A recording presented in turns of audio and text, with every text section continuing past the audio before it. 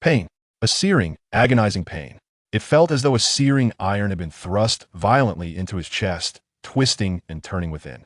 Lin Feng abruptly opened his eyes, the intense gasping for breath exacerbating the wound, nearly causing him to faint once more. Hiss. He inhaled sharply, remnants of fragmented memories lingering on his retina, blinding explosions, the heart-wrenching cries of his comrades, and the searing waves of heat. Rushing toward him, the ace of the Lone Wolf Special Operations Team from Huaxia. He should have perished in that mission. But now, where was he? Before him lay a dimly lit ceiling constructed from rough timber, with beams of sunlight squeezing through the gaps in the tiles, casting clear shafts of light in the air, where countless specks of dust danced. The air was thick with a strange odor, a potent mixture of blood and herbs, mingling with the damp smell of rotting wood. Beneath him was a hard wooden bed, covered with a thin layer of dry straw, irritating his skin with both itch and pain. Lin Feng struggled to sit up. The piercing pain in his chest left him utterly drained, and his vision blurred. Looking down, he saw that his chest was wrapped in tattered cloths, stained with dark red blood, clearly near the vicinity of his heart. Damn. Lin Feng couldn't help but mutter weakly. What kind of hellish beginning was this? He hadn't died amidst the hail of bullets, only to experience a brush with death in this wretched place. At that moment, a memory not belonging to him surged into his mind like a tidal wave. The original owner was also named Lin Feng, a mere scout in the Northern Expeditionary Army of the Great Qian Dynasty. 3 days prior, during an encounter with scouts from the Northern D, he was impaled through the chest by a spear while covering his comrades. The army physician had declared him doomed, abandoning him in this dilapidated woodshed to perish. And he, Lin Feng from the 21st century, had occupied this body at the very moment the original took his last breath. All right then, if I've crossed over, so be it, Lin Feng thought with a wry smile. At least I'm still alive. But this existence was little better than death. The body was in a state of utter disrepair, suffering from a high fever and severe infection. It would likely not survive the day. Creak. As Lin Feng pondered how to survive this dire predicament, the rickety wooden door of the shed was kicked open with brutal force. Blinding sunlight flooded in, causing Lin Feng to instinctively squint. 2 soldiers clad in tattered leather armor entered, their faces betraying unmistakable disdain. The leader, a burly man with a face full of excess flesh, pinched his nose as if the stench of the room could suffocate him. Damn it, it reeks, the burly man cursed, glancing at Lin Feng sprawled on the bed. Seeing he was still alive, he scoffed, well, look at that. Tough little bugger, still breathing. The other tall, lanky soldier chimed in with a cruel glee. Zhang, let's not waste time on him. He's a dead man anyway. Let's just drop the stuff and leave. The general said this kid fought valiantly and earned quite a bit of merit. It would be a shame for him to die like this. His meager compensation and military achievements could be converted into 3 women from the families of criminals, allowing him to enjoy a final fling before he kicks the bucket. Enjoy?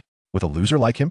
The burly man, referred to as Zhang, spat, his gaze contemptuously sweeping over Lin Feng, as if inspecting a corpse on the verge of decay. I see it differently.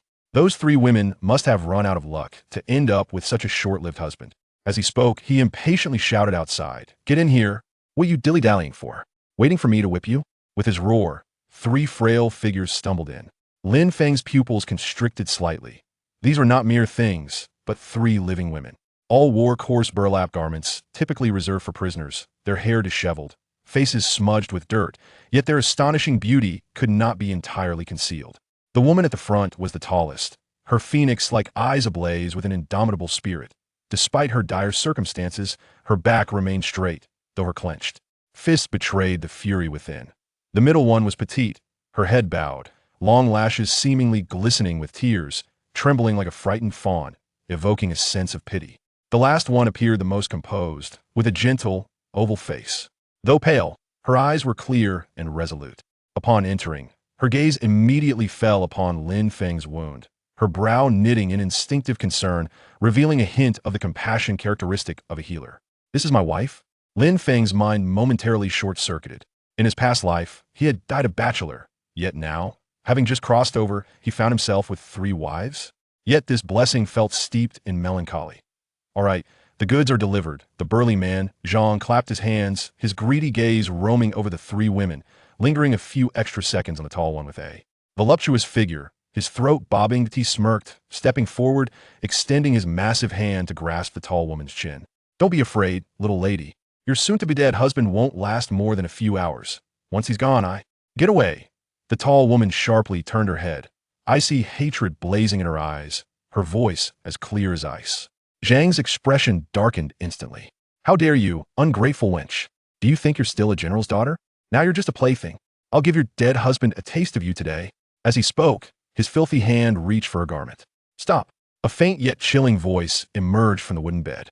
Zhang halted, staring incredulously at Lin Feng, as if he had heard the greatest joke. Huh? Kid, what did you say? I didn't catch that. Say it again. Lin Feng struggled, propping himself up with his elbow. This simple act drenched his forehead in cold sweat, but his eyes shone with an alarming brightness. What kind of eyes were those?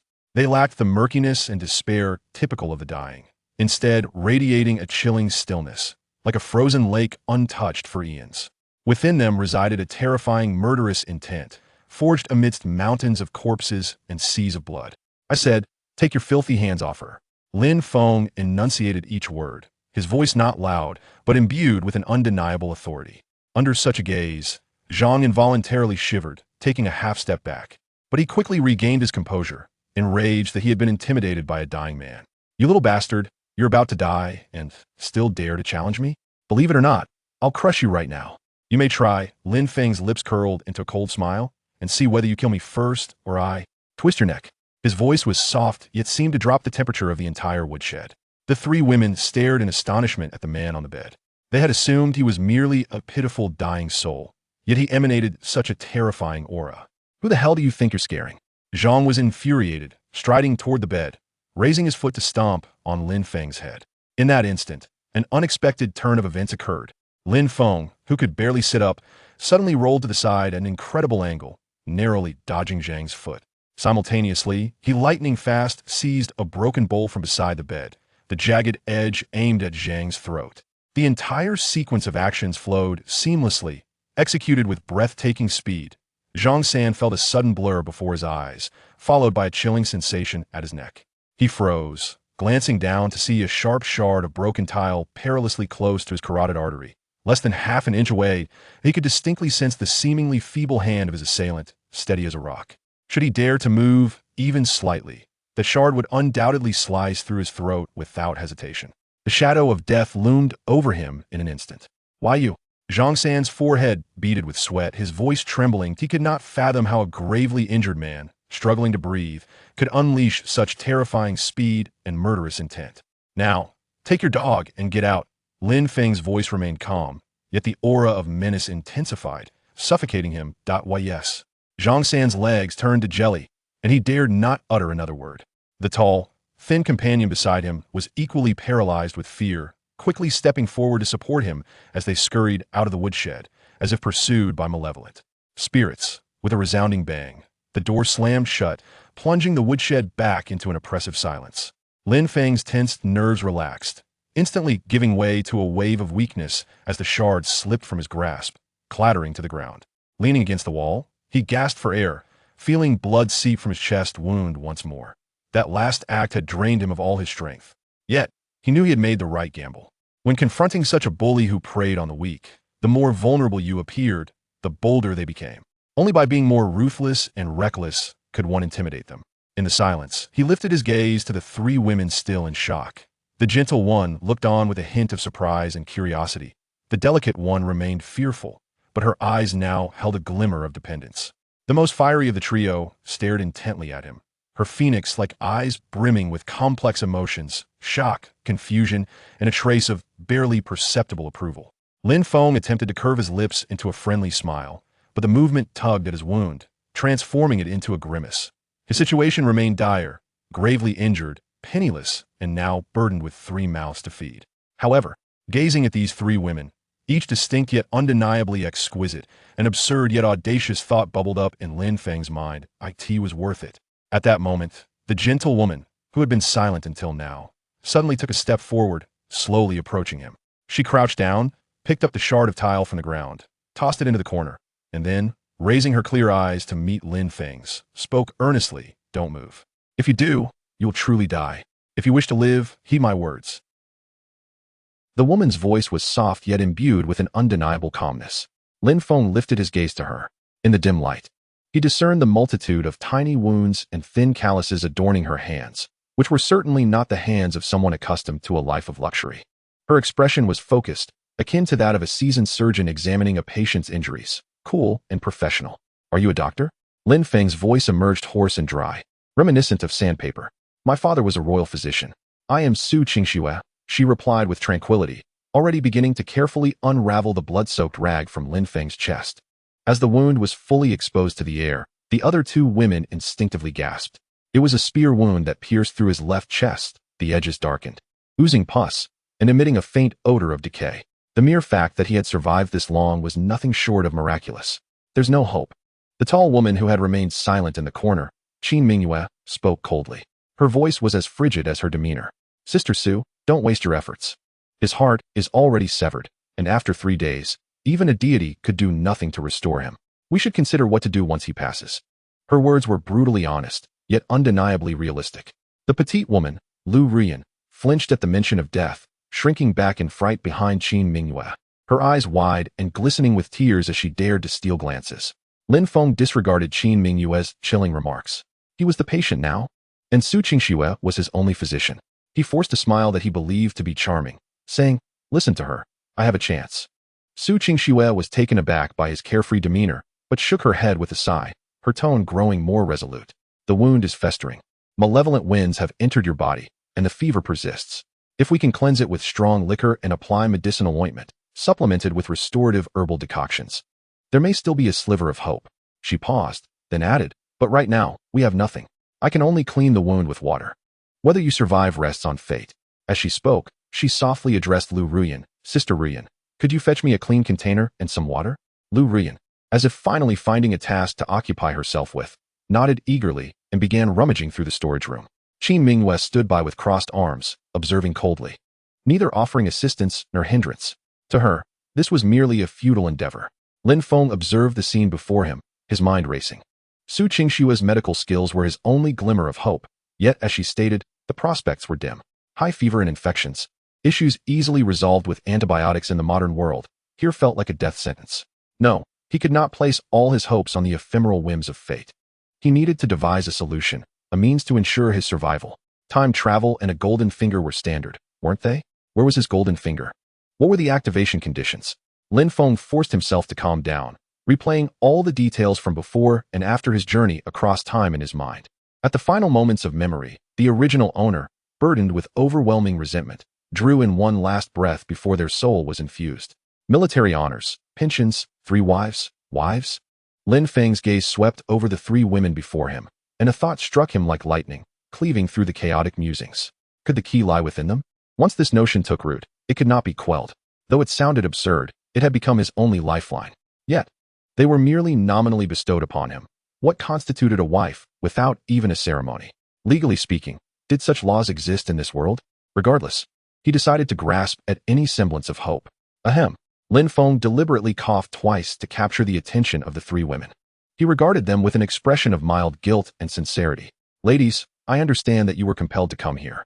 Following someone like me, who is on the brink of death, must be a hardship for you." This statement took the 3 women by surprise.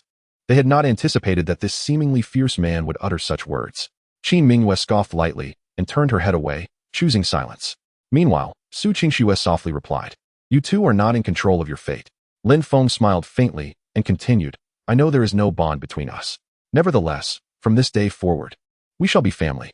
They sent you to me as if you were mere goods, but I do not view you in that manner. I believe we are in need of a ceremony." "A ceremony?" Qin Mingyue could no longer contain herself, staring at Lin Feng as if he were mad. "You're about to die, why bother with such trivialities? Is it even meaningful?" "Indeed," Lin Feng replied earnestly, meeting her gaze. "For me, it represents respect. For you, it signifies acknowledgement. Even if I were to perish tonight, you would be my legitimately wedded wives, my widows, rather than discarded objects. With such recognition, perhaps your lives may improve, if only slightly."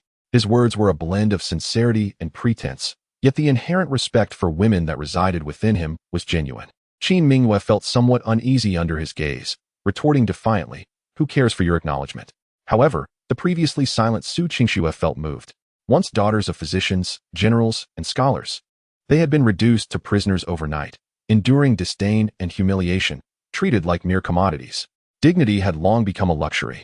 Yet this man before her, who exuded the aura of death, was the first to speak of respect.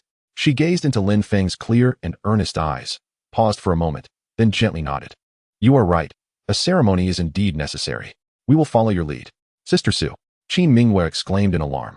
Yet Su Qingxue merely shook her head, her eyes radiating warmth and determination. A surge of joy filled Lin Feng's heart. It was working. Taking a deep breath, he addressed Su Qingxue.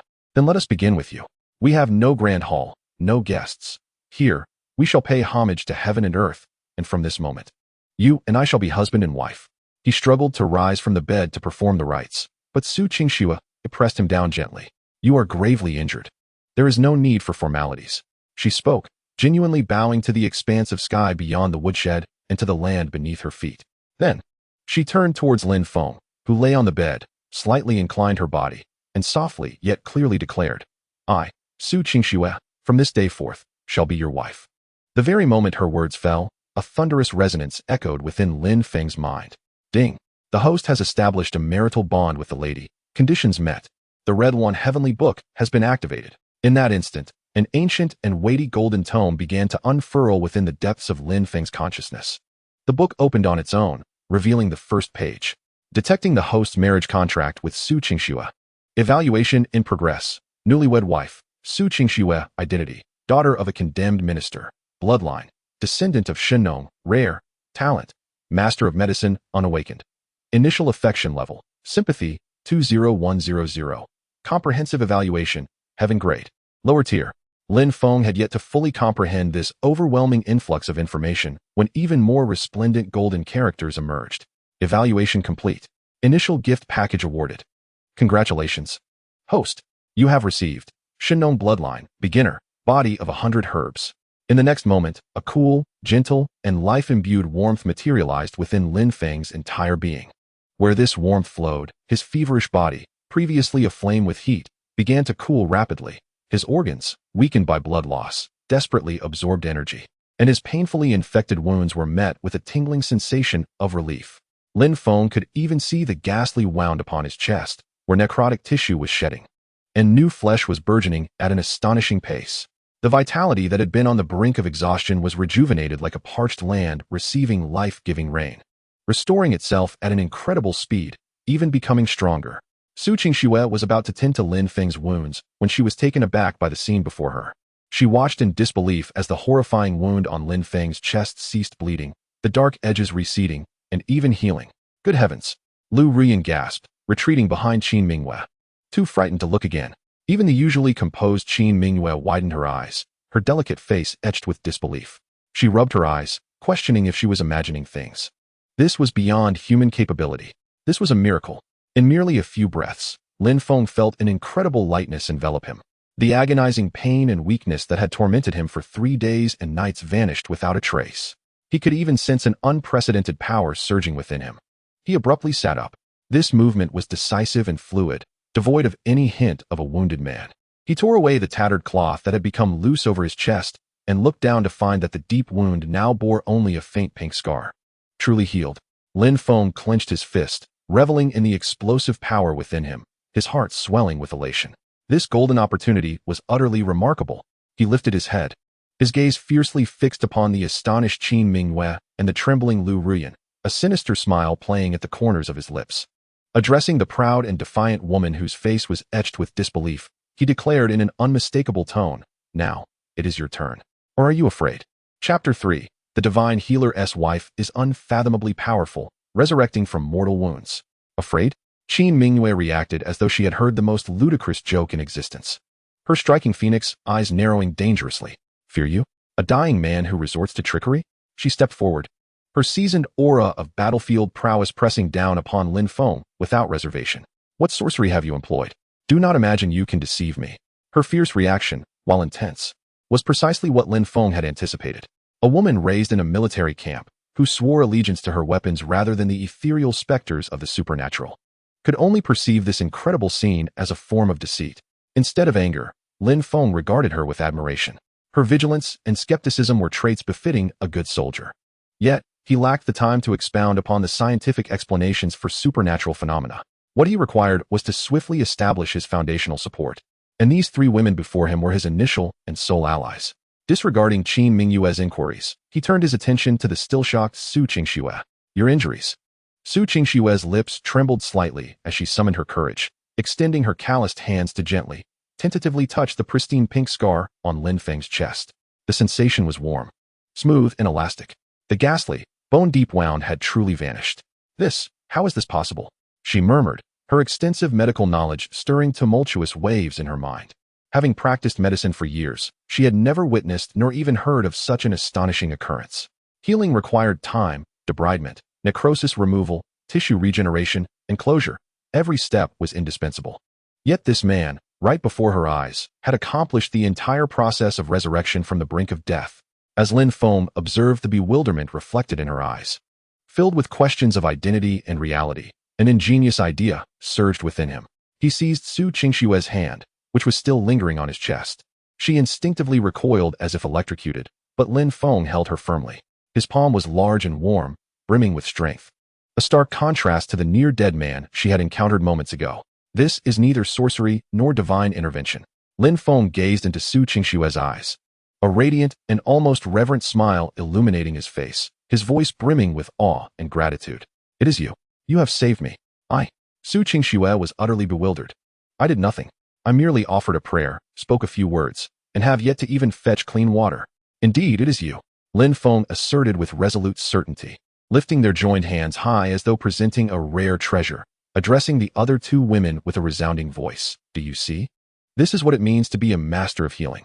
This is the essence of miraculous recovery. My dear wife, you are indeed the true divine healer. His remarkable actions left both Qin Mingyue and Lu Ruyan utterly speechless.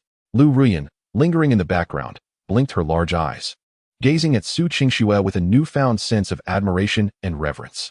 Is my sister Su truly this formidable? Meanwhile, Qin Mingyue furrowed her brow, casting a suspicious glance at Su Qingxue. She had known Su Qingxue for quite some time and was aware of her medical skills. Yet she could not fathom how someone could possess the ability to revive the dead. Such a notion was utterly implausible to her. Yet, the evidence stood before her, leaving little room for alternative explanations. Lin Feng, observing their expressions, discerned that his plan had succeeded halfway.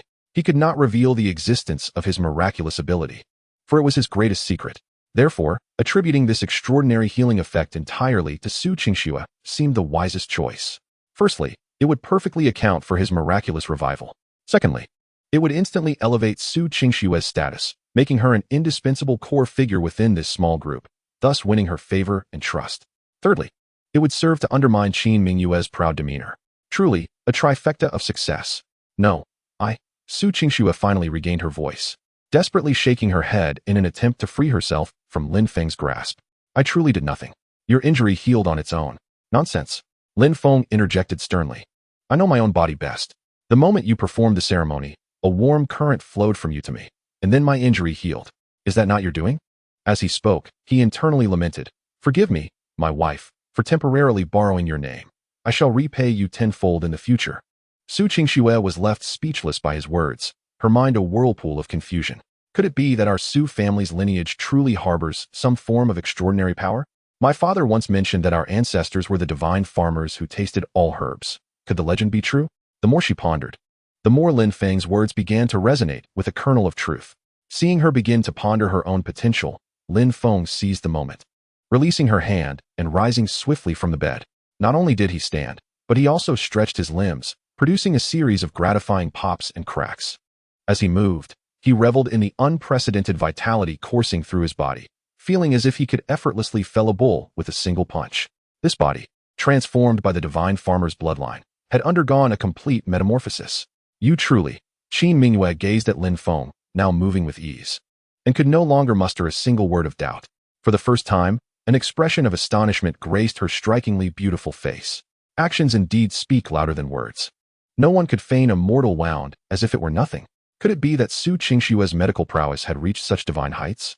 Lin Feng took in their expressions, suppressing a chuckle within. He approached Su Qingxue and, with utmost seriousness, bowed deeply before her. My dear wife, I cannot express my gratitude adequately. You have granted me a second life. From this moment forth, my life belongs to you. Who dares to lay a finger on you? I shall ensure their family is shattered, their bones ground to dust. His voice resonated with power and authority. brimming with the iron will and dominance characteristic of a special forces soldier. Su Qingxue felt her cheeks flush crimson, her heart racing uncontrollably in response to his solemn demeanor and fervent oath. She quickly turned away, stammering, "Why you should get up. I truly. There's no need for modesty, my miraculous wife," Lin Feng said, rising to his feet, a cheeky grin adorning his face. "Without you, I would have been a lifeless corpse." His affectionate address, "my miraculous wife," rolled off his tongue effortlessly, imbued with warmth and respect, leaving Su Qingxue momentarily at a loss for words, her face burning as she lowered her gaze, tacitly accepting the praise. Lin Feng nodded in satisfaction, having secured one victory. He then turned to face Qin Mingyue, who was still grappling with her altered worldview. "Now, do you still believe I am merely putting on an act?" He approached her, their heights nearly equal, their gazes locking, the air crackling with unspoken tension. Qin Mingyue bit her lip, her expression a tapestry of conflicted emotions as she glanced at the bashful Su Qingxue beside her, finally managing to utter through clenched teeth, "You're just lucky." "No, it is my wife who is remarkable," Lin Feng corrected her. Her response nearly knocked the breath out of her, prompting an indignant huff as she turned away. Refusing to meet his eyes, Lin Feng understood that with someone as proud as her, it was best not to press too hard.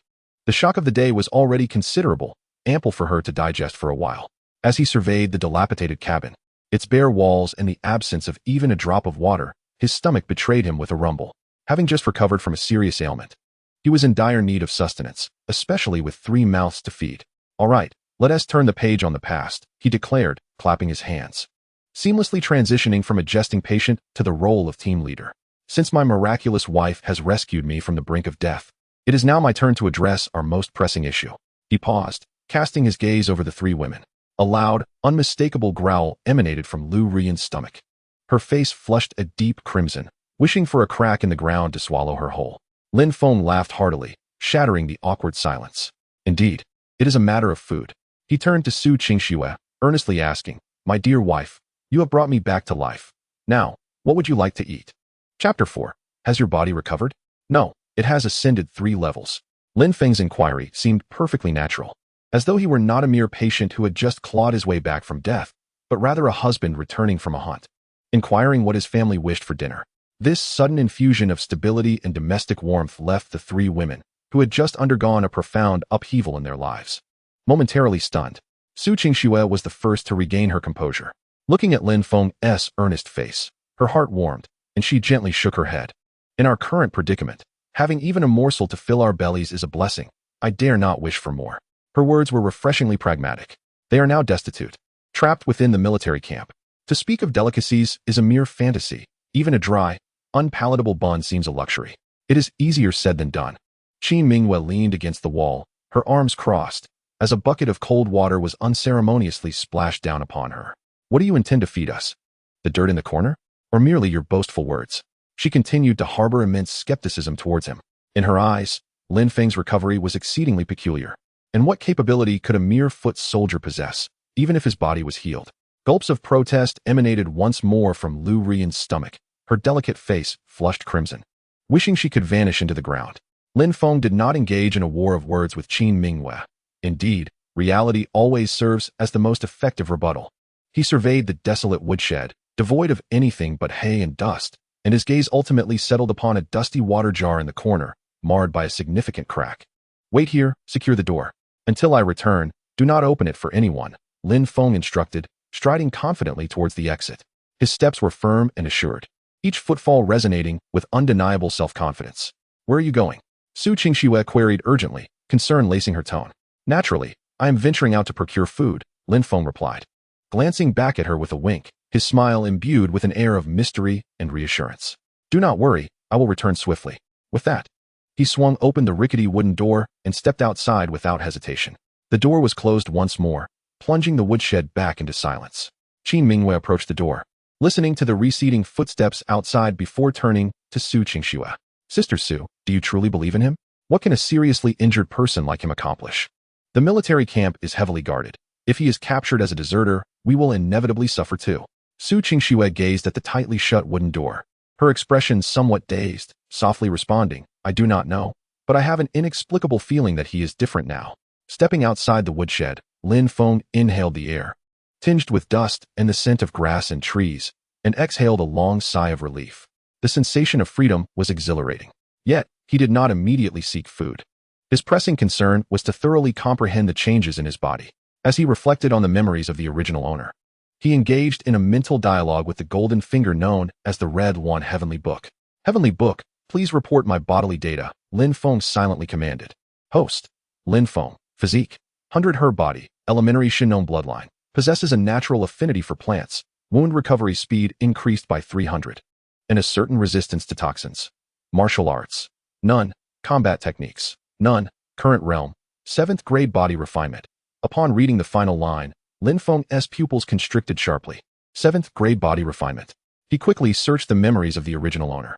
In this world, martial arts are categorized into 9 grades. The lower 3 grades, 9th, 8th, and 7th, are collectively known as body refinement, primarily focusing on honing bones and enhancing strength. Most ordinary soldiers linger around the 9th grade, while reaching the 8th grade is considered commendable among lower-ranking officers such as squad leaders or team leaders.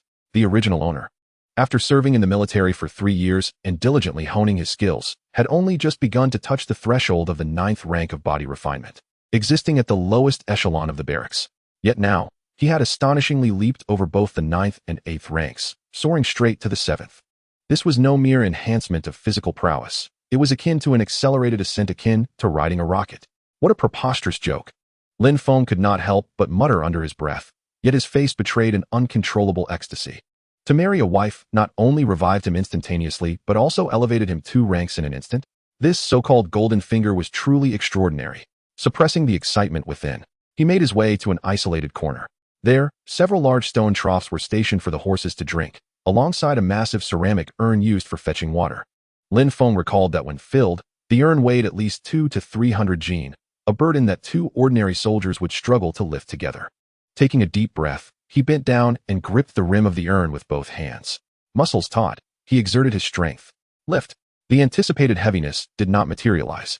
The enormous urn felt surprisingly light in his grasp, as if he were merely lifting an empty wooden bucket. Effortlessly, he hoisted it above his head and then gently set it down, completing the whole process without even breaking a sweat. Lin Feng gazed at his hands, his eyes shining with brilliance. This strength was at least 3 times that of the original owner. And this was not all. He could distinctly sense that his 5 senses had become remarkably acute. The shouts of soldiers training in the distance, the rustling of leaves stirred by the wind, even the varying scents of the surrounding flora, he could discern with clarity. What a remarkable return on investment. Lin Feng excitedly clenched his fist. A terrifying sensation of power surged through his palm, and with a crack, he crushed a small shard of pottery that he had accidentally pried from the urn into fine powder. The dust cascaded through his fingers. Staring blankly at his palm, Lin Feng realized this was no longer just raw strength. It was a precise mastery of power, combined with the combat skills of a special forces soldier. This newly transformed body sparked a bold thought within him. Perhaps, in this world, he could live far more splendidly than in his previous life. Just then, the sound of footsteps approached from afar. Lin Feng snapped back to reality, brushed the powder from his hands, and turned to look. 2 soldiers dressed in cook's attire were unsteadily making their way toward him, carrying a bucket of slop. Food. Lin Feng's eyes lit up. He tidied his tattered clothing and feigned a frail demeanor as he approached them. Gentlemen, please hold on. The 2 cooks, initially impatient at the interruption, halted upon noticing Lin Feng's bloodstained, tattered military uniform and his pale complexion. One of them, bearing a scarred face, inquired, "What do you want? Do you not know this is a restricted area of the kitchen?" Lin Feng offered a naive smile, rummaging through his clothes for a moment before producing a few copper coins stained with blood, his only remaining possessions. "Brothers, my name is Lin Feng, a scout from the reconnaissance battalion. I've sustained some injuries and haven't eaten in 3 days. I am famished. Would you be so kind as to spare me a couple of buns to fill my stomach? With this small sum of money, consider it an invitation for the 2 esteemed gentlemen to share a cup of wine." As he spoke, he pushed the few copper coins towards them. The scar-faced man weighed the coins in his hand, his initial impatience transforming into disdain. Is this trifling amount meant to dismiss a beggar? Begone. This is the kitchen area. Without military orders, no one is permitted to enter. Another cook, with a sharp, monkey-like face, looked slyly at Lin Feng and chuckled. "Ah, Brother Zhang, let us not be so heartless. We are all soldiers. Life is tough for everyone." He then turned to Lin Feng and said, "Brother, while we have no steamed buns, this barrel contains the leftover food from today. If you are not particular, feel free to help yourself." As he spoke, He intentionally lifted the lid of the barrel slightly, releasing a nauseating stench. Lin Feng's expression instantly turned cold. This is leftover food? This is clearly slop meant for pigs. They are insulting me. Just as he was about to explode in anger, a flash of insight struck him as he recalled the memories of the original owner. This scar-faced Zhang San and that sharp-faced Li Si were both sycophants of the team leader, Li Hu. And Li Hu was the original owner's sworn enemy in the military, constantly targeting him. It was likely that his current injuries were at least partly due to this man. It seems these two are deliberately waiting for me here, hoping to see me humiliated. With this realization, Lin Feng's anger dissipated, and he maintained a simple, honest smile, bowing his head in gratitude. Thank you very much, esteemed brothers. I am not picky at all. He then surprisingly approached the slop bucket, reaching his hand out as if to scoop some out. Zhang San and Li Si exchanged glances, both wearing smug expressions, eager for the spectacle. However, just as Lin Feng's hand was about to touch the foul, rotten slop, he abruptly halted. Slowly he lifted his head, the innocent smile evaporating, replaced by an unsettling chill. He fixed his gaze on Li Si and asked, word by word, "Did you just suggest that I consume this?" Chapter 5, The Unseeing Bully? Dare to touch even a hair on my wife. Lin Feng's voice was flat, devoid of any discernible emotion. Yet, it was this very neutrality that caused the sharp-faced Li Si to shiver inexplicably. Gazing into Lin Feng's dark, gleaming eyes, he felt a coldness that pierced deeper than the winds of the northern winter. Why yes, Li Si stammered, unnerved by that gaze. However, recalling the support of the scar-faced Zhang San behind him, his courage swelled again. He puffed out his chest and mockingly retorted, "What? Does the great hero Lin still find it lacking? This is a special treat that brother Hu ordered just for you. You should be grateful and enjoy it." He deliberately emphasized the name brother Hu, leveraging his backing to intimidate. Li Hu. A dangerous smile slowly crept across Lin Feng's lips. He is quite diligent. Seeing this, the scar-faced Zhang San assumed Lin Feng was too angry to speak and stepped forward, jabbing a thick finger into Lin Feng's chest, arrogantly declaring, "Kid, it's good that you understand. Brother Hu said you're tough and one T die easily. But from now on, in this scout camp, whether you are a dragon, you must curl up, or a tiger, you must lie low. Moreover, those 3 women of yours, if they manage to please Tiger Brother, perhaps you might be rewarded with a sip of broth." His words grew increasingly vulgar, and the grin on his face, formed by the excess flesh, was rife with unabashed desire and malice. Suddenly, a dull thud echoed. It was swift, too swift. No one could discern how Lin Feng had struck. In one moment, he stood still. In the next, he had approached Zhang San like a specter. A hand, akin to an iron claw, tightly gripped Zhang San's throat. The robust figure, weighing over 100 kilograms, was effortlessly lifted off the ground by Lin Feng's single hand. His feet flailed helplessly in the air, producing a rasping sound. The arrogant smile on his face froze instantaneously, replaced by sheer terror and the agony of asphyxiation. His eyes bulged, bloodshot and round, filled with confusion. How could this feeble wretch, who had seemed half dead mere days ago, unleash such terrifying power?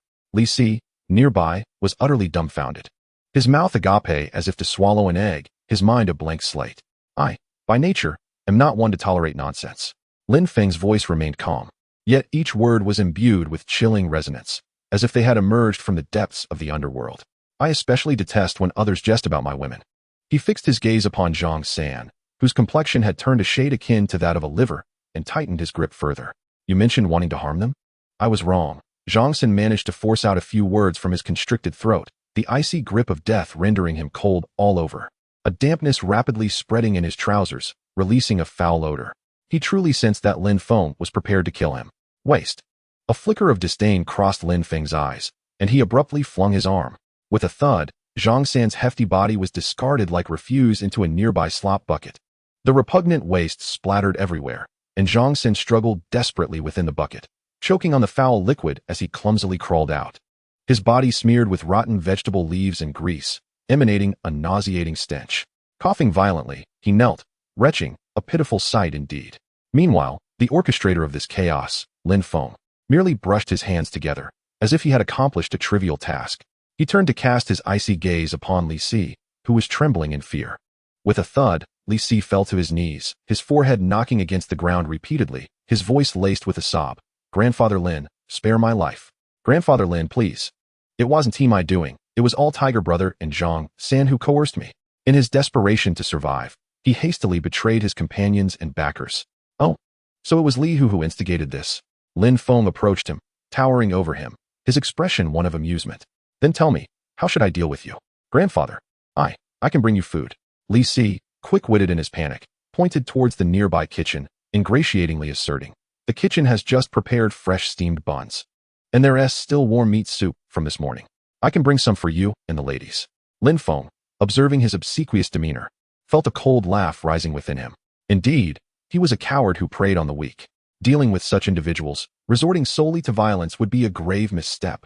At times, allowing them to linger proves far more beneficial than extinguishing their lives. Go, Lin Feng stated with an air of indifference. Remember, I require the equivalent of 3 men. Provide me with the finest steamed buns, and ensure the meat broth is generously laden with meat. Should I discover even a single bun that has spoiled, or a broth lacking in a piece of meat? He did not need to finish, for the warning in his gaze sent a shiver down Li Si's spine. I dare not. I absolutely dare not, Li Si exclaimed, feeling as though he had been granted a pardon, scuttling towards the kitchen with a speed that rivaled that of a hare. Lin Feng paid him no further heed and approached Zhang San, who was still retching on the ground. Upon sensing the shadow above him, Zhang San trembled even more violently, forgetting his nausea as he bowed repeatedly. Grandfather, I was wrong, truly wrong. I shall never dare again. Remember the stench of this slop. Lin Feng's voice was soft, yet resonated clearly in Zhang San's ears. Return and inform Li Hu that I have noted this meal he has bestowed upon me. One day, I shall repay it 100-fold. With that, he turned away from the quaking wretch and strode towards the firewood shed. Soon after, Li Si returned, panting heavily as he carried a large wooden tray.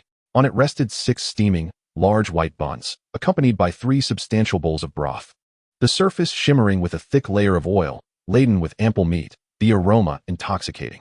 Grandfather Lin, here is what you requested, Li Si gasped, cautiously presenting the tray. Lin Feng accepted it with a nod of satisfaction. He approached the shed's entrance and gently kicked the door. Open up, I have returned. Inside, the sound of hurried footsteps ensued.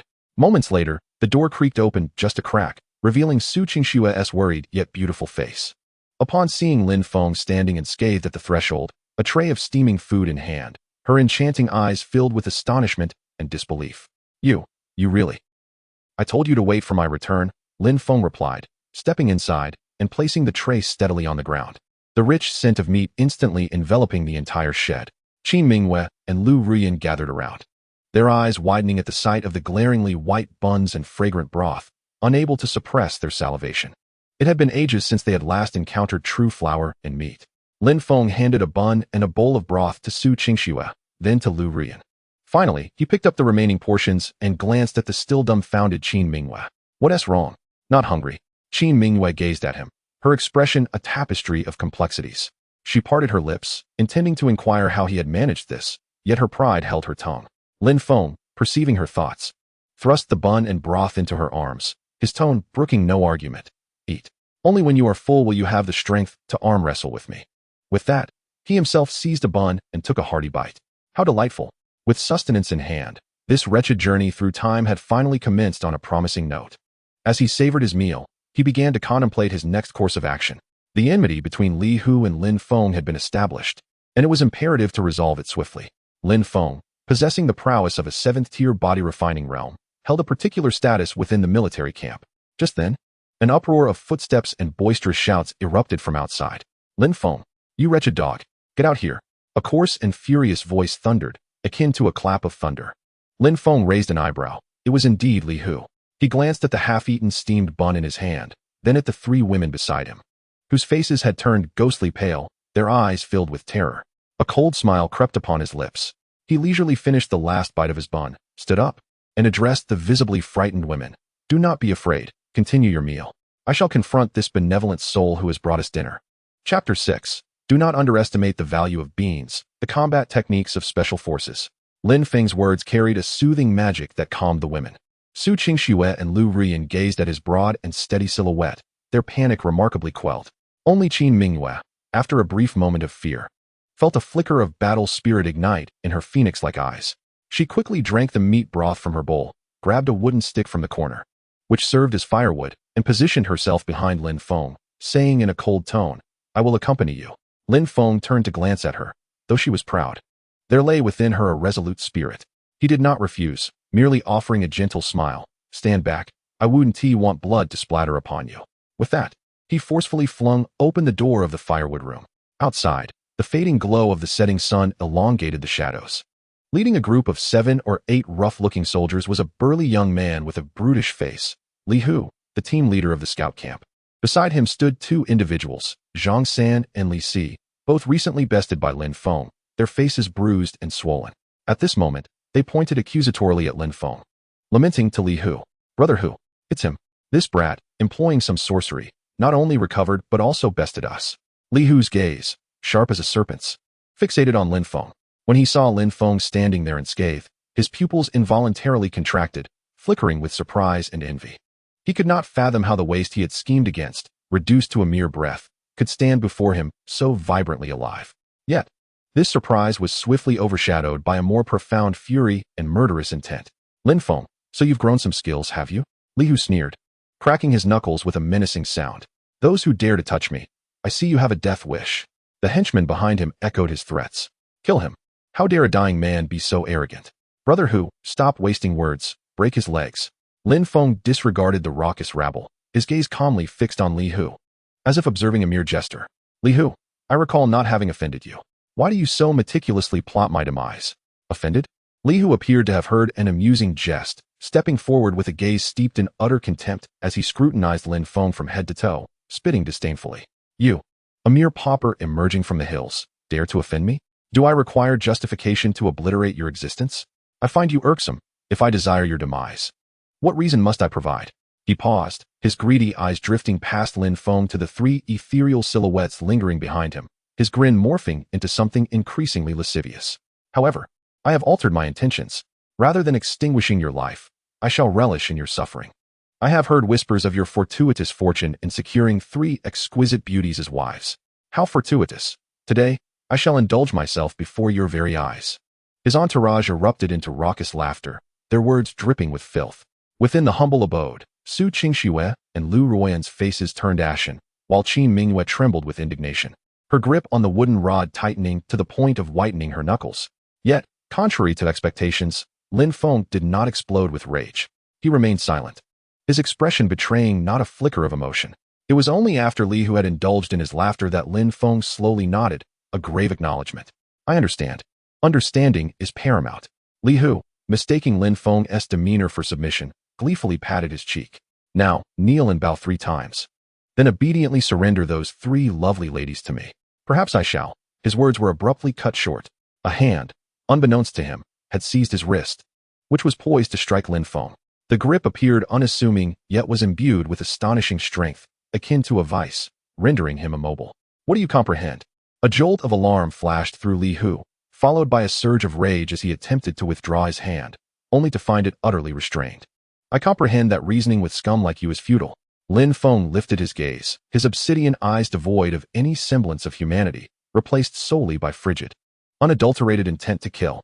"To deal with you, this is the only recourse." Before the words fully escaped his lips, he twisted Li Hu's wrist downward with a violent motion. Crack! The sickening sound of shattered bone reverberated through the air, piercing the ears of all present. "Ah!" Li Hu's agonized wail sliced through the tranquil dusk like a knife. His wrist contorted at an unnatural angle, pale bone protruding through the skin, exposed to the air. The searing pain drained the color from his once malignant visage. The entire sequence unfolded with alarming swiftness, from Lin Feng's strike to the breaking of Li Hu's wrist. The fluidity of the action left everyone momentarily stunned. "What are you still dawdling for? Kill him!" Li Hu shrieked, clutching his severed hand, his features twisted in agony. Only then did his band of henchmen awaken from their stupor, hurling curses as they charged toward Lin Feng, fists raised. In their minds, Lin Feng was but a solitary figure. With 7 or 8 of them, each could deliver a blow that would reduce him to mere pulp. Yet, they were gravely mistaken. Their error was monumental. What stood before them was not an ordinary scout, but a seasoned warrior, a king of special forces, forged through countless life and death battles. His lethal skills ingrained within his very essence. A soldier's fist, accompanied by the sound of rushing wind, aimed directly at Lin Feng's face. Unflinching, Lin Feng slightly angled his body, his right foot striking like a venomous snake emerging from its lair, precisely kicking the side of the opponent's knee. Crack! Another sharp sound of bones breaking echoed. The soldier barely had time to scream before his leg twisted grotesquely outward, causing him to collapse to the ground, rolling in agony. Meanwhile, another assailant's attack was already upon him from behind. Without turning his head, Lin Feng suddenly crouched low, executing a flawless sweeping kick. Bang! The man, unsteady on his feet, was sent flying, his skull crashing heavily against the ground, rendering him unconscious on the spot. Having dispatched the two, Lin Feng pressed forward with the swiftness of a cheetah, eagerly confronting the remaining crowd. He did not employ the so-called martial arts of this world. Instead, he utilized the meticulously honed, lethal techniques of modern military combat. Elbow strikes to the throat, finger jabs to the eyes, knee thrusts to the groin. Each movement was stripped down to its essence, yet executed with ruthless precision. There was no superfluous flair. The sole objective was to incapacitate the enemy with utmost expedience. In an instant, cries of anguish, the sound of breaking bones, and muffled groans filled the air. The once arrogant soldiers now appeared as lambs awaiting slaughter before Lin Feng, utterly incapable of mounting any resistance. Their seemingly ferocious punches became laughable and impotent under Lin Feng's precise and efficient onslaught. In less than 10 breaths, the battle came to a swift conclusion. Aside from the terrified Li Si, who cowered at the back, everyone else lay sprawled on the ground, broken arms, shattered legs, and cries of despair echoing throughout the scene. It was a tableau reminiscent of a hellish battlefield. Standing at the center of this chaos, Lin Feng exhibited not a hint of disarray in his breathing. He brushed off non-existent dust from his attire as if he had merely engaged in a warm-up exercise. At the entrance of the shed, Qin Mingyue had lowered the wooden stick in her hand, her beautiful phoenix eyes wide with astonishment, her red lips slightly parted, her delicate face displaying an unprecedented shock. What kind of fighting style is this? There are no fluctuations of inner strength, no complex techniques. Each strike is straightforward, yet brutally effective, targeting the most vulnerable points. This is not a contest. This is outright murder. Who on earth is this man? Li Hu stood in stunned disbelief, cradling his broken wrist, retreating step by step, looking at Lin Feng as if he were a demon risen from the depths of hell. His subordinates, all of whom were seasoned fighters at the 8th rank of body refinement, would typically exchange blows for numerous rounds. Yet before Lin Feng, they could not withstand even a single encounter. Is this truly the same Lin Feng he had bullied at will? Lin Feng paid no heed to the moaning underlings sprawled on the ground. He took confident strides, stepping over an unconscious body, advancing relentlessly toward Li Hu. Each of his steps was light, yet felt like a heavy hammer striking at Li Hu's heart. Don't come any closer. Li Hu's voice trembled with fear as he retreated, tremblingly proclaiming, Lin Feng, I tell you, my brother is a captain. If you dare to harm me, my brother will not spare you. Lin Feng halted, tilting his head with a radiant smile. A captain? Is that a position of considerable authority? His curiosity appeared genuine as he extended a finger, shaking it at Li Hu. Now, I present you with an opportunity. Kneel and bark like a dog 3 times. If you do it well, I might consider merely breaking one of your legs. Chapter 7. The proud young lady was stunned. How could this guy be so fierce? Kneel? Bark like a dog? Li Hu could scarcely believe his ears. As a commander of the scout battalion, a practitioner at the 8th rank of body refinement, with an influential brother, Captain Li Bao, who wielded real power, he was accustomed to being addressed with utmost respect as brother who in the lower ranks of the Northern Town Army. Yet now, this worthless wretch, whom he had bullied just days prior, dared to demand he kneel and bark.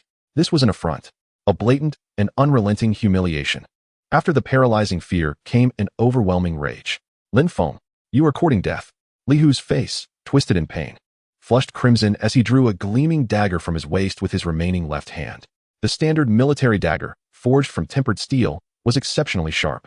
Even if I face military punishment today, I will drive this blade into your wretched heart.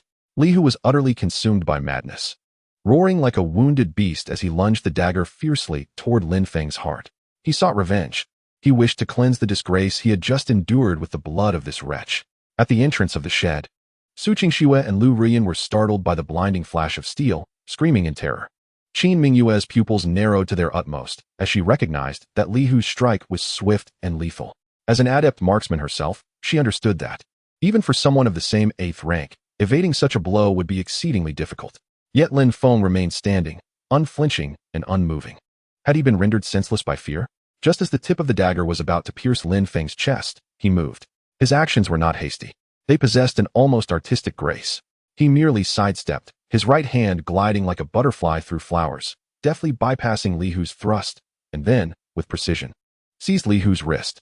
Li Hu felt a sudden numbness in his wrist, an unexpected force causing the dagger he believed was his to control to slip from his grasp. Lin Feng's other hand effortlessly caught the spinning dagger midair, elegantly twirling the hilt in his palm before directing the blade to rest against Li Hu's throat. The icy sensation caused Li Hu's blood to freeze instantly.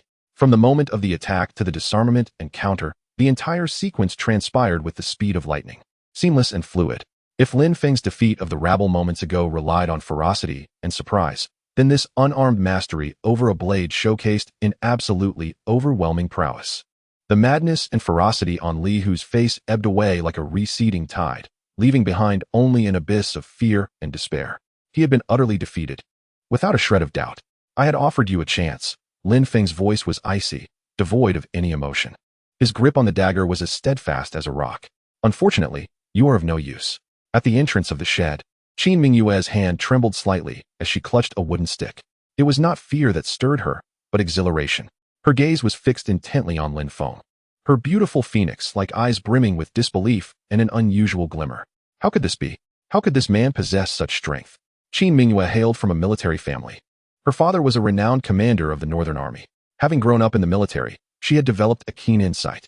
She recognized clearly that Lin Feng's recent series of movements, though seemingly simple, were imbued with an exquisite mastery of timing, distance, and power. This was no ordinary military skill. It was an advanced and pure form of lethality, clean, swift, and efficient. She was certain that even her father, a battle-hardened warrior who had long surpassed the 7th rank of body refinement, would not have handled such a situation with the same ease and grace. Lin Feng's prowess was undoubtedly beyond the 8th rank. An absurd thought flickered in Qin Mingyue's mind. Could he possibly be at the 7th rank?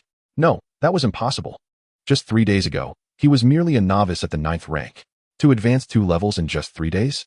Even with the aid of miraculous elixirs, such rapid progress was unattainable, yet the reality before her compelled her to accept it. This man was shrouded in mystery. His elusive agility, his calmness in crisis, and his eyes, which seemed to see through everything with a hint of mockery, were a far cry from the simpleton, timid, and somewhat obtuse scout she had once known. Who was he really? What had transpired in the past 3 days? And what of Sister Sue's extraordinary medical skills? Qin Mingyue's heart was in turmoil. She realized she had never truly known this man who was ostensibly her husband.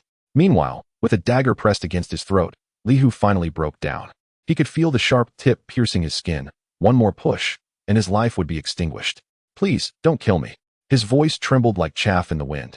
Stripped of its earlier arrogance. I will kneel. I will learn. Woof, woof. In a desperate bid for survival, he truly sank to his knees, mimicking a dog's bark. The sound was both pitiful and absurd. The soldiers around him, who lay moaning on the ground, were struck silent by the sight of their leader's disgraceful demeanor, their own groans dwindling to whispers. Lin Feng regarded the weeping Li Hu, kneeling in a puddle of tears, with a flicker of disdain in his eyes. He retracted the dagger and then lifted his foot. Bang! He delivered a powerful kick to Li Hu's chest. Li Hu soared backward like a ragged sack, tumbling several times before coming to a halt, sprawled on the ground like a dead dog, retching violently, devoid of the strength to scream. Take your trash and get lost. Lin Feng's voice resembled the biting wind of late winter. Should there be another encounter, the consequences would not merely entail dismemberment. The remaining soldiers, as if granted a reprieve, disregarded their pain, frantically lifting their comrades and leader, scrambling away from this indelible place. In the blink of an eye, tranquility returned to the entrance of the woodshed, leaving only a scene of devastation and a faint scent of blood lingering in the air. Lin Feng casually wiped the dagger on his clothing before sheathing it at his waist. Having completed these actions, he turned to face the 3 women at the doorway, who were utterly frozen in place. Su Qingxue and Lu Ruyan regarded him with expressions filled with awe and a hint of reliance. Meanwhile, Qin Mingyue's gaze was the most intricate, a blend of shock, confusion, curiosity, and a trace of admiration that she herself had yet to recognize. Lin Feng found amusement in her struggle to inquire while maintaining her composure. He approached Qin Mingyue, gently extracting the wooden stick from her pale grasp, discarding it carelessly to the side. Then, he extended his hand, firmly grasping her smooth chin, compelling her to lift her gaze to meet his. What's the matter? Are you frightened? A teasing smile curled at the corners of his lips. Qin Mingyue's body stiffened as an unfamiliar, potent masculine aura enveloped her. She could distinctly see her astonished, slightly flushed cheeks reflected in his profound eyes. Her heart inexplicably skipped a beat. She yearned to resist, to free herself from this audacious grip, yet her body felt as if it were ensnared by an invisible force, rendering her immobile. All she could do was grit her teeth, glaring defiantly at him with her fiery eyes. Lin Feng leaned in closer. narrowing the distance between them to the point where they could almost feel each other's breath. Lowering his voice to a magnetic whisper that only they could hear, he asked softly, "Do you think I looked handsome just now?" Chapter 8. The Indulgence of a Pampered Wife. This soft meal is truly delightful. Handsome? These words surged through Qin Mingyue's ears like a jolt of electricity, igniting her entire being. Her face flushed crimson, akin to the most vibrant hues of a sunset, spreading warmth to her ears. Never in her life had a man dared to speak to her in such a frivolous and audacious manner. Even more infuriating was the fact that, in response to this humiliating tease, an uncontrollable thought formed in her mind, an answer so outrageous it made her want to slap herself. P.S. Absolutely stunning. You shameless rogue. Overwhelmed by a mix of shame and indignation, Qin Mingyue found an unexpected surge of strength, forcefully pushing Lin Feng away. She retreated 2 steps, hastily wiping her chin with the back of her hand as though it had been sullied. Her fiery gaze fixed on him with an intensity that resembled an irate mother leopard, fierce yet imbued with an inexplicable charm. Lin Feng let out a hearty laugh. Choosing not to tease her further, he understood that when dealing with such a proud disposition, a subtle approach yielded the best results. He withdrew his hand and regarded her leisurely, his gaze akin to that of an artist admiring a delicate yet formidable masterpiece belonging to him. "Well, the outside is all tidied up. Let us continue our meal." Nonchalantly, he turned away, as if the earlier flamboyant libertine was not him at all. Su Qingxue and Lu Rian stood by, taken aback by this sudden turn of events, both feeling somewhat at a loss. Particularly Lu Rian, whose petite face flushed crimson, dared not even glance their way. Lin Feng's assertive return and thunderous methods had irrevocably altered the atmosphere within the humble abode. If, prior, the 3 women had shared a bond of mutual sympathy, now Lin Feng had become the unequivocal core and backbone of this small group. Qin Mingyue glared at Lin Feng's indifferent silhouette, her teeth clenched in suppressed fury. She longed to erupt. Yet the memory of his overwhelming display of strength held her words captive. No chance of winning. The thought lingered painfully in her mind. Lin Feng settled back onto the grassy mound, taking up the bowl of meat soup that had cooled somewhat, drinking heartily. After the exertion of the recent altercation, his physical energy demanded replenishment. Observing this, Su Qingxue silently sat down as well, nibbling on her bun. However, her gaze occasionally flickered with curiosity and inquiry towards Lin Feng. This man was becoming increasingly enigmatic to her. "Brother Lin," Lu Rian timidly approached, cautiously sliding her scarcely touched bowl of meat soup towards him, whispering, "You must be tired after the fight. Please have this." She had neatly pushed the meat to one side of her bowl, clearly intending to save it for him. This unexpected tenderness halted Lin Feng's actions as he raised his head to regard the Jiangnan belle, who seemed like a frightened rabbit in the corner. She averted her gaze, her long lashes trembling nervously, her hands fidgeting with her clothing. Lin Feng felt an unaccountable softness in his heart. Was this what women of ancient times were like? Compliant, considerate, and attuned to the needs of their men. He smiled, neither rejecting nor accepting her offering, instead transferring the largest piece of meat from his bowl into Lu Rian's. "I appreciate your kindness. However, I am a man, the head of the household. It would be illogical for me to take from a woman." His voice softened, imbued with an undeniable authority. "Eat well and regain your strength. In the future, if I have meat, I shall ensure you have soup." Lu Rian's head snapped up. Disbelief etched across her features, her large, glistening eyes suddenly clouded with tears. How long had it been since someone had acknowledged her hunger, cared for her well-being? Since the day her family was shattered, she had drifted like a water plant in the world, enduring cold stares and humiliation. On this day, the man she called her husband, in the simplest yet most sincere manner, bestowed upon her a long-lost warmth and respect. Her eyes glistened with tears as she lowered her head and, in a voice as delicate as a whisper, murmured in acknowledgement. Gradually, she took small bites of the meat. And as she did, tears inexplicably fell, splashing into her bowl and creating ripples in the broth. Observing this poignant scene, Su Qingxue felt a wave of emotion swell within her. She quietly lifted her own bowl of soup and, without hesitation, transferred some of the meat into Lin Feng's bowl. "Indeed," as Mei Yan said, "you expend much energy and ought to eat more." This gesture appeared entirely natural and composed, akin to a wife caring for her husband. "As a physician, I understand how to nurture the body. This morsel of meat will do you more good than it would for me." Lin Feng, glancing at the unexpected addition of meat in his bowl, found himself both amused and perplexed. Has she become habitually indulgent? He turned to Su Qingxue, who was gazing at him with gentle eyes, untainted by any impurities, solely reflecting her genuine concern. A tender chord was struck within Lin Feng's heart. No longer inclined to refuse, He nodded and smiled, saying, "All right, I shall not be modest. This soft meal is indeed delightful." Naturally, Su Qingxue did not comprehend his modern jest. She merely took it as playful banter, offering a smile that was as refreshing as a spring breeze amidst blooming flowers. In that moment, the dilapidated cottage was enveloped in a warm atmosphere. Yet, in stark contrast, Qin Mingyue stood alone in a corner, casting glances at the few solitary pieces of meat in her bowl, then at the generous portions in Lin Feng's bowl, and suddenly found her steamed bun devoid of flavor. She clenched her teeth, a surge of inexplicable irritation and grievance rising within her. Why? Why does everyone treat him so well? What is so remarkable about defeating a few ruffians? The more she pondered, the angrier she became, ultimately slamming her bowl onto the ground with a loud thud. The abrupt noise shattered the warmth in the room, causing Lin Feng and the others to turn their attention towards her in unison. "I'm not eating anymore," Qin Mingyue declared defiantly, her neck arched like a victorious rooster, yet the redness around her eyes betrayed her true feelings. Lin Feng observed her sulky demeanor, as if to say, "Come comfort me, or I shall cry," and nearly chuckled aloud. He leisurely finished the last sip of his soup, wiped his mouth, and then approached Qin Mingyue. "What is the matter? Is the meat insufficient? Who cares about your pathetic meat?"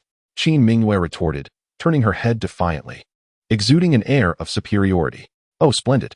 Lin Feng nodded, and in a swift motion, right before her eyes, he snatched the largest piece of meat from her bowl and popped it into his mouth. Qin Mingyue's eyes widened in disbelief. She could scarcely fathom that such brazen audacity existed in this world. "You give that back to me," she exclaimed, becoming frantic and reaching out to reclaim it. While chewing, Lin Feng replied, his words muffled, "You said you weren't eating, so I'm merely resolving the issue to prevent waste."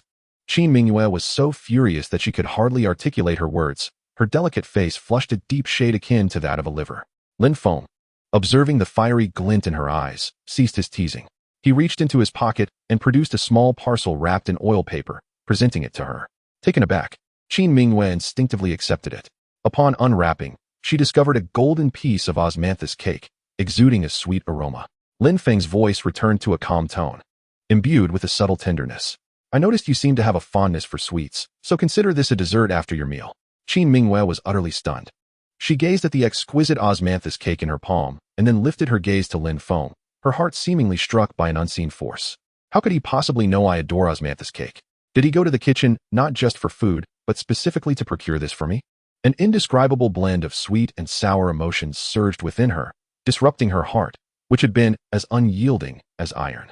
Lin Feng, pleased by her dazed expression, smiled contentedly. Mission accomplished. When dealing with such a proud yet tender-hearted individual, a gentle reprimand followed by a sweet gesture works wonders. Just then, a crisp notification tone echoed in Lin Feng's mind. Ding. Detection of Qin Mingyue's affection level rising, emotional fluctuation significant. Lin Feng felt a stir of excitement, but was interrupted by another voice that caused a slight change in his expression. Ding. Detection of Lu Ruyan's unrest. A mixture of sorrow and gratitude detected, triggering hidden conditions. His gaze immediately shifted to the weeping talent of Jiangnan, Lu Ruyan, who had her head bowed in silence. Observing her frail, trembling shoulders, a bold thought suddenly arose in his mind. He gradually approached Lu Ruyan, crouched beside her, and with an unprecedented seriousness in his tone, gently inquired, "Ruyan, do you wish to vindicate your grandfather?" Chapter 9. The Second Night of Marriage, Conquering This Fiery Steed. Vindicate your grandfather? Lin Feng's softly spoken question struck Lu Ruyan's heart like a thunderclap, jolting her from within. She abruptly lifted her head, her tear-filled almond-shaped eyes igniting with a complex light of intense longing intertwined with profound fear. Vindication? These two words had been etched into her very being since the destruction of her family, haunting her day and night, even in her dreams. Her grandfather, the esteemed scholar Lu Zongyuan of Jiangnan, was a man of unyielding integrity, with numerous disciples scattered across the realm. Yet, he had been wrongfully imprisoned due to a satirical poem aimed at the corrupt regime, leaving his fate uncertain. Meanwhile, she had descended from a cherished young lady to a victim of humiliation, reduced to the status of a slave. I, Lu Ruyan, her lips trembled, unable to form a coherent sentence in her excitement. She wished to express her desire, yet reason reminded her that such thoughts were mere fantasies. The treacherous minister Zhang Juyong wielded immense power, while they were but the most insignificant ants at the bottom of the military hierarchy. How could they even contemplate vindication? Lin Feng. Upon witnessing this, Su Qingxue hurriedly stepped forward to support the emotionally agitated Lu Ruyan, furrowing her brow as she addressed Lin Feng. Do not give my sister Rian false hopes. Zhang Jiyong's power is immense, and this matter is not to be trifled with. Her voice bore a hint of counsel and concern, as she feared Lin Feng's empty promises would ultimately lead Lu Ruyan into a deeper abyss of despair. False hope? Lin Feng slowly rose to his feet, his gaze sharp as it swept across the three women before him, each entwined in their unique fates. No, this is not hope. It is ambition. He strode to the center of the woodshed, his voice soft yet imbued with undeniable confidence. To vindicate Lu Zongyuan, to clear Su Taiyi's name. His eyes finally resting upon the complex expression of Qin Mingyue, and to uncover the truth behind your father, the valiant Colonel Qin Lai's death, to avenge him. Boom. The final words struck Qin Mingyue's heart like a hammer. She abruptly looked up, her enchanting phoenix eyes filled with shock and overwhelming hatred. How do you know about my father? Her voice quivered slightly with emotion. The death of her father was an eternal wound within her heart. 3 years prior, during a battle against the Northern D, her father Qin Lai had perished due to a reckless advance, leading to a catastrophic loss and the disgrace of being labeled a failed general. Yet she knew her father had always been prudent in warfare. He could never have made such a rudimentary mistake. There must be a conspiracy behind it. Lin Feng did not answer her query, but instead spread his hands, articulating each word with deliberation. To accomplish all this, we lack one essential element. What? Su Qingxue instinctively inquired. Power. Lin Feng clenched his fists, feeling the surging vitality within him. It was a force potent enough to overturn the chessboard, absolute power. He glanced at Su Qingxue, then at Lu Ruyan, and finally, his gaze, sharp as a drawn sword, pierced directly into Qin Mingyue. I have already stated, my strength derives from you. 1 has been secured, 2 remain. A determined smile graced his lips. Qin Mingyue, now it is your turn. The atmosphere within the woodshed instantly thickened. Qin Mingyue's heart raced. She regarded Lin Feng, whose eyes seemed to penetrate all facades, instinctively stepping back, gripping the osmanthus cake in her hand, and defiantly exclaimed, You shall not. Even if I, Qin Mingyue, must perish, I will never be at your mercy. This man was terrifying. Not only was his power unfathomable, but his intellect was also as intricate as a cunning spirit. He effortlessly discerned each of their innermost desires and obsessions. At my mercy? Lin Feng chuckled, advancing towards Qin Mingyue, each step exuding an overwhelming sense of pressure. No, I have said this is an alliance, a pact of vengeance. I do not wish to ally with you. Qin Mingyue gritted her teeth, struggling to maintain her ground. Is that so? Lin Feng had now positioned himself directly before her, looking down upon her. Then tell me, the Deputy General Ma Chaochuan, responsible for your father's demise, has now been promoted to the rank of Du Wei, right here in the Northern Town Army. As a powerless, disgraced female slave, how do you intend to kill him? With that mere firewood stick of yours? You. Qin Mingyue felt as if struck by lightning, her complexion paling instantly. Ma Chaochuan, the name she had only heard once from her father's trusted soldiers, piqued her curiosity. What secrets did this Lin Feng harbor? I had offered you a choice. Lin Feng's voice grew cold, devoid of any patience. Now, I have no time to indulge in childish games. Before his words could settle, he struck with sudden ferocity. Qin Mingyue felt a blur before her eyes as a hand, like a vice, firmly grasped her wrist. Instinctively, she attempted to resist, her other hand transforming into a blade aimed at Lin Feng's neck. Yet, her attack appeared feeble in comparison to him. Lin Feng effortlessly deflected her strike, pressing his body against hers, pinning her against the wall, rendering her immobile. Let me go? Qin Mingyue struggled violently, a mix of shame and fury overwhelming her. Despite her martial prowess, she found herself utterly powerless before this man. Sister Su, Ruyan. She called out for help to the other two. Su Qingxue and Lu Ruyan stood paralyzed in fear, wanting to intervene, but deterred by Lin Feng's icy glare. You two, turn around. Lin Feng commanded without glancing back.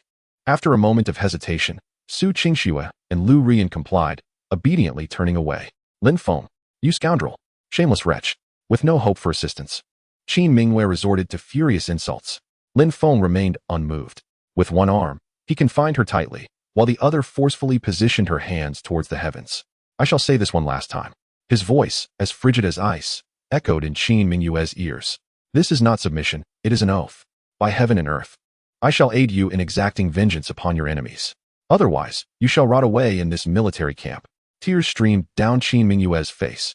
Humiliation, anger, resentment, and the deeply buried hatred surged within her like a tidal wave, threatening to engulf her completely. She realized she had no choice. This man was a demon, a devil capable of seeing through hearts and manipulating them at will. She closed her eyes, allowing 2 streams of tears to fall, summoning all her strength to slightly bow her once proud head towards the heavens. Then, turning to Lin Feng with a gaze filled with endless hatred, she spat out through gritted teeth, "I, Qin Mingyue, am now your wife." Ding. Detection of marriage contract established with the woman, conditions met. Second page of the Red One Heavenly Book, illuminated. A golden light erupted once more in Lin Feng's mind. Marriage contract detected with Qin Mingyue. Evaluation in progress. Newlywed. Qin Mingyue. Identity. Daughter of the Sin General. Bloodline. White Tiger bloodline. Thin. Talent. Master of firearm arts. Unawakened. Initial affection level. Hostility. 10100. Comprehensive evaluation. Heavenly grade. Mid-tier. Evaluation complete. Initial gift package distributed. Congratulations, host has obtained. Tyrant S Valor, beginner, metal body of Gong. In an instant, a torrent of energy, starkly contrasting with the gentle life force of Su Qingxue, surged into Lin Feng, filled with an unending sharpness and domineering essence, akin to a flood breaking through a dam. If the bloodline of Shinnong represents life, then this force embodies pure destruction. Lin Feng felt every fiber of his being, the sinews and muscles, being fervently tempered, torn apart, and reformed by the tempestuous essence of metal energy. An indescribable agony surged through him, yet he gritted his teeth, his eyes alight with exhilaration. His strength surged at a terrifying pace, escalating uncontrollably. Ding. Host's realm has ascended. 6th rank body refinement. Ding. Host's realm has ascended. 5th rank body refinement. A series of notifications resonated like divine music within Lin Feng's mind. He abruptly released Qin Mingyue, tilting his head back to unleash a triumphant roar. He could sense an ancient beast lying dormant within him, brimming with explosive power. Clenching his fist, he produced a crackling sound in the air. He gazed at Qin Mingyue, her tear-streaked face reflecting shock, and grinned, revealing a row of pearly whites. "Don't look at me like that," he said, raising his hand to gently wipe away the tears from her cheek, savoring her delicate skin, his voice laced with playful teasing. "I mentioned we are allies. Now, let us discuss how to reclaim your father's dragon gallbladder silver spear." Chapter 10. The Bravery of an Overlord. Feeling as if one punch could fell a bull. The mention of the dragon gallbladder silver spear made Qin Mingyue's fiery eyes tremble with intensity. It was not only her father's weapon, but also a legendary artifact within the Northern Army, weighing a staggering 81 pounds. The spear's shaft was forged from celestial meteorite iron blended with meticulously refined steel, far too heavy for an ordinary person to wield. After her father's death in battle, the spear had vanished without a trace. She had inquired widely, only to learn that it was lost amidst the chaos of war. But now, how do you know the spear still exists? Her voice was hoarse and urgent. "I not only know it still exists, but I also know it is currently in the possession of Ma Chaochuan." Lin Feng withdrew his hand, his tone returning to calm. Yet the confidence that exuded from him made Qin Mingyue's heart beat in sync with his rhythm. "He flaunts your father's weapon, basking in the glory of the position your father sacrificed his life to attain.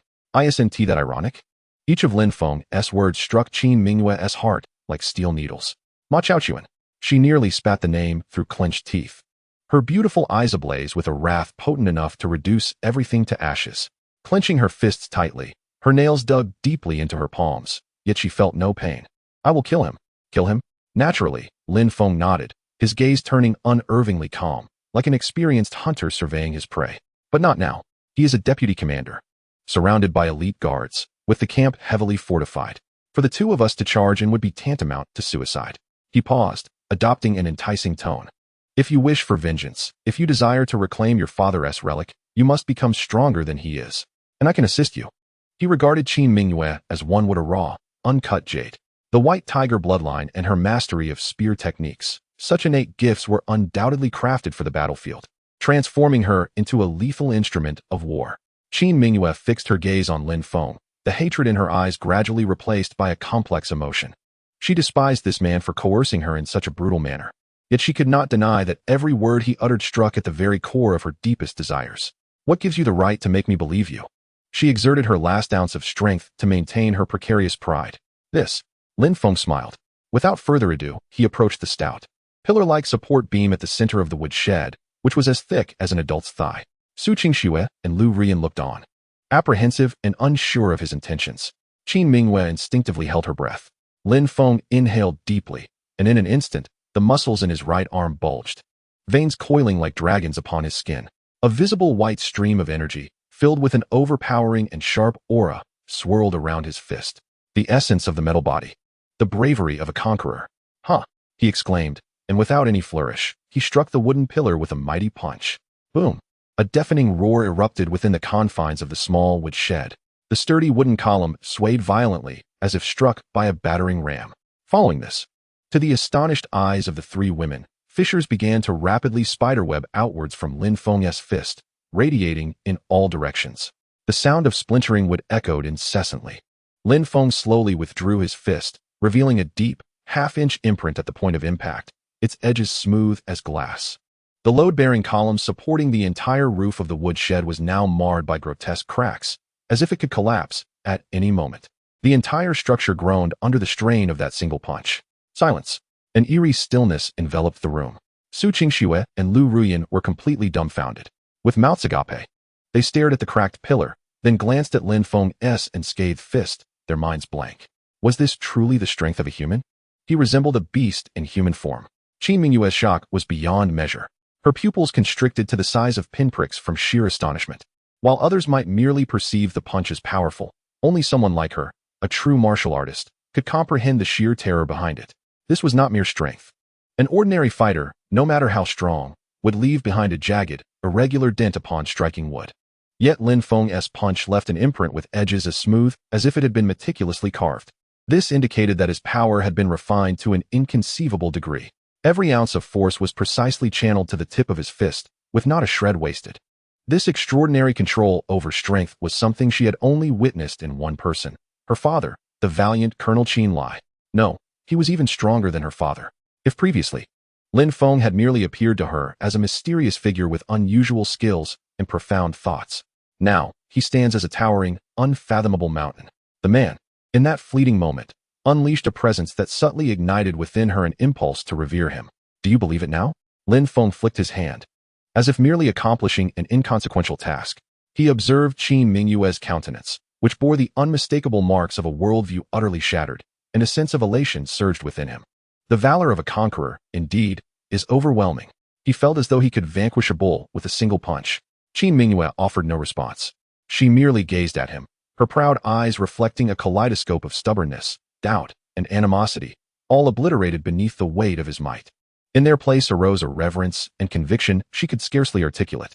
Slowly, she approached Lin Feng, fell silent for a moment, and then executed an unexpected gesture that left all in astonishment.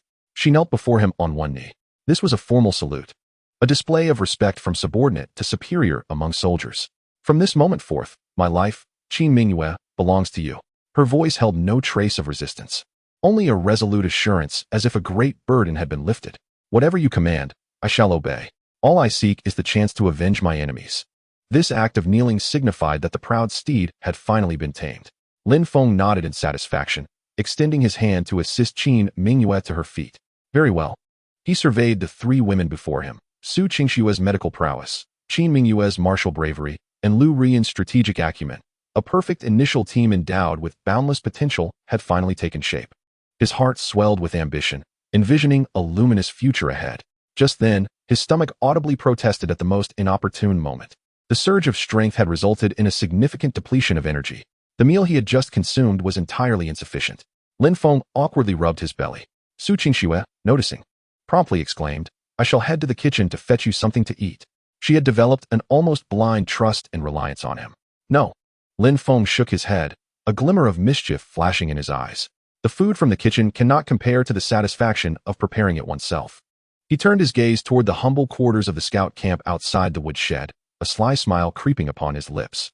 He looked at Qin Mingyue and, in a tone of negotiation, inquired, What do you think about visiting Li Hu's camp tonight to borrow some rice, flour, and preserved meat? Surely, he wouldn't mind, would he?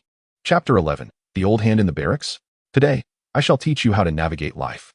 Borrow. Upon hearing this word, the once calm gleam in Qin Mingyue's eyes ignited with renewed fervor. This light was not born of anger or embarrassment, but rather sheer exhilaration. It was the thrill akin to a hunter discovering prey, brimming with anticipation. Excellent. She readily acquiesced, her voice trembling with excitement. When shall we go? This man is truly a madman, a quintessentially audacious lunatic. Just moments after thrashing Li Hu and his band of followers, he intends to march straight into their lair to borrow supplies. This is no longer mere provocation. It is an unabashed declaration of war. Yet, for reasons unbeknownst to her, Qin Mingyue felt no fear. Instead, an exhilarating rush coursed through her veins. This sense of unrestrained defiance and the thrill of vengeance ignited an unprecedented excitement within her. "Do not be ridiculous," Su Qingxue exclaimed, startled by Lin Feng's reckless notion. She quickly grasped his arm and urged fervently, "Lin Feng, you have utterly offended Li Hu. And his brother, Li Bao, is a captain. We should remain as inconspicuous as possible and avoid drawing attention." How can we avoid drawing attention?" Lin Feng interjected, shaking his head, his gaze sharp as a blade. "Let me ask you, which is more fearsome, a starving tiger or a well-fed one?" Su Qingxue paused, instinctively responding, "Naturally, the well-fed one." "Precisely," Lin Feng replied with a smile. "We are akin to a starving tiger on the verge of death, unable to unsheath our claws. Only by first satisfying our hunger can we garner the strength to contend with the wolves. Rest assured, I am not seeking a fight. I am merely going to borrow something." His words bore a veneer of sincerity, yet the cunning glint in his eyes, reminiscent of a fox, left Su Qingxue feeling anything but reassured. Lin Feng ceased further discourse, swiftly outlining his plan. "Qin Mingyue and I will go.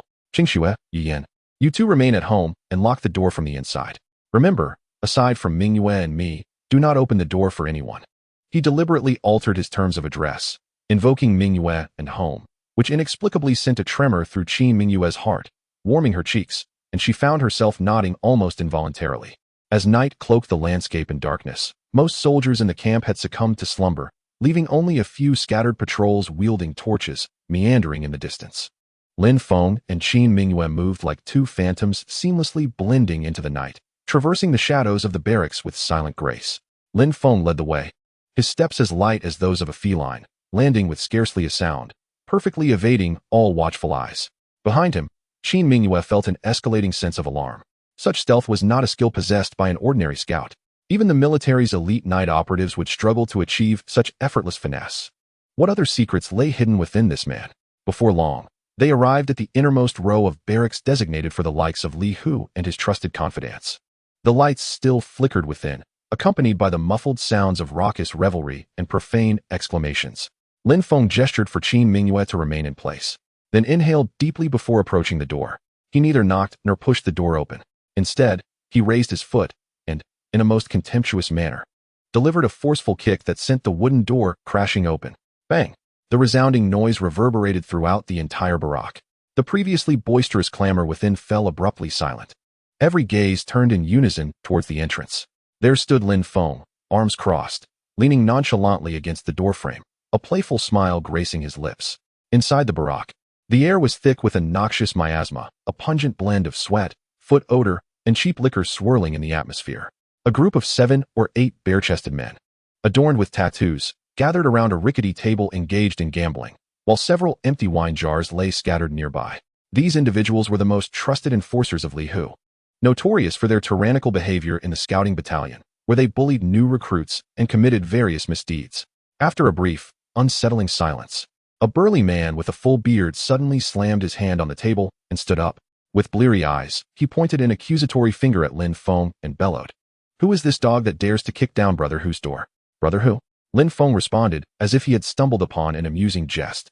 He casually cleaned his ears and sauntered into the room, his gaze sweeping across each person present like a lion surveying its territory. "Are you referring to the worthless wretch who broke his wrist and knelt on the ground barking like a dog?" "What did you just say?" The bearded man, now seething with rage, seized a nearby bench and hurled it violently towards Lin Feng's head. The others in the room promptly rose, their faces twisted with malicious glee, eager to witness the unfolding drama. However, in the next moment, their expressions froze in disbelief. Faced with the flying bench, Lin Feng did not even flinch. He simply extended a hand, effortlessly catching the bench with one hand. With a mere flex of his fingers, the sturdy wooden bench splintered into pieces like rotten wood, sending shards flying. The bearded man felt an overwhelming force radiate from the bench, causing him to stagger backward uncontrollably until he fell to the ground, his face pale with shock. The barracks fell into an eerie silence, the astonishment palpable in the air. To crush a solid wooden bench with a single hand, could this man truly be human? Lin Feng discarded the splintered wood, dusted off his hands, and maintained a smile, though his eyes had turned icy. "It appears your information is rather outdated," he observed, surveying the room. "From this day forth, The era of Li in this scouting battalion has come to an end. Approaching the gambling table, he glanced at the disarray of copper coins and broken silver pieces, shaking his head. Is this your purpose in the military? Gambling, drinking, and bullying newcomers? His voice, though not loud, instilled an inexplicable sense of guilt and shame in everyone present.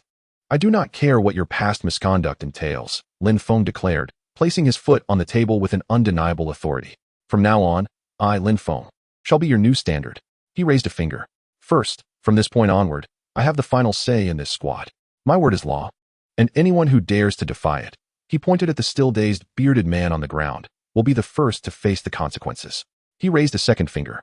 Second, I shall overlook your previous transgressions of petty theft and oppression of comrades. However, from today onward, anyone who raises a fist against their own will find their hand severed. Finally, he raised a third finger, a devilish grin illuminating his face. Third, and most importantly, follow me. I cannot guarantee much, but I assure you there will be meat at every meal and money each month. In times of battle, I shall lead you to wealth and glory. I will transform each of you from mere ruffians into true men. A blend of carrots and sticks. This is the method of leadership I mastered in my previous life as a special operations commander. I understand that dealing with these seasoned veterans requires more than mere force. One must provide them with tangible benefits, making them aware that aligning with me holds promise for their future.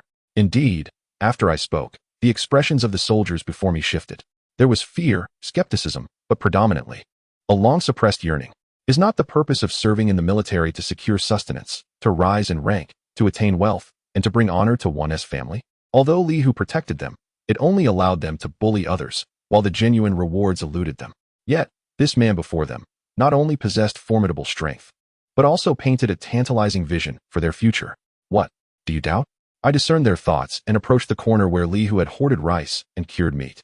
With ease, I lifted a sack weighing at least 50 pounds of rice and 2 gleaming pieces of cured meat as if they were mere straws. This is your welcome gift.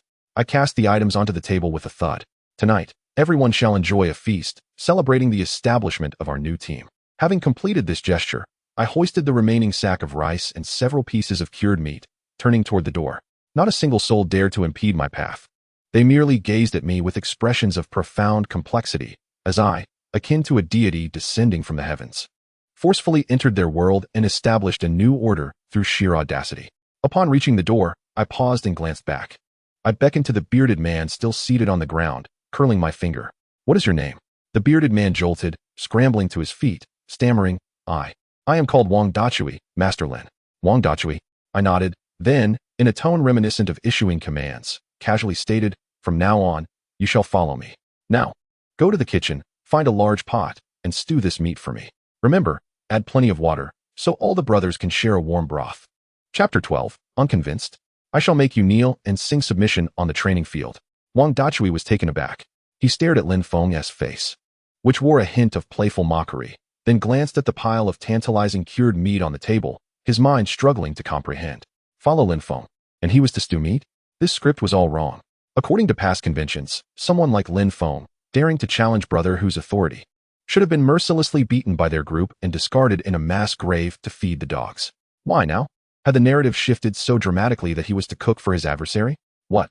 Are you unwilling? Lin Feng raised an eyebrow, his voice laced with a hint of danger. Wang Dachui jolted, suddenly regaining his senses. He gazed at Lin Feng's hand, which had just crushed a bench with a single grip, and recalled the tragic fate of Li Hu, causing the layers of fat on his body to quiver involuntarily. Did he dare utter a word of refusal? Of course not. He was more than willing. Young Wang Dachui nodded fervently, his head bobbing like a chicken pecking at grain, a grimace on his face that was more grotesque than tears. Master Lin, just a moment, I shall fetch it promptly. With that, he scooped up the cured meat from the table, disregarding the kitchen and its pots, and dashed out of the barracks, tumbling as if a ferocious tiger were on his heels. Lin Feng observed his disheveled retreat with satisfaction, before hoisting the sack of rice and the remaining cured meat, departing alongside Qin Mingyue amidst the awe-stricken gazes of those present. It was only after their figures vanished completely into the night that the group of soldiers within the barracks slumped to the ground, gasping for breath as if they had narrowly escaped death. Had that fellow been a demon? One soldier with a tremor in his voice ventured. Damn it, I've been around for years and never encountered such ferocity. Another, missing 2 front teeth, mumbled through his hand, cursing incoherently. Fear lingered in everyone's hearts. The sense of oppression Lin Feng exuded was overwhelming. It was not the empty bravado of Li Hu, but rather a chilling, formidable presence that emanated from deep within. One that regarded human life as mere fodder. Enough of the noise. A lean man, who had remained silent until now, suddenly spoke up. He was the only one besides Wang Dachui who had emerged unscathed, for he had not dared to step forward from the beginning. His name was Li Ergu, the most cunning and perceptive among them. He surveyed the chaotic scene before him, contemplating Lin Feng's last words, his eyes glinting with shrewdness. Do you not see the implications? He lowered his voice, addressing the group. The scout camp, it is on the verge of transformation. That very night, a peculiar event unfolded in the scout camp. Lin Feng, who everyone had deemed doomed, not only survived, but had also left the unit leader, Li Hu, and his cronies battered and bruised. Subsequently, he audaciously borrowed Li Hu's hidden rations and cured meats, preparing a hearty pot of fragrant meat soup in the kitchen, which he generously shared with his 3 stunning wives, as well as with all the ordinary soldiers who had not participated in the brawl. In no time, the entire scout camp was abuzz with speculation. Some claimed Lin Feng had stumbled upon a stroke of luck, suddenly awakening after his injuries healed. Others suggested he was merely feigning weakness to deceive them all along. However, the majority chose to observe, eager to witness what fate awaited this audacious newcomer when Li Hu's brother, the 100 household leader Li Bao, arrived the following day. The next morning, as dawn broke, the training grounds of the scout camp were already filled with people. Lin Feng stood at the forefront of the ranks, seemingly unfazed, flanked by Su Qingxue, Qin Mingyue, and Lu Ruyan. 3 women, after a night of rest and grooming, though still clad in coarse linen garments, had washed away the grime from their faces, revealing stunning visages capable of driving any man to madness. Particularly when these 3 uniquely styled beauties simultaneously graced the sun-drenched military camp. They instantly captivated the attention of all present. Many soldiers gazed at Lin Feng with eyes brimming with unabashed jealousy and envy. Opposite Lin Feng stood Li Hu, clutching his severed hand, suspended by a strip of cloth. A look of bitter resentment etched upon his face as he stood next to a more robust man who bore a striking resemblance to him. This man was his brother, Li Bao, the 100-man leader of the scouting battalion. Li Bao's face was so dark it seemed capable of dripping water. He surveyed his brother's pitiful state, then glanced at Lin Feng, who appeared unfazed, as if everything were irrelevant to him. The murderous intent in his eyes was nearly palpable. Are you Lin Feng? Li Bao's voice rasped like 2 iron plates scraping together, laden with a chilling ferocity. Indeed, Lin Feng nodded, even managing a smile in response. Very well. Li Bao's anger transformed into a mocking grin, as he pointed at Lin Feng and bellowed to the surrounding soldiers, disrespecting military discipline, assaulting a superior, and harming a comrade. Such a scourge must be dealt with severely. What of our military law in the northern garrison? Come forth. At his command, a dozen burly personal guards emerged behind him, each wielding a military baton, their demeanor menacing. Seize him. Execute him on the spot. Li Bao's voice carried an unmistakable cruelty. The faces of Su Qingxue and Lu Ruyan turned pale in an instant. Qin Mingyue clenched her fists, positioning herself protectively in front of Lin Feng.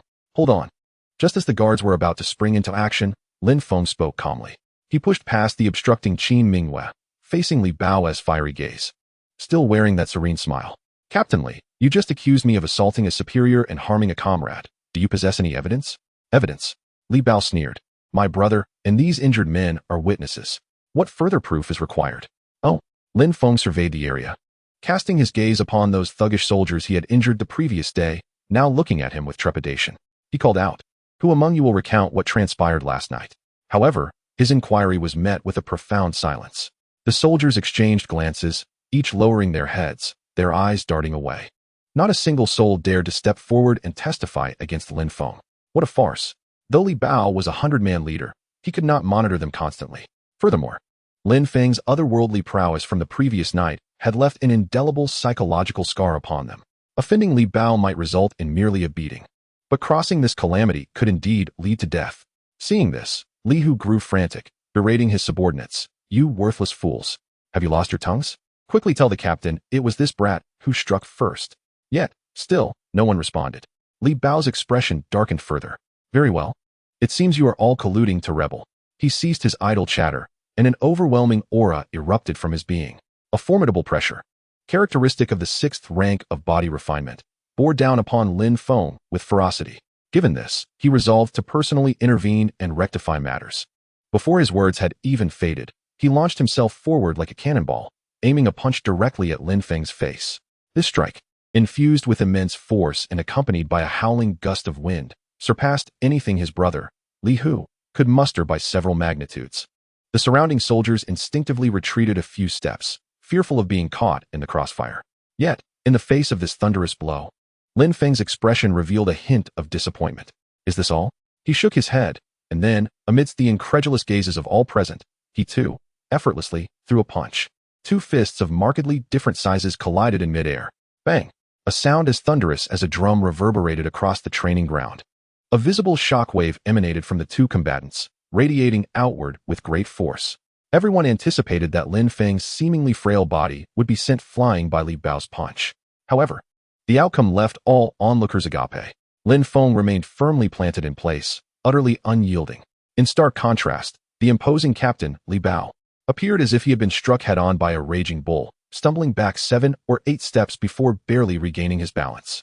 His fist, which had collided with Lin Feng's, trembled uncontrollably, the area around his knuckles a gruesome mess. Just one punch. The disparity was glaringly evident. This is impossible. Li Bao stared at his bloodied fist, then glanced at the unscathed Lin Feng, his face etched with shock and confusion. He was a master of the 6th rank of body refinement. In the entire scout camp, aside from the captain, he was the strongest. What manner of monster is this Lin Feng? Lin Feng retracted his fist and, with a hint of disinterest, remarked, "Captain, your prowess seems rather mismatched with your brother's reputation." His voice, though not loud, resonated clearly in the ears of everyone present. This was an affront, a humiliation far more severe than a mere slap to the face. A blatant display of strength. Li Bao's face instantly flushed a deep shade of purple. It seems that relying solely on fists won't suffice to convince you. Lin Feng rolled his neck, producing a series of cracking sounds, then beckoned towards Li Bao with a finger, a provocative smile gracing his lips. "Come now, let us not waste time. Show me what else you can do. Today, on this training ground, I shall bring you to your knees to sing conquered." Chapter 13. The difficulties imposed by corrupt officials. Is this not bullying the innocent? Sing conquered? Lin Feng's audacious remark, laden with a modern internet flair, left all the ancient soldiers present utterly perplexed. However, their lack of understanding was inconsequential. They could see that the Captain Li Bao, who had seemed so unattainable, almost godlike in their eyes, was now half kneeling on the ground, clutching his mangled fist, gasping for breath, his eyes filled with fear and humiliation. They could also comprehend. The man named Lin Feng stood there nonchalantly, his body devoid of any wounds, yet he exuded an oppressive aura, akin to an insurmountable mountain. Victory was his, clean, decisive, and without a hint of doubt. "Who exactly are you?" Li Bao managed to lift his head with great difficulty, his voice hoarse, stripped of its previous arrogance. He was bewildered by how an obscure scout could possess such terrifying strength. 5th rank. This man's power had undoubtedly reached the 5th tier of body refinement. "Who I am is of little consequence," Lin Feng replied as he slowly approached Li Bao, looking down upon him as one would a mere ant, easily crushed underfoot. "What truly matters is that from this moment forth, I shall have dominion over this scout camp. Do you have any objections?" Li Bao's lips trembled, humiliation and fury roiling within him. He wanted to protest, but the moment his gaze met Lin Feng's icy stare, all defiance lodged in his throat. He had no doubt that if he dared utter a single word of dissent, he would not leave this training ground unscathed. And no, he finally managed to force out through clenched teeth. "Excellent." Lin Feng nodded in satisfaction. He dismissed the now thoroughly defeated 100-man commander and turned to scan all the scouts present, his gaze sharp as lightning. "Is there anyone else who dares to defy?" His voice, though not loud, resonated clearly in every ear. The training ground fell into an eerie silence. All soldiers instinctively lowered their heads the moment his eyes met theirs, unable to hold his gaze. Defy? What a jest! Given that even a 6th-rank commander had been incapacitated by a single blow from him, were they mere 9th-rank fodder? Seeking death? Observing the thoroughly subdued soldiers, Lin Feng recognized that he had successfully established his authority. However, just as he was about to declare the assembly dismissed and celebrate with his comrades, a shrill voice abruptly pierced the air. "Lin Feng, you have an audacious spirit. Lord Sun, the military officer, commands you to report to the official office immediately." The crowd turned towards the source of the voice, where a gaunt scribe, resembling a slender bamboo pole, stood at the edge of the training ground, pinching his nose in disgust, as if the odor of sweat would suffocate him if he lingered even a moment longer. The military officer? Sun Dihai? Lin Feng's brows furrowed slightly. He recalled the name from the memories of the original owner. Sun Dihai, a civilian officer of the northern garrison, was responsible for military merit registration, resource distribution, and task assignments. In essence, he was the direct superior of everyone in the scout camp. More importantly, he was notorious for his greed and cunning, and he seemed to have a close relationship with Li Bao. This fellow chose to appear at this moment, rather than earlier or later. Lin Feng's heart sneered as he instantly grasped the other's intentions. Unable to contend with strength, he intended to wield his official position to suppress me.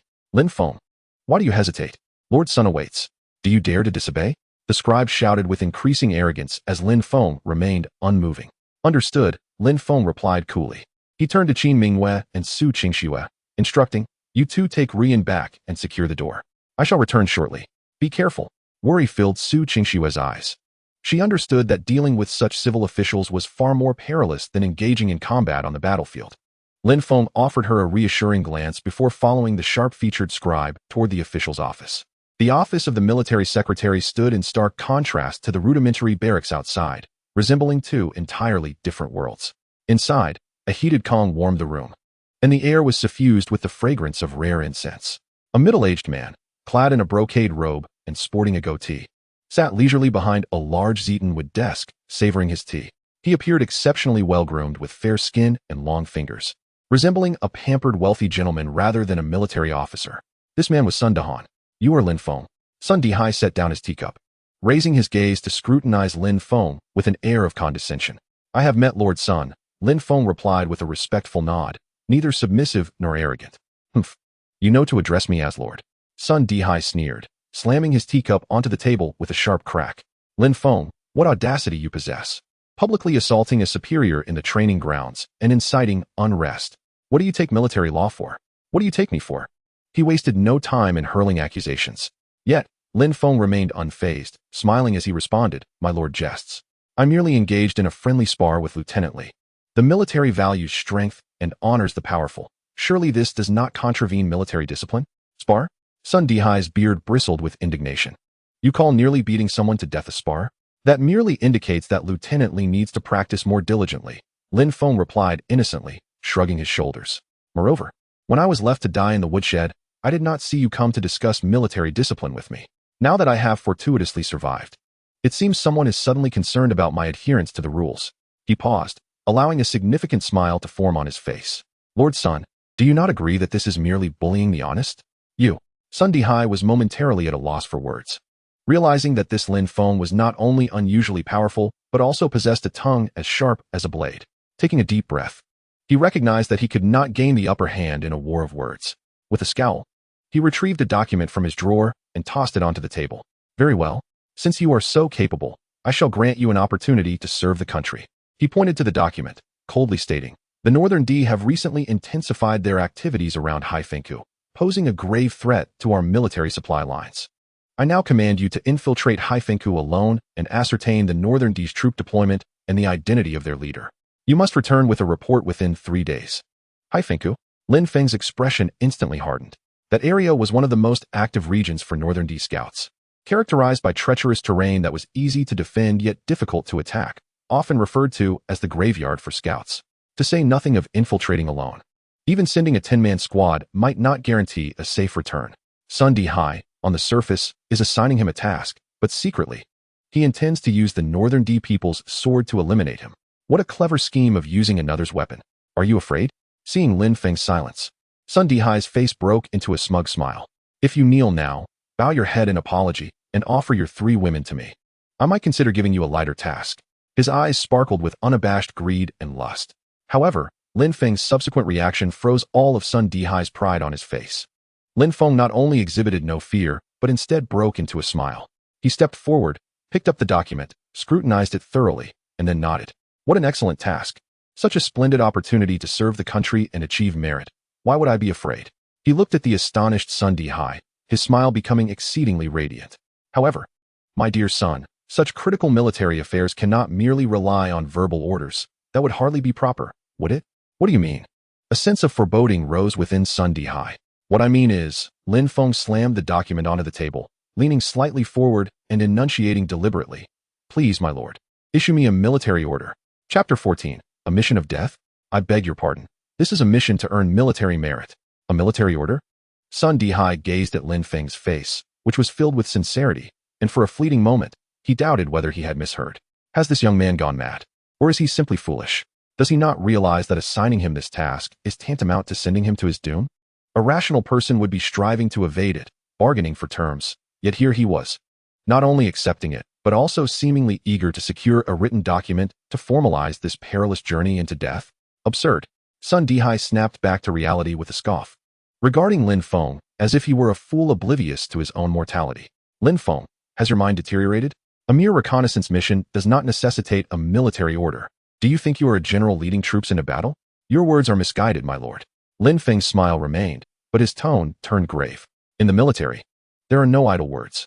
A military order is not merely for my personal assurance, but to uphold the clear discipline of our northern town army. He stepped forward, his voice soft yet resonant. My lord, consider the perilous nature of this Black Wind Pass, a place where survival is uncertain. If I go, I am entrusting my life to the nation. But what if? He met Sun Dihai's gaze with clarity. If by some stroke of luck, I successfully complete the mission and return with vital intelligence, yet you, my lord, in your busyness, disregard this matter? Who then shall I turn to for recognition of the merits earned through a near-fatal endeavor? Moreover, Lin Feng's tone sharpened further, should I unfortunately perish on the battlefield, this military order would ensure my family receives a full compensation. They would not suffer the indignity of having the compensation converted into something else before I am even gone. His words were perfectly logical, yet they pierced deeply.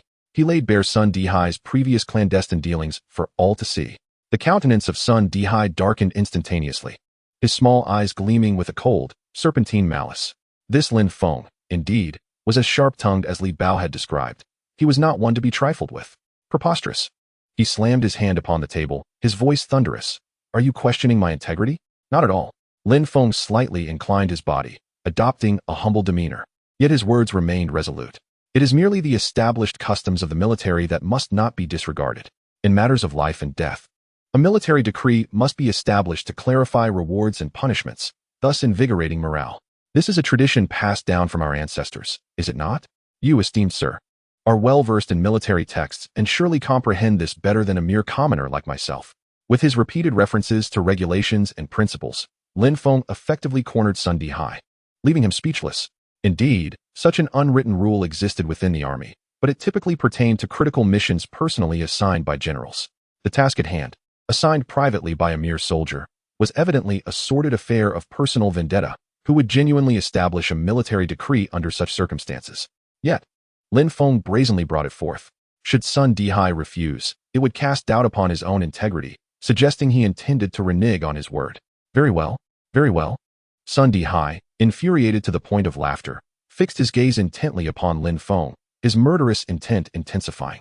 Since you seem so eager for death, I shall grant your wish. A military decree, I shall provide you.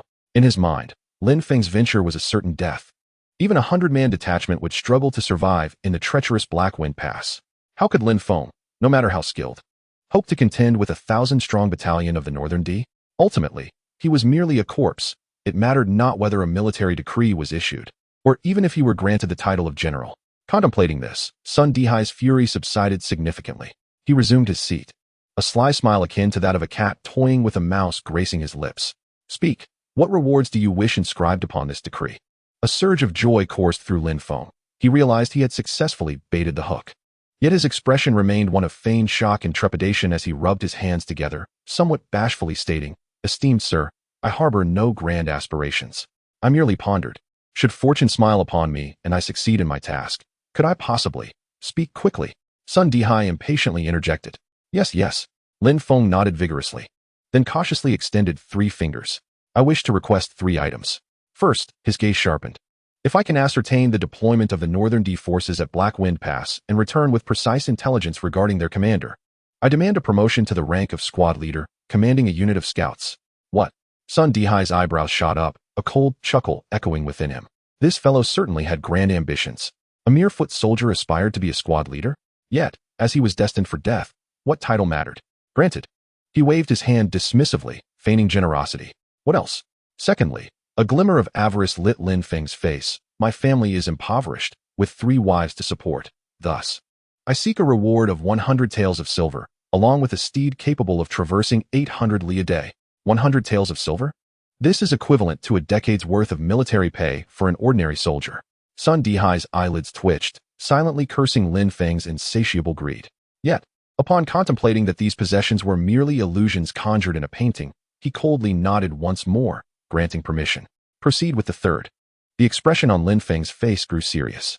He gazed at Sun Dihai and articulated each word with precision. My 3 wives are all descendants of traitors, burdened with criminal records. I hope that upon the completion of my mission, you can leverage your connections to clear their names and restore their status as good citizens. This condition constituted the true essence of Lin Feng's purpose in this endeavor. Positions and wealth he could acquire through his own merits. However, the expungement of criminal records required official documentation and connections, which was the most challenging aspect for him at the moment. Sun Dihai was momentarily taken aback. He had not anticipated that Lin Feng's third condition was rooted in his concern for those 3 women. He scoffed derisively. Lin Feng, you truly are a romantic. On the brink of death, you still think of those 3 jinxes? Very well. I shall indulge your sentiment. I grant this condition as well. In his view, this was merely a delusion. The process of clearing criminal records was intricate, necessitating layers of approval, hardly something a mere military officer could dictate. His current affirmative response was simply to provide Lin Feng a false sense of security in his impending demise. Thank you for your graciousness, Lin Feng exclaimed, bowing deeply, his eyes glistening with tears of gratitude. Sun Dihai regarded his foolish demeanor with a sense of disdain and satisfaction. He took up his pen and swiftly inscribed the conditions on an official document, ultimately signing his name and affixing the military seal. Take this. He tossed the military order towards Lin Feng, as if discarding refuse. I shall remain here, ready to collect your remains. Lin Feng cautiously retrieved the military order, treating it as a precious treasure. He meticulously reviewed the terms and seals, ensuring everything was in order before folding it carefully and tucking it close to his body. The document, laden with stringent conditions yet promising immense fortune, was concealed within his garments like a prized trophy. After completing this ritual, he raised his head and presented Sun Dihai with a radiant smile. In that smile, the previous trepidation and mercenary demeanor had vanished, replaced by a confidence that sent a shiver down Sun Dihai's spine, akin to that of a hunter. My lord, you mentioned this as a death mission? Indeed. What else could it be? Sun Dihai retorted with a cold grunt. No, you are mistaken. Lin Feng shook his head, regarding him with an almost pitying gaze, and slowly said, to me, this is not a death mission. Rather, it is an extraordinary military achievement that you have so generously laid at my feet. Chapter 15. Modern tactics demonstrate their might. In the jungle, I am king. An extraordinary military achievement. As Lin Feng uttered these words and gracefully turned to depart, Sun Dihai observed his nearly arrogant confidence, and for the first time, an inexplicable unease arose within him. However, he quickly dismissed this feeling as a mere illusion. Humph. A fool unaware of his own mortality. He gazed at the military order stub on the table, a cold smile gracing his lips as he lifted his teacup and savored its contents leisurely. I shall watch how you retrieve this military merit from the grasp of the King of Hell. The atmosphere in the storeroom was unbearably oppressive. When Lin Feng returned and succinctly communicated the life and death military order, along with the sinister intentions of Sun Dihai, to the 3 women, Su Qingxue and Lu Ruoyan's faces instantly drained of color. The Black Wind Pass, or a solo infiltration, Qin Mingyue exclaimed in shock, her once rejuvenated visage now etched with horror and fury. Sun Dihai, he seeks your demise. As a descendant of a military family, she understood better than anyone the significance of the term Black Wind Pass within the Northern Army. It was a deathly gorge stretching for miles, dense with forest and fraught with peril, serving as the prime route for Northern D scouts to infiltrate, and also the site bearing the highest casualty rates for the Dechin scouts. There was a saying in the army, 9 out of 10 who entered the Black Wind did not return, with the remaining 1 often losing a hand or a leg. To send Lin Feng alone was tantamount to issuing a death sentence. This mission cannot be undertaken, Qin Mingyue asserted resolutely, her typically proud demeanor revealing a hint of desperation. We must seek the captain. Even if it means facing military discipline, we cannot venture to our demise. It is too late. Lin Feng shook his head, raising the military order in his hand, his expression devoid of fear and instead tinged with excitement. Written in black and white, with the official seal as proof. This was now an order that must be executed. He looked at the 3 women, their concern palpable, and a warmth coursed through him. Fear not. I have my own counsel. His voice was steady and powerful, imbued with a calming assurance. Have you forgotten? My life was reclaimed from the King of Hell by the divine physician. If even he could not take me, what are a few Northern D brutes? His jesting words somewhat alleviated the heavy atmosphere. Su Qingxue approached him, retrieving a small porcelain vial from her bosom and placing it in his hand. Speaking softly, "This is a golden wound medicine made from the few herbs I possess. Though its efficacy is not what it once was, it may prove useful. You must return alive." Lin Feng tightened his grip on the porcelain vial, feeling her warmth radiating from it, and nodded earnestly. "I promise you." He lingered no longer. Time was of the essence. He had to enter the Black Wind Pass before dusk. He did not procure the standard leather armor and weapons from the armory, as they would only burden him and impede his agility. Instead, he took the sharp dagger seized from Li Hu, a water pouch brimming with liquid, and the golden wound medicine gifted by Su Qingxue. Then, he performed an act that left Qin Mingyue utterly astonished once more. He donned no protective gear. Rather, he shed the tattered military uniform from his upper body, revealing a physique sculpted with explosive power. He scooped up wet earth from the ground, mixing it with some ash from nearby foliage, and evenly smeared it across all exposed skin, creating irregular camouflage patterns. Finally, he tore some dry vines and broad leaves from the corner of the wall and skillfully adorned himself with them. In a mere quarter of an hour, a living being seemed to vanish entirely. He melded seamlessly with the surrounding shadows and foliage. If he remained utterly still, even someone passing within 3 steps would be oblivious to his presence. Qin Mingyue, observing this scene, found her understanding of the man profoundly altered. Disguise. Lin Feng's voice emerged from beneath his camouflage attire, heavy with gravitas. In the jungle, to avoid death, one must first learn to become a ghost. Having said that, he uttered no more, his figure flickering before disappearing at the threshold of the woodshed, like a droplet merging into the sea of twilight shadows. Black Wind Mouth. True to its name, the breeze here carried a chilling, lethal quality. The dense primordial jungle obscured the sky, filtering sunlight through layers of leaves, leaving only dappled light to fall upon the thick carpet of decaying leaves, exuding a fetid aroma. The air was humid and oppressive, filled with the incessant buzzing of various pests, creating a cacophony that unsettled the mind. This was a forbidden zone of life, an arena for hunter and prey. Yet, the moment Lin Feng stepped into this jungle, he felt no trace of anxiety. Instead, he experienced an intimate sense of belonging, as if he were a fish in water.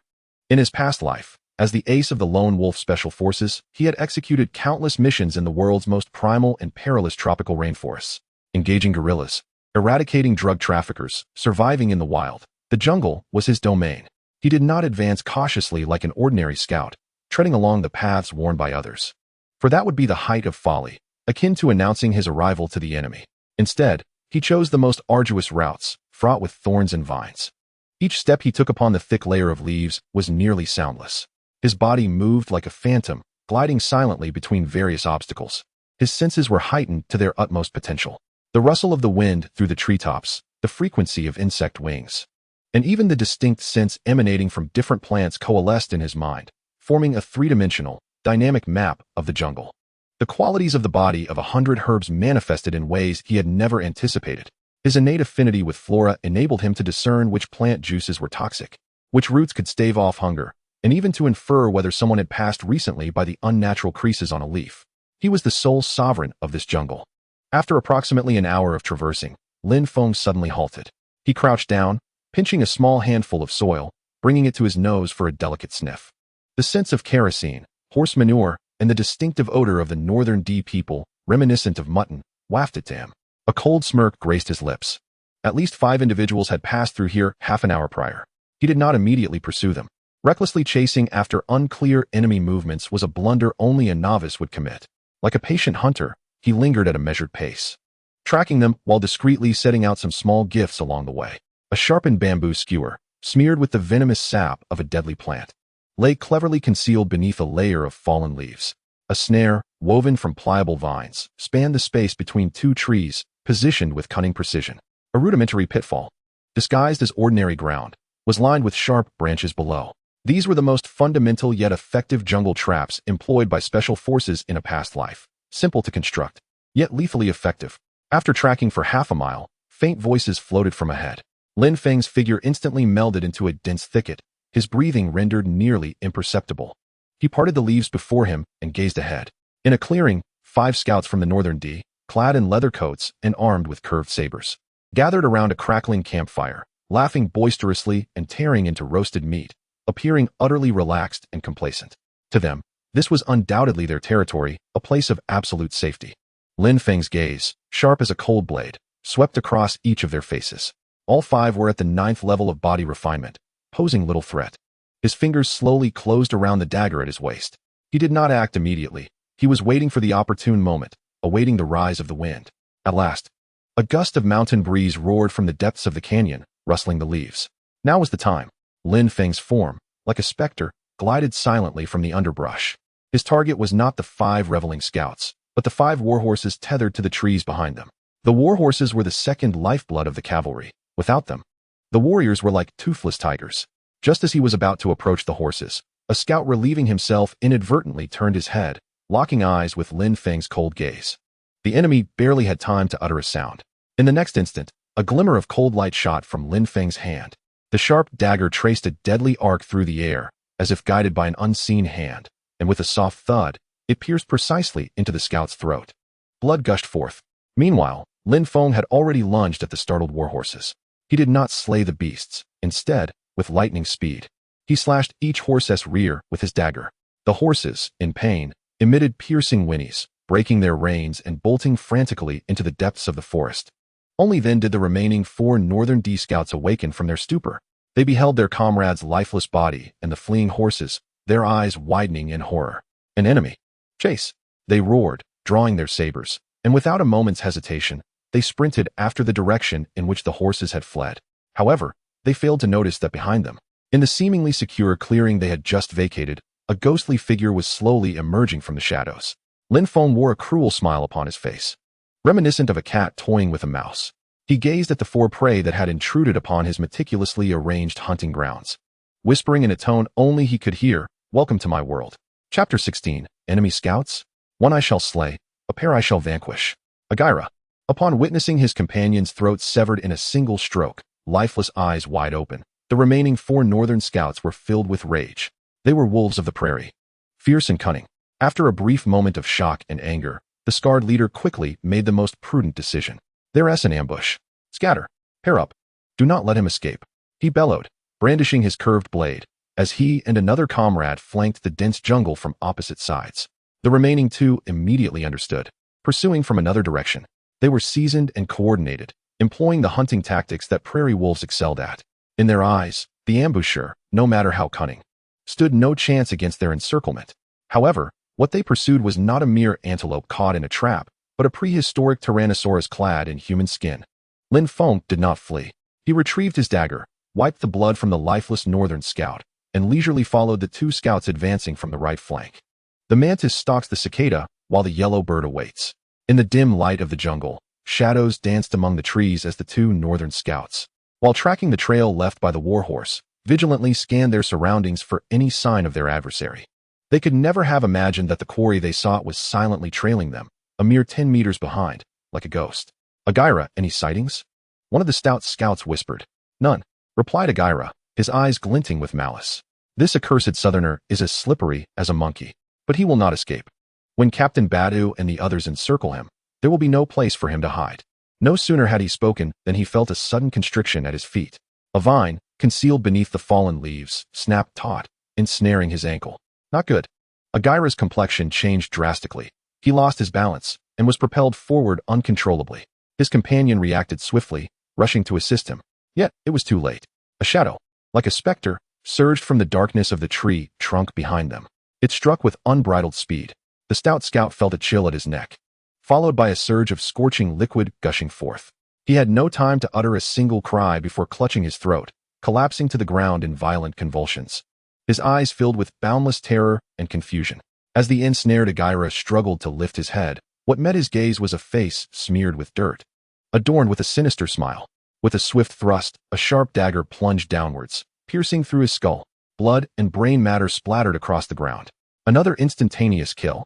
Eliminating the 2 adversaries, Lin Feng did not spare a glance at the lifeless bodies strewn upon the ground. He swiftly extracted his dagger, his form a mere flicker, vanishing once more into the shadows of the forest. The entire sequence transpired in less than 3 breaths. He resembled the most efficient of butchers, harvesting lives with the utmost simplicity. Meanwhile, the scar-faced Badu and his final companion pursued the trail of the warhorses, growing increasingly uneasy with each step they took. The silence enveloping them was unnervingly profound. Something was amiss. Batu abruptly halted. His vigilant gaze swept the surroundings, his eyes, sharp as a hawk, filled with grave concern. Why was there no sign of Aguila and his men?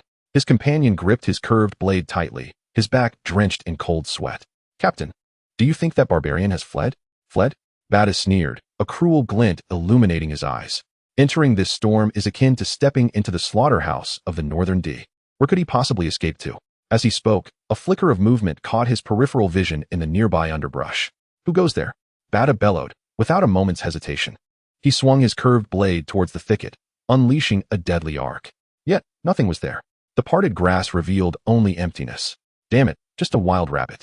Batu cursed, feeling an involuntary relaxation of his alertness.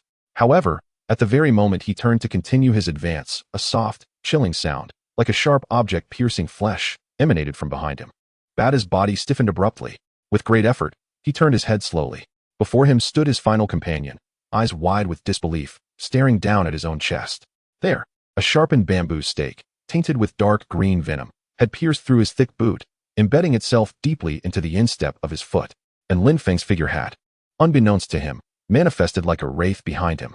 One hand pressed firmly over his mouth, stifling any sound, while the other gripped the dagger, plunging it mercilessly through his back and into his heart. The scout's eyes dimmed, the light of life rapidly fading.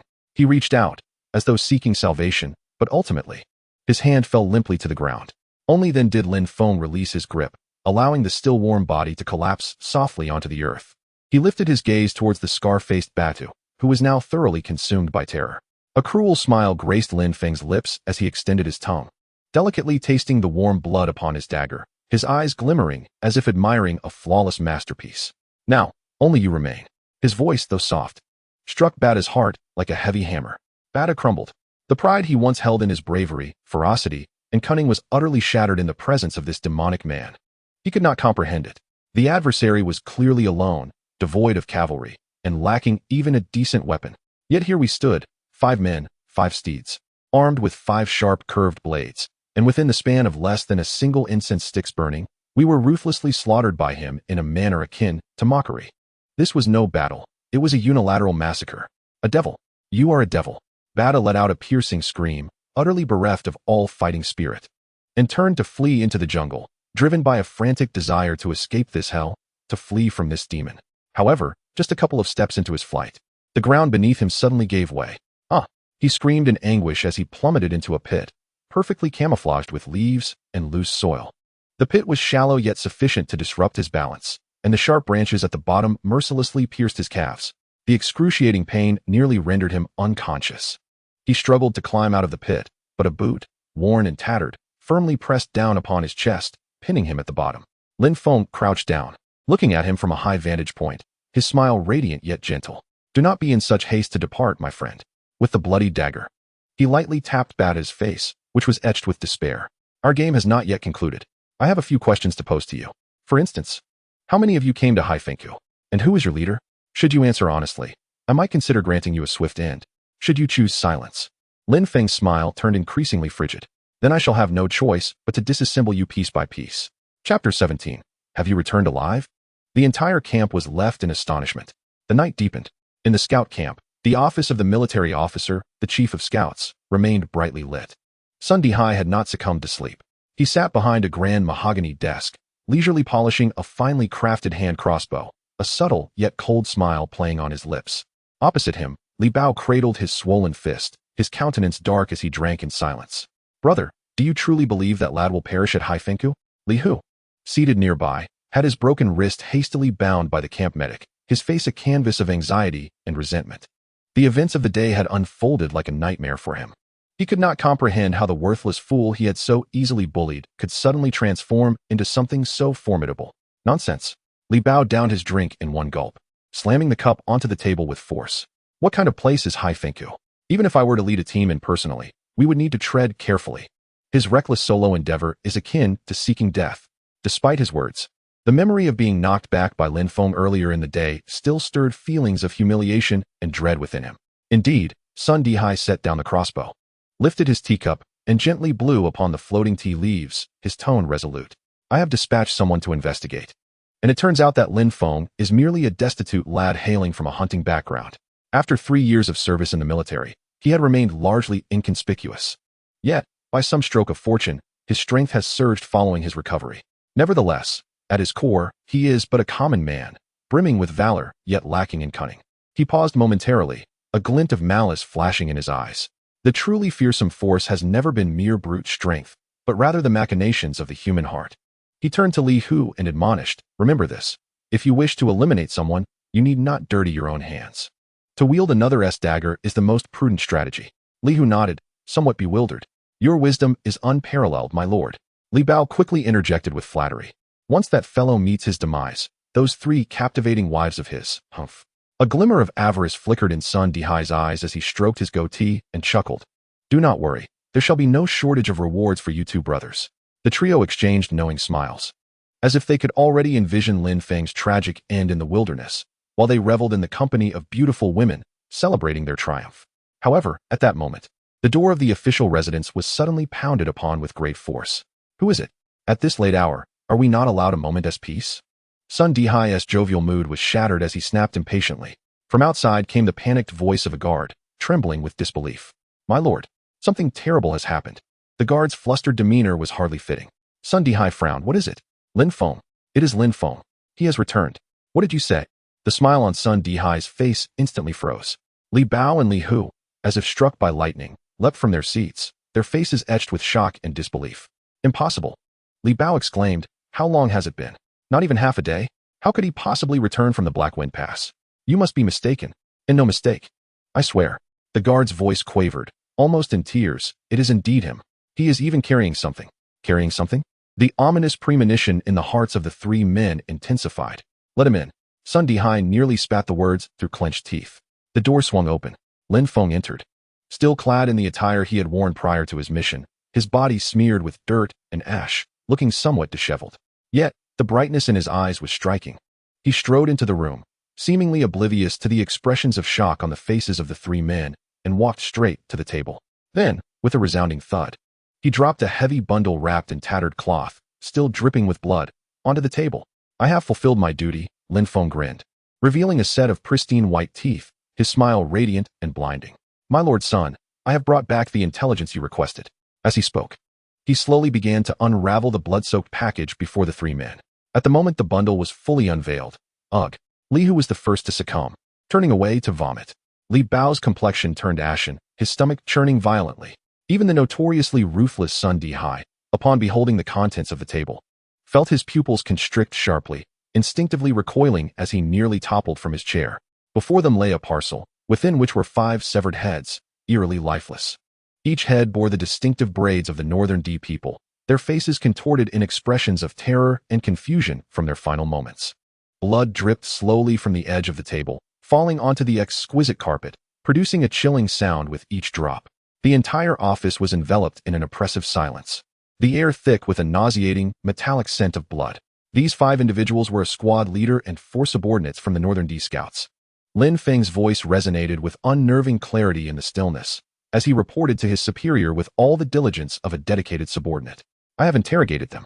Their mission was to scout a new infiltration route that could circumvent our watchpoints. The squad leader was a centurion named Yelu Hong from the Northern D's Songlong 100, a skilled practitioner of the 8th rank in body refinement.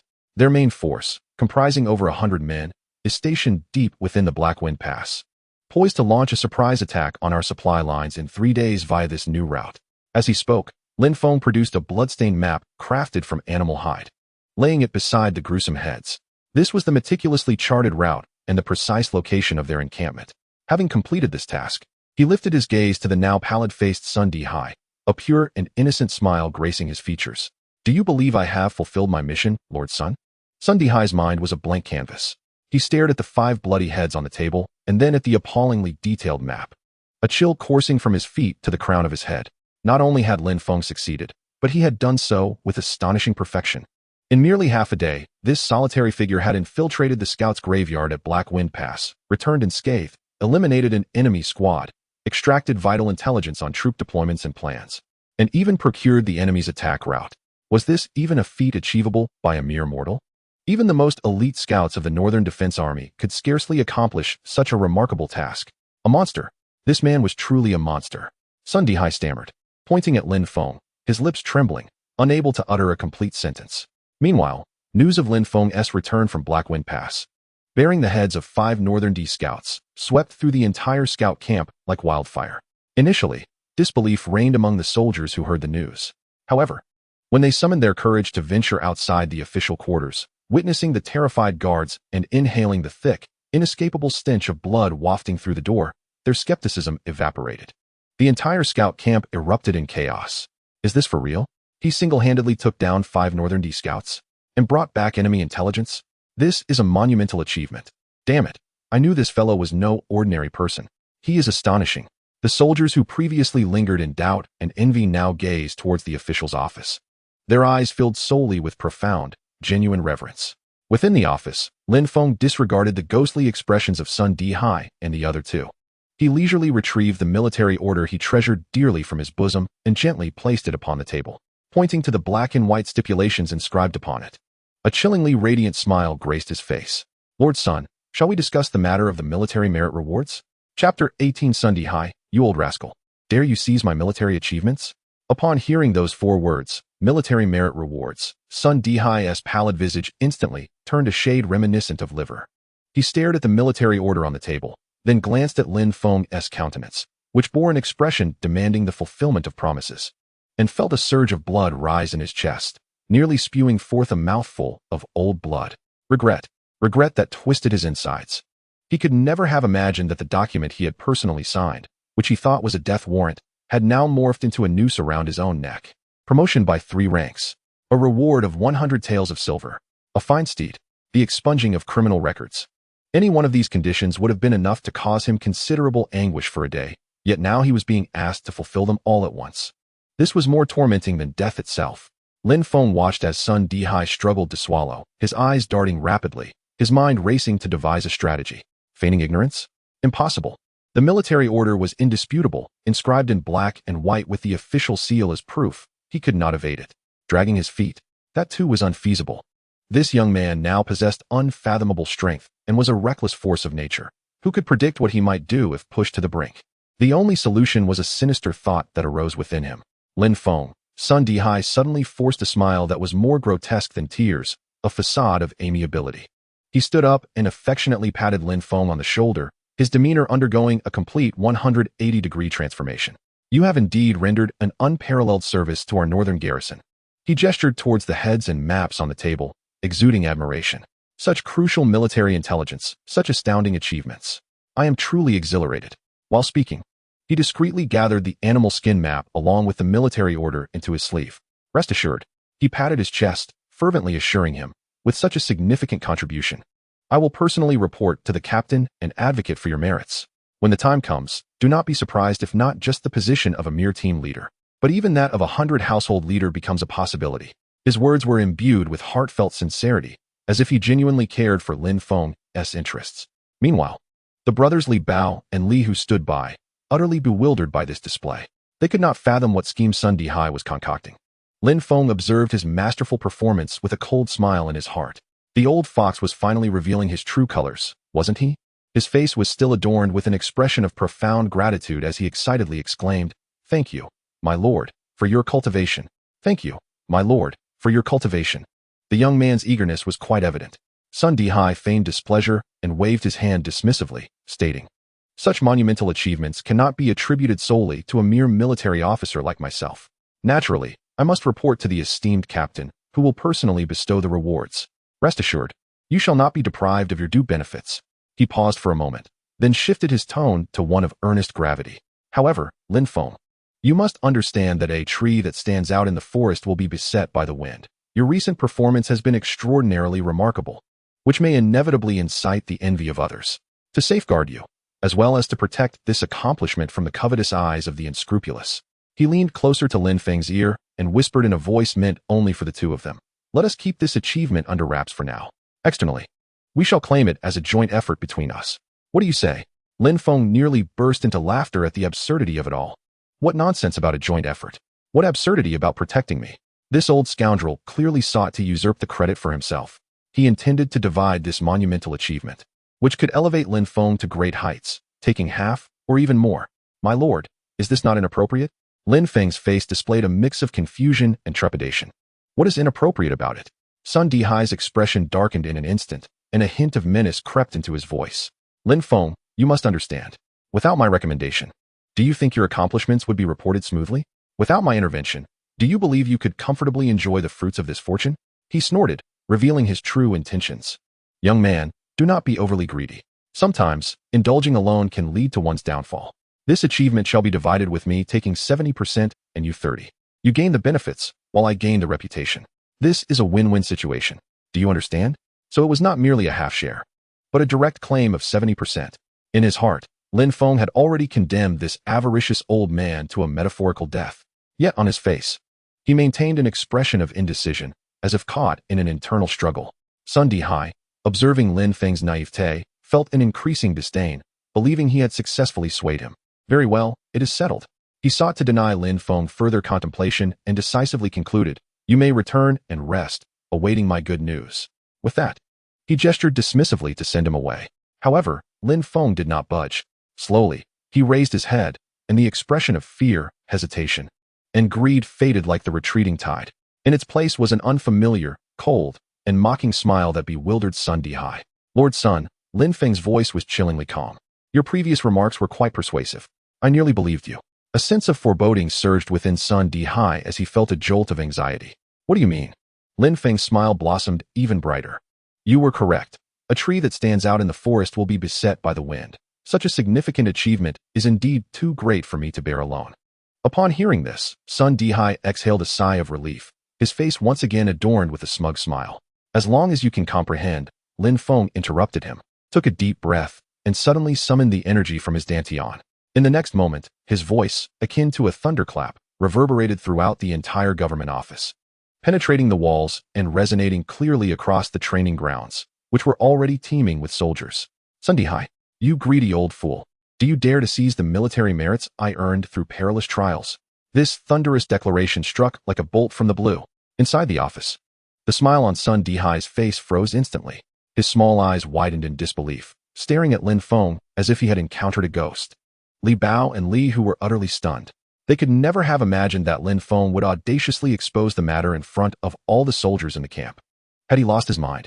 Outside the government office, the entire scout regiment, after a brief moment of stunned silence, erupted into chaos. What? Lord Sun seeks to usurp Lin Feng's military merits? No way. Is this for real? How shameless can one be? I told you. Sun the Skinner has never done a decent thing in his life. Let us go. We must see this unfold. Countless soldiers surged towards the direction of the government office like sharks sensing blood in the water. Within the office, Sun Dihai finally regained his composure. After the initial shock, he was consumed by overwhelming rage and panic. Lin Feng, you seek death. He trembled with fury, pointing at Lin Feng, unable to utter a coherent sentence. He understood that his doom was imminent. Embezzling military merits was a grave offense in the army, second only to treason. Once substantiated, not even 1,000 households could save him. Lin Feng, observing Sun Dihai's frantic and clownish demeanor, merely smiled coldly. Slowly, he retrieved an object from his pocket. It was a small, black memory stone. This high-tech artifact, seized from a cultivator during his past life's missions, had the capability to record images and sounds. To his surprise, it had accompanied him into this new world. Every word exchanged between him and Sun Dihai had been meticulously documented by the stone. Holding the memory stone in the palm of his hand, he directed a devilish smile at the ashen-faced Sun Dihai. Lord Sun, you just claimed I had no evidence? I apologize, but my evidence is quite substantial. Chapter 19. Want to play tricks? Let me show you the harshness of society. Memory stone? What is this object? Sun Dihai stared at the seemingly ordinary black stone in Lin Feng's palm, his mind momentarily blank. Yet, in the next second, a wave of terror, far more intense than being publicly exposed, washed over him like a chilling tide. Though he was unaware of the true nature of the stone, he could read the expression on Lin Feng's face. It was one of assured victory, akin to a cat toying with a mouse. A cruel expression that reveled in the final struggles of its prey after blocking all avenues of escape. This stone undoubtedly harbored secrets. Destroy it. Extreme terror birthed unbridled madness. Sun Dihai let out a hysterical scream, akin to a mad dog that had lost a bet, lunging fiercely at Lin Feng. His meticulously cared-for hands twisted and contorted like the talons of an eagle, targeting the memory stone in Lin Feng's grasp. If he could only destroy it. If he could only obliterate this damned evidence, he would still have a chance to turn the tables. Simultaneously, Li Bao also reacted. Although he was unaware of what that object was, his instincts as a martial artist warned him that Lin Feng must not succeed. With a thunderous roar, he bore the pain in his right fist and struck fiercely at Lin Feng's temple with his left. The two brothers joined forces, both intent on striking first. If they could eliminate Lin Feng, their formidable adversary, and destroy that peculiar stone, they would leave no witnesses to their misdeeds, allowing them to manipulate the truth at will. However, they faced an opponent with the terrifying prowess of a fifth-tier body refiner, a monster with 2 lifetimes of experience in life-and-death battles. A worthy challenge. A glint of cold light flashed in Lin Feng's eyes as he advanced rather than retreating, ignoring Sun Dihai's clawing grasp towards the memory stone. He didn't even spare it a glance. With a swift lift of his left foot, he executed a kick with astonishing speed. Bang! Sun Dihai's pampered physique could not withstand such a forceful blow. It felt as if a rampaging rhinoceros had collided with his abdomen, displacing his internal organs. A torrent of bile mixed with last night's meal erupted from his mouth, and he flew backwards like a kite severed from its string, crashing violently against the bookshelf behind him. The sound of countless bamboo scrolls and documents raining down upon him was deafening, burying him beneath their weight, leaving only his legs twitching helplessly above the pile. Simultaneously, as he sent Sun Dihai sprawling, Lin Feng's body twisted at an incredible angle, narrowly evading Li Bao's ambush from the side. Li Bao's punch missed its mark, and panic surged within him as he instinctively attempted to retreat. But was it too late to escape? Leave him to me, Lin Feng sneered, his right hand striking like a steel claw, seizing Li Bao's intact left arm. With a powerful yank, he pulled back forcefully. Li Bao felt an overwhelming force surging through him, rendering him uncontrollable as he stumbled forward, leaving himself wide open. Then, he saw Lin Feng's knee rapidly enlarging in his vision. Bang! A sound more thunderous and terrifying than the previous kick that had sent Sun Dihai flying erupted within the official's office. The previously gallant features of Li Bao collided intimately with Lin Feng's iron-like knee. The audible crack of his nasal bone breaking resonated clearly. Blood gushed forth from his mouth, and nose like a spigot turned wide open. His robust form crumpled as if stripped of its bones, collapsing helplessly to the ground. Unconscious on the spot, his face a grotesque mask of blood and flesh, utterly unrecognizable. From beginning to end, in the corner stood the petrified Li Hu, paralyzed with fear. Unable to make a single move, he could only watch helplessly as his protector, his elder brother, and the formidable Lord Sun, who loomed large in his eyes, were all brought down by Lin Feng in a matter of mere breaths, struck down with an overwhelming and ruthless precision. It was executed cleanly, decisively, and even with a touch of artistic elegance. Lin Feng did not even glance at the 2 unconscious figures on the ground. Instead, he slowly returned the memory stone to his bosom. Then he raised his head, casting a cold, emotionless gaze upon the last person still standing in the room. With a gulp, Li Hu struggled to swallow, his legs giving way beneath him, and with a thud, he fell to his knees. This time, without Lin Feng uttering a word, he bowed his head in submission. Grandfather Lin, I was wrong. I was truly wrong. Please, I beg you, spare my life. Tears streamed down his face, and all traces of his previous authority vanished. He resembled nothing more than a pitiful, tail-wagging stray dog. Meanwhile, the doors of the official residence had been barricaded by soldiers rushing in upon hearing the commotion, as they beheld the chaotic scene inside. Along with the unconscious bodies of Sun Dihai and Li Bao sprawled on the ground, every jaw dropped in astonishment. Insanity. This Lin Feng had truly lost his mind. Not only had he publicly exposed Sun Dihai's conspiracy, but he had also defeated the military officials and the captain of the guard. He was brazenly tearing down the heavens. Among the crowd, Wang Dachui and Li Ergu exchanged glances, witnessing the figures standing amidst the wreckage, unscathed and godlike. In each other's eyes, they recognized a complex emotion, a blend of relief and fervor. They felt fortunate to have made the wisest choice the previous day. Lin Feng, undeterred by the thunderous gasps and discussions outside, slowly approached the bookshelf that had entombed Sun Dihai, effortlessly pulling the unconscious corrupt official from its depths, as if lifting a chick. He searched Sun Dihai's sleeves and soon discovered the hidden animal skin map and a military decree promising immense wealth. He carefully stowed away the map and decree, then extracted a heavy pouch of coins and a set of ancient-looking keys from the luxurious brocade robe of Sun Dihai. Testing the weight of the pouch, he smiled in satisfaction. With the keys in hand, he made his way to a seemingly inconspicuous hidden door within the official residence. This was Sun Dihai's treasury.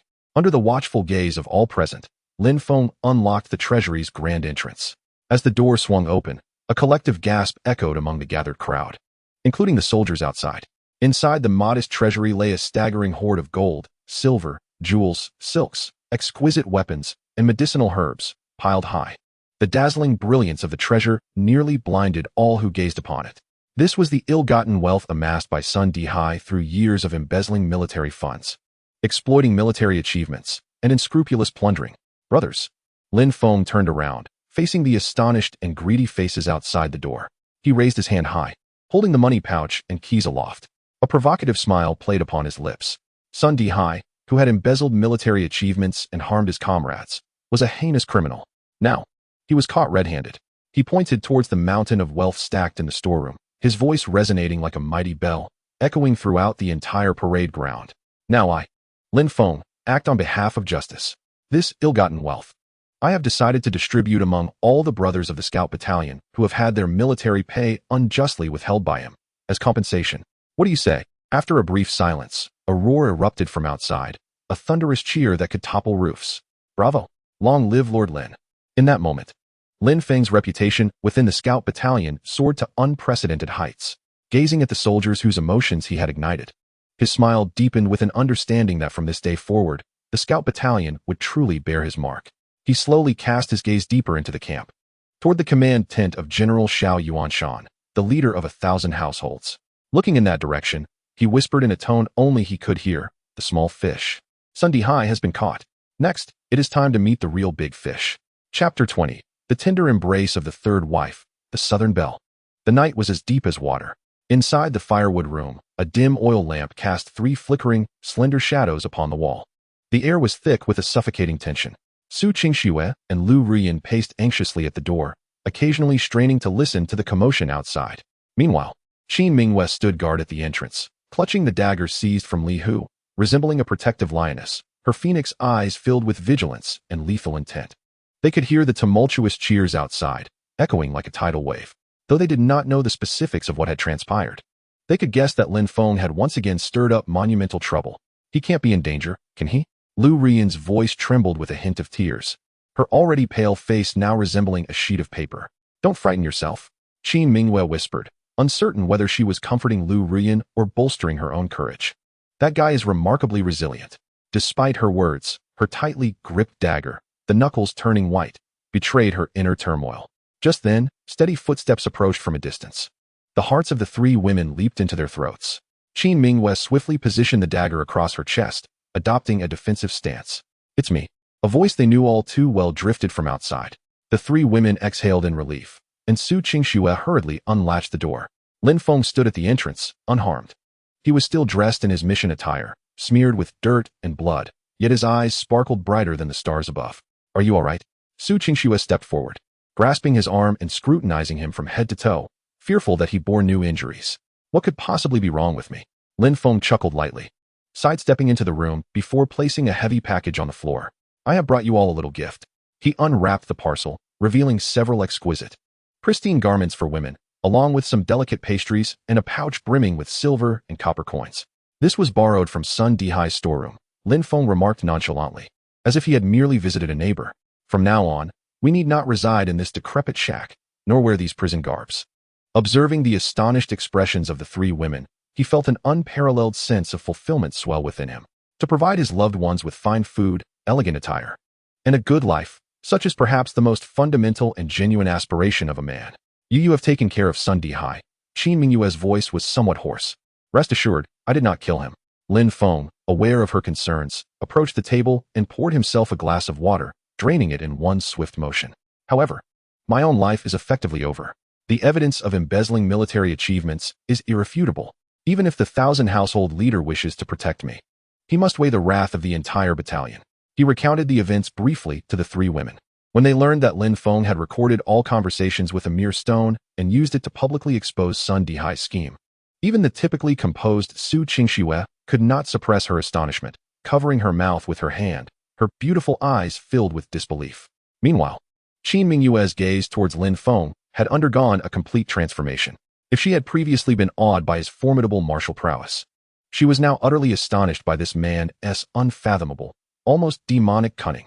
Strength could only inspire her respect, but intellect captured her heart.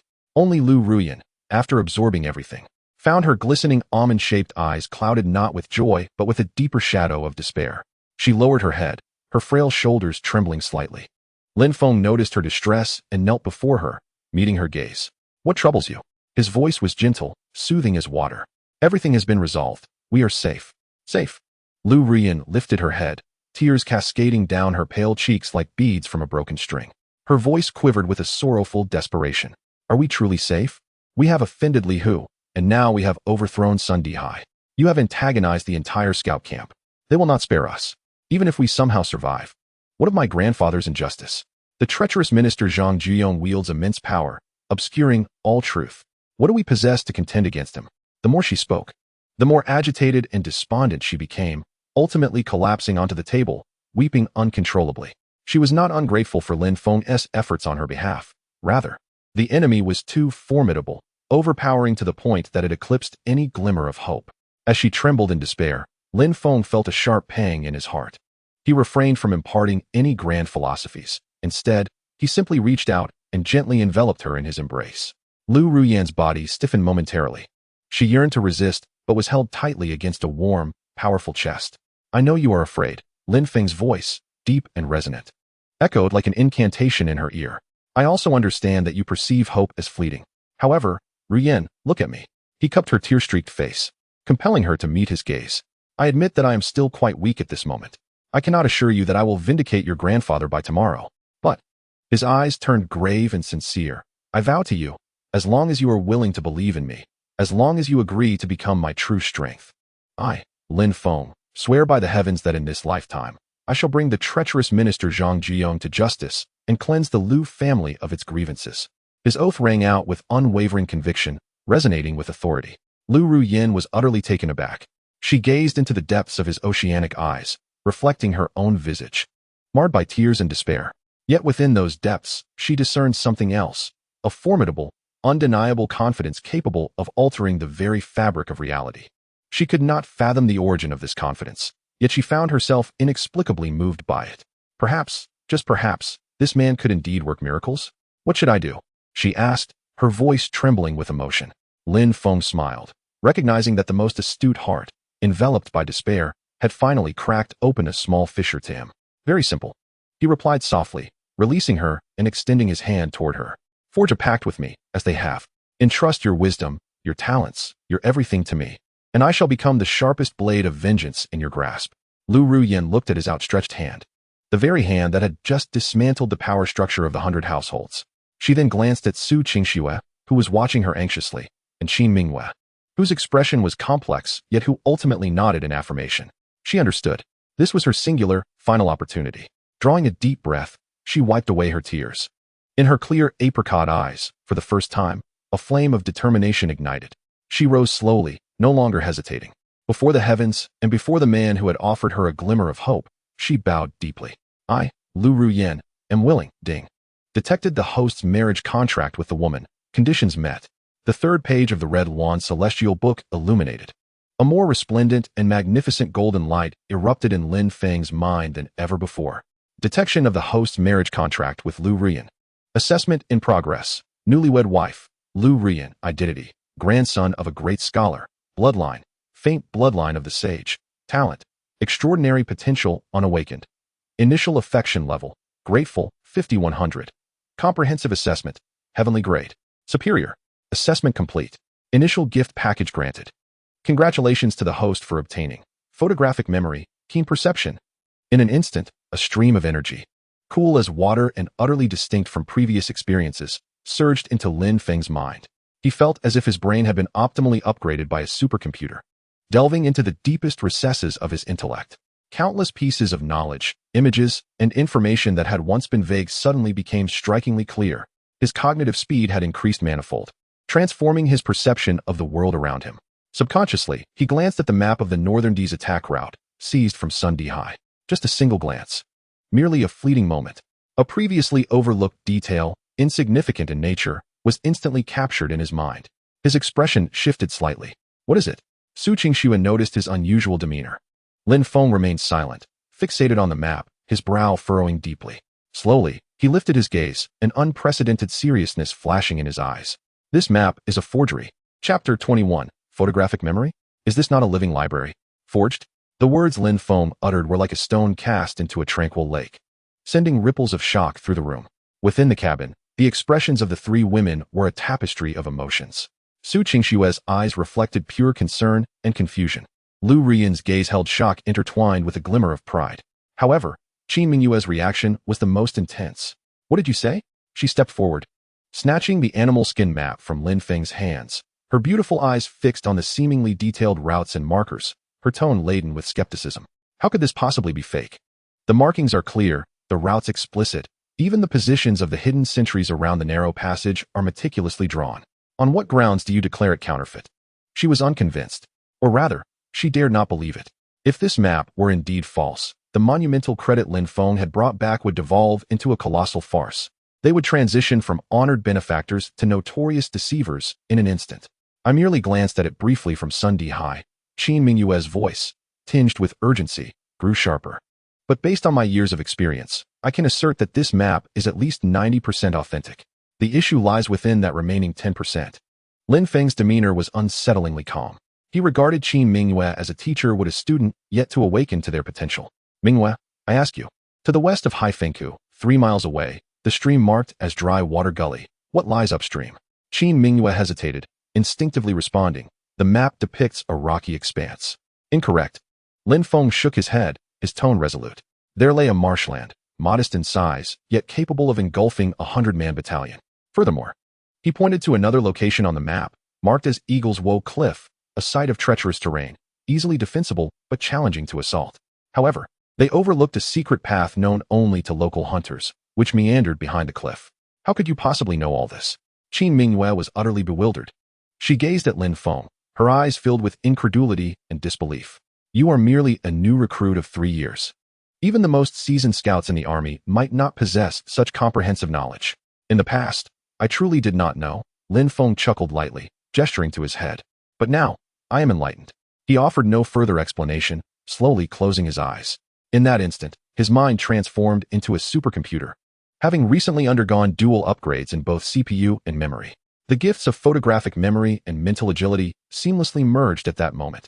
Countless fragments of memories surged forth from the depths of his consciousness like a tidal wave. The life memories of the original Lin Feng, spanning 18 years. Those once overlooked and forgotten images now appeared with unprecedented clarity.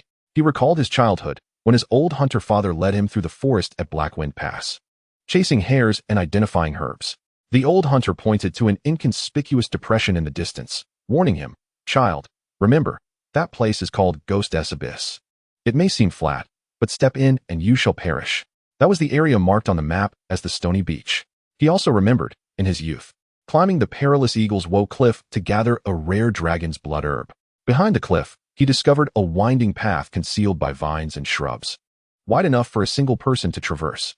That was the fatal flaw completely unmarked on the Northern DS map. He even envisioned his first day in the military, when he caught a glimpse of the most comprehensive Northern defense map hanging on the wall of the armory. At that time, he felt merely astonished, scarcely committing it to memory. Yet now, every contour of the mountains, every twist of the rivers, even the tiny personal seal left by the cartographer in the bottom right corner, vividly manifested in his mind. It was as if he had just caressed the texture of that map. Now I understand. Lin Feng gradually opened his eyes. Within them flickered a wisdom so profound it was almost omniscient, sending shivers down one's spine. He finally comprehended. Those 5 Northern D scouts were not an advance party at all. They were bait, a suicide squad, and the map they carried was not a route for assault. It was a meticulously crafted, lethal trap map. The Northern D deliberately allowed this small team to be captured, even willing to sacrifice them, just to deliver this intricately deceptive map into the hands of the great Qian army. If the Northern Expeditionary Army were truly to deploy their forces to encircle the front lines according to this map, they would perfectly evade the secret path that could facilitate a surprise attack, instead plunging headlong into a non-existent stony mire, known as the Ghost Swallowing Marsh. At that point, their army would be ensnared in a quagmire, rendered helpless, while the main force of the Northern D could descend upon them from the rear of the Eagle's Cliff like divine retribution, effortlessly annihilating them. What a cunning scheme. What a masterful trap. Realizing all this, a cold sweat broke out on Lin Feng's back. Had it not been for Lu Ruyan, who unexpectedly bestowed upon him the gift of photographic memory, he would have never uncovered this earth-shattering conspiracy lurking behind the map. One that could spell disaster for the entire Northern Expeditionary Army. In such a scenario, rather than being hailed as a hero, he would instead become a historical pariah responsible for the demise of countless comrades. Understanding the gravity of the situation, Qin Mingyu observed the swift shift in Lin Feng's expression and grasped the underlying intricacies, her youthful face paling significantly. This is a trap. Indeed, Lin Feng nodded, a glimmer of icy amusement flickering in his eyes. A trap tailor-made for us. He gazed at Lu Ruyan, filled with unprecedented admiration and gratitude. Ruyan, you have saved us all. Lu Ruyan felt her cheeks flush under his gaze and quickly lowered her head, murmuring, I did nothing. It was all your brilliance. No, it is you who is brilliant, Lin Feng replied with a smile, gently ruffling her hair as one would comfort a docile kitten. From now on, you shall be my chief strategist. Turning to the false map laid upon the table, his smile deepened with intrigue. Photographic memory, indeed, a veritable human library. He mused, approaching the table to pick up a charcoal pencil from an unknown source. Alas, they had calculated everything but one thing correctly. He glanced at Qin Mingyu and Su Qingxue, his deep-set eyes glimmering with the predatory light of a hunter. They believed they had given us a false map, yet they were oblivious to the fact that, to me flipping over the animal skin map, he began to swiftly sketch another, more detailed and accurate representation on its smooth reverse. Mountains, rivers, gorges, secret passages, innumerable details once forgotten in the corners of his memory were now flawlessly resurrected upon the animal skin by his hand. Seeing the astonished expressions on the three women, he flashed a broad grin, revealing his white teeth. To me, they have essentially provided a blank canvas. Upon completing the final strokes, he pushed the newly crafted map, capable of determining the outcome of a battle, towards the three women. Then, he turned to the dazed Qin Mingyu and, in an authoritative tone, asked, now that we have our strategist and our map, my future general, tell me, how shall we engage a group of fools armed with false intelligence? Convinced of their imminent victory? Chapter 22 Wang Dachui, from now on, follow me, and there will always be meat for every meal. How shall we strike? Lin Feng's question ignited a spark, instantly igniting the passionate spirit of Qin Mingyu, who was already brimming with the blood of a military family. She gazed at the impeccably crafted counterattack map drawn by Lin Feng, and then looked into his eyes, which sparkled with confidence and mischief. Feeling every cell in her body erupt with exhilaration. Traps? Conspiracies? In the face of absolute intelligence superiority, these will become the enemy's death knell. We shall turn their own schemes against them. A brilliant light erupted from Qin Mingyue's phoenix-like eyes. Her innate courage as a warrior's daughter was awakened in that moment. Since they wish to ambush us in the ghost-swallowing marsh, we shall lay our own ambush along that hunter's path. Let us ensnare them in a counter-surround. Well said. Lin Feng cast an approving glance at her. Indeed, this woman possessed a measure of strategic talent. However, the previously silent Su Qingxue raised a critical question. Her face etched with concern. This plan is good, but how do we meet with the esteemed Captain Qianhu? Sun Dihai and Li Bao have suffered such great losses. They will certainly not allow us to see General Xiao easily. Her words fell like a bucket of cold water upon Qin Mingyue's fervent heart. Indeed, no matter how flawless the plan or precise the map, if it does not reach the decision-maker's hands, everything is merely a theoretical exercise. Yet Lin Feng smiled. He looked at Su Qingxue, his gaze filled with confidence. Who says I need to meet with Captain Qianhu? What? The three women were taken aback. If they were not to meet with Captain Qianhu, what was the purpose of their lengthy discussion? Sun Dihai's greed for military merit was well documented. Captain Qianhu Xiao Yuanshan could not possibly be unaware of this. Yet, he has yet to show himself, which signifies what? A glimmer of wisdom shone in Lin Feng's eyes. It signifies that he is observing. He is assessing the value of this suddenly emerged pawn. Thus, he paused and revealed his true intent. What we must do now is not to beseech him, but to amplify this merit. So grand that he has no choice but to meet us. So substantial that he must personally come to invite us. He pointed at the pristine map, his lips curling into a wild and audacious grin. If the Northern D people wish to play dirty, then we shall engage them on a grander scale. Mingyue, remain here to safeguard Qingxue and Ruyan. I shall return shortly. With that, he did not wait for the three women to inquire further, grasped the counterfeit map left by the Northern D people, and strode purposefully out of the cabin. The sun had already risen. The scout camp was still in disarray. Sun Dihai and his brother Li Bao had been carried away by the military doctor, while Lin Feng's public distribution of funds and provisions spread like wildfire throughout the entire scout camp. At this moment, Lin Feng's name had ascended to a near-divine status in the hearts of all ordinary soldiers. When Lin Feng reappeared on the training ground, every soldier who beheld him instinctively straightened their backs, their eyes filled with genuine reverence and admiration. Lin Feng paid no heed to the distractions around him and approached the imposing figure commanding several new recruits as they tidied up the remnants of last night's chaos, Wang Dachui. Upon noticing Lin Feng's approach, Wang Dachui's hearty face instantly tightened, nearly dropping the broom he held. "Lin Yi," he exclaimed, nervously rubbing his hands. Too intimidated to lift his gaze. His feelings towards Lin Feng were a blend of respect and fear. He respected him for fulfilling his promise, providing him and all the brothers who had refrained from fighting with a warm bowl of fragrant meat soup. It was the first time he had ever tasted such a delicious broth. His fear stemmed from the indelible psychological shadow left by Lin Feng's godlike prowess the previous night. Was the meat soup delightful? Lin Feng asked, a smile gracing his lips as he observed Wang Dachui's anxious demeanor. It was exceedingly good.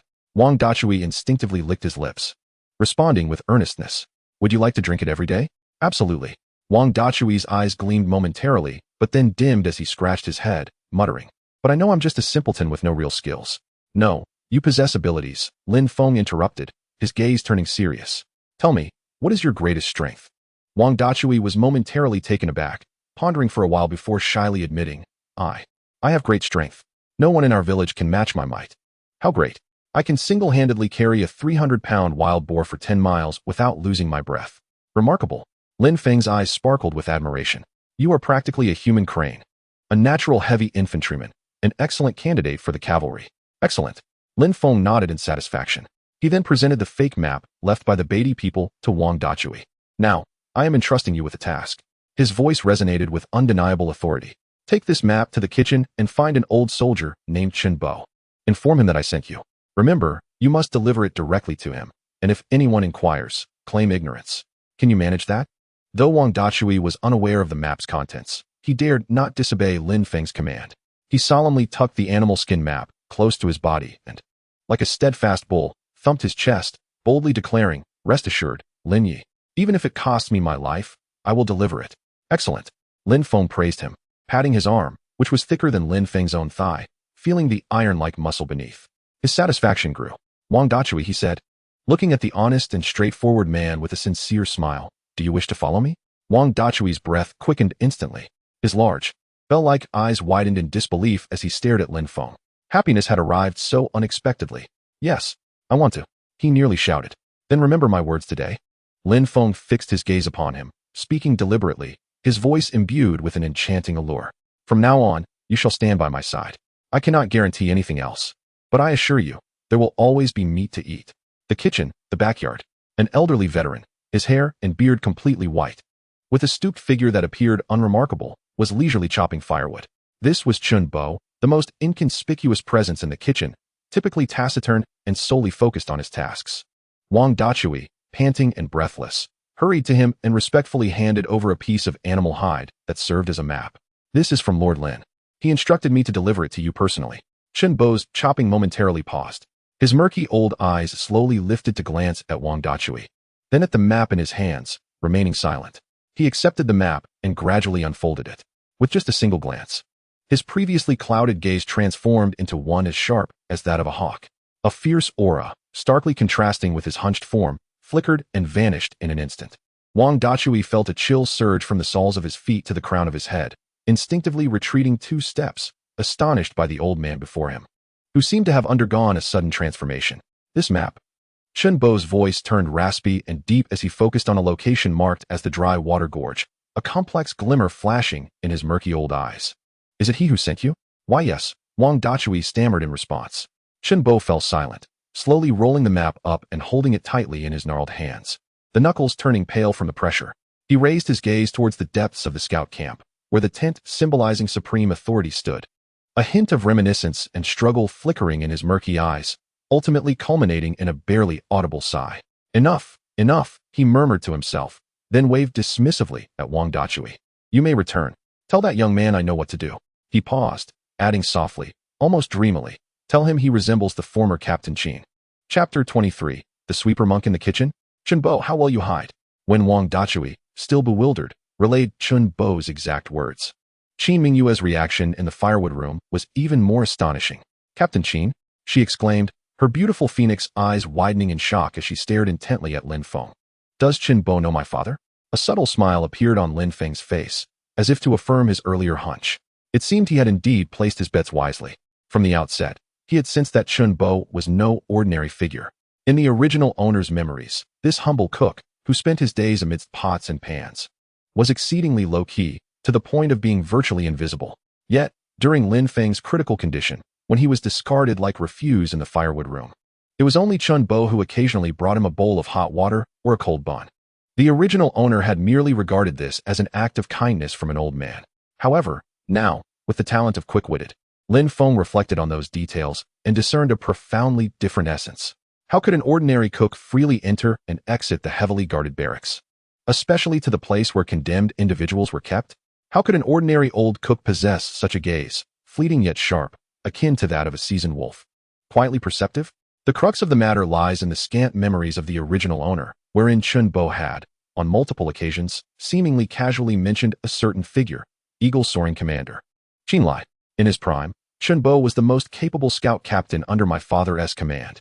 Qin Mingyue's voice trembled slightly with excitement, her eyes instantly glistening with unshed tears.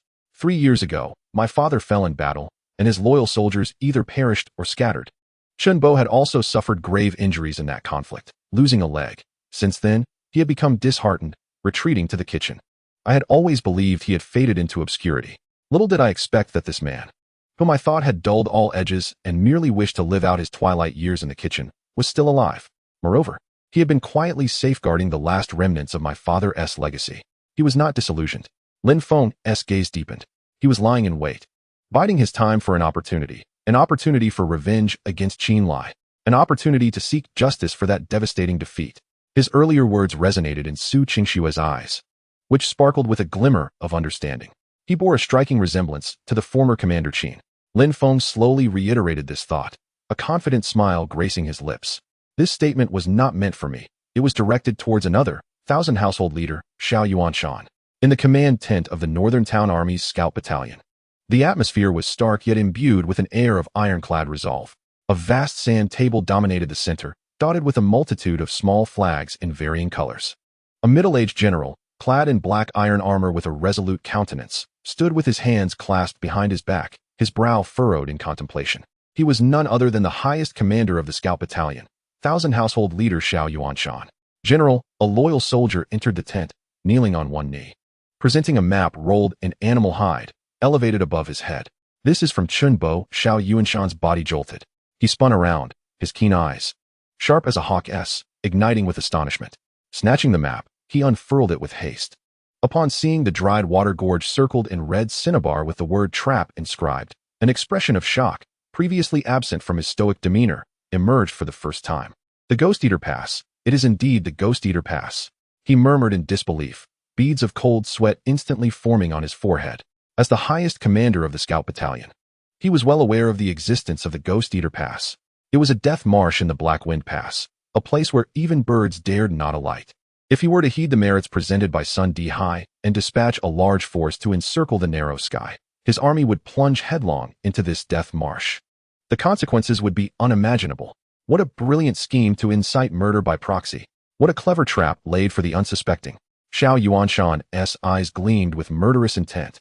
The fragmented remnants of the Northern D, along with that treacherous scoundrel, Sun Di Hai. He slammed his fist down violently upon the sand table before him, the sturdy wooden surface yielding to his might, leaving a distinct imprint. "Summon the guards," he bellowed. At once, the command was swiftly relayed. Sun Di Hai, Li Bao, and Li, who are to be apprehended for embezzling military achievements, framing comrades, and conspiring with the enemy. They are to be taken into custody and imprisoned, awaiting judgment. Understood. The loyal soldiers responded, hastily departing. Within the expansive command tent, tranquility returned once more. Xiao Yuanshan gazed at the map in his hand, one that had preserved the lives of tens of thousands of soldiers, then turned it over to behold the flawless counteroffensive strategy meticulously crafted by Lin Feng. His expression grew exceedingly intricate. "Old Shun, your vision remains as astute as ever." After a prolonged silence, he gradually lifted his gaze toward the direction of the woodshed where Lin Feng was, his sharp eyes brimming with unprecedented curiosity and admiration. Qin Lai's soldiers, Qin Lai's guns. And now, Qin Lai's daughter has brought forth yet another audacious young rascal, even more unruly than Qin Lai himself in his prime. How intriguing. Indeed, how enthralling. He slowly returned to the sand table, picking up the small flag representing the main force of the Northern D, alongside a black piece symbolizing a surprise attack. His fingers glided gently over Lin Feng's meticulously drawn map, ultimately resting upon a concealed path leading behind the Eagle Cry Cliff. A bold, audacious plan, one capable of reversing the tide of the entire northern front, began to take shape in his mind. He regarded the black piece as if it were a remarkable general on the verge of achieving a miracle. Slowly, he placed the piece on the map, in a position both crucial and lethal. Young man, a smile filled with anticipation graced his lips. Let me see just how sharp your blade truly is. Inside the woodshed, as Lin Feng unveiled his entire plan, Su Qingxue and Lu Rian were left utterly speechless, awestruck by this man's cunning and audacity. Only Qin Minghua, with her striking phoenix eyes, burned with an intense fervor for battle. Do you mean, she gazed at Lin Feng, her voice quivering with excitement, that we shall not await General Zhao's command? We will take the initiative? Wait. Lin Feng chuckled. Why wait? He rose, moving toward the entrance, his eyes fixed upon the undulating mountains, resembling a colossal beast lurking in the night. A gleam of ambition sparkled in his profound gaze. Military achievements are never obtained through waiting, they are seized. He turned back to the three women whose fates were now irrevocably intertwined with his own. A confident and exuberant smile adorned his face. Now, everything is in place, we only lack the east wind. He looked at Lu Ruyan, his eyes filled with expectation. My esteemed strategist, tell me, from where shall we summon this east wind? Chapter 24. My wife Lu Ruyan, one scheme that will leave you in disarray. My esteemed strategist? Lin Feng's half-serious, half-teasing address caused Lu Ruyan's already flushed face, which had reddened from excitement, to become even more crimson. Instinctively, she lifted her gaze, meeting Lin Feng's eyes, which sparkled with trust and expectation, reminiscent of the stars. In those eyes, there was no trace of disdain or doubt. Instead, they radiated pure, egalitarian respect. Viewing her as an indispensable partner, Lu Ruyan's heart was profoundly stirred. Having immersed herself in literature from a young age, she harbored countless thoughts and aspirations within her. Yet, in an era that equated a woman's worth with her talents, her exceptional abilities remained unutilized, bringing calamity to both her and her family. Yet now, this man, who had just rescued her from the depths of despair, had unhesitatingly entrusted her with a gamble capable of determining the fates of thousands, potentially even affecting the entire northern front. The weight of such trust was monumental. Taking a deep breath, Lu Ruyan gradually calmed herself from the overwhelming emotional tide. Her almond-shaped eyes, once flustered by shyness and excitement, became increasingly clear, focused, and profound. The dual enhancement of literary sage's bloodline and quick-witted mind rendered her thoughts exceptionally lucid and sharp at that moment. She slowly approached the table, her delicate hands, usually adept at playing the guqin or painting, now gliding gently across the map that symbolized strategies and schemes. The softness and timidity characteristic of a Jiangnan talented woman receded like the tide, replaced by a profound wisdom reminiscent of a strategist poised for victory. My husband. She raised her head, naturally uttering this affectionate term for the first time. You mentioned that everything is in place, but we lack the eastern wind. The eastern wind you speak of must refer to how to circumvent military law and legitimately mobilize an elite squad capable of executing a decapitation mission, correct? Lin Feng's eyes sparkled with sudden clarity. Only someone who truly understands me would do so, like Rian. Indeed, this was his most pressing dilemma. Although he currently enjoyed unparalleled prestige in the reconnaissance camp, he remained an outsider without an official position or military orders, unable to mobilize even a single soldier. To execute a high-difficulty operation like the surprise assault on Eagle Cry Cliff, at least a 10-man elite squad with seamless coordination was necessary. Precisely. Lin Feng nodded in approval. Then, according to your counsel, from where shall we borrow this eastern wind? Lu Ruyan's lips curled into a faint yet confident smile, illuminating her entire being. My husband. Who do you believe is our greatest enemy at this moment? Instead of providing a direct answer, she posed a question. The Northern D, Qin Minghua replied without hesitation. No. Lu Ruyan shook her head, her clear eyes sparkling with wisdom. The Northern D are our overt adversaries. However, our greatest enemy at present is the rules. She extended her slender finger, lightly tapping on the military camp marked on the map. In this military encampment of the northern town, a rigid hierarchy and strict military laws prevail, alongside individuals perpetually intent on subjugating us.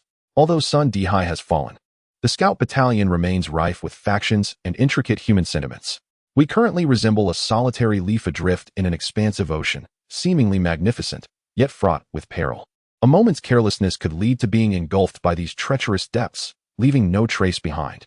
Her words instantly calmed the impulsive Qin Minghua. Indeed, while Lin Feng has temporarily quelled the situation through formidable means, such authority is precariously founded on personal strength and lacks stability.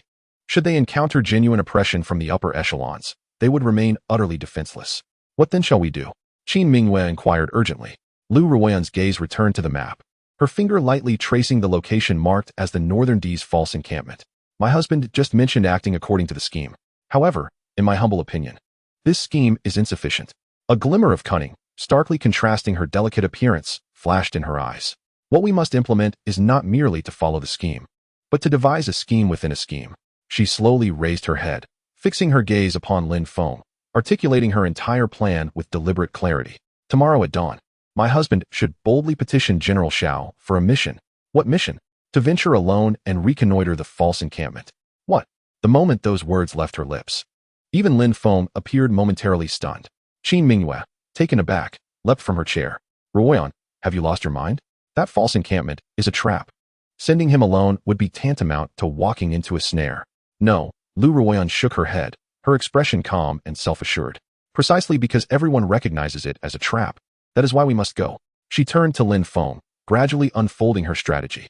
Your journey is not for reconnaissance, but for performance. You must act as though you have been discovered by the Northern D, narrowly escaping with grievous injuries. You must allow all to witness you, Lin Feng, fearlessly risking your life, bravely entering the dragon's den, only to ultimately fail and return wounded. In this way, first, you will utterly dispel the Northern D's suspicions, leading them to believe we have completely accepted that false map, thereby lowering their guard and concentrating their forces near the ghost-swallowing marsh. Her voice rose in fervor. Second, you can thereby craft an image of a valiant and strategic hero, a tragic hero willing to sacrifice his life for his homeland. At that point, your reputation within the military will be unparalleled. Yet the most crucial point is the third. Lu Ruoyan's eyes sparkled with brilliance akin to the stars. When you return grievously injured, and everyone laments your plight, believing the Northern D's scheme is about to succeed, you will then be poised to make a rather unwelcome request of General Shao. What request? Lin Feng's heart began to apprehensively discern the answer. The corners of Lu Ruoyan's mouth curled into a captivating and enchanting smile, a testament to her extraordinary charm. A request for redemption. One might assert that you are unwilling to accept defeat, prepared to embrace the certainty of demise for one final endeavor. Yet, this time, you require allies. You must select 10 fearless warriors from the entire camp to form a death squad, tasked with executing a mission deemed utterly impossible by all. At that juncture, public opinion will be on your side, righteousness will be your ally, and the people's hearts will rally behind you. General Shao will have no justification to refuse your plea. This ostensibly designated death squad shall be our true windfall. Her words were meticulously crafted, interwoven with logic and intent, calculating the sentiments of the people, public discourse, the greater good, and military law to perfection. This transcended mere strategy. It was a grand scheme. A bold and audacious plan that would leave all adversaries powerless to intervene as they watched you amass strength. Within the confines of the storeroom, an eerie silence prevailed. Qin Minghua and Su Qingxue were utterly astounded by Lu Ruoyan's astonishing stratagem, rendered speechless. They gazed at the once fragile Jiangnan maiden, who seemed as if a mere breeze could topple her, their eyes filled with boundless shock and reverence. Was this truly the timid Lu Ruoyan? She was now unmistakably a master strategist, unparalleled in wisdom. Lin Feng regarded her in silence for a considerable moment before suddenly slapping his thigh and bursting into hearty laughter. His laughter resonated with genuine admiration and exhilaration. Splendid. What an exquisite scheme within a scheme. He approached Lu Ruoyan, extending his hand to tenderly caress her flowing hair with an unprecedented gentleness. His gaze brimmed with unabashed affection and pride. My wife, Lu Ruoyan, possesses a talent that can govern the heavens and the earth. That old rascal, Sun Dihai, attempting to outsmart you is akin to a novice showcasing his lack of skill before a master, a self-inflicted humiliation. He paused then, with a tone laced with anticipation and jest, he softly inquired. However, my esteemed strategist, while your plan is commendable, it seems to lack one crucial element. What? Lu Ruoyan asked, puzzled. A mischievous smile danced upon Lin Feng's lips. You have articulated how to stage the play, yet you have not indicated how it should conclude. What if General Xiao, in his wisdom, truly believes it and refuses to let this severely injured man venture into danger again? Would that not leave me rather embarrassed? Chapter 25. Assembling my reconnaissance team, named the Lone Wolf. Lu Ruyin was momentarily taken aback by Lin Feng's half-teasing, half-challenging remark. Soon after, a glint of cleverness akin to that of a cunning little fox flickered in her clear, water-like almond eyes. Instead of responding directly, she approached Lin Feng, extending her delicate hand to adjust his already neat collar, the gesture both natural and affectionate. Then, she rose on her toes, leaned close to his ear, and in a tone only the two of them could perceive, laced with the unique soft and glutinous accent of the Jiangnan water towns, she whispered, "My husband, have you forgotten that we have a divine healer at home, capable of turning feigned injuries into genuine ones?" Lin Feng's body quivered violently. He abruptly turned his head to glance at Su Qingxue, who had been quietly listening and was now blushing slightly, her gaze lowered in modesty. A spark of realization flashed through his mind. Indeed, how could he have overlooked this most crucial element? No matter how convincingly he acted, it would merely be superficial wounds. However, with the medical prowess of Su Qingxue by his side, the outcome would be entirely different. At that point, all it would take were a few silver needles from Su Qingxue, accompanied by a bowl of bitter medicinal soup. Not even Xiao Yuanshan, let alone all the military doctors, would be able to detect any flaw. They would only conclude that Lin Feng's injuries were grievous, with his heart meridian damaged. And the only reason he could still stand was due to his indomitable spirit. Ha ha ha. With this epiphany, Lin Feng could no longer contain himself and burst into a hearty laugh. Marvelous. Truly ineffable. A perfect, seamless loop had been formed. The combination of martial prowess, wisdom, and medical skill from his three wives was indeed the most exquisite boon bestowed upon him. My dear strategist, you are truly my treasure. In his moment of exuberance, Lin Feng momentarily forgot the presence of others and impulsively lifted Lu Ruyin's delicate form, spinning her around several times on the spot. Lu Ruyin let out a shy gasp, her petite fists playfully pounding against his solid chest, her face flushed to the point of nearly bleeding. Meanwhile, Qin Mingyue, witnessing this sudden scene, felt an unexpected sourness from the osmanthus cake she had just consumed. The next morning, at the scout camp, a significant event unfolded. The hero Lin Feng, who had just performed a miracle by single-handedly infiltrating the Black Wind Pass and returning with 5 heads of the Beatty and crucial intelligence, set out once more. This time, he did not depart quietly as before. Instead, he boldly strode into the sight of the entire camp, proceeding alone towards the jungle ominously dubbed the Graveyard of Death. His fearless spirit deeply moved everyone present. However, barely 2 hours had passed when a frantic sound of hoofbeats echoed from afar. A startled warhorse, in a frenzy, charged back towards the camp from the direction of the Black Wind Pass. On its back, a blood-soaked figure swayed precariously. It was Lin Feng. He was injured. The entire scout camp erupted into chaos. Countless soldiers instinctively rushed forward. As they neared, they could not help but gasp in horror. Lin Feng's appearance was utterly harrowing. His body was riddled with wounds of various sizes, the deepest one nearly severing his left arm at the shoulder. Blood had long since soaked through his garments, rendering him a figure of pure crimson. His complexion was as pale as paper, lips tinged with a deep purple. If it weren't for the faint rise and fall of his chest, everyone would have presumed him dead. Quick, summon the military doctor, the divine physician. Where is Dr. Su? Hurry and bring Dr. Su to take a look. It was unclear who first shouted Su Qingshu's name. Soon, Su Qingshu arrived, supported by Qin Mingyue and Lu Ruyin, carrying a medical kit, her face ashen as she rushed over. Upon seeing Lin Feng, barely clinging to life, her eyes reddened, and tears streamed down her cheeks.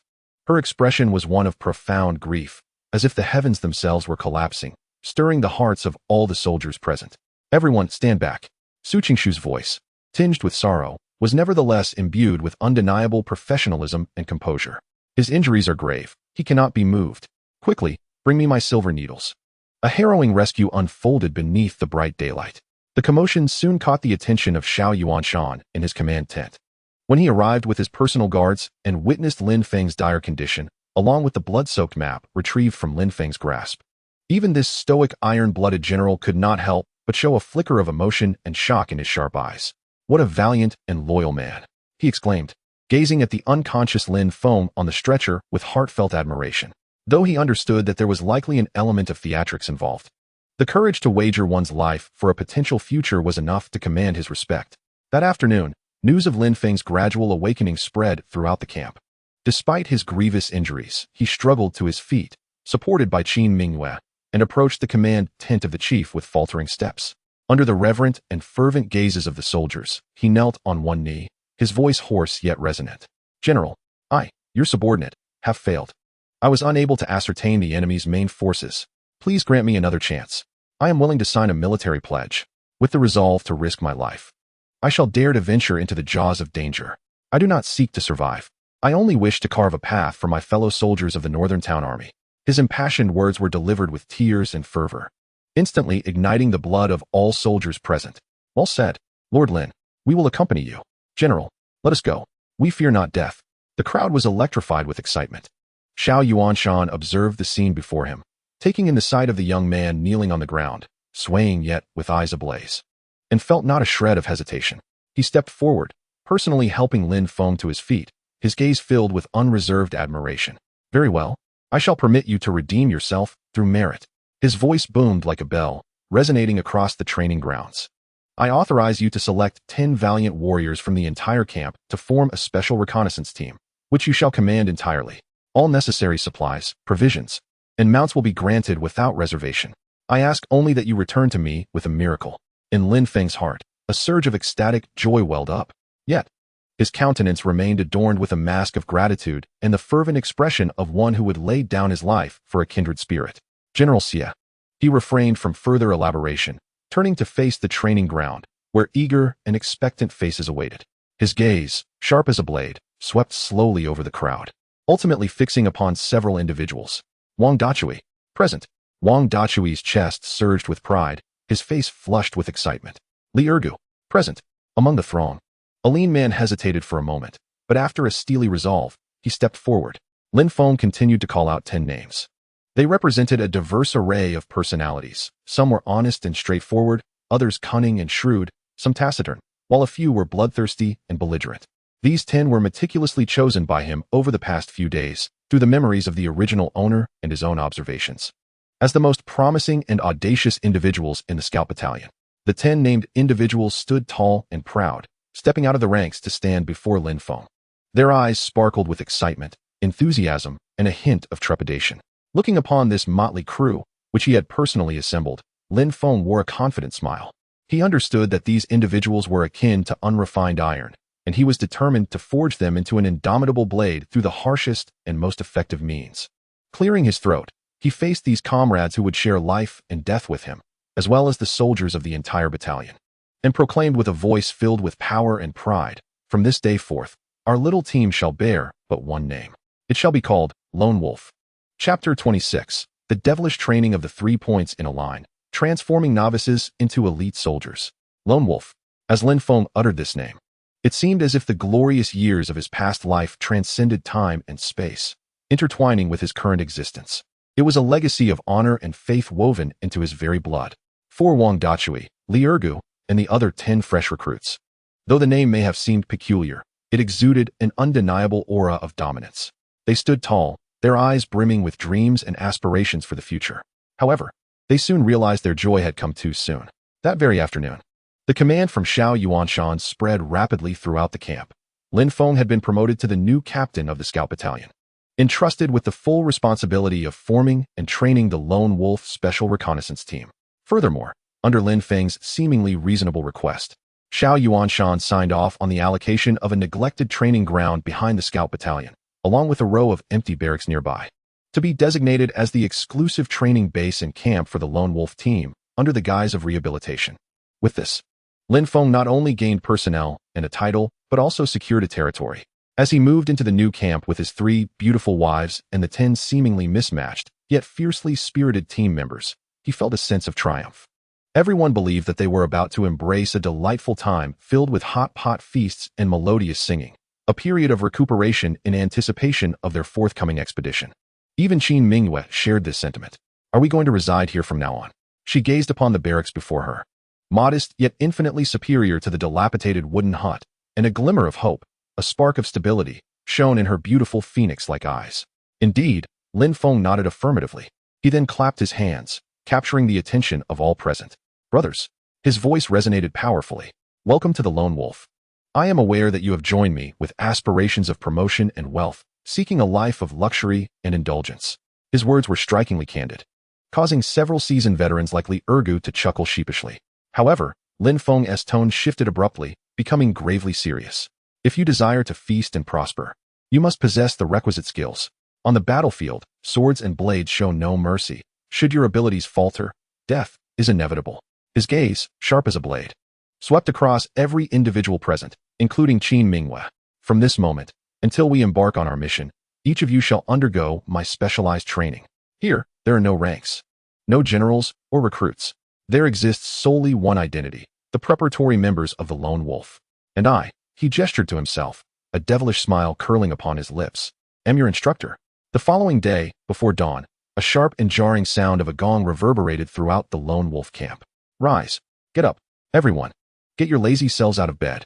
Wang Dachui and his companions, deep in slumber, were startled awake by the sudden clamor, scrambling out of their beds in disarray. Lin Feng stood at the entrance of the barracks, fully dressed and brimming with energy, holding a gong in his hand. You have the time it takes for a stick of incense to burn. Get dressed and assemble at the training ground. Latecomers, he paused, a friendly smile gracing his face. We'll go without breakfast. No breakfast. These words struck terror into the hearts of these men, for the thought of missing a meal was more unbearable than death itself.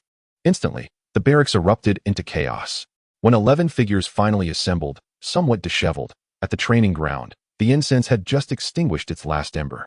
Excellent, no one is late, Lin Feng remarked with satisfaction. He then pointed to a row of logs, of various sizes, prepared beside the training area and announced the first training exercise. Everyone, carry a weight of 20 pounds and complete a military cross-country run. Circle the back mountain 10 times. What? The moment those words left his lips, everyone was rendered speechless. A single lap around the back mountain spanned at least 5 miles. 10 laps amounted to 50 miles, and with an additional 20-pound weight. Was this truly a task fit for a human being? What? Do you have objections? Lin Feng's gaze grew cold. Li Ergu, relying on his usual cleverness, approached with a pained expression, attempting to ingratiate himself with a forced smile. We are scouts. Our training focuses on stealth and assassination.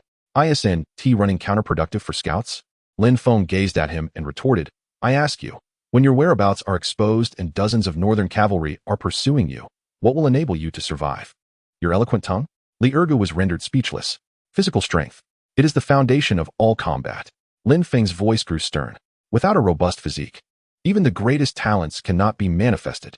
I do not care how you trained in the past. In Lone Wolf, my rules are absolute. Now, immediately, get moving. Under his intense scrutiny, everyone, including Qin Mingyue, gritted their teeth, hoisted the logs, and embarked on this self-imposed, torturous morning exercise. And this was merely the beginning. After completing a grueling 50-mile cross-country run, everyone was exhausted, sprawled on the ground like lifeless dogs, lacking even the strength to lift a finger. Yet, Lin Feng granted them not a moment's respite. Everyone, push-ups, 100, sit-ups, 100, frog jumps, 3 laps around the training ground. One by one, the training tasks, which seemed utterly unheard of and even bizarre to them, were mercilessly assigned by Lin Feng. In an instant, the entire training ground was filled with cries of despair. I can't do it, exclaimed a frail soldier, collapsing midway through his push-ups, unable to rise again. Lin Feng approached him, looking down imperiously. Can't do it? His voice was as cold as ice. Let me tell you, on the battlefield, you have no right to say you can't. The moment you utter those words, the enemy's blade has already severed your neck. He pointed to the side, where Qin Mingyue, equally fatigued, her face pale and glistening with sweat, nevertheless clenched her teeth and silently persevered through every exercise. Look at her. A woman possesses more courage than you all. His words pierced the pride of every man present. They could admit to their fatigue, but they could never concede that they were inferior to a woman. The soldier on the ground let out a roar, summoning an unknown reserve of strength, and miraculously pushed himself back up. Thus, the entire day unfolded. This group of pampered, scheming soldiers was relentlessly drilled by Lin Feng, employing the most scientific yet brutal special forces training methods from the 21st century. It was not until the sun set that Lin Feng finally blew the whistle signaling dismissal. At that moment, everyone collapsed as if utterly drained, lying flat on the ground, unwilling to move even a muscle. They felt as though every bone, every inch of muscle in their bodies was on the verge of disintegration. Yet, at that moment, a rich, overpowering aroma of meat wafted from the nearby kitchen. It was the scent of stewed meat. Instinctively, everyone swallowed hard, their stomachs betraying them with audible growls. Lin Feng observed their exhausted and hungry expressions, and a faint smile finally graced his lips. He approached the gathered crowd and inserted a meticulously prepared training schedule into the center of the training ground. The sheet was densely filled with the increasingly grueling training subjects they would face in the coming days. "Do you desire meat?" he asked the crowd with a commanding voice. "Yes," everyone responded, weary yet fervently. "Then remember my words today," Lin Feng declared, pointing at the training schedule, his voice a devilish whisper laced with deadly temptation. "From tomorrow onward, whoever is the first to complete all my training tasks will claim the largest piece of meat from the pot. As for the last one," a sly smile crept across Lin Feng's lips. "I'm afraid they will not only miss out on the meat, but will also be responsible for washing and cleaning up after us all." Chapter 27. Night Raid on the Enemy Camp. Burn your supplies to ashes. Time flew swiftly. Over the next 3 days, the Wolf Pack's designated camp transformed into a veritable hell on earth. Lin Feng embodied the role of a devilish instructor to perfection. He relentlessly pushed each team member to their physical limits with the most brutal training. He corrected every erroneous combat stance with the most stringent standards. He employed unfathomable methods to train their stealth, disguise, reconnaissance, and teamwork capabilities. Initially, the air was thick with complaints and lamentations. However, as they dragged their nearly broken bodies to savor the rich meat soup purchased with Sun Dihai's funds, they began to feel their bodies growing stronger, more resilient, and more powerful at a visibly rapid pace. When they witnessed even Qin Mingyue, who they had presumed to be a delicate young lady, gritting her teeth and silently completing all training tasks, sometimes even outperforming the seasoned men, all grievances vanished. In their place emerged an unprecedented sense of cohesion and honor. They began to truly regard themselves as members of the Wolf Pack. Lin Feng's image in their hearts transformed from that of a formidable demon into a wolf king worthy of their unwavering loyalty. On the 4th day, deep into the night, amidst the darkness and howling winds, a night for murder, the wolf camp lay in eerie silence. 11 shadowy figures, like phantoms, silently gathered in the center of the training ground. Each face was smeared with a blend of oil paint personally concocted by Lin Feng, merging seamlessly with the night. They bore finely crafted bows and crossbows, sharp daggers at their waists, and small cloth pouches filled with black powder and gravel strapped to their legs. These were rudimentary thunderclaps and smoke bombs hastily produced by Su Qingxue and Lu Rian, utilizing sulfur and nitrate from Sun Dihai's storeroom. Though their power paled in comparison to modern explosives, they were sufficient to yield unexpected effects in this era of cold weapons. "Is everyone ready?" The voice of Lin Feng resonated deeply, yet clearly reached the ears of every individual present. "Prepare yourselves." The voices of 10 men rang out in unison, low and somber, yet imbued with an uncontrollable excitement and bloodlust. After 3 days of grueling training, they had undergone a complete transformation.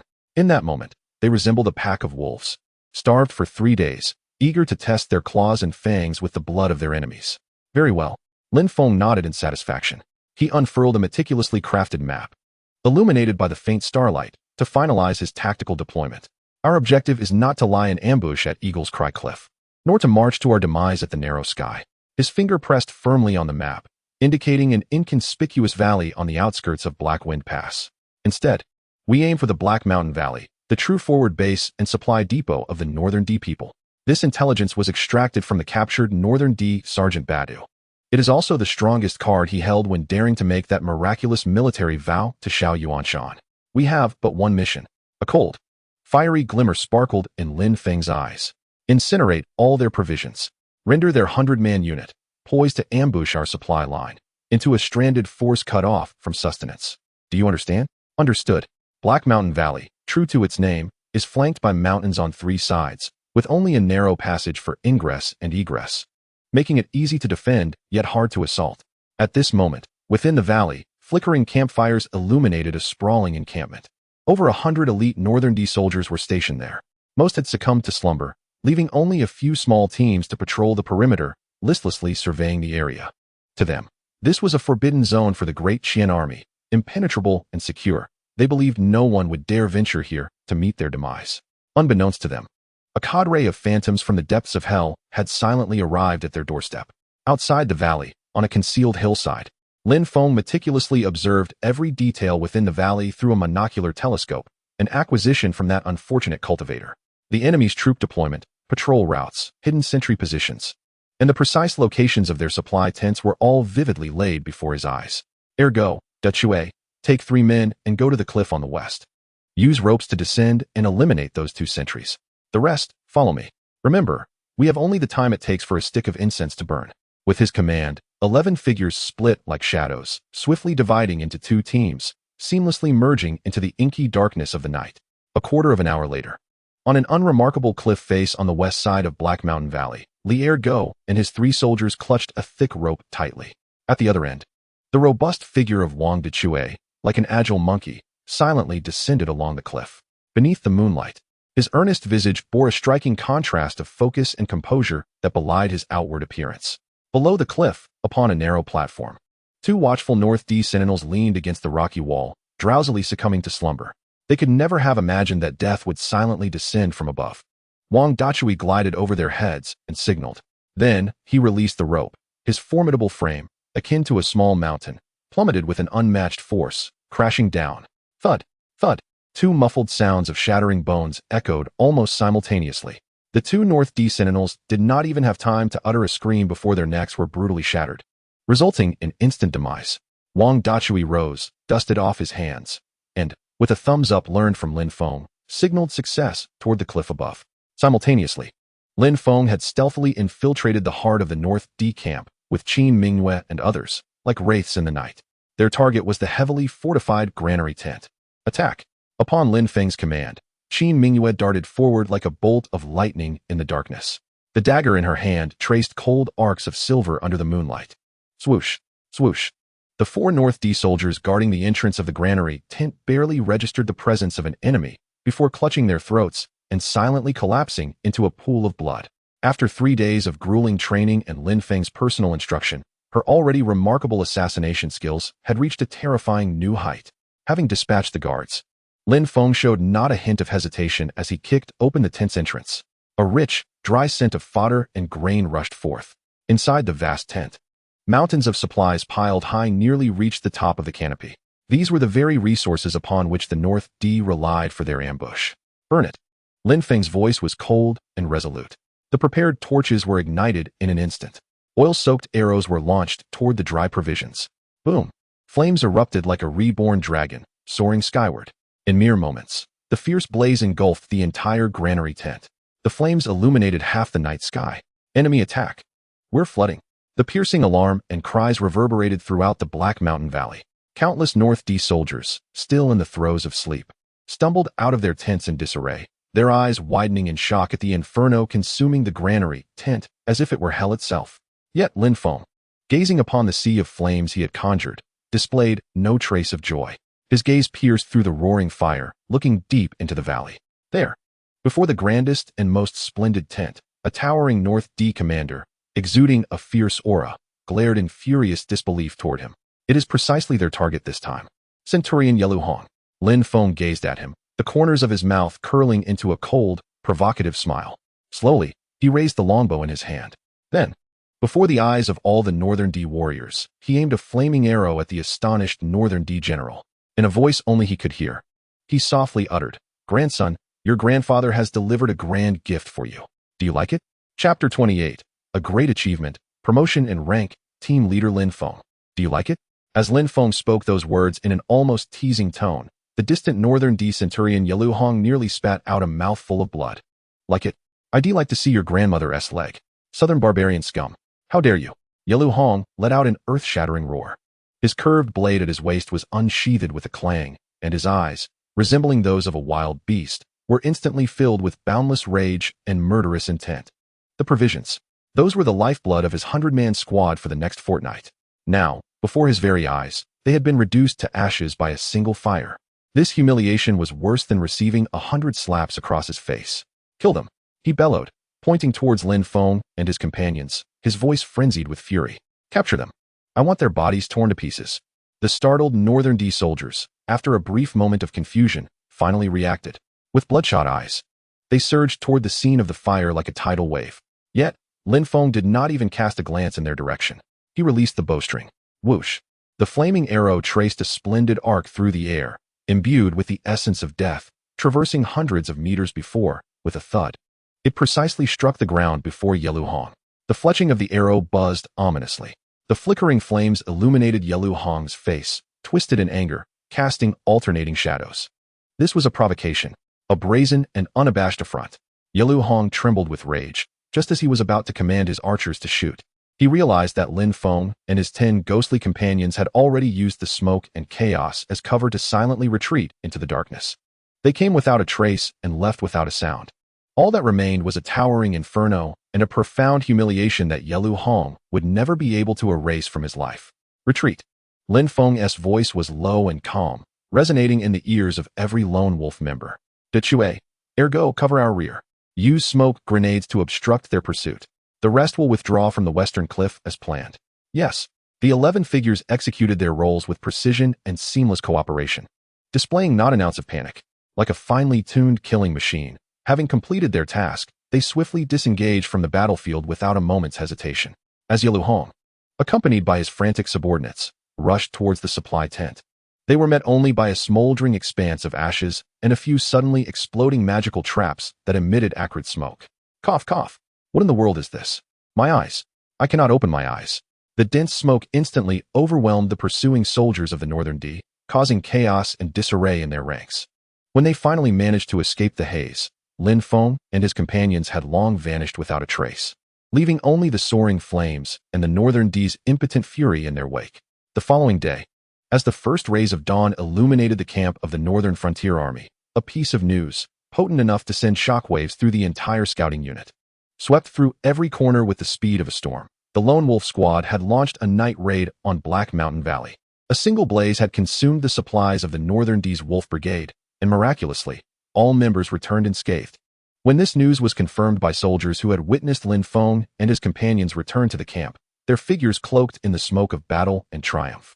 The entire scouting unit erupted in fervor. By the heavens, is this true? Did they actually succeed?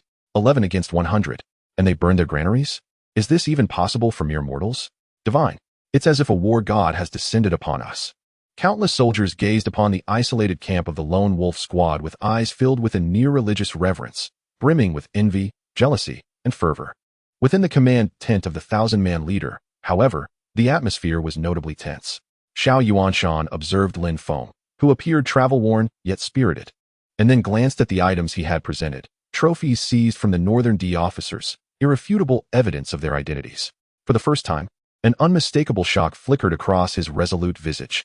He had considered the possibility of Lin Feng's success, yet he could hardly have imagined that Lin Feng would accomplish this seemingly insurmountable task with such flawless artistry.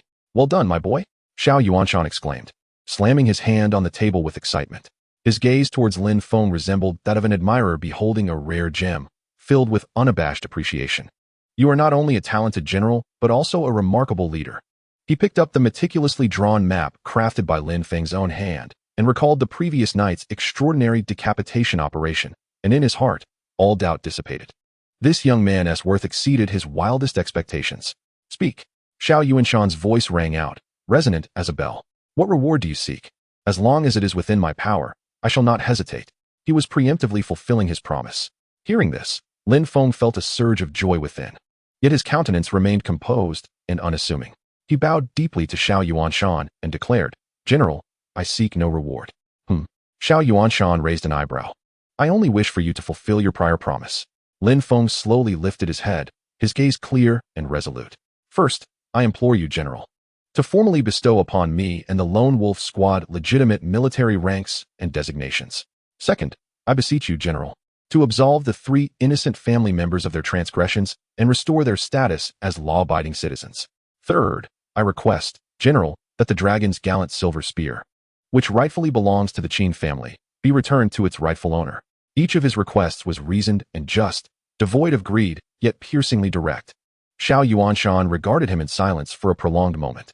Then, suddenly, he erupted into hearty laughter, resounding with genuine admiration and satisfaction. Splendid. What a commendable man.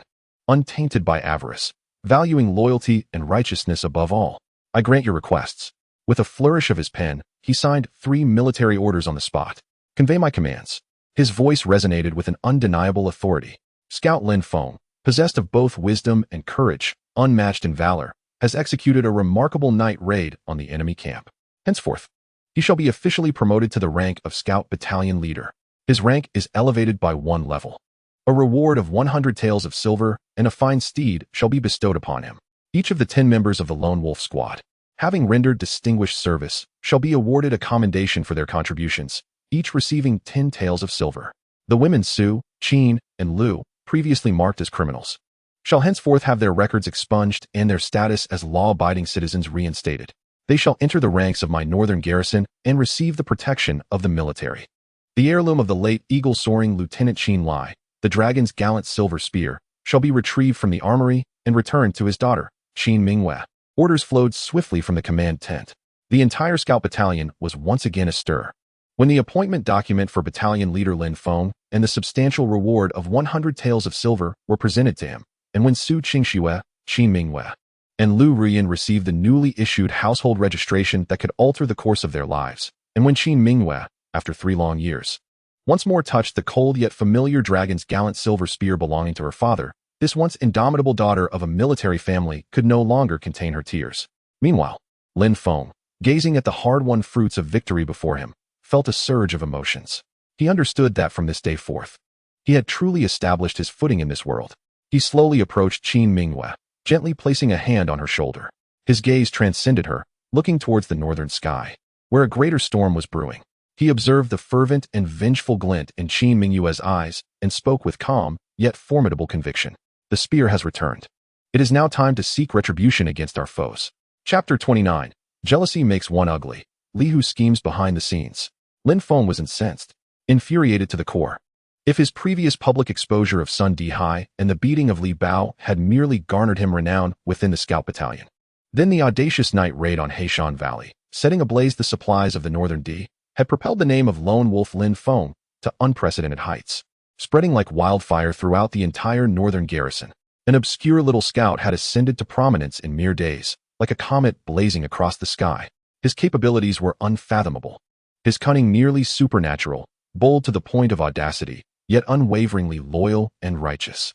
Countless legends encircle him, woven into various astonishing versions. Yet, the man himself, Lin Feng, remains utterly indifferent. He declines all congratulations and the overtures of those seeking to attach themselves to him, retreating once more with his lone wolf squad into their exclusive camp nestled in the rear mountains. For him, it is still too early for celebration. Although the lone wolf squad has achieved initial victory, they remain, at heart, a band of novices recently liberated from the realm of incompetence. The adversaries they are about to confront are the true elite of the Northern D, alongside the shadowy figure within the Northern Town Army, the orchestrator of Qin Lai's demise, who still roams free. Therefore, relentless training must continue. With an intensity more severe and extreme than before, they must press on. Consequently, in the ensuing days, the rear mountains once again transformed into a hellish battleground. However, this time, the cries of anguish were diminished. Instead, the air was filled with the fierce and battle-hungry roars of the lone wolf squad. Meanwhile, within a dimly lit barack of the Northern Town Army, the atmosphere was stiflingly oppressive. Li Hu's countenance was more ghastly than that of a man mourning his father's death. He clenched his fists tightly, the veins on his hands bulging, and his eyes, brimming with resentment, burned with a frenzied jealousy. How could he have been promoted to team leader? He ground his teeth, forcing the words through clenched jaws, his voice resembling that of a wounded beast howling in pain. Why him? That worthless wretch. How could he? He was unable to comprehend it. Just days ago, the very same worthless individual, whom he had trampled underfoot and bullied at will, had suddenly ascended to a position equal to his own. Moreover, his reputation soared far beyond Li Hu's. Now, within the entire scout camp, who still remembered who Li Hu was, all mouths spoke only of that accursed lone wolf, Lin Feng. Bang! He slammed his fist down with a resounding crash upon the table before him, the motion aggravating the wound on his wrist, causing him to grimace in pain, his expression growing increasingly hideous. Brother, is this how it ends? He glanced sideways at Li Bao, whose face was swathed in thick bandages, revealing only his eyes, his voice heavy with indignation. Are we to merely stand by and watch him lord over us? Li Bao remained silent. He merely sipped his drink, his face darkened, drowning his sorrows in one cup after another. His injuries were far more severe than those of Li Hu. They were not merely physical, but a profound humiliation to his dignity. As the commander of the scout camp, he had been publicly humiliated and beaten like a mangy dog by an inconspicuous youth. How could he ever maintain his standing in the military after this? Give up? Slowly. He raised his head, the eyes peeking through the bandage glinting with a snake-like, frigid light. How could it possibly end like this? He gradually stood, moving towards the window to gaze at the brightly lit lone wolf camp in the distance, his voice turning hoarse and eerie. He is currently riding high, protected by that old fox, Xiao Yuanshan. We cannot touch him. So what do we do now? Li Hu's anxiety peaked. Being unable to touch him does not mean we cannot reach those around him. The corners of Li Bao's mouth curled into a cruel arc. I have heard that his 3 wives resemble celestial beings. Upon hearing this, Li Hu's eyes instantly sparkled with intrigue. Brother, are you implying? Humph. Li Bao scoffed coldly. A man's greatest vulnerability lies in his women, especially someone like Lin Feng, who fancies himself a romantic. He slowly turned to face his younger brother, his icy gaze flickering with venomous schemes. I've heard that Colonel Ma Chaochuan seems particularly interested in the daughter of Qin Lai. At the Lone Wolf camp, the lights shone brightly. After a day of grueling training, the Lone Wolf team members gathered around a large pot, heartily devouring meat and drinking soup. The atmosphere lively and exuberant. Meanwhile, in another barack, Lin Feng furrowed his brow. Before him lay 3 items. One was the fresh bandage that Su Qingxue had just applied to his grievous wound. The second was a series of potential movements of the Northern D people, deduced by Lu Rian based on current intelligence. And the last was a long spear recently retrieved by Qin Mingyue from the armory. The dragon gallbladder silver spear, measuring over 13 feet in length. It was crafted from an unknown silver metal, with a lifelike dragon coiling around its shaft. The spear tip gleamed ominously in the light, radiating an aura of dominance that seemed to challenge the very heavens. What a magnificent weapon! Lin Feng couldn't help but exclaim. Yet, as Qin Mingyue caressed the cold spear, a hint of despondency flickered in her beautiful phoenix eyes. I cannot wield it. Why not? It is too heavy. She replied with a bitter smile, shaking her head.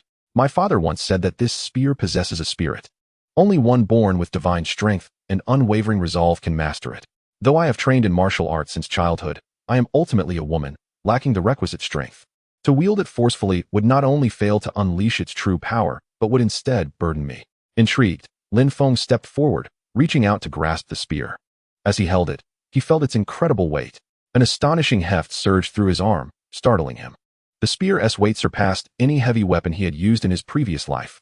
However, he was no longer the naive youth of Wu. With the dual enhancements of the metallic body and Conqueror's valor, his strength had reached a terrifying apex. Taking a deep breath, he summoned his might. The weapon, which felt like a mountain in Qin Mingyue's hands, he effortlessly lifted with one hand. Qin Mingyue's eyes widened in disbelief. With a flick of his wrist, Lin Feng spun the spear, creating a beautiful flourish. A humming sound resonated as the spear tip sliced through the air, producing a melody reminiscent of a dragon's roar. An intangible, sharp intent emanated throughout the barack. Qin Mingyue gazed at the man standing with the spear, exuding an air of grandeur. For a moment, she found herself entranced, as if she were witnessing her father, who had once wielded this very spear, commanding respect amidst the throngs of battle. And just at that moment outside the barracks, a sudden flurry of hurried footsteps echoed. Captain Lin, Captain Lin, a lone wolf team member, visibly agitated, rushed in. Something has happened. Lin Feng furrowed his brow sharply. What is it? It's Li Ergu. The team member gasped, his breath uneven, urgency lacing his words. He stepped out for a moment and hasn't returned. We found this at the spot where he went missing. As he spoke, he revealed his palm, where lay a uniquely shaped wolf head token belonging to the Northern D people. Beneath the token was a small note. Lin Feng picked up the note and unfolded it. Scrawled in crooked Chinese characters was a line drenched in provocation. Want your man? At the 3rd watch tonight, Black Wind Pass, Eagle-S Cry Cliff. One person come. Those simple 4 words, stained with blood, exuded an unabashed, arrogant intent to kill. The atmosphere within the barracks plummeted to a freezing point. It is the Northern D. Qin Mingyue's expression transformed into one of grave seriousness. She examined the wolf head token, turning it over in her hands, and stated solemnly, "This is the standard token of the Songlong 100-man team of the Northern D. How dare they infiltrate our camp to abduct someone?" Her voice was filled with disbelief. This is an utter humiliation. No, it is not the Northern D. Just as everyone assumed this was a retaliatory action by the Northern D, a cool, yet unwavering voice slowly emerged. It was Lu Rian. She had approached Lin Feng without anyone noticing, her clear, water-like almond eyes gazing calmly at the blood-stained note. Why? Qin Mingyue asked, perplexed. Because it is too deliberate. Lu Rian extended her slender finger, tapping the note, her tone calm, yet imbued with an insight that pierced the heart. Look at the characters. Though they are written in a clumsy hand, as if by someone unfamiliar with Chinese, the strokes are steady and powerful, striking deep.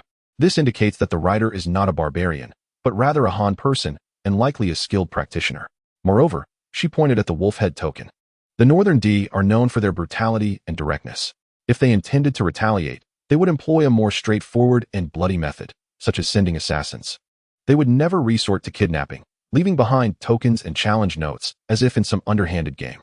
The crux of the matter, Lu Ruyan lifted her gaze, her eyes sparkling with wisdom as she regarded Lin Feng, slowly articulating her conclusion. They understand you all too well. They know you are loyal and would never abandon your subordinates. Thus, they are certain you will come alone to meet them. They are also aware of your formidable strength, which is why they chose to lay their ambush at the treacherous Eagle-S Cry Cliff, seeking to limit your capabilities to the greatest extent. This is far from a hasty act of vengeance. Rather, it is a meticulously orchestrated plot against you.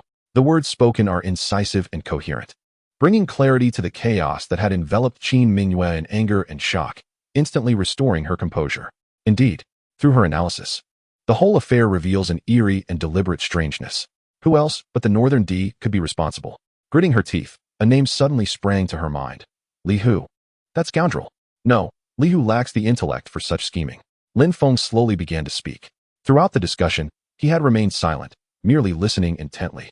He observed his strategist wife as she, with a mind akin to a supercomputer, unraveled the threads of the conspiracy, presenting the entire scheme clearly to everyone. His eyes shimmered with unabashed admiration and pride. Li Hu is merely a rabid dog. Lin Feng gently crumpled the note into a ball, his voice as cold as ice. The true mastermind, the one who wields the intellect to devise such plots, is the venomous serpent lurking behind him. He gradually lifted his gaze to the one he had consistently overlooked, the true adversary, Ma Chaochuan. Indeed, this is a trap, a deadly scheme orchestrated by Ma Chaochuan from the shadows, with Li Hu executing it overtly against Lin Feng. They initially employed Li Hu to harass and provoke his 3 wives, who were enslaved by their past sins. Should he endure, they could incrementally test his limits, ultimately achieving their nefarious aims. But should he refuse to tolerate their provocations, even better, knowing his temperament, he would undoubtedly confront Li Hu directly. The moment he resorts to violence, he would fall into their snare. They could seamlessly exploit Li Ergo as an insider, setting a trap for his abduction, compelling him to confront them alone. A clever ploy indeed. Alas, they miscalculated in one critical aspect. They believed Li Ergo was in their employ, unaware that from the moment Li Ergo chose to stand behind him on the battlefield, this opportunistic turncoat had already changed allegiances. Half an hour prior, at a secluded corner of the lone wolf camp, Li Ergo stood before Lin Feng, bowing and scraping, his face etched with flattery and fear. "Captain, you called for me." "Li Ergo," Lin Feng said, patting him on the shoulder, smiling like a benevolent wolf. "How has your training been of late?" "Thanks to your guidance, I feel my strength has improved considerably," Li Ergo quickly replied. "That is good." Lin Feng nodded in satisfaction, then shifted the topic. "I heard you have been getting quite close to Li Hu lately?" Li Ergo's body stiffened suddenly. He fell to his knees with a thud, his head bowing repeatedly as if pounding garlic, his voice trembling with a hint of tears. "Captain, spare me. Please spare me. It's Li Hu who is coercing me. He said if I do not assist him, he will break my legs." "Oh, what did he ask you to do?" Lin Feng inquired with keen interest. "He presented me with a token and a note, urging me to seize the opportunity to feign disappearance, leaving behind these items, like a bamboo tube pouring out beans." Li Ergo divulged all his plans. Lin Feng listened quietly, his expression unwavering. Only after Li Ergo had finished did he slowly assist him to his feet. "Ergo, you are a clever man," he remarked in a flat tone. "A wise man should understand how to choose." He gazed at Li Ergo, his profound eyes shimmering with a light that sent a shiver through Ergo's heart. "Now, I offer you a choice, to continue as a dog, perpetually at the mercy of its master, or to walk with me as a dignified human being." Li Ergo trembled violently. He looked at this man, akin to a deity or demon, and felt no trace of hesitation. He fell to his knees once more, this time devoid of fear, replaced by a resolute determination to wager everything. "I am willing to follow the leader, to brave fire and water, unafraid of death." Lin Feng observed the 3 women within the room, rendered speechless by the tumultuous drama unfolding before them, and a sly smile crept across his face. "This is not a trap set for me. It is a meticulously prepared stage for their counterattack." He rose slowly, resting the cold, gleaming silver spear upon his shoulder. The spear's chilling glint reflected the murderous intent in his eyes. He turned to Qin Mingyue, whose phoenix-like eyes trembled with excitement and hatred, and spoke with a calm yet powerful voice. "Do you wish to witness a splendid performance?" Qin Mingyue's breath quickened, Her fists clenched tightly as she nodded emphatically. Very well, Lin Feng replied, a cruel curve forming at the corners of his mouth. He pivoted and strode purposefully toward the door. Then follow closely behind. Keep your eyes wide open. And watch how I lead your enemy step by step into the grave they have so carefully excavated for themselves. Chapter 31. My wife is a divine doctor, healing the wounded and winning hearts. As Lin Feng and Qin Mingyue vanished into the night like two specters at the camp's entrance, the atmosphere inside the barracks remained taut with tension. Will they truly be safe? Lu Rian gazed anxiously at the empty doorway, her small face etched with lingering worry. The flicker of hope that had briefly ignited in her almond-shaped eyes was now shrouded by a heavy gloom. Though she had devised a seemingly perfect plot, it remained but a theoretical construct on paper. The reality of the battlefield was ever-changing, fraught with countless unpredictable dangers. Rest assured, came the reassuring voice of Su Qingxue, who approached Lu Ruyan and gently clasped her icy hand. Her tone was soft, yet imbued with strength. You must have faith in him. Lu Ruyan nodded. Yet the furrow in her brow remained unrelaxed.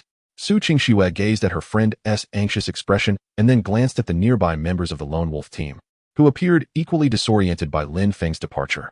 A soft sigh escaped her lips. She understood that Lin Feng was the absolute core and soul of their small group.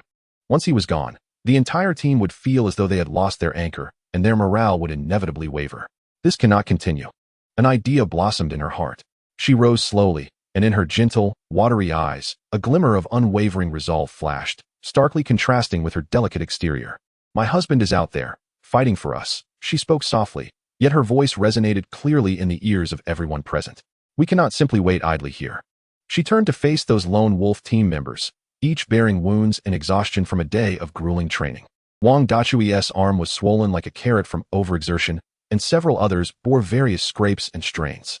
These were tough men. They gritted their teeth, enduring the pain without uttering a word of complaint.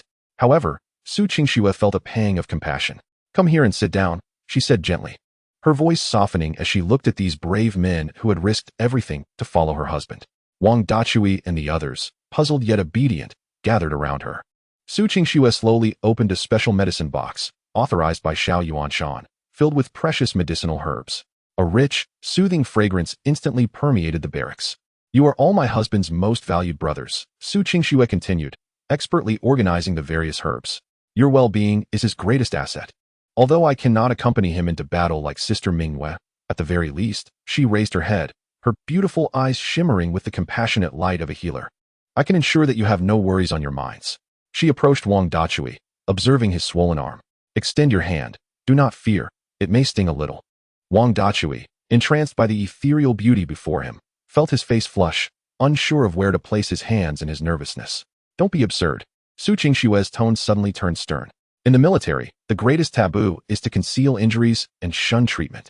Neglecting minor wounds can lead to major afflictions, affecting not only your own combat effectiveness, but also burdening the entire team.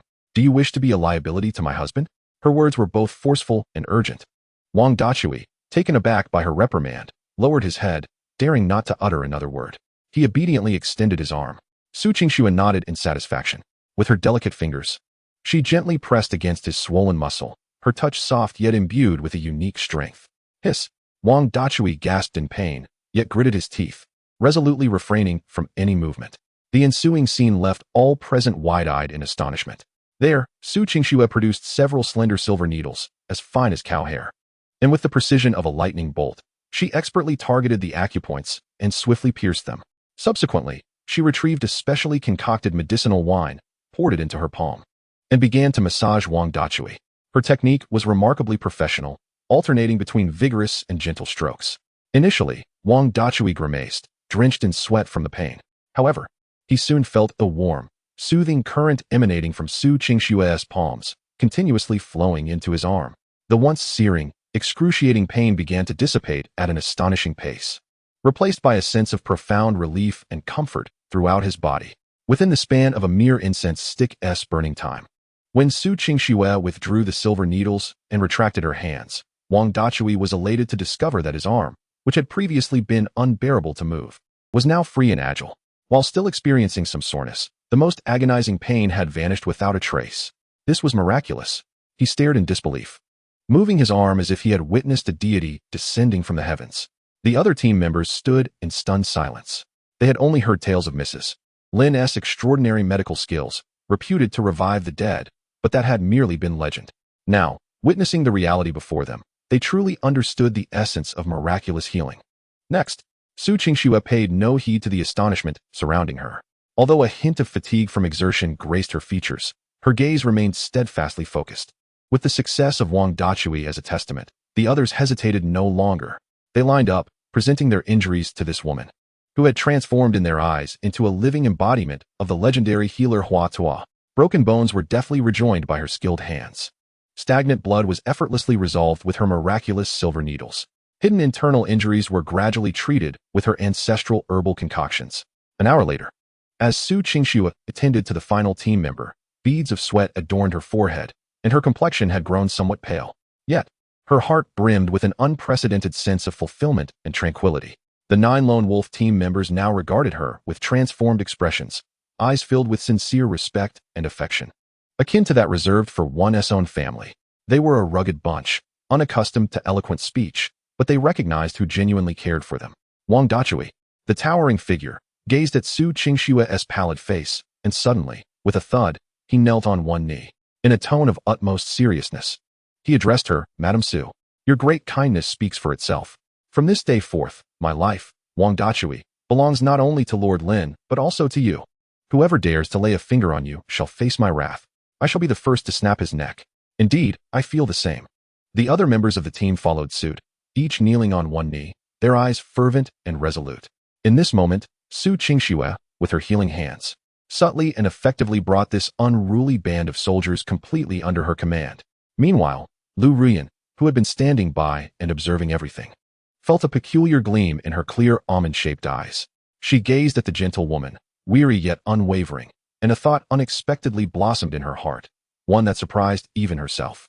Perhaps, beside this man, they, the so-called weaker women, could also possess their own battlefield? She slowly approached Su Qingxue, steadying her slightly swaying form. Her gaze turned towards the profound darkness outside the barracks, filled with the unknown. A confident smile, reminiscent of Lin Feng, graced her lips. Looking at the touched Su Qingxue, she softly spoke in a tone meant only for the two of them. Sister, you shall ensure they have no worries behind them, while I shall guarantee they never lose their way. Chapter 32. The grudge of my moonlit wife is not forgotten. I shall repay it with interest. The night deepened. At Haifengku, atop Eagle's Cry Cliff, the chilling wind howled like a ghostly wail. Several bonfires flickered at the cliff's edge, casting fluctuating shadows upon a dozen figures nearby. Li Hu paced anxiously at the precipice, his severed wrist aching dully, but what troubled him more was the prey that had yet to appear. Damn it, that fellow isn't scared, is he? He spat in irritation, addressing a similarly anxious man beside him. This man, tall and proud, donned armor far superior to that of ordinary soldiers. He was Ma Chaochuan, the one Li Bao had mentioned as having an interest in Qin Mingwei. What's the rush? Ma Chaochuan shot him a glance, his voice cold and arrogant. My trap is flawless, no matter how formidable Lin Feng may be. He is merely a brave yet foolish man. For the sake of his subordinate, he will undoubtedly come. His confidence radiated. In his view, this bait-and-trap strategy was nothing short of genius. As long as Lin Feng dares to appear, he will be met with the net I have meticulously woven atop Eagle's Cry Cliff. Not only has he brought with him the most elite of his soldiers, but he has also surrounded the cliff with archers. When the moment arrives, as soon as Lin Feng shows his face, a volley of arrows will rain down. No matter his extraordinary abilities, he shall be turned into a pincushion. The officer is wise. Li Hu promptly praised, though a flicker of barely concealed disdain crossed his eyes. Flawless? You don't even realize that the informant you relied upon as bait has already betrayed you. Yet here you are, brimming with arrogance? Were it not for the promise you made to reward me with that Qin Mingwa to play with for a few days, I would not deign to engage in idle banter with a fool such as yourself, standing here and drinking in the bitter winds. Just as both parties harbored their own ulterior motives, a sudden sound of delicate footsteps echoed from the solitary path below the cliff. They have arrived. Instantly, all nerves were taut. A cruel and triumphant smile crept across Ma Chaochuan's face as he signaled the archers around him to prepare. Soon, a solitary figure emerged into view. The individual bore a long spear that shimmered with a silvery glow under the moonlight, exuding an undeniable aura of power. It was Lin Feng. Lin Feng, you truly dare to come. Li Hu was the first to leap forth, pointing an accusatory finger at Lin Feng, exclaiming arrogantly, today marks your demise. Lin Feng paid him no heed. His gaze transcended this petty clown and landed squarely upon the haughty Due, Ma Chaochuan. His eyes were calm, disturbingly so, as though he were gazing upon a corpse. What of Li Ergu? He inquired nonchalantly. That blind subordinate of yours has already been fed to the dogs. Li Hu sneered maliciously, attempting to provoke Lin Feng. Is that so? A hint of amusement flickered across Lin Feng's face. What a pity, then. His response utterly confounded Ma Chaochuan, who had anticipated a fit of rage from Lin Feng upon learning of his subordinate's grim fate. Instead, the man before him remained unervingly composed. Lin Feng, I concede that you possess great strength. Ma Chaochuan stepped forward, adopting the posture of a victor, looking down upon Lin Feng. But alas, you are foolish. To come here alone, all for a trivial pawn. Foolish? Lin Feng chuckled, slowly planting the heavy Long Dan Liang spear into the ground before him with a resonant thud. I would argue that the foolish ones are you, to talk bravely when death is imminent. Ma Chaochuan's expression darkened. Release the arrows. At his command, the ambushed archers, concealed around the cliff, unleashed a torrent of arrows. The rain of arrows descended like a swarm of locusts, whistling through the air from all directions, sealing every escape route for Lin Feng. This was a certain kill. A sinister and gleeful smile spread across Li Hu's face as he envisioned Lin Feng being riddled with arrows, meeting a gruesome end on the spot. However, in the next moment, the smile on his face froze entirely. Amidst the tempest of arrows, Lin Feng's figure suddenly moved. His speed was breathtakingly swift. He did not even attempt to retrieve the spear planted in the ground. Instead, he maneuvered with an astonishing agility, weaving through the impenetrable rain of arrows. His body at times floated like a ghost, at others, moved with the grace of a monkey. Each lethal arrow narrowly grazed past him, missing by mere inches. This is impossible. Ma Chaochuan's eyes nearly bulged from their sockets. He could hardly believe that someone could evade such a torrential downpour of arrows using nothing but their corporeal form. Was this truly a human being? Just as everyone was in awe of Lin Feng's extraordinary agility, an unforeseen turn of events transpired. A sudden cry of alarm reverberated through the air, an enemy attack. Piercing screams erupted from the thickets and rocks where the archers lay in ambush. Ma Chaochuan and Li Hu turned abruptly, only to witness dark figures materializing like phantoms behind the archers. The daggers they wielded traced deadly arcs under the moonlight. With swift precision, blood gushed forth. Those archers, who had previously held an overwhelming advantage, were rendered powerless against these sudden apparitions, akin to lambs awaiting slaughter. In the blink of an eye, they were mercilessly annihilated. Lonely wolves, Li Hu exclaimed, aghast at the sight of those familiar yet alien figures that seemed to have crawled from the depths of hell. He could not comprehend how Lin Feng, who had ostensibly come alone, could have brought such silent reinforcements. Meanwhile, Ma Chaochuan, confronted with this astonishing reversal, found his mind blank. It dawned on him that he had been outmaneuvered. He had unwittingly fallen into the meticulously crafted trap of his adversary. Retreat! Quick, retreat! He screamed in terror, turning to flee without a second thought. Yet, it was too late. A lithe figure, brimming with unquenchable hatred, had appeared behind him like a specter. Qin Mingyue. She bore no weapon, but the flames of vengeance burning in her phoenix-like eyes were sharper than any blade. Ma Chaochuan. She spat through clenched teeth, uttering the name that haunted her dreams, the name she longed to rend flesh from and strip skin from. How did my father die 3 years ago? Ma Chaochuan's body stiffened. Slowly, he turned to face the daughter of an old acquaintance, a mixture of respect and fear etched across his features, revealing a smile more grotesque than tears. Ah, it is you, my dear Mingyue. At that moment, Lin Feng stepped forward, removing the dragon's lance, a weapon that had been thrust into the ground, and presented it to Qin Mingyue. His tone was unassuming. Mingyue, your enemy stands before you. Now this weapon, which rightfully belongs to the Qin family, is returned to its rightful owner. I ask you one thing. The deed you could not accomplish 3 years ago, do you dare to reclaim it with your own hands today? Chapter 33. The Favor of Great Figures. General Zhao's unusual gaze upon me. The night wind grew colder. At the summit of Eagle-S Cry Cliff, the stench of blood mingled with the biting cold, an unbearable assault on the senses. Ma Chaochuan collapsed to the ground, as if all his bones had been extracted.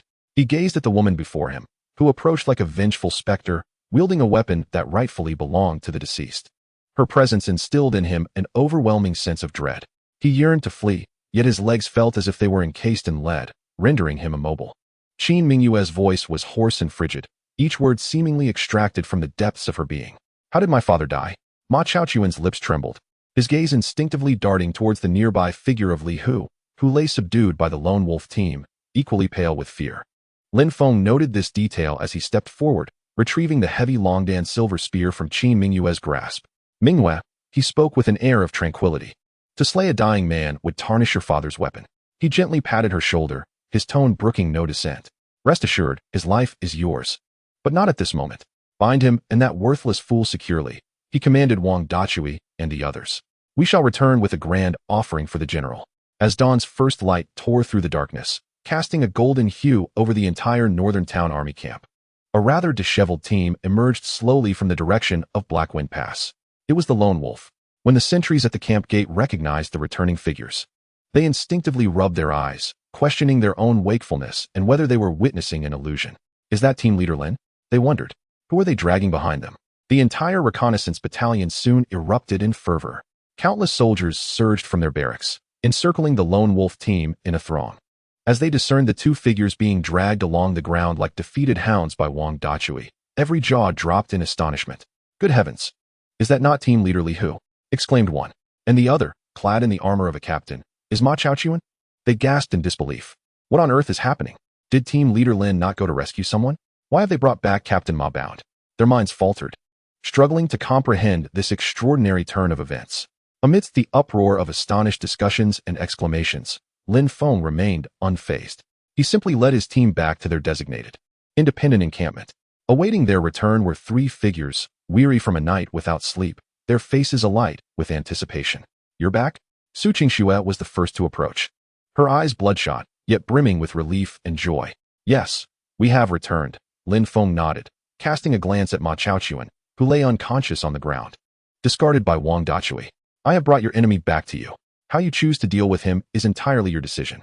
With that, he turned away, stepping into the barracks. He needed a moment to rest. Just as he settled down, barely having the chance to sip some water, a solemn messenger appeared at the doorway. Team leader Lin. The messenger, with utmost respect, saluted Lin Feng, his eyes reflecting a profound sense of reverence. The esteemed captain of the 1,000 has issued a command for you to proceed to the command tent at once for a discussion. The moment that was destined to arrive had finally come. A knowing smile graced Lin Feng's lips as he rose, adjusting his blood-stained and smoke-sullied attire. Under the complex gaze of his peers, laden with both concern and anticipation, he strode purposefully towards the tent that symbolized the pinnacle of authority within the scout camp. Inside the tent, the atmosphere was as heavy as iron. Xiao Yuanshan, clad in imposing black iron armor, stood solemnly before a sand table, his face as inscrutable as still water, emanating an aura of unspoken authority. Beside him stood an unexpected figure. Chun Bogan was the hunched and murky visage from the kitchen. He now wore a pristine scout's leather armor. Though one leg was amputated and he leaned on a cane, his upright posture and eyes, sharp and calm like those of an old wolf, radiated the iron will and weary wisdom of a seasoned veteran. Commander Lin Feng, I pay my respects to the general. Lin Feng entered the tent, bowing with neither subservience nor arrogance. Xiao Yuanshan remained silent, slowly turning to scrutinize Lin Feng with an expression fraught with complexity, a gaze that weighed heavily upon him, akin to a mountain. Had it been another individual, they might have succumbed to the invisible pressure, gasping for breath. Yet Lin Feng retained his composure, meeting the general's eyes with tranquil fortitude.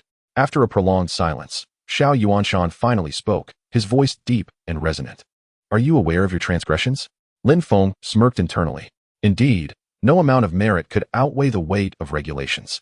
I acknowledge my fault, he stated plainly, without defense. Oh, Xiao Yuanshan appeared somewhat taken aback. Then enlighten me as to the nature of your wrongdoing. My transgression lies in disregarding military discipline and acting independently. Lin Feng raised his gaze, his eyes clear and unwavering. When on the field, a commander's orders may be disregarded. Moreover, I am not even a commander. Hence I am naturally unrestrained. His words were meticulously crafted, simultaneously admitting his breach of discipline while articulating the rationale behind his actions. A flicker of barely perceptible amusement crossed Xiao Yuanshan's eyes. What a bold declaration. This lad not only possesses audacity, but also quick wit. How clever. He snorted softly, though his tone had noticeably softened. And what of Ma Chaochuan? As a deputy, by what right did you bind him? In response to the general, Lin Feng retrieved a black memory stone and a meticulously drawn counterattack map from his robe. This object, known as the memory stone, can record sound and images. It contains evidence of Deputy Ma Chaochuan colluding with team leader Li Hu, plotting to harm me. The map in question was meticulously redrawn by me, based on the spurious intelligence provided by the Northern D, along with some unique methodologies, presenting the most accurate topographical representation of the Black Wind Pass area. I dare to speculate that Ma Chaochuan's intention to eliminate me stems not solely from personal enmity, but also because Lin Feng's gaze had suddenly sharpened. He is the very traitor who, 3 years ago, conspired with the Northern D, leading to the demise of Captain Qin and selling out the secrets of the Eagle's Cry Cliff Passage. Upon hearing this revelation, even the usually composed Chun Bo could not suppress the tightening grip of his hand on the cane. Xiao Yuanshan observed Lin Feng in silence, his sharp eyes roiling with a tempest of emotions. After a prolonged moment, he slowly nodded. You are not mistaken. He picked up the map and the memory stone, examining them closely. The more he scrutinized, the deeper his admiration grew. Well done, young man, he exclaimed, unable to restrain his praise. Not only do you possess the courage of 1,000 men, but you also exhibit the talent to shape the heavens and earth. If Qin Lai were to gaze down from the heavens and witness his daughter with a husband like you, he would surely find peace. As he uttered the word husband, his expression shifted subtly. It was no longer that of a superior assessing a subordinate, nor a senior observing a junior. Instead, his eyes brimmed with admiration and awe, infused with a sentiment akin to that of a father-in-law gazing upon a remarkably satisfying future son-in-law. Lin Feng felt a shiver run down his spine under the intensity of the old man's penetrating gaze. What was happening? Could it be that this old fellow at that moment? Xiao Yuanshan spoke, his voice imbued with undeniable authority. Lin Feng, heed my command. Present. The Ma Chaochuan case is of great magnitude and far-reaching implications. I hereby formally appoint you as the chief adjudicator of this case and grant you the authority to act first and report later. I seek but one outcome. Xiao Yuanshan's sharp gaze glimmered with a cunning light, reminiscent of an old fox, instilling a sense of trepidation in Lin Feng. Follow the trail of Ma Chaochuan and unearth every parasite hidden within my northern garrison. It matters not who stands behind them, nor the magnitude of their rank. Chapter 34. When money is scarce, seek extra earnings in the black market. First act, then report.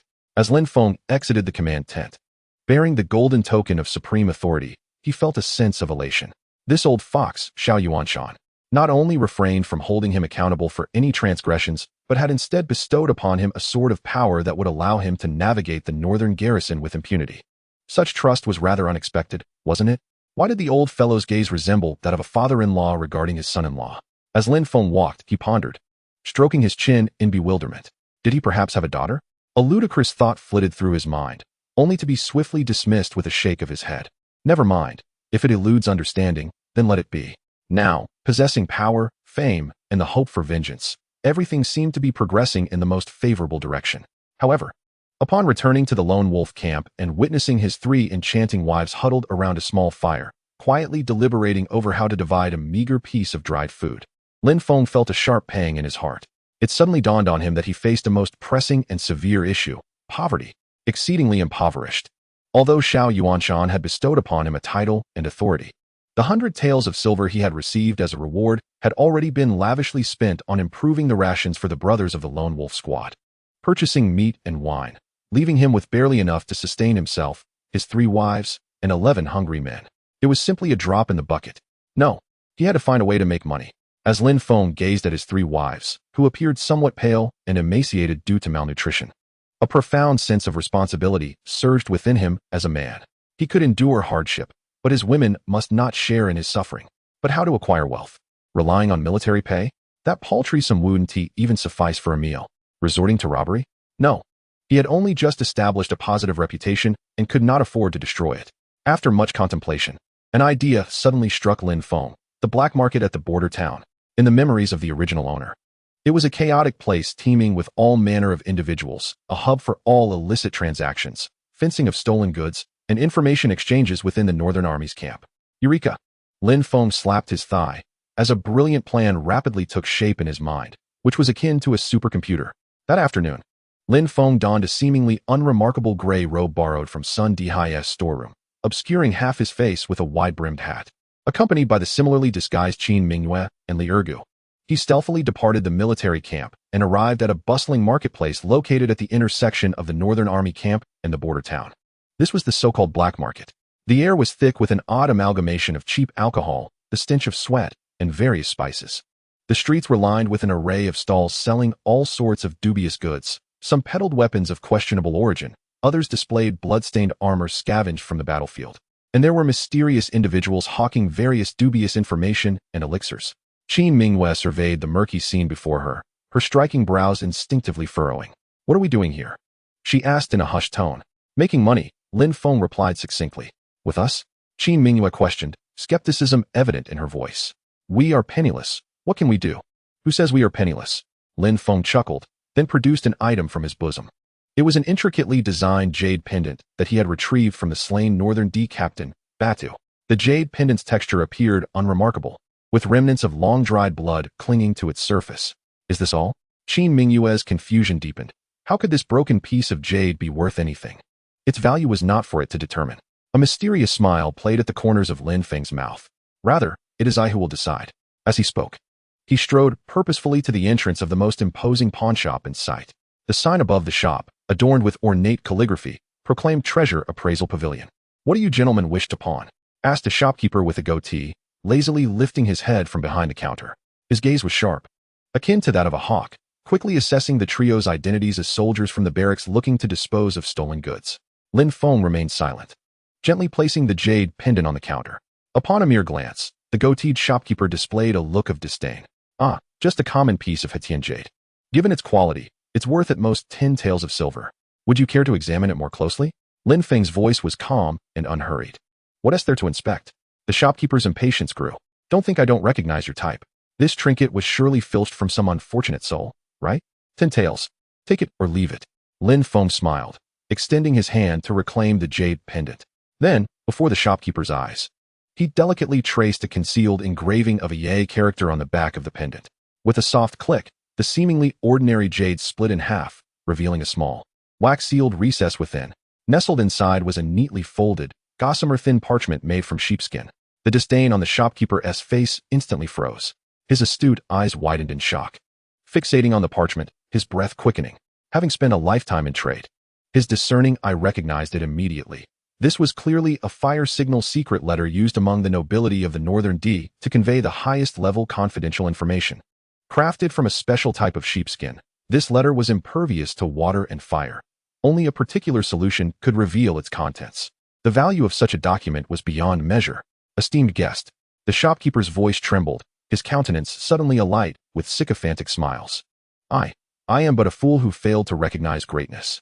This treasure of yours, our humble shop will gladly accept. Name your price." His gaze towards Lin Feng had irrevocably changed. No longer did he see a mere impoverished soldier, but rather a wealthy figure in possession of earth-shattering secrets. Meanwhile, Qin Mingyue and Li Ergu stood in stunned silence, utterly astounded. They could scarcely believe that this piece of jade they had dismissed as worthless concealed such a staggering secret. Observing Lin Feng's calm demeanor, as if he held everything in his grasp, stirred tumultuous waves within Qin Mingyue's heart once more. How did this man come to know? Lin Feng paid no attention to their astonishment. He gazed at the shopkeeper, whose greed had been thoroughly ignited, and slowly extended a finger. 100 taels? The shopkeeper with a goatee inquired tentatively. Lin Feng shook his head. 1,000 taels? The shopkeeper bit his lip, proposing an exorbitant price.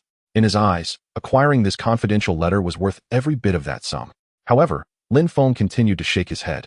He gradually retracted his hand, and, under the shopkeeper's bewildered and incredulous gaze, he placed the invaluable sheepskin parchment back into the jade pendant. With a click, the pendant returned to its original state. "I beg your pardon, shopkeeper," Lin Feng said, a playful smile gracing his lips. "I am not selling this. I merely displayed it to broaden your horizons." With that, he turned to leave. "Hey, guest, please wait." The shopkeeper grew anxious, rushing out from behind the counter to grasp Lin Feng's sleeve, his face a canvas of desperation. "The price is negotiable. How can I let such a fat piece of meat slip away?" Lin Feng halted, turning to face him, a sly smile illuminating his features. "You wish to buy?" I do, the shopkeeper exclaimed. "Very well," Lin Feng nodded, extending his hand. "However, I require 3 things in return." He looked at the astonished shopkeeper and slowly articulated his demands. "First, I want a 30% stake in your treasure appraisal hall. Second, I need you to assist me in locating an item. Third," a glint of icy resolve, sharp as a blade, flickered in Lin Feng's eyes. "I need you to help me eliminate someone." Chapter 35. This rubbish is a treasure? Do not deceive me, boss.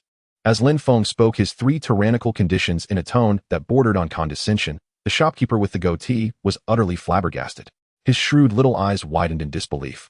and his mouth gaped open as if it could hold an egg, staring incredulously at the mysterious man before him, obscured by a wide-brimmed hat. He questioned whether he was experiencing an illusion.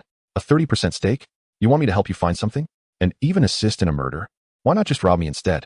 The shopkeeper's voice faltered, and the obsequious grin on his face became more ghastly than a frown. You jest, surely? Jest? Lin Feng chuckled, tossing the now unified jade pendant lightly in his hand, an action both graceful and laden with lethal threat. Do you truly think I am jesting? The shopkeeper stared at the pendant, which had become synonymous with immense wealth and peril, and swallowed hard, beads of cold sweat immediately forming on his forehead. He realized he had no choice.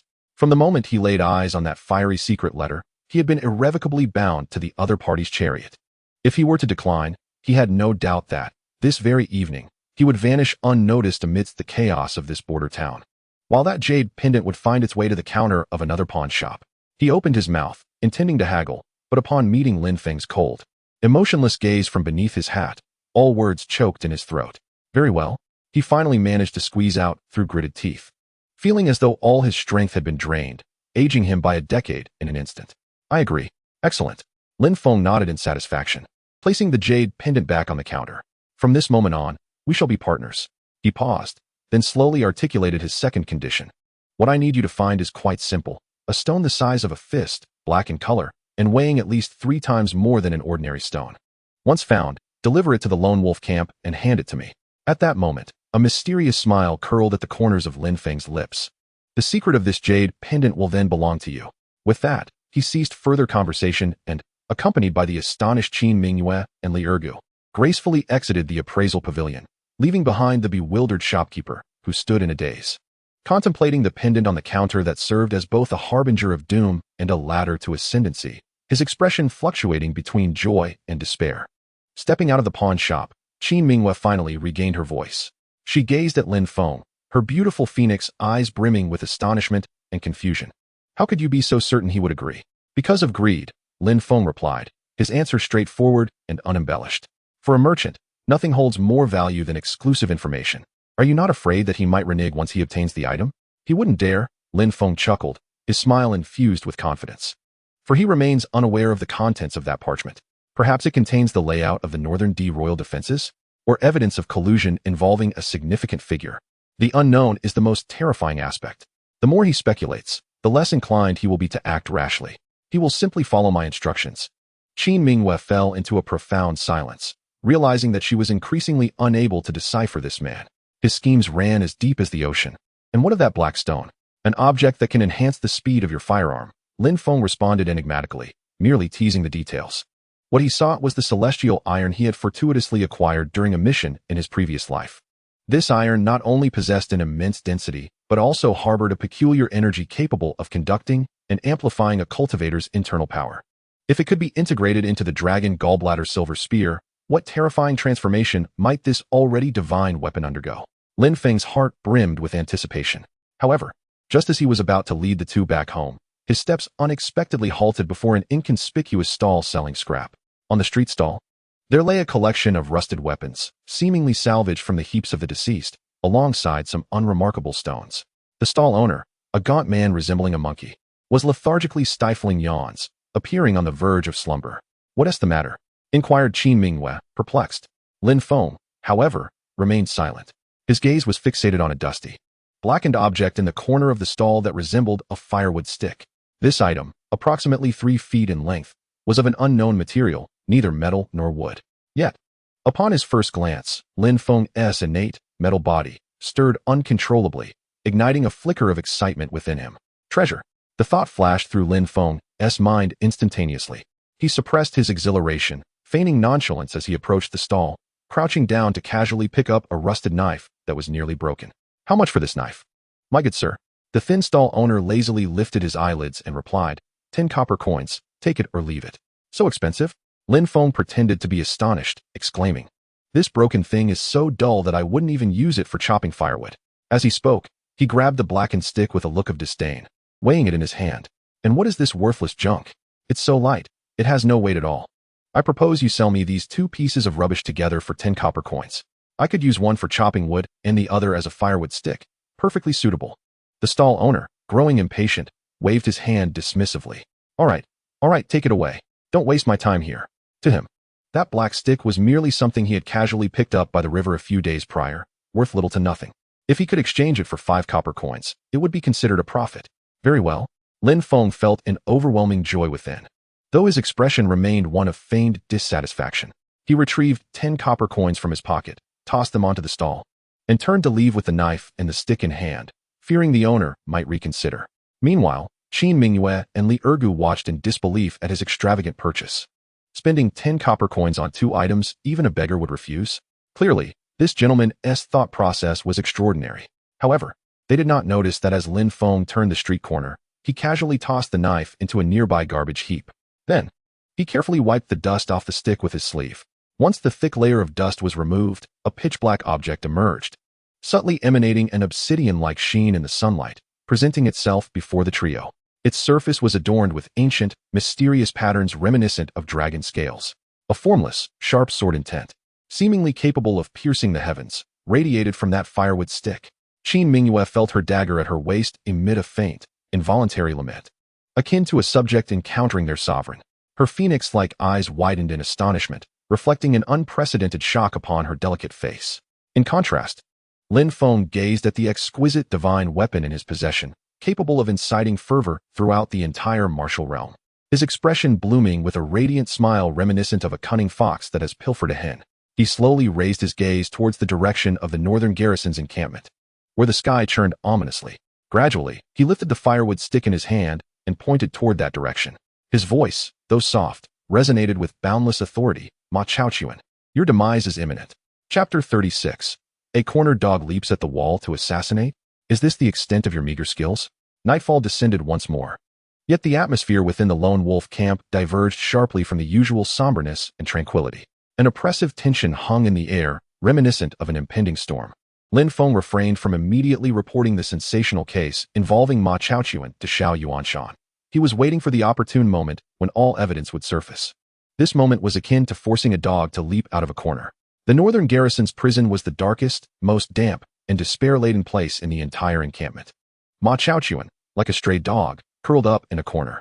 The armor that once signified glory and status had long been stripped away, replaced by a moldy prison garb. His face was etched with boundless fear and resentment. He could not comprehend how, despite having meticulously crafted an elaborate trap and secured absolute advantage, he had suffered such a devastating and inexplicable defeat. How had Lin Feng seen through his plans? It was all over. Everything was finished. He muttered to himself, his eyes reflecting a deadened despair. He understood that once imprisoned here, his chances of ever escaping alive were extinguished. Embezzling military funds, framing comrades, and attempting to murder the presiding officer. Any one of these charges could condemn him to death multiple times over. Moreover, he bore a staggering secret that, if revealed, would leave him with no place to hide. No, I cannot perish. I absolutely must not die here without understanding why. A frenzied thought ignited within him. He suddenly lifted his head, his bloodshot eyes ablaze with a frantic desperation akin to a last glimmer of hope. "Someone, anyone," he screamed, exerting all his strength to pound on the icy prison door. "I must see the captain. I have vital intelligence to report." It pertains to Lin Feng. In the dead of night at the lone wolf camp, Lin Feng's quarters were brilliantly illuminated. He sat at his desk, meticulously polishing the mysterious firewood stick acquired from the black market with a soft deer hide. Opposite him, Qin Mingyue gazed at him with a complex expression. "You truly intend to confine him in the death cell?" She couldn't help but inquire. "Are you not afraid of prolonged nights leading to lingering dreams?" "Afraid?" Lin Feng chuckled, lifting his gaze to meet Qin Mingyue's eyes, which shimmered with an inscrutable, cunning light reminiscent of an old fox. "What I fear is not the length of the night or the multitude of dreams. Rather, I fear that the night may not be long enough and the dreams too few." Qin Mingyue found herself baffled by his words, laden with enigmatic wisdom. At that moment, a faint sound, akin to the call of a night owl, suddenly pierced the stillness outside the barracks. Lin Feng's demeanor instantly sharpened. He gradually lowered the firewood stick in his hand and gestured for Qin Mingyue to remain silent. A thrilling spectacle was about to unfold. A cold, murderous smile crept across his lips. Outside the solitary wolf camp, several shadowy figures emerged silently from the darkness, moving like phantoms. Their movements were both agile and lethal, unmistakably the work of seasoned assassins. Leading them was a tall, lean figure clad in black, bearing a scar etched across his face. He signaled to his companions with a series of expertly executed gestures. Target, the barracks. Pair up to neutralize the outer sentries. The rest, follow me. Remember, only Lin Feng must be eliminated. Avoid alarming others as much as possible. Swift and decisive, the shadowy figures understood instantly, moving like well-trained hounds toward different directions. However, they remained oblivious to the imposing figure of Wang Dachui, resembling a small mountain, lying in wait above them amidst the dense treetops. His large, bell-like eyes gleamed with excitement, akin to that of a predator spotting its prey. Slowly, he raised the heavy military bow, personally chosen for him by Lin Feng, capable of exerting a pull of 200 stones. Meanwhile, the two assassins tasked with dispatching the sentry had stealthily approached the unguarded back of a lookout, who appeared to be dozing off. Exchanging glances, they revealed cruel smiles, their daggers poised like the fangs of venomous serpents, ready to strike at the unsuspecting figure's back. Yet, just as their daggers were about to find their mark, an unforeseen turn of events occurred. The dozing figure suddenly crouched with astonishing agility, executing a textbook-perfect spinning kick. Thud, thud. The resounding crunch of shattered bones echoed almost simultaneously. The two assassins had no time to utter a cry before an overwhelming force shattered their jaws, sending them flying like ragged sacks, rendering them unconscious on the spot. Liurgu slowly retracted his leg, disdainfully spitting at the two unfortunate souls who lay motionless. Cursed be those who dare to launch a surprise attack. They are still too inexperienced. In the very heart of the camp, the scar-faced assassin, accompanied by his remaining three subordinates, stealthily approached the entrance of Lin Feng's quarters. He signaled to his companions, and like four agile raccoons, they quietly slipped through the window. Inside the quarters, the room was brightly lit.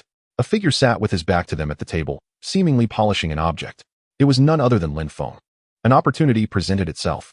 A glimmer of cruel delight flickered in the scar-faced man's eyes. His dagger, akin to a venomous serpent, silently lunged towards Lin Feng's vulnerable back. However, just as the tip of his blade was about to make contact with Lin Feng's body, Lin Feng moved. Without even turning his head, he casually thrust the dark, unremarkable firewood stick behind him. Swiftly, he executed the motion. The scar-faced assassin was engulfed in darkness. An intangible, sharp intent, seemingly capable of piercing the heavens, enveloped him entirely. He had no time to react. A faint sound, akin to a sharp object piercing flesh, echoed through the air. The seemingly inconspicuous firewood stick penetrated the scar-faced assassin's heart with the ease of a hot iron plunging into butter. Blood began to drip slowly down the dark stick. The three other assassins who had just burst in were utterly stunned by the scene before them, resembling a deity's wrath. They hadn't even had the chance to strike before their leader, the renowned gold medal assassin in the Western realms, was, astonishingly, dispatched by a mere firewood stick. Only then did Lin Feng slowly turn around. He did not even glance at the lifeless body hanging from the stick. His gaze calmly fell upon the three terrified surviving assassins. A benign, harmless smile appeared on his face. You have traveled far and endured much. However, it seems your skills leave much to be desired. Would you like me to teach you? Chapter 37. Counterattack against the assassins. Clues pointing to Sun Dihai teach you?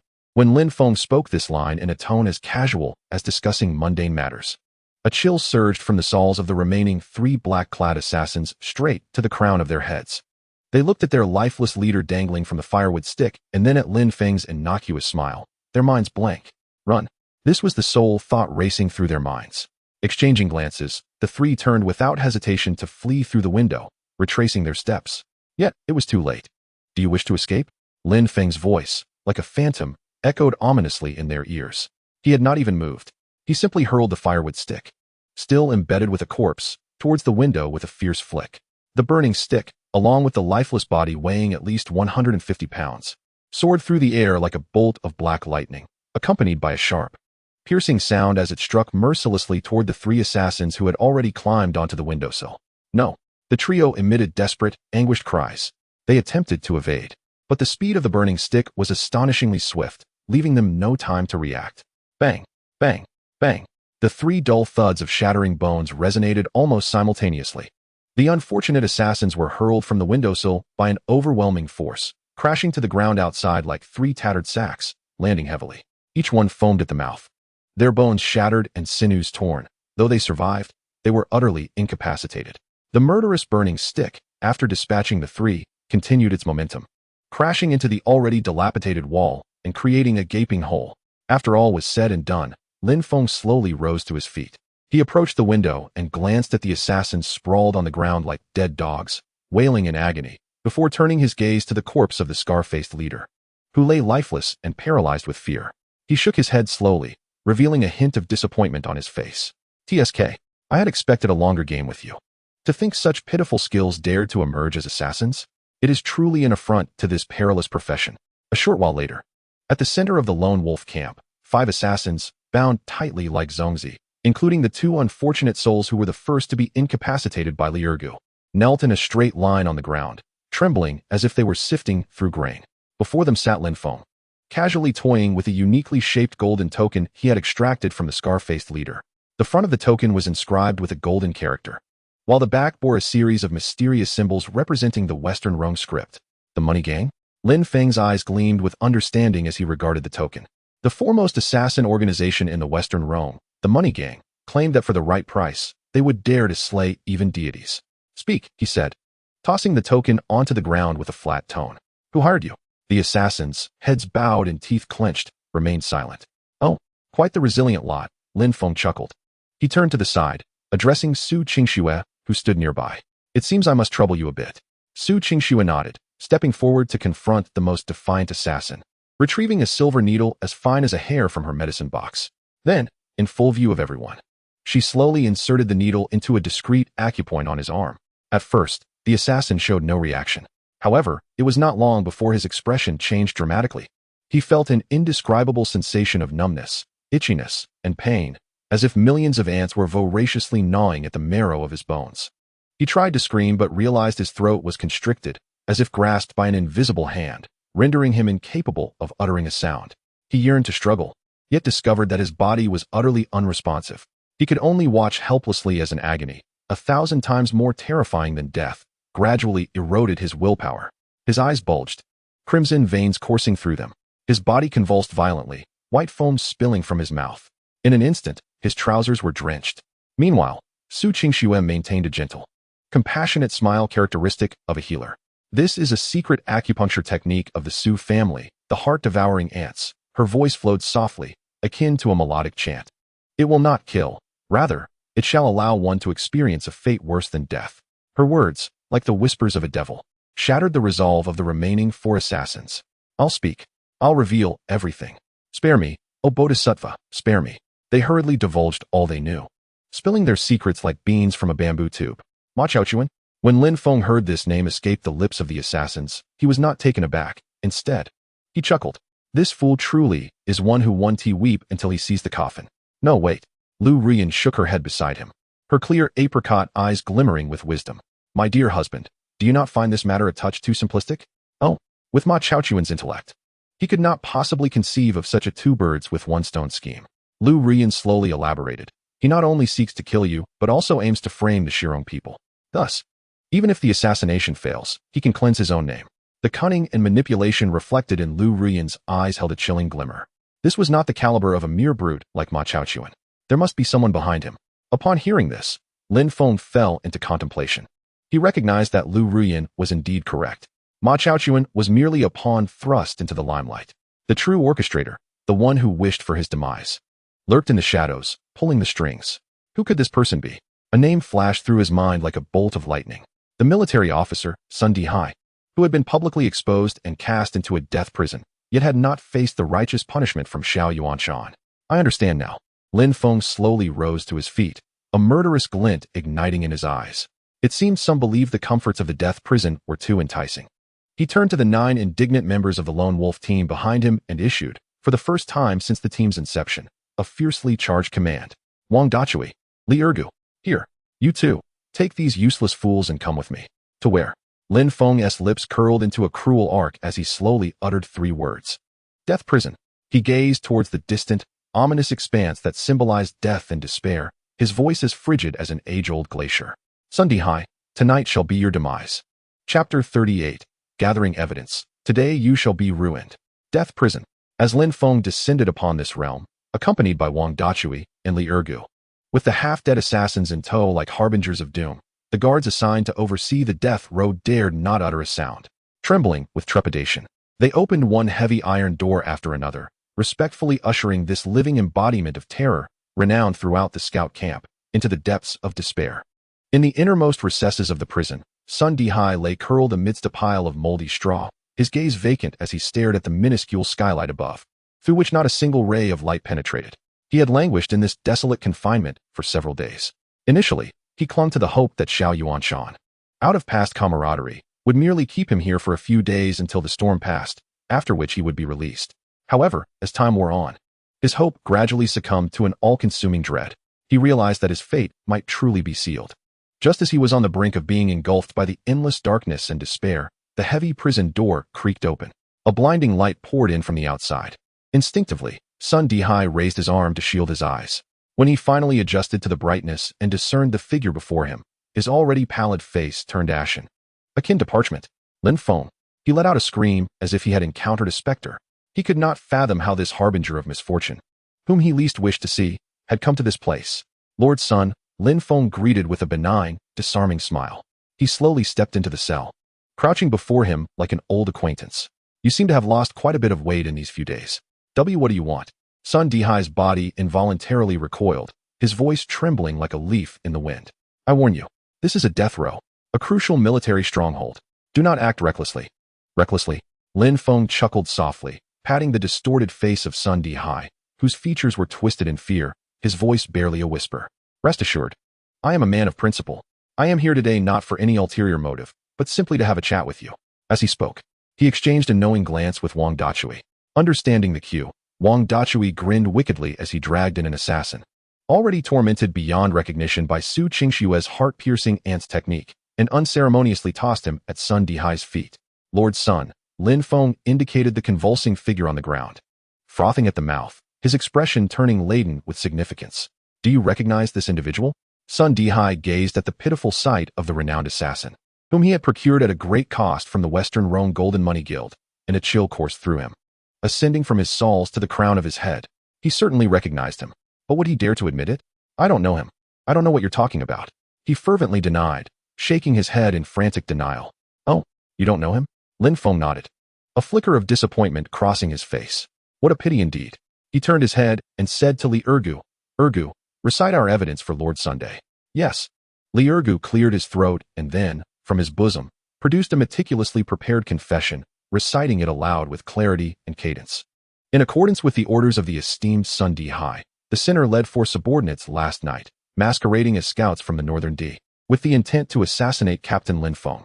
Upon successful completion of this deed, Lord Sun promised a reward of 1,000 taels of silver and assured our safe departure from the Northern Army camp.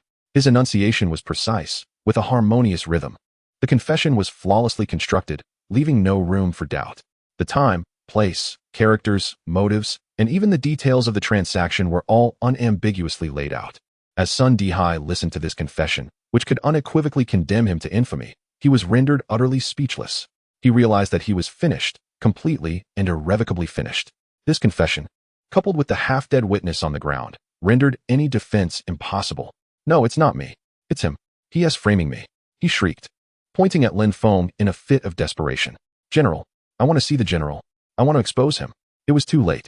Lin Feng slowly rose to his feet. He looked down upon the now utterly deranged official, devoid of any trace of emotion in his eyes. Sun Dihai. His voice was as frigid as an eternal glacier. I had intended to grant you a dignified opportunity to depart this world. Alas, it seems you have chosen otherwise. He turned away, no longer glancing at a man who, in his eyes, was no different from a corpse. He walked slowly out of the cell. Behind him, he heard Sun Dihai's despairing cries, akin to the mournful wail of a cuckoo. Lin Feng, may you meet a wretched end. I will not rest even in death. That afternoon, a comprehensive dossier, personally penned by Lin Feng and accompanied by witness and material evidence, was delivered to the desk of Captain Xiao Yuanshan. The dossier meticulously detailed how Sun Dihai, in a fit of rage over his failure to claim military credit, colluded with Western Rhone assassins to conspire against his comrades. When Xiao Yuanshan finished reading the dossier, his stern visage betrayed no emotion. He remained silent for a prolonged moment before gradually lifting his gaze to the young man who had stood quietly beneath the tent from the very beginning. A complex, ineffable light flickered in his eyes, an admixture of admiration, awe, and, more profoundly, a deep-seated wariness. This Lin Feng, his cunning was truly formidable. Not only had he dealt with all his adversaries with swift and decisive means, but he had also masterfully directed all evidence towards Sun Dihai, extricating himself from any blame. From the outset, he had behaved like a shadowy puppeteer, silently orchestrating the fates of all involved. This level of cunning and intellect was far beyond what one would expect from a mere youth in his teens. Xiao Yuanshan opened his mouth as if to utter something, but ultimately it transformed into a deep sigh. You have done well. He picked up the vermilion pen that symbolized the authority of the commander and firmly inscribed his name at the conclusion of the document. Subsequently, he returned the document, one that could determine Sun Dihai's fate, to Lin Feng. You are the presiding judge of this case. His tone was remarkably calm. How to adjudicate is up to you. Handle it as you see fit. Lin Feng accepted the document and bowed deeply to Xiao Yuanshan. Thank you, General. Without further ado, he turned and strode out of the command tent with purpose.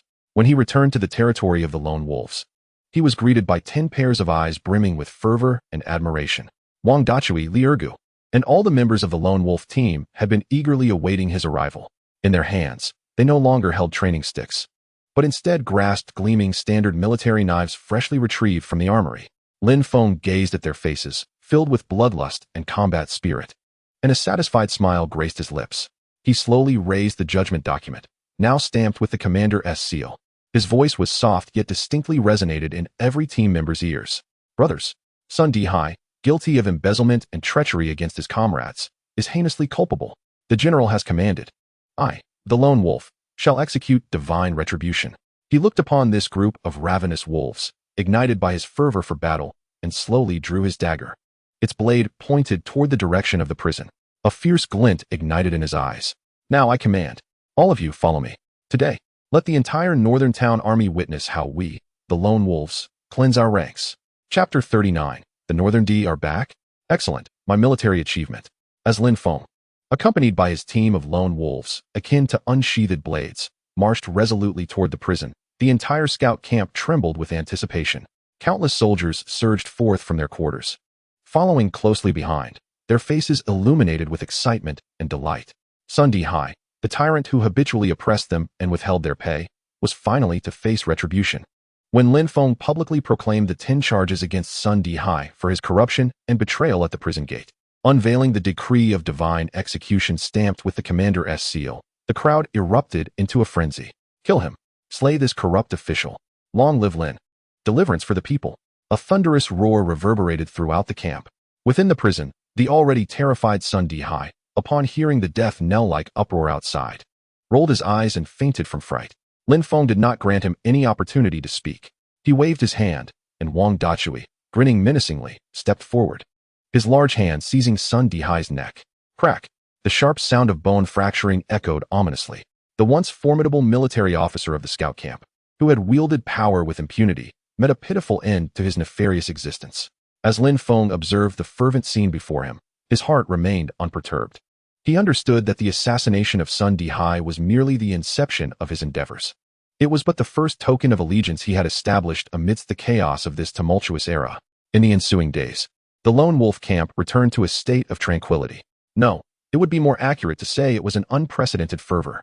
Ever since the tale of Sun Dihai's execution at Lin Feng's hands spread, his renown within the scout camp reached an unprecedented zenith. Countless soldiers clamored to join the ranks of the Lone Wolf.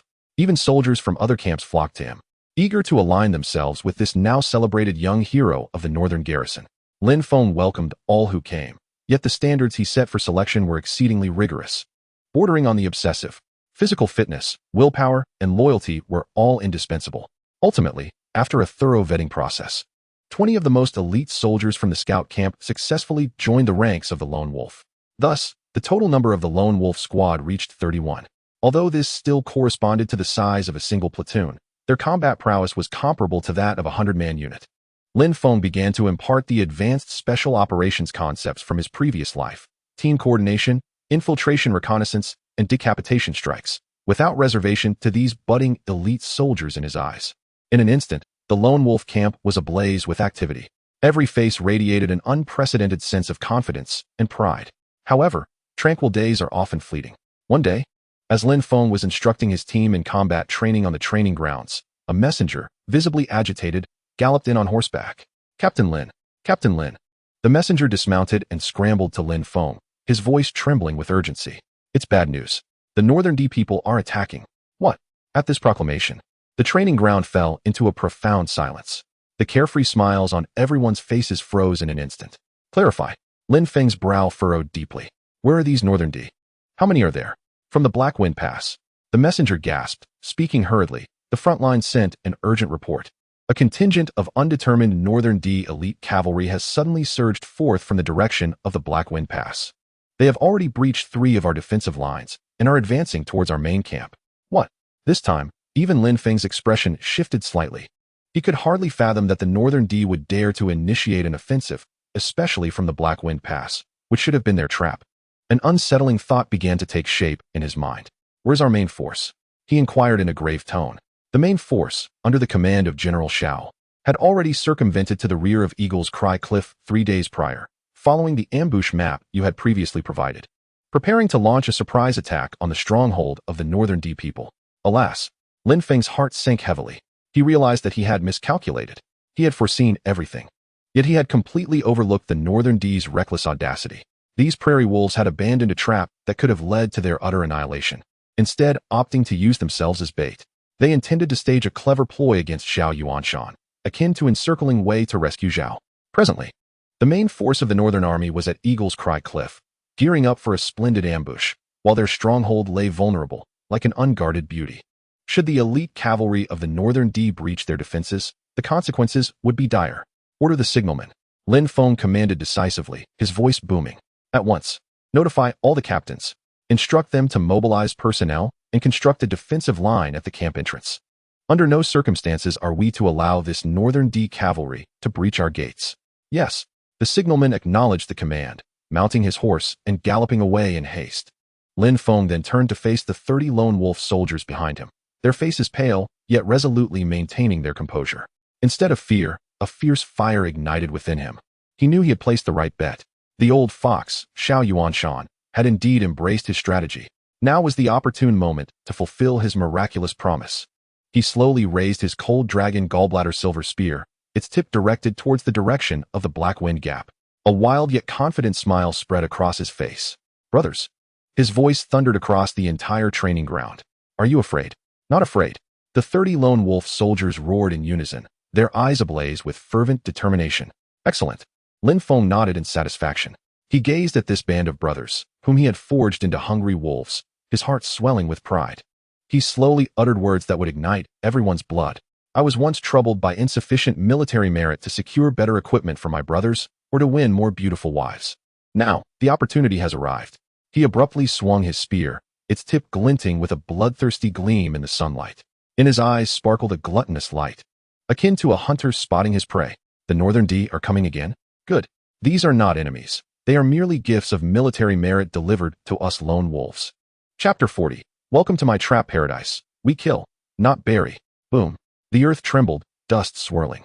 300 elite Northern D cavalry surged forth like a torrent of black iron, enveloped in an aura of death, sweeping through the canyon of the Black Wind towards the camp of the Northern Army. At the forefront stands a towering figure, akin to an iron tower, wielding a colossal axe, a Northern D commander. This is none other than Yelu Ba, the younger brother of Yelu Hong, the centurion of the Northern D Wolf Brigade. True to his name, he is a man possessed by the spirit of war. Ha! Men. Yelu Ba gazes into the distance at the Dacian army camp, now within sight. Appearing somewhat flustered, he lets out a cruel and exhilarated laugh. The main force of that old fox, Xiao Yuanshan, has already been lured away. Now, this camp stands as an unguarded treasure trove. Charge in. He raises the blade of his axe high, reflecting a bloodthirsty glint in the sunlight. Slay every man inside. Seize their food and women. Oh, 300 Northern D cavalry roar in unison, their voices rumbling like thunder echoing through the canyon. Their eyes gleam with avarice and bloodlust. To them, this battle holds no suspense whatsoever. However, they remain oblivious to the 31 ghostly figures silently observing from the steep, densely forested slopes above, Lin Feng and his lone wolf squad. Captain, these rascals are far too arrogant. Wang Dachui observes the Northern D cavalry below, resembling a desolate wasteland. His voice thick with the fervor of battle. Let me descend and crush their skulls, one hammer at a time. What is the rush? A cold smile curves Lin Feng's lips. He lifts his binoculars, scrutinizing the enemy formation, his tone calm as an ancient glacier. Meals must be savored bite by bite. and foes must be slain wave by wave. He turns to Li Erga beside him. Have you prepared what I asked for? Reporting to the captain, Li Erga grins, revealing a row of white teeth, his face contrasting sharply with the cruelty inherent in his lean frame. Just you wait. I guarantee these prairie barbarians want to know what hit them. He pats the small mountain of large burlap sacks beside him, filled not with grain, but with shards of stone honed to razor sharpness. Meanwhile, Qin Mingyue has also stealthily set up a similar deadly trap on the opposite side of the canyon with 10 other team members.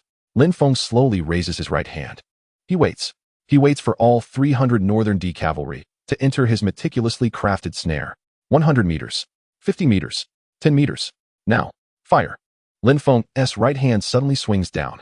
At the command, Li Ergu and Wang Dachui exchange glances, revealing sinister smiles.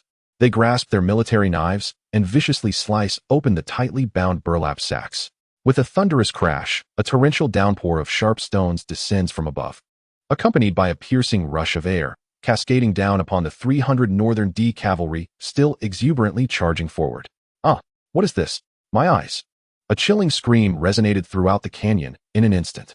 The North D cavalry, charging at full speed, could never have imagined that death would descend upon them in such an unprecedented manner.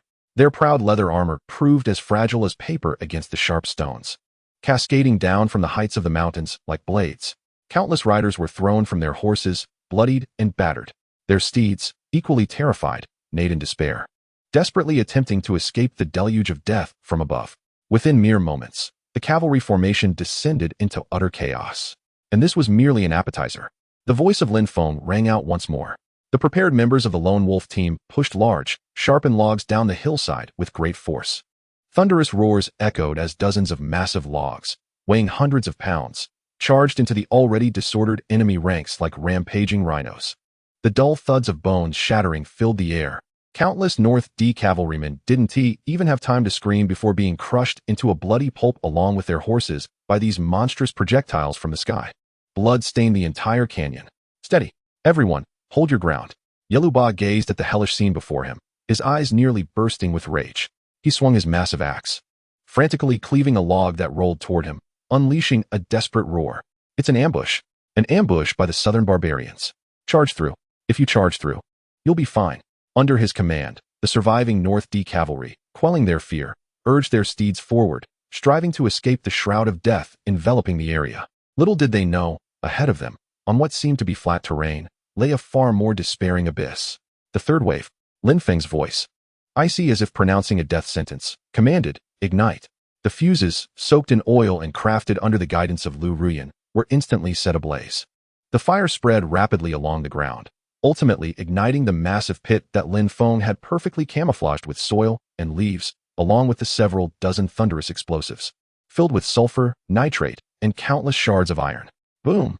A deafening explosion erupted at the canyon's center, louder and more terrifying than any before. Flames shot up into the sky, and the earth trembled violently.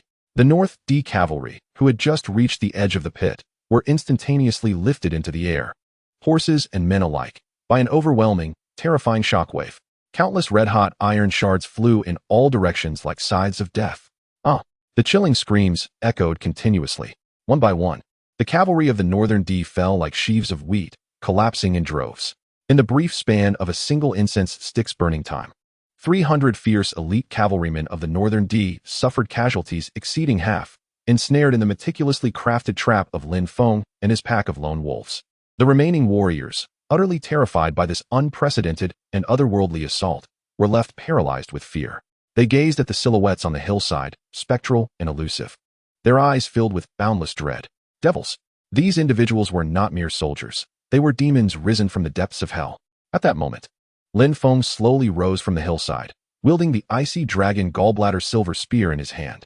Behind him stood 30 lone wolves, equally armed with sharp blades and driven by a fervent thirst for blood. He surveyed the pitiful prey below, who had completely lost their fighting spirit and resembled lambs awaiting slaughter, and a cruel yet confident smile crept across his face.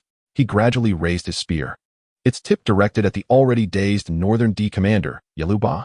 His voice, though not loud, resonated clearly in the ears of every surviving Northern D soldier present. Welcome to my trap-laden paradise. Here, I govern the slaying, not the burial. Chapter 41. Slaying the Northern D Centurion. Achieving glory again, I govern the slaying, not the burial. As Lin Feng's declaration, steeped in blood and dominance, echoed throughout the valley. All surviving Northern D cavalrymen were utterly shattered. They beheld the 31 figures on the hillside, reminiscent of demonic beings emerging from hell, and glanced at the scattered, mangled corpses of their comrades around them, extinguishing any flicker of resistance in their hearts. Run, run fast.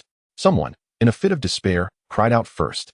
Subsequently, all the remaining Northern D cavalrymen turned their horses around like startled birds, fleeing frantically towards the direction from whence they came. Their singular thought was to escape this hell, to flee from the demon-haunted valley shrouded in death. Yet, would Lin Feng grant them this opportunity? To flee? A cruel smirk curled at the corners of his mouth.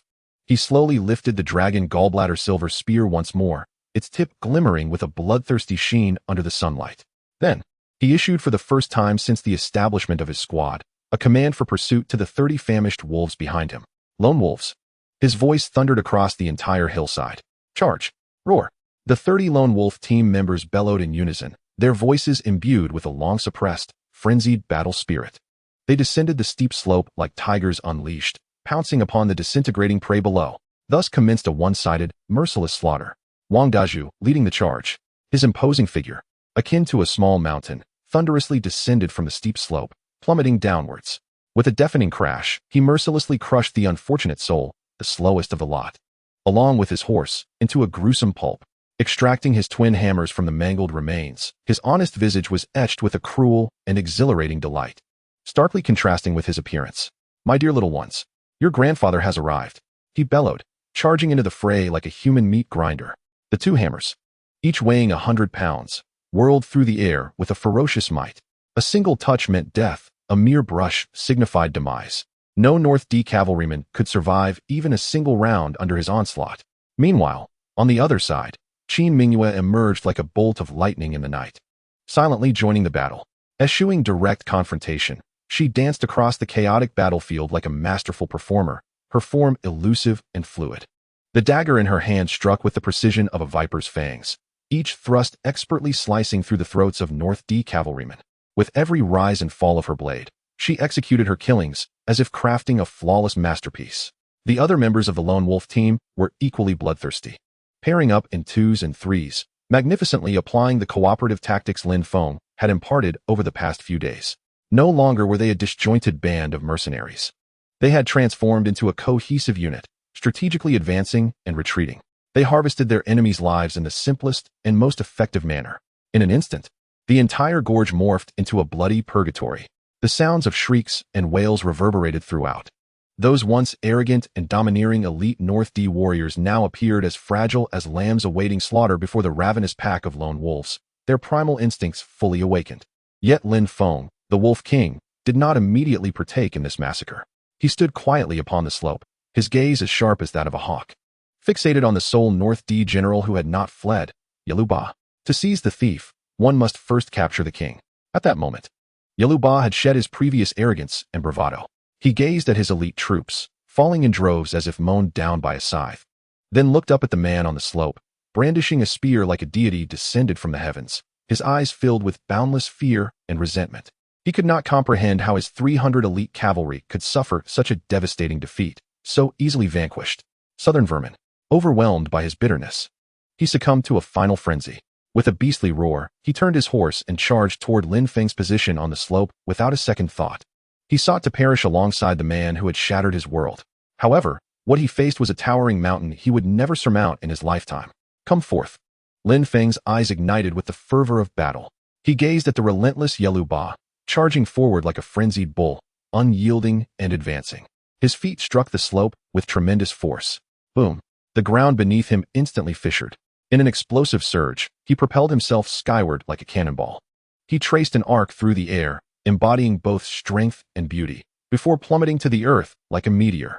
In his grasp, the dragon gallbladder silver spear carried an overwhelming and unparalleled might, as if it could pierce the heavens, crashing down upon the crown of Yaluba. Yaluba's pupils constricted to the utmost. He yearned to evade, but Lin Feng's speed was simply too swift. Helplessly, he watched as the silver spear rapidly enlarged in his sight, drawing ever closer. Instinctively, he raised his massive axe, attempting to parry. Yet, In the face of the absolute power of the valor of the overlord, his feeble resistance appeared laughable and powerless. With a thunderous clamor, the metallic clash reverberated throughout the valley. Yelu Ba felt an unmatched force, akin to a torrent unleashed, surge through the axe handle. His formidable grip, capable of splitting stone, was instantly rendered a bloody mess.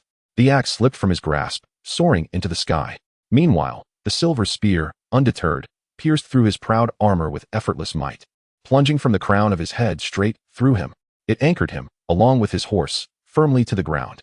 Blood and brain matter oozed down the cold spear shaft. In that moment, the entire valley seemed to be frozen in time. All the North D cavalry, still clinging to their feudal resistance, beheld this scene of divine wrath and surrendered entirely. One by one, they discarded their weapons, collapsing to their knees, trembling like leaves in the wind. The members of the Lone Wolf team also ceased their slaughter. They gazed at the man, standing triumphantly amidst the sea of corpses, clutching the spear, their eyes filled with boundless, fervent admiration.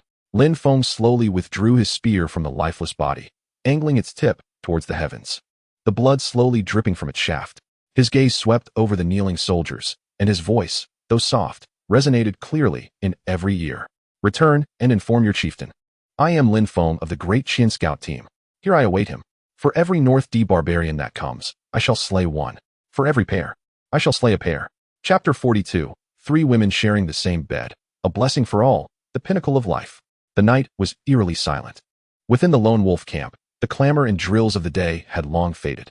After reveling in a resounding victory and a celebratory feast, the team members, filled with dreams of the future and boundless admiration for their captain, succumbed to deep slumber. Only in Lin Feng's quarters did a dim oil lamp continue to glow. Beneath the soft glow of the lights, 3 exquisite figures were seated around a pristine round table, the ambience slightly peculiar. Upon the table lay several delicate dishes and a warm pot of sake. This was a continuation of the celebratory feast, an intimate gathering exclusively for Lin Feng and his 3 wives. Su Qingxue, ever the embodiment of gentle grace, was meticulously serving Lin Feng, her beautiful eyes brimming with affection and pride. Lu Ruoyan sat quietly beside Lin Feng, pouring him wine, a faint smile of relief and shared glory gracing her stunningly delicate features. Only Qin Mingyue appeared somewhat restless, her enchanting phoenix-like eyes darting furtively towards Lin Feng, only to swiftly avert, akin to a startled fawn. A rare blush adorned her strikingly handsome face. What troubles you? Lin Feng mused, finding amusement in her guilty demeanor. Is the food unpalatable? Or is the wine displeasing? No, not at all, Qin Mingyue retorted, as if a cat whose tail had been stepped on, abruptly lifting her head in denial.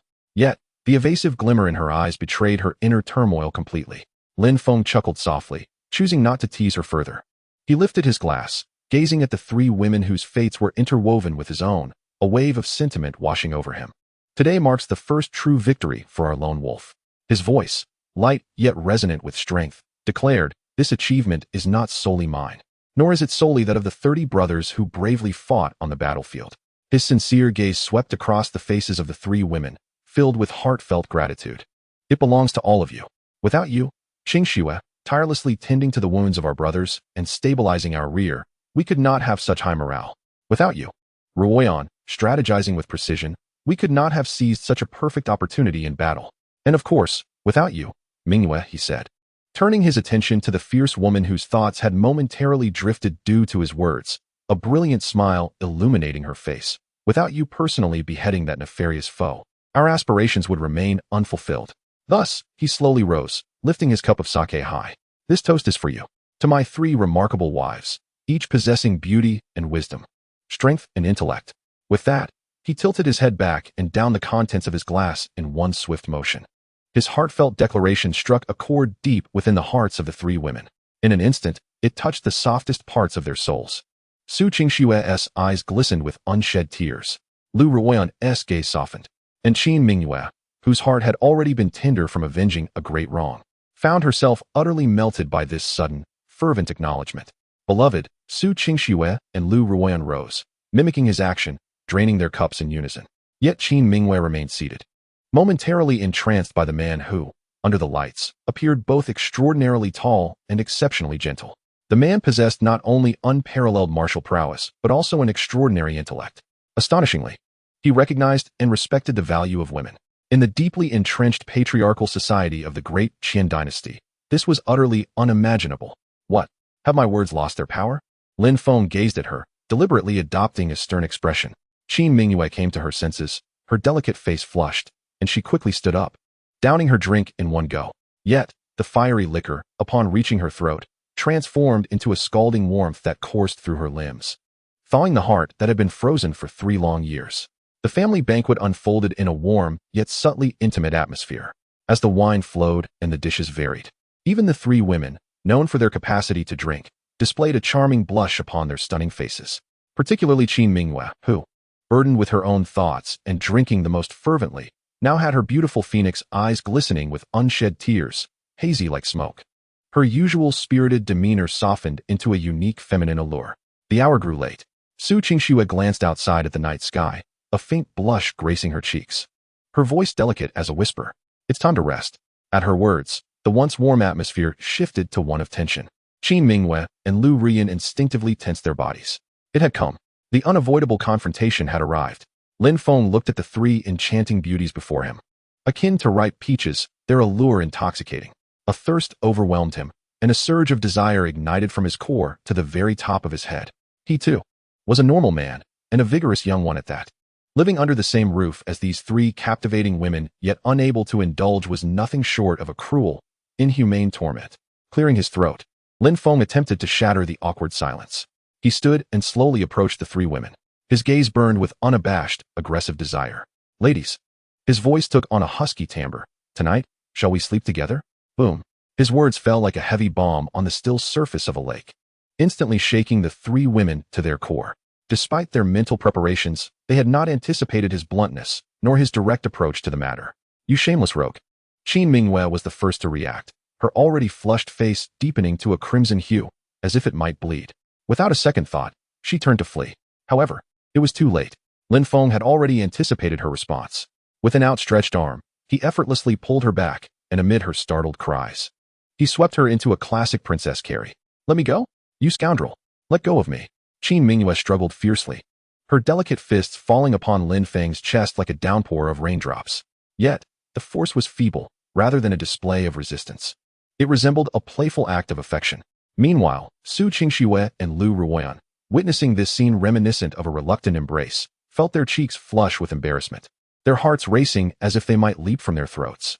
Lin Feng, cradling the spirited wild mare in his arms, wore a triumphant grin akin to that of a cunning wolf.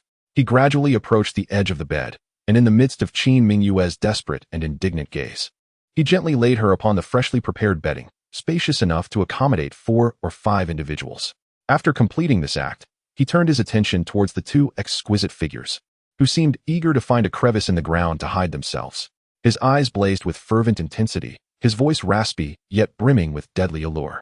Ladies, will you come to me voluntarily, or shall I personally extend an invitation? Chapter 43. Now, the entire camp answers to me, Lin Feng. The following day, as the first rays of dawn filtered through the window and graced the lone wolf camp, Lin Feng slowly opened his eyes.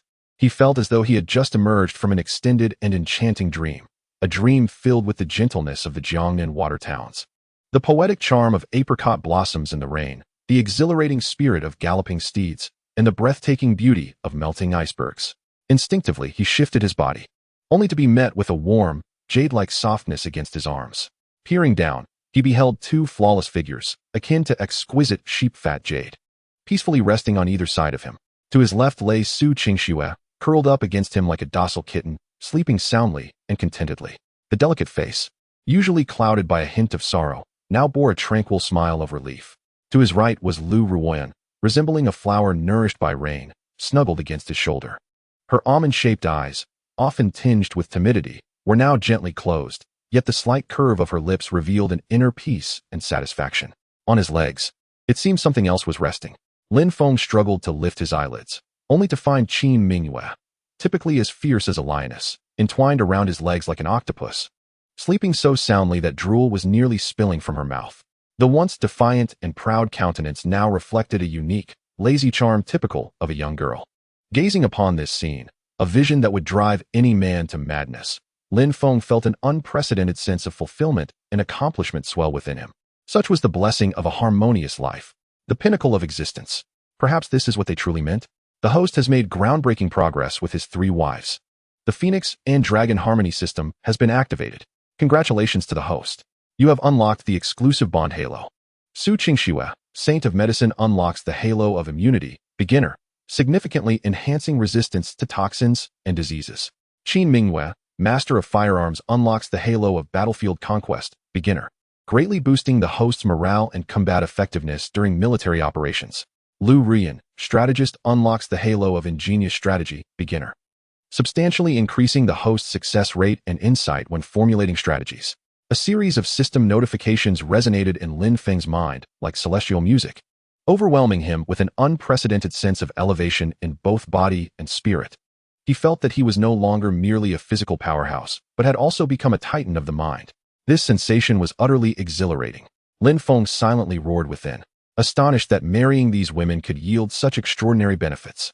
It was as if he had been granted 3 of the most remarkable enhancements imaginable. As Lin Feng emerged from the barracks into the training ground, the entire Lone Wolf team had already assembled under his command. Wang Dachui, Li Ergu, and all the team members gazed at their captain, who seemed to have ascended to an entirely new level overnight, their eyes brimming with fervent admiration. Brothers. Lin Feng beamed at this group, which he had meticulously forged into elite soldiers. The rest period is over. His voice, though not loud, resonated clearly in everyone's ears. From this day forward, our sole mission as the Lone Wolves is to dominate the entire scout camp. That morning, in the scout camp's training ground, hundreds of scouts were engaged in their customary morning exercises. However, a hint of distraction marked their faces, as their gazes occasionally drifted toward the Lone Wolf camp, which had become a sanctum in their eyes. Do you think Lord Lin will stir up any trouble today? Who knows? But I heard that General Xiao handed over the cavalry lieutenant to Lord Lin for handling. Is that true? So, Lord Lin is currently.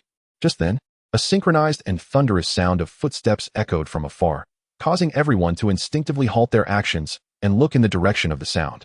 In the distance, a small team of 31 individuals approached with a rhythm and power they had never witnessed before. Each member stood tall, their eyes fixed ahead. They donned newly designed black combat attire, tailored by Lin Feng himself for jungle warfare. A feral, bloodthirsty gleam burned in their eyes, and an invisible, suffocating aura of lethality emanated from them. In an instant, the once unremarkable and disheveled soldiers within the training ground were utterly overshadowed. Leading the formation was none other than the man who had become almost divine within the entire reconnaissance battalion, Lin Feng. Halt! With Lin Feng's command, 30 members of the Lone Wolf squad abruptly paused in unison, their synchronized movements exuding an imposing aura that sent shivers down the spines of all present. Goodness! Is this really the same Wang Dachui and his crew we once knew? Just a few days, and they appear transformed. The atmosphere was electric, with every face reflecting shock and envy. Lin Feng, however, remained unfazed by the tide of astonishment surrounding him. His gaze calmly swept across the hundreds of scouts, each displaying a myriad of expressions. Then, his voice, though not loud, resonated clearly in the ears of everyone present. From this day forth, I, Lin Feng, captain of the Lone Wolf, shall officially take charge of all daily training matters within the reconnaissance battalion. At this proclamation, the crowd erupted in uproar. What was he trying to do? Was he attempting to seize power? Though he was now a captain, there were still 9 other captains within the battalion. What right did he have to make unilateral decisions? Indeed, among the crowd, a tall figure, also a captain and clearly a troublemaker, stepped forward first. With a dismissive snort, he addressed Lin Feng. Lin Feng, do not be so arrogant. We acknowledge your prowess, but the reconnaissance battalion is not yours alone. Why should we heed your commands? Just because of this. Lin Feng smiled, refraining from further banter. He slowly produced a gleaming gold token from his pocket. As the crowd beheld the intricately carved character for Xiao on the token, their pupils dilated in shock. The golden token of the 1,000 household leader. To witness this token was akin to the general's presence itself. The previously disdainful captain's expression froze, and he fell to his knees, trembling uncontrollably. Lin Feng gradually raised the token, his eyes like lightning sweeping across the stunned scouts. A confident smirk graced his lips, and his voice thundered like a rolling spring storm throughout the training ground. Now, who dares to defy me? Chapter 44, The Signal of War. The northern barbarians are indeed advancing. With the golden token in hand, who could rival him? As the emblem of the 1,000 household leader, Xiao Yuanshan's supreme authority emerged before the crowd. Silence enveloped the reconnaissance battalion. The captain, who had earlier sought to challenge Lin Feng's authority, cowered on the ground, too frightened to lift his head. The other soldiers gazed upon the man holding the token, whose presence was as formidable as a deity descending from the heavens. Their eyes filled with awe and fervor. From this day forth, within the entire reconnaissance battalion, there shall be but a singular voice. That voice belongs to Lin Feng. In the ensuing days, the battalion underwent a profound transformation. Lin Feng unreservedly introduced his scientifically rigorous, yet ruthlessly effective training regimen from the 21st century to the entire camp. Initially, there was a cacophony of discontent as the pampered veterans, accustomed to a life of ease and trickery, found themselves on the brink of collapse under this sudden onslaught of grueling drills. However, as Lin Feng utilized the substantial wealth seized from Sun Dihai and Ma Chaochuan to elevate the culinary standards of the mess hall by 3 tiers, providing every soldier engaged in training not only with meat at every meal, but also with a nourishing herbal soup personally concocted by Su Qingxue every 3 days to bolster their health and invigorate their blood. All grievances vanished. In their place surged an unprecedented fervor for training. What a jest! With meat to consume, soup to savor, and the promise of enhanced strength. Such a boon was rare indeed. Consequently, the morale within the reconnaissance battalion soared to unprecedented heights. The Lone Wolf team emerged as the paragon and idol in the hearts of all soldiers. The entire battalion was undergoing a transformative metamorphosis at an astonishing pace. Yet, the tranquil days were fleeting. On this particular evening, Lin Feng was in his quarters, engaged in a strategic review with Lu Rian and Qin Minghua, deliberating the next moves of the Northern D. Suddenly, an urgent and mournful horn sounded without warning from the distant watchtower. The sound pierced the heavens, carrying an ominous aura of blood and fire that reverberated throughout the entire Northern Town Army camp. This was the highest level of enemy attack alert. Lin Feng's expression shifted dramatically. He sprang to his feet and forcefully flung open the door of his quarters. In the distance, the beacon fire, which should only ignite during a large-scale enemy assault, was now billowing forth thick, dark smoke reminiscent of a black dragon. 1 plume, 2 plumes, 3 plumes, 5 plumes in total. According to the regulations of the Northern Town Army, 5 signal fires ablaze indicated that the enemy was advancing with forces exceeding 10,000. Yet, Qin Minghua's delicate face paled instantly. Gazing at the apocalyptic scene, her voice trembled. Hadn't General Zhao's main forces already launched a surprise attack on the Northern D stronghold? Where did these thousands of troops emerge from? It is a trap. A grave seriousness flickered in Lu Rian's eyes. We have been deceived. Lin Feng remained silent, his countenance dark and brooding. His mind raced with calculations. He realized he had once again underestimated the Northern D's madness and cunning. The Black Mountain Valley he had incinerated was never a genuine forward outpost. It was merely a bait, in an elaborate stratagem designed to bewilder them, to draw their entire focus upon the smokescreens of Eagle Cliff and the One-Line Sky. The true strength of the Northern D has been cunningly concealed in a location entirely unexpected by them. They have employed a contingent of 100 men as bait, established a supply camp as a lure, and even sacrificed the life of a centurion to create a devastating scenario, leaving the main forces of the Northern Army vulnerable and their headquarters depleted. What a remarkable stroke of genius! The urgent bells, signaling the assembly of the entire army, resonated throughout the encampment. Countless soldiers, who had been resting in their quarters, surged forth in a frenzy as if a pot had boiled over, plunging the entire camp into a state of utter chaos. Yet, after a moment of stunned silence, Lin Feng quickly regained his composure. His eyes, devoid of any fear, ignited with an unprecedented fervor for battle. He understood that in such dire circumstances, panic serves no purpose. Rather, a steadfast leader is essential to stabilize the troops' morale. Lonely Wolf, he bellowed, channeling his inner strength to emit a roar akin to thunder, a sound that pierced through the clamor and resonated clearly in the ears of each member of the Lonely Wolf squad. Assemble! In the central command tent of the Northern Army, Xiao Yuanshan, clad in armor, stood resolutely by his sword, his demeanor as calm as still waters. Before him, a row of anxious messengers knelt. Report, General. 5,000 vanguard cavalry of the Northern D are at the gates. Our frontline positions have collapsed completely. Report, General. The Eastern City Gate is in distress. The commander has perished. Report, General. The Western City Gate is also besieged by a substantial enemy force. We are surrounded. One after another, these grim reports poured in like harbingers of doom, suffocating the atmosphere within the command tent. What is the meaning of this? Xiao Yuanshan slammed his hand on the table, his fierce gaze piercing through the tension. The iron will of an experienced general immediately quelled the turmoil. Transmit my orders. His voice was cold, yet imbued with authority. Command the divine mechanism camp to ascend the city walls immediately. Utilize fire oil and rolling logs to defend the gates at all costs. Instruct the long spear camp and crossbow camp to establish a secondary line of defense within the encampment. Inform all soldiers that I, Xiao Yuanshan, shall share the fate of Jinbei City. Who dares to retreat a single step, execute. Understood. The messenger swiftly departed. Once again, the command tent fell into a solemn silence. Xiao Yuanshan slowly approached the sand table, observing the multitude of black flags representing the Northern D Army as they completely encircled the solitary red flag, symbolizing Jinbei City. For the first time, a hint of weariness crossed his resolute features. He knew he had lost, defeated by the very Northern D chieftain he had long underestimated. Now, all he could hope for was that the 5,000 remaining soldiers stationed at the headquarters could hold out a little longer.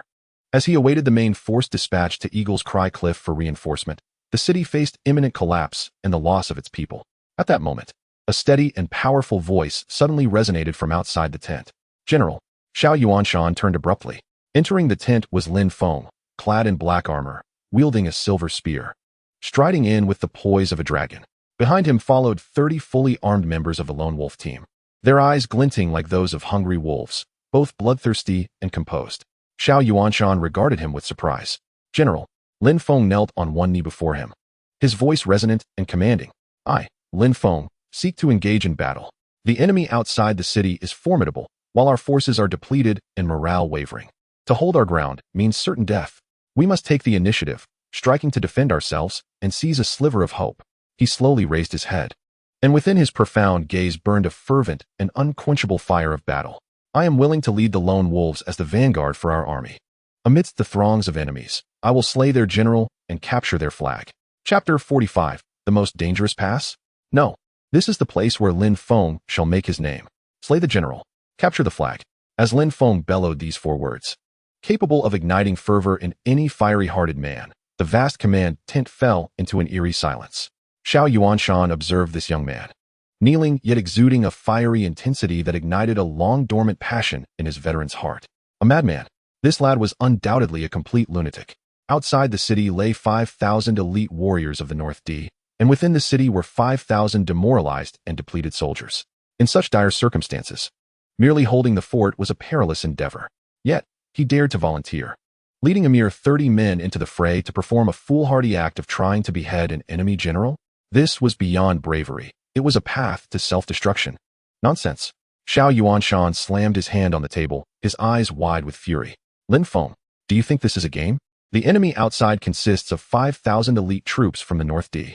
What difference does it make to lead 30 men out of the city other than courting death? General, Lin Feng remained undeterred, raising his head with a gaze ablaze with a radiant confidence. As the ancient military texts say, one must be placed in dire situations to survive. Currently, our troops are disheartened and fragmented. If we merely hold our ground, within half a day, the enemy will breach our defenses. We must strike with thunderous force.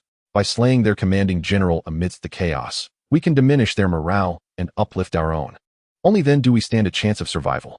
His words were eloquent and resonant, causing even the steadfast Xiao Yuanshan to feel a flicker of uncertainty in his resolute heart. Indeed, he was correct. To merely hold the line was a path to doom. But how confident are you in your chances? Xiao Yuanshan fixed his gaze on Lin Feng, his voice hoarse with concern. Lin Feng smiled at the question, gradually rising to his feet. Then, from his bosom, he retrieved the meticulously crafted and thoroughly examined map, a perfect representation drawn by his own hand. He spread the map across the sand table, and with deliberate precision, he pointed to an exceedingly perilous and strategically significant pass just outside the northern gates of the town. General, please observe, his voice transformed, steady yet imbued with formidable strength. This location, known as the One-Line Sky, is the sole natural barrier outside the eastern gate of our northern town. Its terrain is such that one man can hold it against 1,000. Should the Northern D wish to besiege the city, they must seize this position.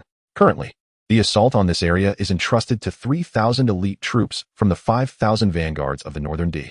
Their commander, Yalu Hong, will undoubtedly be present to oversee the battle. Xiao Yuanshan furrowed his brow at these words. What you speak of, I am well aware. However, while the One-Line Sky is indeed formidable, the front lines are also the site of the fiercest combat. The casualties suffered by our forces here are the greatest. To charge in with 30 men through the front is akin to courting death. Who says we must assault from the front? A sly, enigmatic smile curled at the corners of Lin Feng's mouth. He extended his hand, gradually maneuvering the black piece, symbolizing a surprise attack, to a position behind the one-line sky pass, an area that had never been marked on any map. What is this place? Xiao Yuanshan's pupils constricted sharply, and Lin Feng's eyes sparkled a glimmer of wisdom. It is a treacherous cliffside path known only to the most seasoned hunters. The Northern D believe they have encircled the one-line sky, yet they remain oblivious to the deadly serpent that lurks in what they presume to be their safest rear. And I, the lone wolf, am that serpent poised to sever their throats. Upon hearing this, Xiao Yuanshan's body trembled with intensity. He gazed into the sharp, penetrating eyes of the young man before him, who seemed to manipulate the entire battlefield as if it were but a plaything, and witnessed an unprecedented brilliance ignite within. He understood. He finally comprehended. This lad was not gambling at all. He was engaging in warfare with an artistry he had never before encountered. Well done. What a serpent! Xiao Yuanshan exclaimed, his excitement prompting him to repeat the phrase thrice. The doubt in his gaze towards Lin Feng dissipated entirely, leaving only boundless admiration and trust. Suddenly, he unsheathed his sword from his waist, and with Lin Feng's astonished gaze upon him, he solemnly presented this blade, symbolizing his supreme command, to Lin Feng's hands. Lin Feng, take your orders. His voice resonated with undeniable authority. From this moment forth, all garrison forces at the Eastern Gate shall be under your command. I demand no process, only results. Within 1 hour, I expect to see the head of Yalu Hong in my command tent, at the eastern gate of the northern town. The clamor of battle resounded thunderously. Countless Northern D soldiers, as if driven mad, bore ladders and launched a relentless assault upon the already battered city walls. Upon the battlements, the soldiers of Deqian found themselves retreating step by step, suffering grievous losses. Despair was etched upon every face, as they understood that the fall of the city was merely a matter of time. At that moment, a sudden, synchronized sound of resolute footsteps, imbued with an aura of iron and blood, echoed from behind them. Instinctively, they turned to behold the sight before them. Lin Feng, clad in black armor and wielding a silver spear, ascended the castle walls with a commanding presence. Behind him, 30 members of the Lone Wolf team, equally armed, their eyes glinting like those of ravenous wolves, followed suit. Their arrival was akin to a black lightning bolt, instantly capturing the attention of all. It was Lin Feng. The formidable captain of the Lone Wolves had come. As the once hopeless defenders beheld this godlike figure, a flicker of hope ignited in their eyes. Lin Feng, undeterred by the roaring cheers that surged like a tidal wave around him, cast a calm gaze over the throng of enemy forces below, which swarmed like ants. His focus ultimately settled upon the Golden Wolf standard that flew proudly in the enemy's rear, signifying the presence of the Northern D's commanding general. A confident and imposing smile curled at the corners of his mouth. Slowly, he raised the tip of his spear, directing it defiantly at the arrogant wolf banner. His voice, though not loud, resonated clearly in the ears of every soldier of Deqian present. Brothers, you have all said that this East City Gate is the most perilous stronghold of Jinbei City, a meat grinder, a gate to the underworld. Yet, he suddenly thrust the spear's tip into the sunlight, which glinted with a bloodthirsty gleam. The fire of madness burned fiercely in his eyes. Today, I, Lin Feng, stand here to declare, this is not some damned gate to the underworld. This is the place of my renown. As Lin Feng pronounced these words, filled with unyielding confidence and authority, a wave of fervent energy surged through the hearts of the previously disheartened Deqian soldiers atop the East City Gate. The dim spark of fear and fatigue in their eyes reignited with even greater intensity than before. Let us fight to the death with General Lin, someone cried out first. And soon, a thunderous roar reverberated throughout the castle walls. Fight to the death! Fight to the death! Fight to the death! Morale surged. Lin Feng surveyed his comrades, whose battle spirit and fervor had been reignited by his words, and a satisfied smile graced his face. He knew that he had successfully taken the first monumental step in this audacious gamble. However, mere morale was insufficient. To create miracles on a battlefield where the disparity in strength was nearly insurmountable, they needed a flawless plan. Follow me, Lin Feng commanded, with no further words wasted. He grasped the silver spear and, with determined strides, entered the long-abandoned command post within the city tower. Members of the Lone Wolf team and several senior commanders from the East City Gate hastily followed him inside. The command post was engulfed in swirling dust, reeking of decay. At the heart of the room lay a massive sand table, meticulously depicting the complete terrain of the narrow pass outside the East Gate of North Town. Lin Feng unfurled a flawless map, crafted by his own hand, upon the sand table. He then turned to regard the delicate figure who had silently followed him throughout. Lu Rian. At this moment, she had shed her usual timidity and shyness. clad in a form-fitting black outfit that allowed for ease of movement. She had tied her lustrous black hair into a sleek ponytail. Although her exquisite face bore a hint of pallor from anxiety, her clear, apricot-shaped eyes sparkled with a disconcerting calmness and wisdom. "My dear strategist," Lin Feng said, a trusting smile gracing his features. "It is your time to shine." Lu Rian took a deep breath upon hearing his words and slowly approached the enormous sand table. Under the curious and skeptical gazes of all present, she delicately extended her hands, which were intended for playing the guqin and painting. Her fingers were pale, slender, and elongated, resembling exquisite artifacts carved from the finest jade. Yet, when those hands touched the sand table, representing schemes and bloodshed, the atmosphere in the command post transformed instantaneously. If Lin Feng was the claws and fangs of the lone wolf, then Lu Rian was its most composed and lethal brain. "Esteemed colleagues, please observe," she spoke softly. Yet her voice carried an undeniable, persuasive authority. Her fingers glided over the flawless map. Although the Northern D seemed formidable, their numbers vastly exceeding ours, they are not without vulnerabilities. Her fingers finally rested upon the dense cluster of small black flags on the sand table, representing the 3,000 main forces of the Northern D. Firstly, arrogance. The Northern D believe they have lured away our main forces with their cunning schemes. Now, faced with an empty city, their hearts will surely swell with arrogance. An arrogant army is destined for defeat. Secondly, chaos. She pointed to the Northern D soldiers who were frantically assaulting the city tower. Despite their fierce appearance, their formation was disordered and lacked strategy. This indicated that their commander, Yalu Hong, was merely a reckless brute, seeking not victory but a swift triumph. The more desperate they were for a quick win, the more likely they were to expose their flaws. What we must seek out is this fatal flaw. Her analysis was incisive and coherent, leaving the seasoned military veterans, who had initially underestimated this seemingly frail woman, utterly astonished. They could never have imagined that this seemingly delicate woman, who appeared as if she could be toppled by a mere gust of wind, possessed such a terrifying capability to perceive the battlefield. Lin Feng, gazing at Lu Ruyan as she commanded the strategy before the sand table with grace and authority, was filled with boundless pride and affection. This was his woman, a paragon of unparalleled talent, capable of making all men in the world feel inadequate. An experienced captain, unable to contain his curiosity, inquired with a tone imbued with genuine admiration, "How shall we break the deadlock?" Upon hearing this, Lu Rian's lips curled into a subtle yet confident smile. Her fingers traced an extraordinarily peculiar arc upon the map, a line that circumvented the fiercest front lines of battle and traversed the perilous cliff path marked by Lin Feng. Ultimately, it plunged silently like a poisoned dagger into the soft, yet vital heart of the Northern D Army. In the central command tent, the generals who comprehended the implications of this rout collectively gasped in astonishment. Madness. This woman's strategy was even more audacious than Lin Feng's. She actually intended, indeed. Lu Rian slowly lifted her head, her clear eyes shimmering with a wild fervor akin to Lin Feng's, to risk everything for a chance at survival. Since we cannot hold our position, then we shall abandon it. She looked at the speechless men in the tent, who were stunned by her earth-shattering strategy, and articulated her entire battle plan with deliberate clarity. The defending troops would continue to feign resistance, stalling the enemy's main force, while her husband would lead the elite of the Lone Wolf Brigade through this hidden path, striking at the enemy's rear like a sharp blade aimed directly at their heart. With overwhelming force, he would assassinate Yalu Hong amid the chaos of battle. Once Yalu Hong fell, the Northern D Army would be thrown into disarray, and that would be our moment to sound the horn of counterattack. Her words were filled with a fierce resolve that stirred the hearts of all present, igniting a fervor within them. However, after Lin Feng listened to her nearly flawless plan, he slowly shook his head. No, his voice was soft yet imbued with undeniable authority.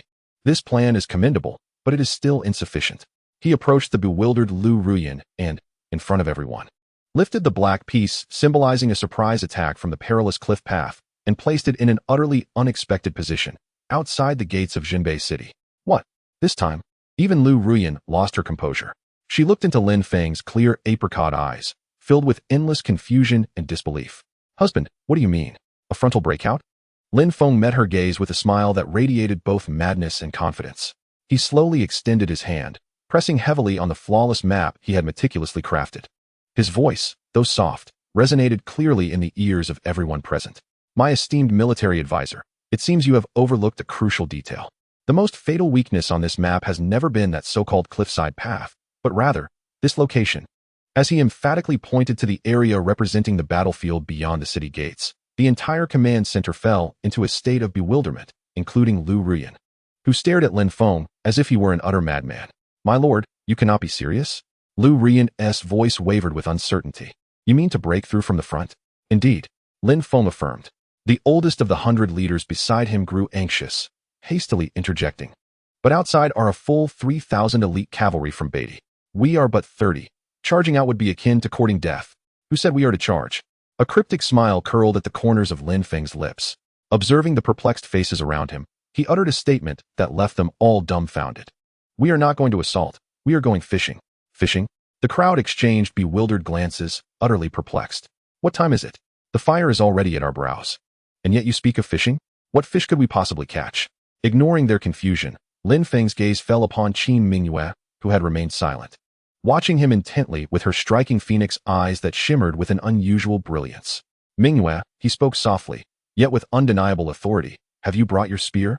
At his words, Qin Mingyue jolted, instinctively gripping her cold, dragon-patterned silver spear and nodding emphatically.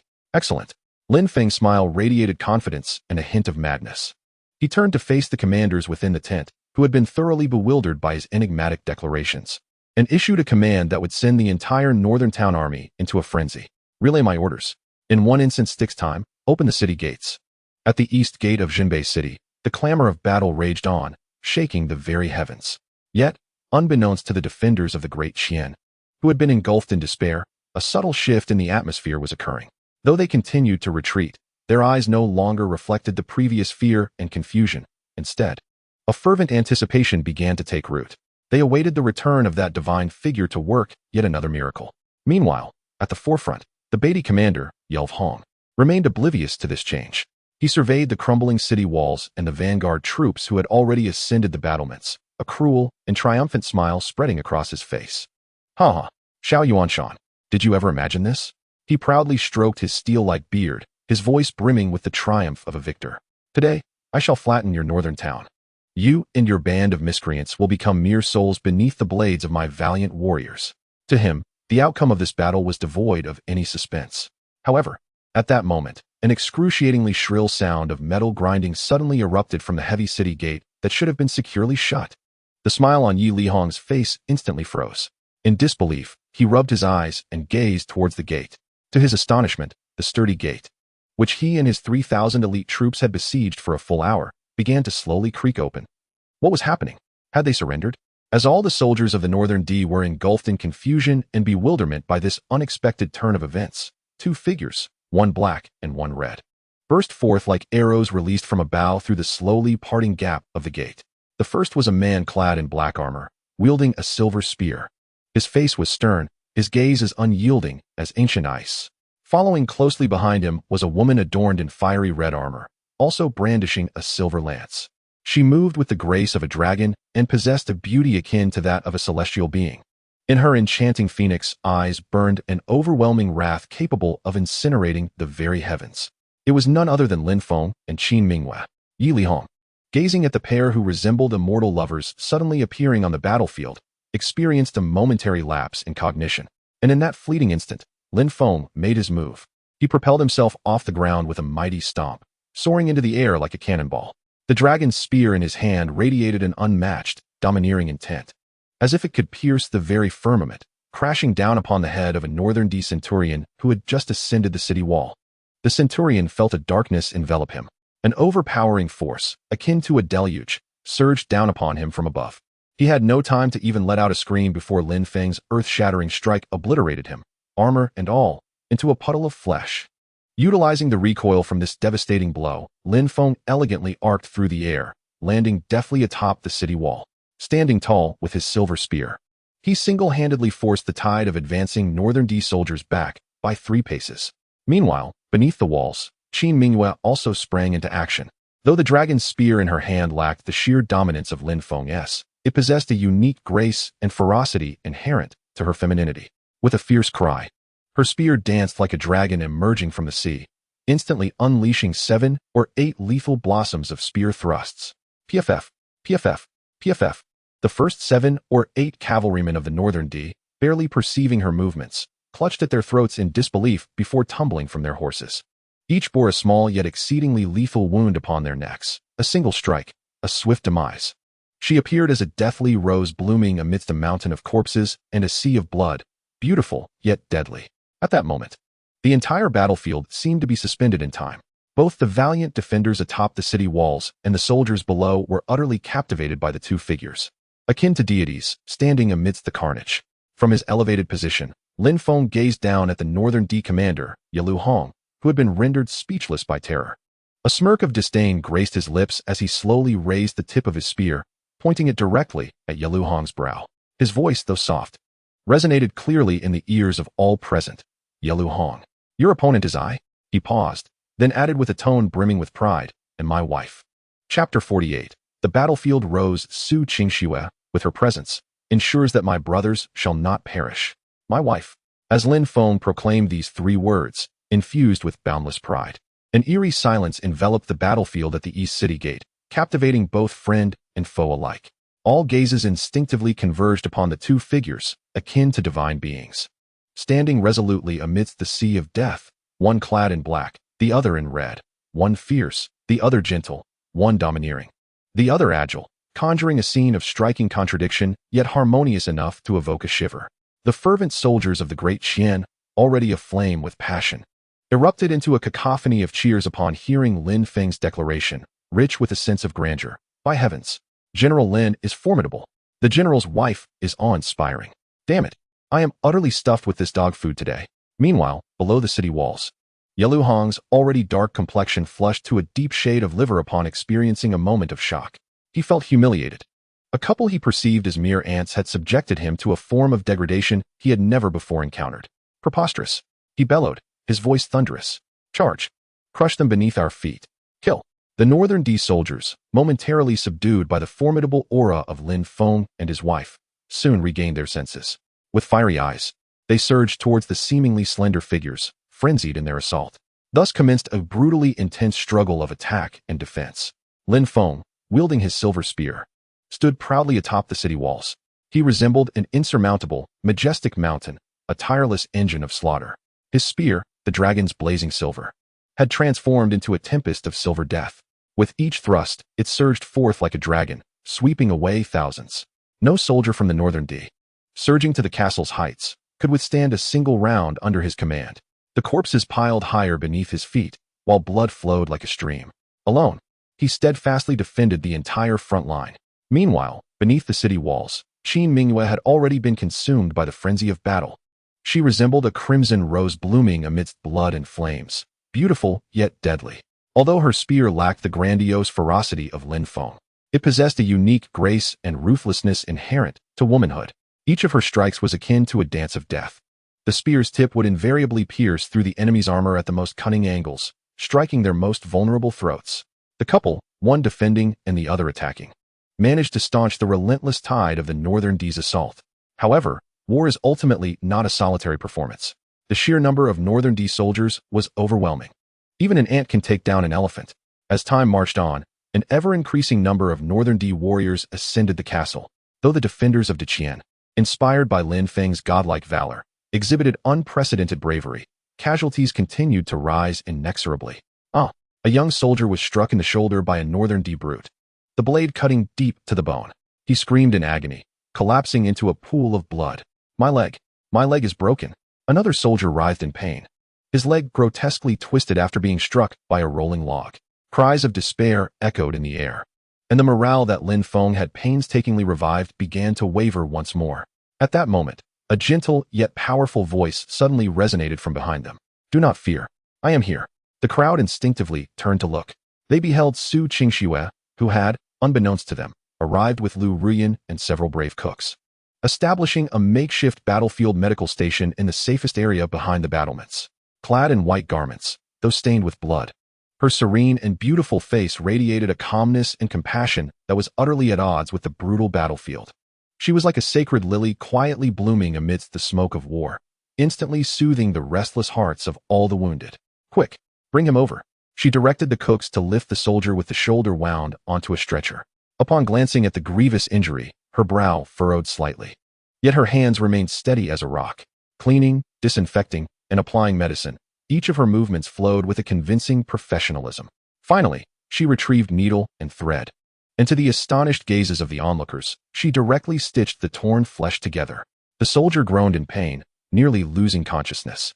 Yet, after Su Qingxue bandaged his wound and fed him a bowl of unknown medicinal soup, he was astonished to discover that the arm he had long believed to be useless was, remarkably, experiencing a swift disappearance of the excruciating pain that had once gripped him. This was nothing short of miraculous. The soldier's eyes widened in disbelief as he moved his arm, resembling someone who had witnessed a celestial being descend to earth. The wounded soldiers around him, who were similarly crying out in agony, were rendered speechless by this extraordinary scene. Meanwhile, Su Qingxue paid no heed to the astonishment of the crowd. Beads of sweat had formed on her forehead, yet her gaze remained unwavering and resolute. "Bring him over," she commanded. The soldier with the shattered leg was brought forth. After a mere glance, Su Qingxue calmly issued her diagnosis. "The bone is fractured, and the tendons are injured. It's not a serious issue." She swiftly retrieved several silver needles, precisely targeting the acupoints, and with lightning speed, she plunged them into the soldier. Instantly, his cries of despair ceased. Then, with forceful determination, she heard a sharp crack. She had forcibly realigned the dislocated bone. Finally, she secured the injury with a wooden splint and applied a dark, cooling ointment to the wound. "All done," she said nonchalantly. "Do not get out of bed for a month. After a month, I assure you, you'll be as lively as before." In that moment, the area behind the East City Gate transformed into a stage for Su Qingxue's miraculous display. One by one, the critically injured soldiers, who had thought themselves doomed, found their lives preserved by her exceptional skill. Word of this spread like wildfire throughout the city walls. All the soldiers still engaged in the fierce battle at the front line went utterly wild upon hearing the news. The last vestiges of fear regarding death vanished from their eyes, replaced by an unprecedented fervor and reckless abandon. What is there to fear? Injured? What is there to fear? Behind us stands a living bodhisattva. Even if limbs are severed, divine physician Su can reattach them, even if but a breath remains. The bodhisattva can snatch you back from the clutches of the king of hell. Why should we be afraid? Kill. For the general's wife. Kill. In that instant, the morale of the Daiqian defenders soared to unprecedented heights. They surged forward like a horde of frenzied warriors, recklessly charging at the bewildered soldiers of the Beatty, who were paralyzed by their relentless assault. Meanwhile, Lu Rian quietly stood behind Su Qingxue, wiping the sweat from her brow and offering clean bandages. She gazed at the gentle woman, though weary, who continued to perform miracles. In her clear apricot eyes, there was an abundance of pride and admiration. She knew that this battle was theirs to win. Just then, a blood-soaked centurion rushed toward them from the front lines. Panic etched across his face, filled with an overwhelming sense of fear and despair. He scarcely spared a glance at Lin Feng, who was commanding the battle, and instead rushed directly before Su Qingxue, dropping to his knees with a thud. His voice quavered with emotion. "Madam Su, it's terrible. General Xiao. He has been struck by an arrow." Chapter 49. The Oil Assault. Reducing the northern D to tears. General Xiao has been struck. These 5 words fell like a thunderclap, striking a profound chord in the hearts of everyone present. Su Qingxue's already pale face, worn with fatigue, turned even more ashen. Xiao Yuanshan was the very soul of the entire northern town army, the unyielding anchor in the hearts of all the soldiers. If he were to fall, the morale that had only recently been rekindled by Lin Feng would swiftly collapse into despair. "Where is the general?" Su Qingxue's voice trembled with urgency. Without a second thought, she seized her medical kit and made to charge towards the main battlefield. However, a strong, powerful arm suddenly barred her path. It was Lin Feng. He had retreated from the front lines, his body smeared with both enemy and his own blood, yet his eyes remained as bright as 2 cold stars. "Do not panic." His voice was calm, imbued with a steadiness that could quell any tempest. He fixed his sharp gaze on the terrified 100-man leader before him. "Clarify the situation. How was the general struck? Where is he injured? What is the current status?" His barrage of questions struck the 100-man leader like a series of heavy hammers, jolting him from his overwhelming fear. He looked at this young man, who exuded a steadiness surpassing even that of their commander, Xiao Yuanshan, and felt a renewed sense of resolve. "General Lin." He recounted the events at a rapid pace. It turned out that just moments ago, at the Western City Gate, the battle had reached a critical point. To bolster the troops' morale, Xiao Yuanshan had ascended the Western Gate to beat the drum and rally the soldiers, only to be struck in the left shoulder by an arrow from an enemy sniper hidden among their ranks. "The arrow is poisoned." The 100-man leader's voice trembled with despair. "The military medics are at a loss." "Enough." Lin Feng interrupted him. He turned to Su Qingxue, his deep-set eyes filled with unwavering trust. Qingxue, I need you to save him. At his words, Su Qingxue's body jolted with surprise. She gazed at Lin Feng, her gentle eyes reflecting a moment of hesitation and reluctance. She did not want to leave him, especially not on this battlefield where life and death hung in the balance. Yet, when her gaze met his, filled with trust and encouragement, her previously anxious heart miraculously found calm. She understood what she must do. She nodded firmly, her beautiful eyes sparkling with the resolute light of a healer's compassion. Husband, rest assured, I will not let the general perish. Upon finishing her words, she no longer hesitated, swiftly carrying the medicine box under the protection of several lone wolf soldiers, racing towards the western city gate. Meanwhile, Lin Feng, gazing at her seemingly fragile yet resolutely steadfast figure, felt an unprecedented surge of valor welling up within him. He understood that his rear was as solid as a mountain.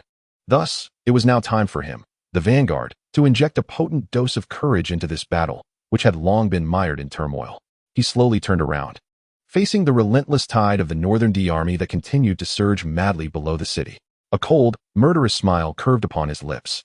Yalu Hong, do you think that with General Zhao's fall, you have secured victory? He gradually raised the dragon gallant silver spear in his hand, its tip aimed at the heavens. His voice resonated like rolling spring thunder, echoing throughout the eastern city gate. Convey my orders. Divine Machine Camp.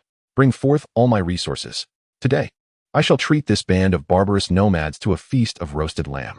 Meanwhile, below the city tower, upon hearing the news of Xiao Yuanshan being struck by an arrow, Yalu Hong was momentarily stunned before erupting into exuberant laughter. Truly, heaven assists me. Xiao Yuanshan, you old scoundrel.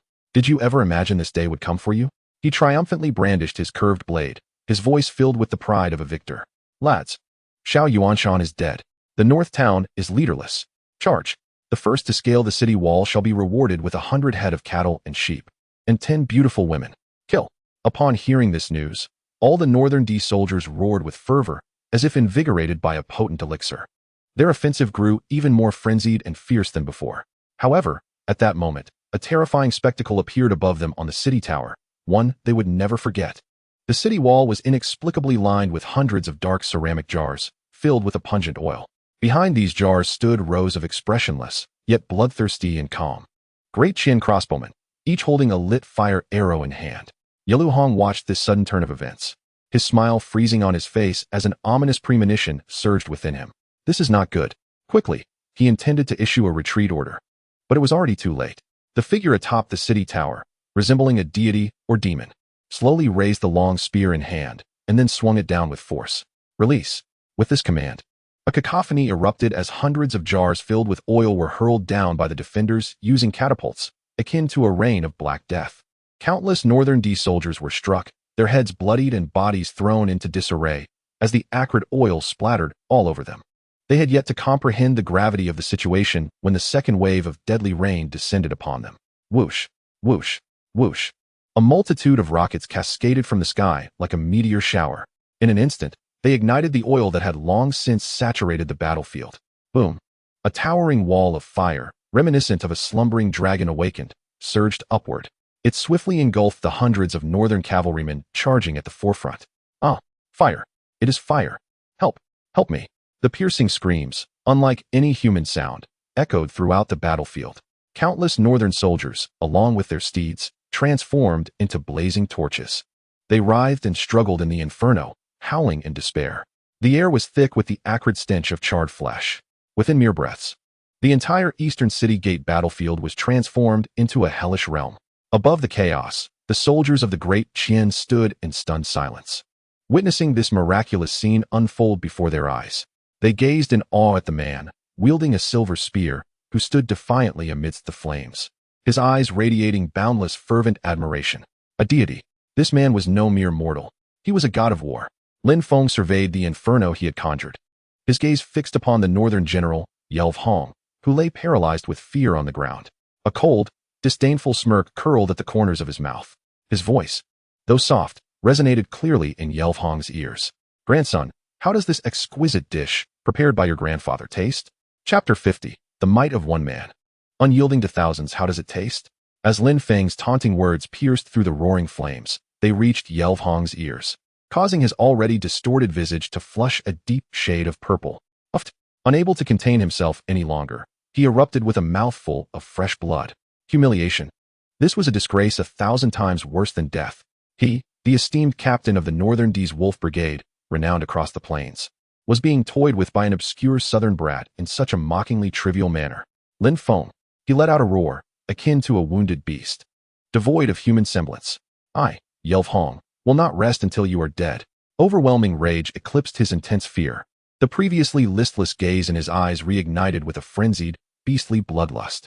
Issue my command. He pointed at the figure standing defiantly amidst the flames. His voice a frenzied howl. Archers, fire at him. Kill him. Even if it costs lives, we shall raze this tower to the ground. Kill. The North D soldiers, paralyzed with fear by the towering inferno, were stirred once more to their innate ferocity upon hearing their commander's frenzied command. With bloodshot eyes, they circumvented the still blazing sea of death and charged madly towards the city wall. A storm of arrows filled the sky, descending upon the battlements like a swarm of locusts. Yet, Lin Feng did not spare them a glance. A disdainful smirk graced his lips. Could a mere grain of rice shine? Slowly, he raised the gleaming dragon gallbladder spear in his hand and, with a fierce thrust, drove it into the city wall. Boom. A thunderous sound erupted as the sturdy bluestone shattered as easily as tofu beneath his might. The spear hummed with an invisible, overwhelming intent that commanded the world. Having accomplished this feat, he turned to face the stunned soldiers of the great Qian, whose awe rendered them speechless. His voice, though not loud, resonated clearly in every ear. Brothers, are you afraid of death? No. The thunderous roar echoed throughout the battlements, igniting an unprecedented fervor in their eyes. Excellent. Lin Feng nodded in satisfaction. He slowly unsheathed the dagger at his waist, its blade glinting with a bloodthirsty sheen in the firelight. A confident and defiant smile curled at the corners of his mouth. Today, I, Lin Feng, will stand with you and slay without restraint. Before his words had fully dissipated, his figure vanished from sight like a wraith. In the next moment, he appeared behind the parapet of the city wall, a most efficient harbinger of death, akin to an inexhaustible machine of slaughter. Each strike he delivered was both succinct and lethal. A North D soldier, just scaling the ladder, barely had time to cheer before Lin Feng severed his neck with a single stroke. With a powerful kick, he toppled the ladder, sending 7 or 8 soldiers clambering upward, plummeting to the ground, crushed by those who followed. He stood as an insurmountable guardian, a solitary figure wielding a blade, resolutely blocking the tide of North D soldiers from breaching the walls. He was a formidable, unyielding steel fortress. The fervent soldiers of the great Qian, already ablaze with passion, went madder still at the miraculous scene before them. Their eyes burned with an unparalleled fervor for battle. Kill. Follow General Lin. Slaughter. They surged forward like a pack of ravenous wolves, ignited with primal bloodlust, launching the most frenzied counterattack against the North D soldiers who had finally ascended the battlements. Roll the logs. Hurl the stones. Pour the molten gold. All the siege equipment at their disposal was mercilessly hurled down upon the city, transforming the battleground at the East Gate into a nightmarish realm of blood and chaos. The air was filled with anguished cries and wails of despair. The once arrogant elite soldiers of the Northern D, who had strutted with an air of invincibility, were now left bloodied and battered against the impenetrable walls of the city. At the center of this carnage stood Lin Feng, his eyes ablaze with a crimson fury. The dagger in his hand was soaked in blood, staining it a vivid red, and his own body was drenched in the same crimson hue, both that of his enemies and his own. Yet, he felt no pain, only an unyielding, icy resolve coursed through him. He was the sole sovereign of this battlefield, the unshakable nightmare haunting the hearts of every Northern D soldier. In that moment, time seemed to lose its significance. As Lin Feng kicked the last Northern D soldier plummeting from the city wall, he slowly rose, propping himself against his blade. Gasping for breath, the world around him dimmed, and an eerie silence enveloped his ears. He lifted his gaze to behold a scene of devastation. Beneath the walls, corpses piled high, and rivers of blood flowed freely. The once seemingly endless ranks of Northern D soldiers now retreated in terror, as if confronted by a specter. They had crumbled, their resolve shattered by a single man wielding a dagger. The surviving soldiers of the great Qian, witnessing the figure standing amidst the sea of corpses, instinctively laid down their weapons and knelt upon one knee, their voices rising in a chorus of genuine admiration and reverence. Long live the general! Their shouts echoed across the heavens. Lin Feng slowly raised his blood-dripping dagger, pointing its blade at the now dumbfounded Northern D commander, Yalu Hong. A disdainful smirk graced his lips as his voice, though low, resonated clearly in the ears of all present. Those who dare to offend the great Qian shall be eradicated, no matter the numbers. Chapter 51. Decapitating the general and seizing the banner, shocking the three armies as Lin Feng uttered those 4 words in a hoarse yet commanding tone. Every gaze on the battlefield, above and below the city walls, was drawn to the figure standing resolute amidst the carnage. The great Qian soldiers looked upon him with fervent admiration, while the surviving Northern D soldiers were paralyzed by a primal fear. A demon. This man was no mere mortal. He was a relentless, pain-immune, fear-defying war demon. Retreat. Quickly. It is unknown who, first, released the desperate scream. Immediately, all the surviving soldiers of the Northern D, as if seeing a specter, discarded their weapons and turned their horses, fleeing madly toward the rear, where lay the camp that symbolized safety. The defeat was as overwhelming as an avalanche. They were utterly shattered by a single man wielding a knife. And as the instigator of this chaos, the Northern D commander, Yalu Hong, had long since lost his previous arrogance and hubris. He gazed at the man standing atop the city wall, looking down upon him like a deity, and then glanced at the soldiers around him, collapsing like a tide, feeling an icy chill surge from his feet to the crown of his head. He knew he had lost utterly, lost inexplicably. Go, quickly. He could no longer afford the luxury of dignity or honor. With a fierce jab to his horse's belly, he sought to blend into the retreating soldiers and flee from this nightmarish realm that would haunt him for eternity. However, would Lin Feng grant him that opportunity? Thinking of escape, the corners of Lin Feng's mouth curled into a cold arc. He slowly approached the dragon gallbladder bright silver spear he had thrust into the city wall. Then, under the incredulous gazes of all present, he gradually extended his hand and grasped the cold spear shaft. What was he about to do? An absurd, frenzied thought arose in everyone's minds. In the next moment, Lin Feng confirmed their suspicions with his actions. He took a deep breath. The muscles in his arms surged instantly. Veins coiling like dragons appeared on his skin. A white current, imbued with sharpness and dominance, swirled furiously around him. Body of metal, courage of the overlord. With all his strength, he roared, "Rise!" With a powerful shout, he pulled from the hard city wall the divine weapon that he had thrust deep within, along with a large fragment of shattered stone. Boom! A colossal sound erupted. Dust billowed into the air.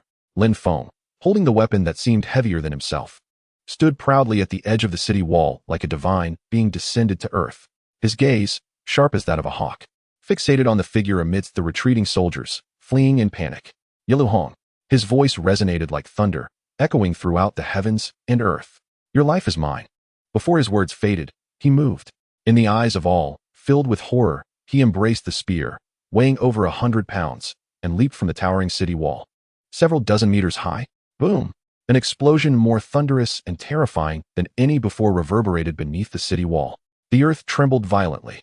A massive human-shaped pit appeared before everyone's eyes, and Lin Feng, unharmed, slowly rose from that deep pit. A suffocating aura of murderous intent emanated from him, palpable as if it were a physical entity. Block him. Yalu Hong, gazing at the monstrous figure descending from the heavens, was struck with sheer terror. His soul nearly escaping him, he uttered a frantic scream, recklessly urging his steed forward, fleeing in a wild panic. Meanwhile, his remaining loyal guards, their eyes ablaze with fury, roared as they brandished their curved blades and lunged at Lin Feng. Yet, they were confronted by a wrathful deity of death, utterly incensed. Those who stand in my way. Lin Feng's eyes blazed with crimson fury. Die. In that moment, the dragon-scaled silver spear in his grasp seemed to resonate with his overwhelming bloodlust, vibrating with a sound akin to a dragon's roar.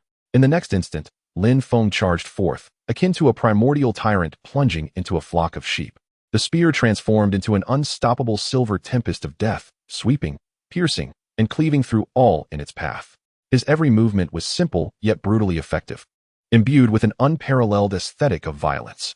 No North D cavalryman could withstand even a single exchange under his onslaught. Their proud iron armor, once thought impenetrable, crumbled like mere paper before his divine weapon. Thud, thud, thud. The dull thuds of sharp blades piercing flesh echoed relentlessly. One by one, the North D cavalrymen fell like wheat before a scythe, collapsing in droves. Lin Feng forged a path of carnage through the throng of thousands, paved with blood and corpses. His singular focus trained on the already terror-stricken North D commander, Yalu Hong. Stay away. Yalu Hong cried out in despair as the demon drew ever closer. He wished to flee, but his steed, paralyzed by Lin Feng's overwhelming murderous aura, quivered in fear, legs giving way, unable to move another step. At last, Lin Feng stood before him, spear in hand, proud and defiant. Blood splattered across him, rendering it indistinguishable between that of enemies and his own. His eyes bore no trace of emotion as he regarded the quaking warlord, slow to raise his spear. In the next life, his voice, though soft, resonated with boundless authority. "Remember not to provoke my wife." Before the words could fully dissipate, the spear surged forth like a dragon. Thud! A head, refusing to close its eyes in death, soared into the air, blood spraying like a fountain, staining the vast sky crimson. Lin Feng, having severed the commander's head, did not pause. With a swift motion, he thrust the spear upward, dislodging the haughty golden wolf-head banner that symbolized the North D commander. Then, he wielded the spear in one hand while grasping the banner in the other. Slowly, he turned to face the thousands of Deqian soldiers atop the city tower, who were left speechless by his extraordinary prowess. A confident and audacious smile curved at the corners of his lips. His voice, akin to the resounding roar of spring thunder, reverberated throughout the heavens and the earth. "The enemy general, Yi Lihong, lay dead. You all, do not hesitate. Follow me to kill." Chapter 52. The Triumph of Defending the City. Xiao Yuanshan's awe as Lin Feng's godlike voice echoed across the battlefield, all the Daqian defenders at the eastern city gate. After a brief, dreamlike silence, erupted in a roar that could transform the very fabric of reality, a tsunami of fervent cries. "Kill! General Lin is magnificent! Counterattack! Counterattack!" In their eyes, not a trace of fear remained. Only boundless, fervent admiration persisted. They surged forth like a pack of wolves, their blood ignited, opening the city gates and rushing toward the demoralized and scattered remnants of the North D forces. Thus commenced a one-sided, merciless pursuit. Half an hour later, as the sun slowly ascended the horizon, this brutally intense battle of offense and defense finally drew to a close. Outside the northern town, corpses piled like mountains. Blood flowed like rivers. The air was thick with a nauseating stench of blood. Lin Feng, holding the still dripping dragon gallbladder silver spear and the golden wolf-headed banner representing the North D's commander, slowly made his way back into the city.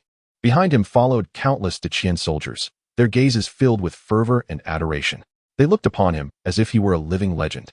As Lin Feng returned to the central command tent, clad in the smoke of battle and glory, he was met with an unexpected embrace. Su Qingxue, draped in white, had already been stained red with blood. Without hesitation, she rushed forward and tightly embraced him. She buried her face deep into his cold, solid chest, her body trembling slightly with excitement. You have returned." Her voice quivered with a hint of fear. Lin Feng's heart softened instantly. He reached out to gently caress her silky long hair, his voice imbued with endless tenderness. "I promised you, I would return alive." Within the command tent, Xiao Yuanshan had already tended to his shoulder wound.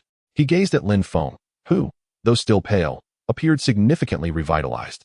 In Lin Feng's sharp tiger-like eyes, an overwhelming complexity and shock were evident. He had contemplated the possibility of Lin Feng's victory. Yet, he never could have imagined that Lin Feng would secure such a decisive and effortless triumph.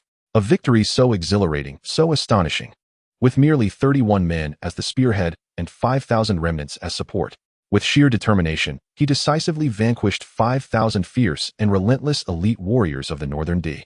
Even amidst the chaos of 100,000 soldiers, he beheaded generals and seized flags. This, indeed, transcends the realm of mere mortals. It is a miracle, a feat of warfare that is destined to be inscribed in the annals of the great Qin dynasty. "Bravo, my boy," Xiao Yuanshan exclaimed, slamming his palm upon the table in exhilaration. His gaze toward Lin Feng resembled that of one beholding an extraordinary prodigy capable of altering the very fabric of an era. "You have once again saved us all." Yet, Lin Feng shook his head gently, casting a glance at Su Qingxue, who stood beside him, quietly tending to his wounds with a tender smile upon her face. "It is she who has saved us." At these words, Xiao Yuanshan paused momentarily, then shifted his gaze to the woman, bloodied yet undeniably beautiful, whose fierce eyes flickered with understanding and admiration. He recognized Lin Feng as truth. Without her extraordinary medical skills, the morale of the troops may have faltered, and the outcome of this battle remained uncertain. "Ah, what a splendid pairing of hero and heroine." Xiao Yuanshan erupted into hearty laughter, his voice resonating with genuine appreciation. "Both of you, as a couple, are the pillars of my northern garrison." He paused, then slowly approached Lin Feng, his expression transforming into one of unprecedented solemnity. Before Lin Feng, a young man who was both his subordinate and significantly younger in years. He performed a deep bow. "Lin Feng, I, Xiao Yuanshan, on behalf of the 50,000 soldiers of the northern garrison and the 100,000 citizens of Northern Town, express my profound gratitude for your life-saving grace. Upon uttering these words, everyone within the tent fell into a state of utter disbelief. They could scarcely fathom that their iron-willed and proud general would show such reverence to a young man who was nominally still his subordinate. Lin Feng, too, was taken aback by this unexpected display. He quickly stepped forward to support Xiao Yuanshan. General, this is too much. But Xiao Yuanshan's stance was unwavering. I, Xiao Yuanshan, am clear in matters of reward and punishment. Merit must be acknowledged, and gratitude must be expressed. He gradually straightened, locking eyes with Lin Feng, his fierce gaze ablaze with an intensity that sent shivers down Lin Feng's spine. Lin Feng, his voice bore an undeniable authority. Would you consider taking me as your adoptive father? Lin Feng was utterly bewildered. He stared at the middle-aged general before him, whose kindly demeanor belied the cunning glint in his eyes, as his mind went blank for a full 3 breaths. Good heavens, is this old fellow serious? Could he possibly have a daughter awaiting a suitor? Just as Lin Feng grappled with this sudden paternal affection, a blood-soaked messenger burst into the tent, panic-stricken, rolling and scrambling in haste. His face was etched with boundless terror and despair. He scarcely had the presence of mind to observe the eerie atmosphere within the tent. Instead, he fell to his knees with a resounding thud. His voice trembled with sorrow as he uttered, "General, it's terrible. Our main force dispatched to the Eagle's Cry Cliff has fallen into an ambush. The entire army has been annihilated." The words "entire army annihilated" struck like a thunderbolt, reverberating in the hearts of everyone present in the command tent. The expression of Xiao Yuanshan, which had been alight with joy from a recent victory, instantly drained of all color. His body swayed violently, as if he might collapse at any moment. "What did you say?" he demanded, gripping the messenger's collar, his eyes wide with disbelief and his voice tinged with an uncontrollable quiver. "Say it again." The messenger, already paralyzed by fear, recounted the grim tale once more, his voice quaking. It turned out that while they battled fiercely against the Northern D main forces at the East City Gate, the Eagle's Cry Cliff, an area believed to be their stronghold, was, in fact, a trap. There was no Northern D main force present. Instead, it was a vicious and lethal ambush meticulously orchestrated by the Northern D's Great Khan. Tens of thousands of elite troops lay in wait, ready to strike, and they encircled the 5,000 elite troops of the Northern Town Army that Xiao Yuanshan had dispatched. After a catastrophic battle, the entire contingent was lost, including the vice general leading the charge, who was slain on the spot. Upon hearing this devastating news, Xiao Yuanshan could no longer contain himself and spewed forth a mouthful of blood, his body collapsing backward as if all strength had been drained from him. "General," Lin Feng reacted swiftly, rushing forward to support his faltering frame. Quickly, Qingsnow, Su Qingsnow hurriedly approached, producing silver needles and expertly inserting them into several vital points on his chest, temporarily stabilizing his erratic heart. The Great Khan, Temujin. Xiao Yuanshan murmured the name he loathed with all his being. Such a splendid scheme, such insidious tactics. He realized he had suffered another defeat, a devastating, undeniable one. Although Lin Feng had managed to hold the East City Gate against overwhelming odds, the loss of the main force was a crippling blow to the entire Northern Town Army. From this day forth, they would utterly lack the means to confront the Northern D forces head-on, forced instead to cower within the city walls, struggling to survive. Meanwhile, the Northern D would rampage freely outside the city, pillaging and burning at will. A suffocating air of despair enveloped the command tent, heavy with hopelessness. Yet, just as despondency threatened to consume them all, a calm, yet powerful voice broke through the gloom. "General," Lin Feng gently assisted Xiao Yuanshan back into his command seat. On his face, there was not a trace of fear, rather an unprecedented, blazing fire of battle ignited within him. Victory and defeat are but commonplace occurrences in warfare. His voice, though not loud, resonated clearly in the ears of everyone present. "Although we lost our main forces in this battle," he slowly turned, his gaze sweeping like lightning over all the generals who had been subdued by his calm demeanor in the face of danger. "We are not without our gains." He pointed outside the tent to the battlefield, where corpses lay piled high, with a mere 5,000 remnants. "We faced and shattered the elite forces of 5,000 Northern D. Amidst the throngs of soldiers, we beheaded generals and seized flags. We have showcased the might of our northern garrison. We have demonstrated the valor of the men of Great Qian. Most importantly, a glimmer of wisdom sparkled in his eyes. We made the Northern D realize that our northern city is not a soft persimmon to be easily squeezed. Here lies a hard bone that could break their teeth." His words struck with resounding clarity, stirring the very soul. In an instant, The pervasive despair within the tent dissipated. A flicker of hope reignited in the eyes of all the generals. Indeed, they have not yet lost. As long as the city stands, as long as they remain alive, there is still a chance for a reversal. Xiao Yuanshan gazed at this young man, who maintained such composure even in dire straits and managed to revive the morale of the troops with just a few words. The once dim light in his tiger-like eyes once again erupted with unprecedented brilliance. He knew he had made the right gamble. This lad was the savior bestowed upon the northern garrison by the heavens. Lin Feng. He suddenly slammed the table and rose abruptly. His previously stooped back straightened once more. The aura of an iron-blooded veteran returned to him. Convey my orders.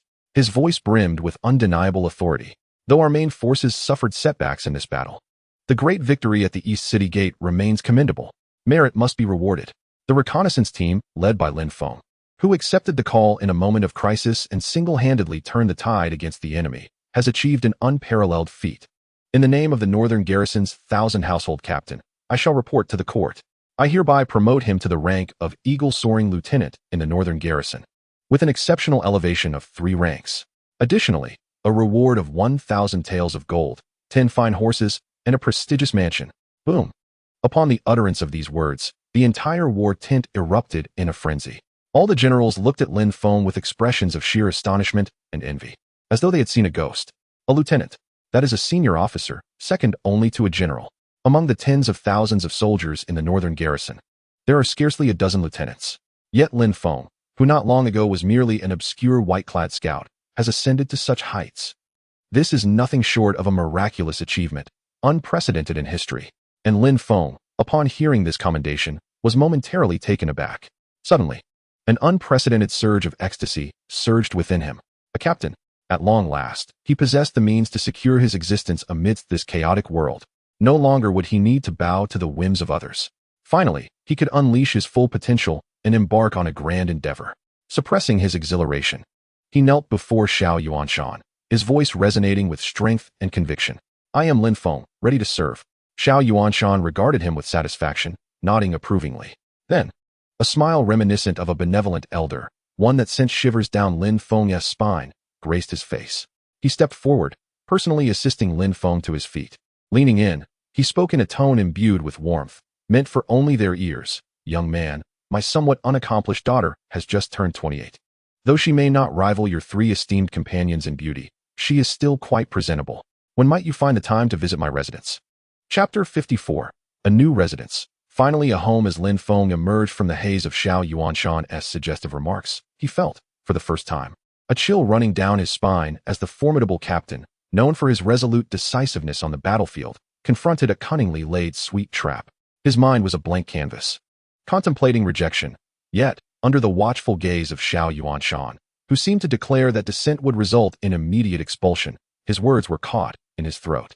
At that moment, a gentle yet authoritative voice unexpectedly resonated from behind him.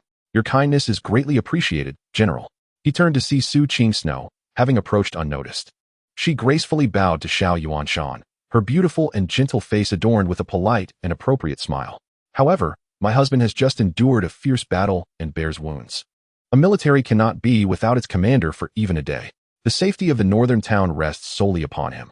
She slowly raised her head, her gentle, water-like eyes shimmering with an irresistible sincerity. Once the borders are secure, we will certainly prepare generous gifts and personally visit. At that time, we shall raise our glasses in celebration with you and your esteemed daughter. Her words were flawlessly crafted. They not only granted Xiao Yuanshan immense respect, but also cleverly postponed the matchmaking invitation indefinitely. Furthermore, she subtly proclaimed her authority as the rightful wife. A flicker of barely perceptible surprise and admiration crossed Xiao Yuanshan's eyes. He observed this seemingly delicate yet astute woman before glancing at Lin Feng, whose expression reflected profound relief. And he felt no lingering doubt. This young man's accomplishments were no mere stroke of luck. The women surrounding him were certainly not to be underestimated. Ha! Excellent. What a fine prospect for border stability.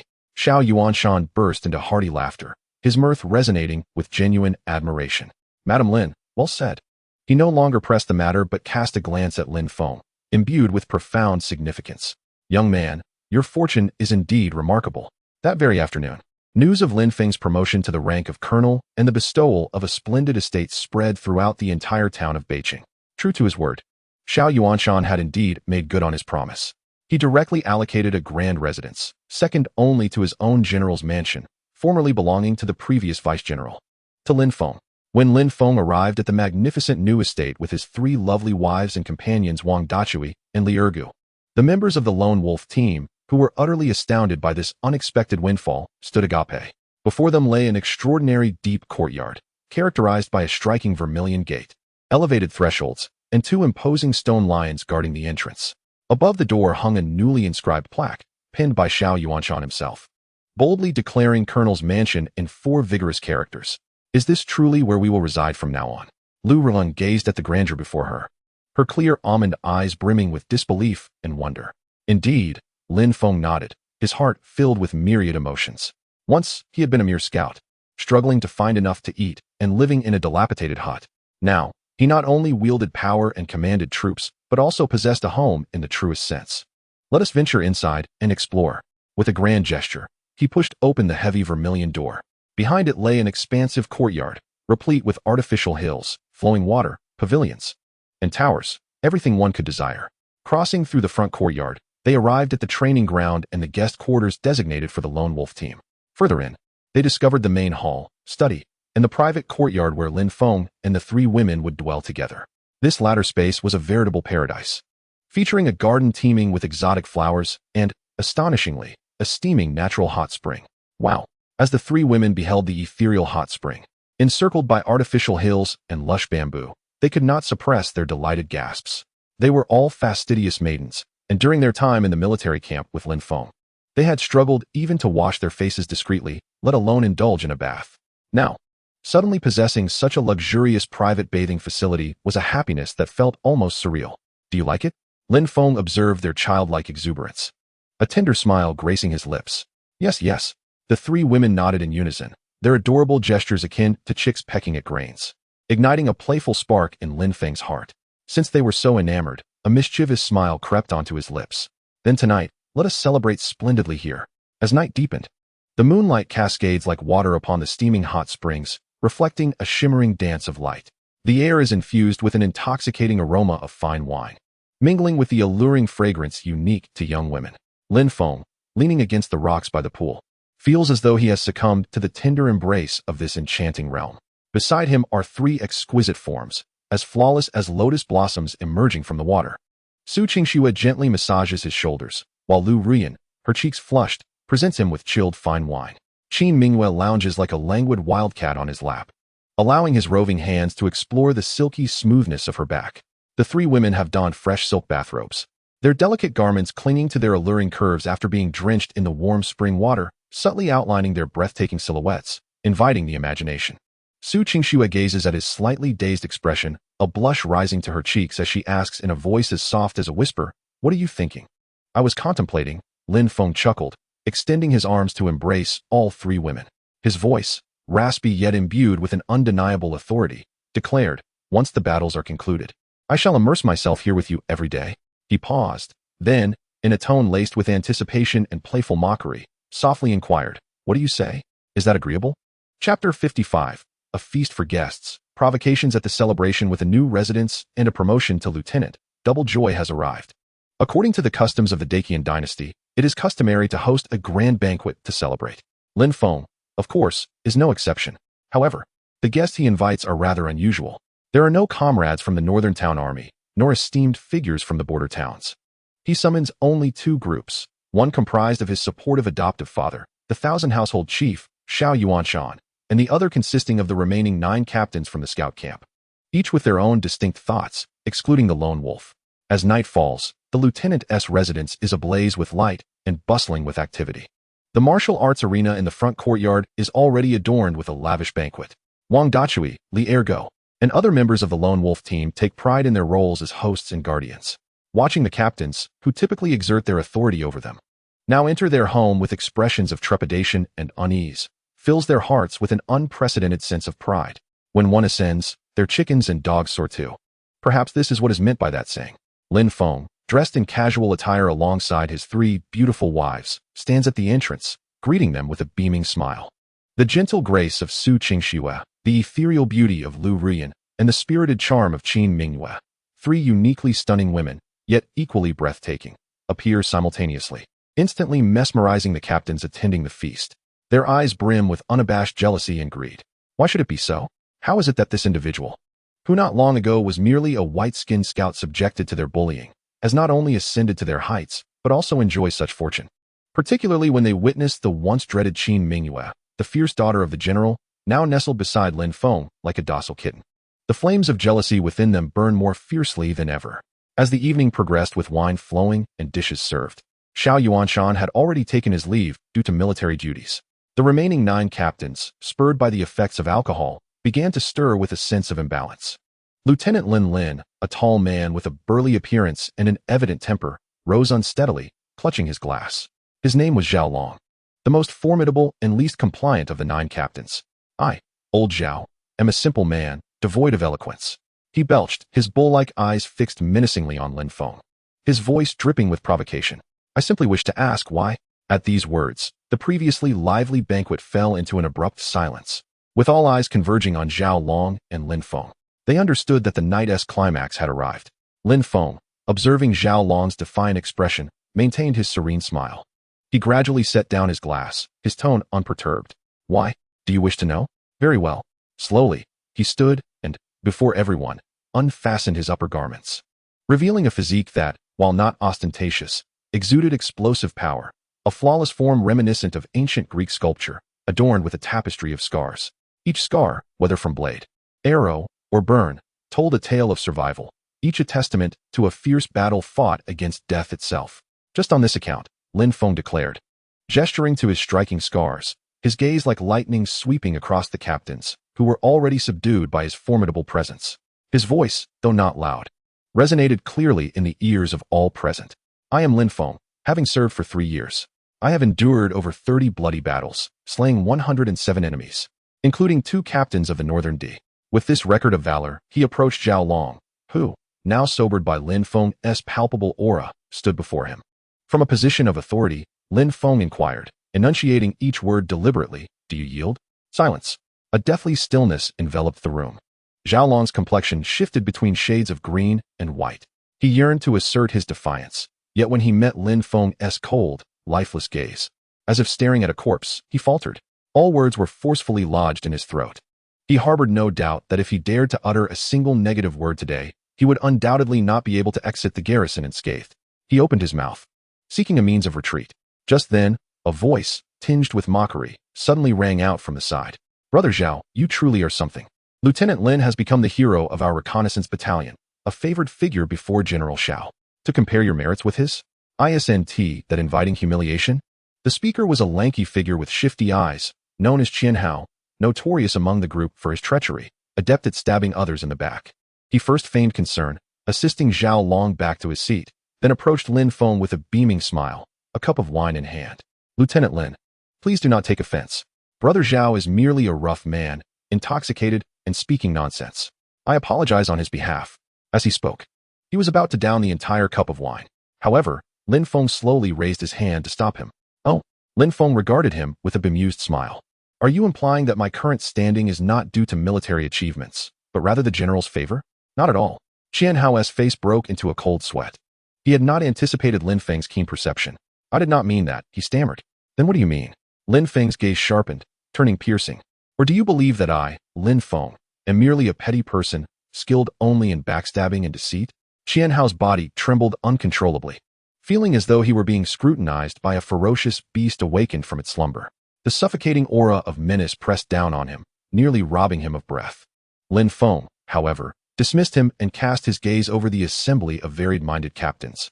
A disdainful smile curled at the corners of his mouth. I know that none of you respect me. That is of no consequence. I, Lin Feng, have never expected your admiration. He slowly approached the utterly stunned Zhao Long, extending his hand before everyone. His voice was calm and steady. Now, I offer you an opportunity to challenge me. All 9 of you together.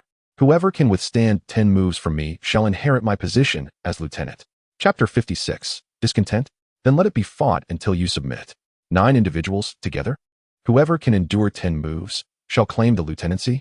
When Lin Feng uttered this statement in an almost audaciously calm tone, the entire banquet hall was instantly enveloped in an eerie silence. All eyes converged intently upon the man, whose physique was not particularly imposing, yet at that moment, he resembled a deity or a demon, exuding an overwhelming presence.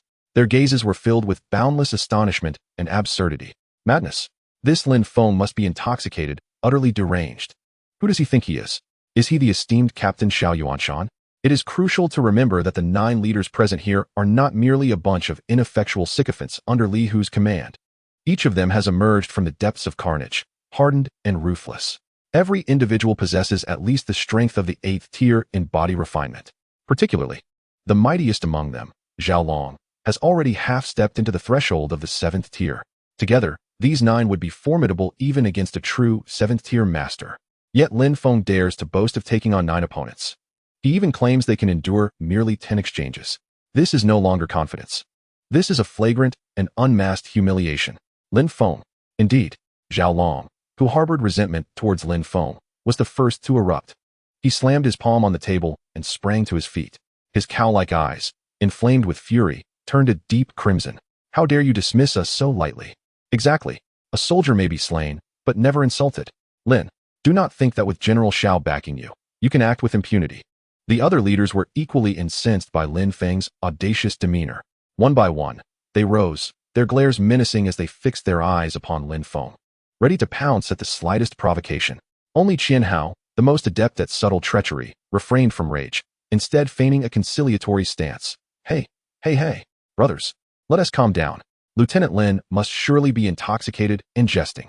As he spoke, he cast furtive glances at Lin Feng, his eyes brimming with insinuations urging him to find a way out. To him, Lin Feng epitomized youthful arrogance, blinded by success. By stepping up as the peacemaker, he could do Lin Feng a favor while simultaneously showcasing his own magnanimity. It was, quite simply, killing 2 birds with 1 stone. However, Lin Feng's subsequent reaction dashed all of his expectations to the ground.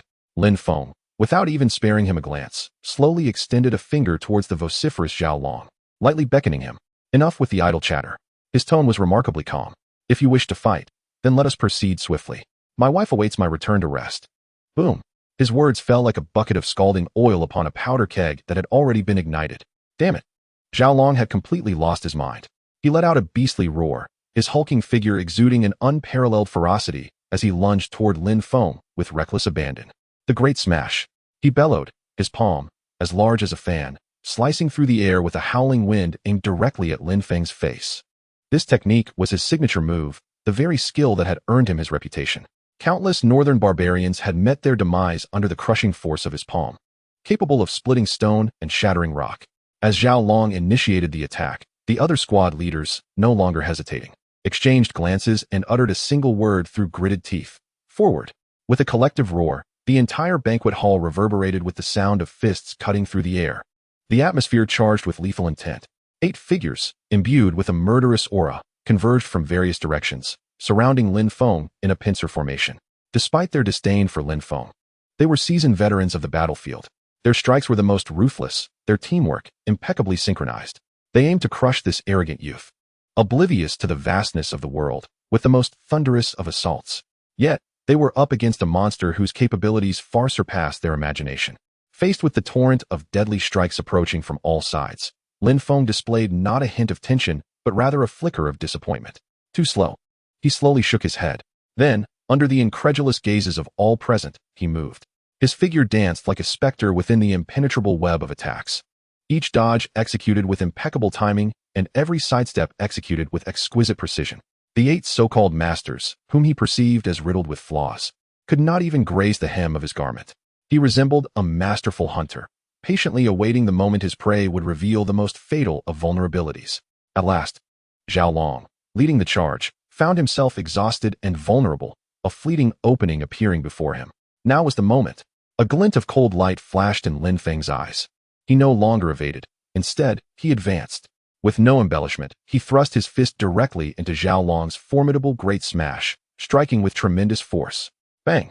A thunderous sound erupted in the banquet hall, reverberating like a drum. Crack! This was followed by a jarring sound of bones fracturing, clear and resonant in every ear present. Zhao Long's once proud great smash crumbled like paper beneath Lin Feng's seemingly unremarkable punch, shattering effortlessly. His arm, thicker than that of an average man, twisted at a grotesque angle, with stark white bone protruding through the skin, exposed to the air. Lin Feng's fist, relentless, slammed into his chest. Puff! Zhao Long, as if struck head-on by a rampaging bull, erupted with a violent spray of blood. His imposing figure soared through the air like a kite severed from its string, crashing violently into 3 or 4 tables before finally coming to a halt. He lay sprawled on the ground, gasping for breath like a lifeless dog, blood spilling from his mouth, his eyes brimming with boundless terror and confusion. He could not comprehend how his formidable strike, powerful enough to shatter stone, had failed to land even a single blow on his opponent. Meanwhile, Lin Feng, having incapacitated the strongest Zhao Long with a single punch, pressed on without hesitation.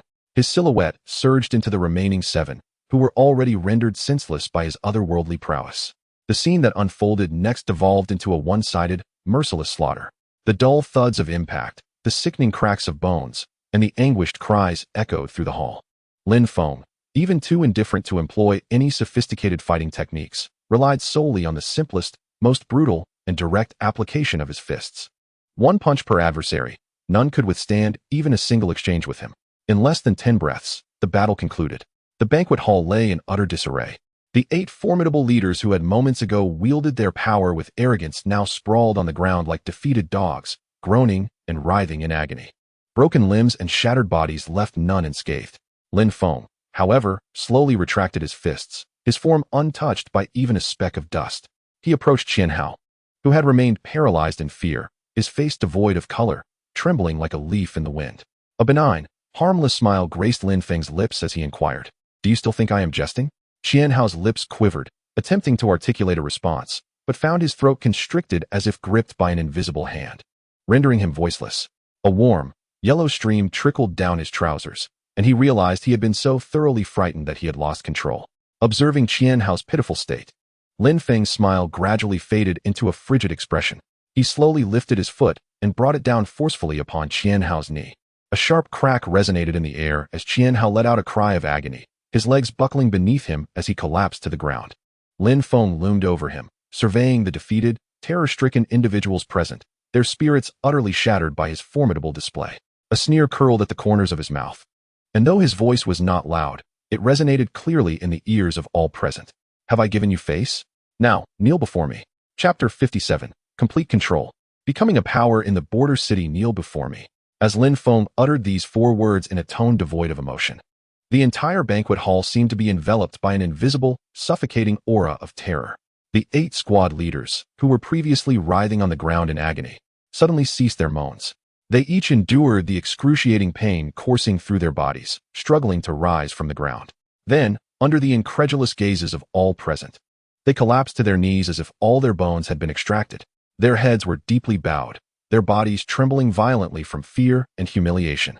In their hearts, all defiance, jealousy, and resentment were utterly crushed before the overwhelming force that resembled a divine power.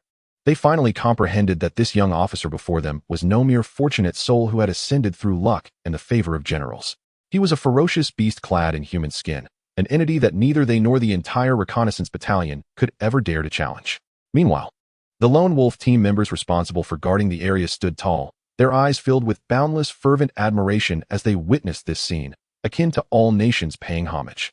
Their captain, their wolf king, was indeed magnificent and domineering. As the architect of this entire spectacle, Lin Feng slowly retracted his oppressive gaze. His countenance once again donned a serene smile, and he gracefully returned to his seat of authority.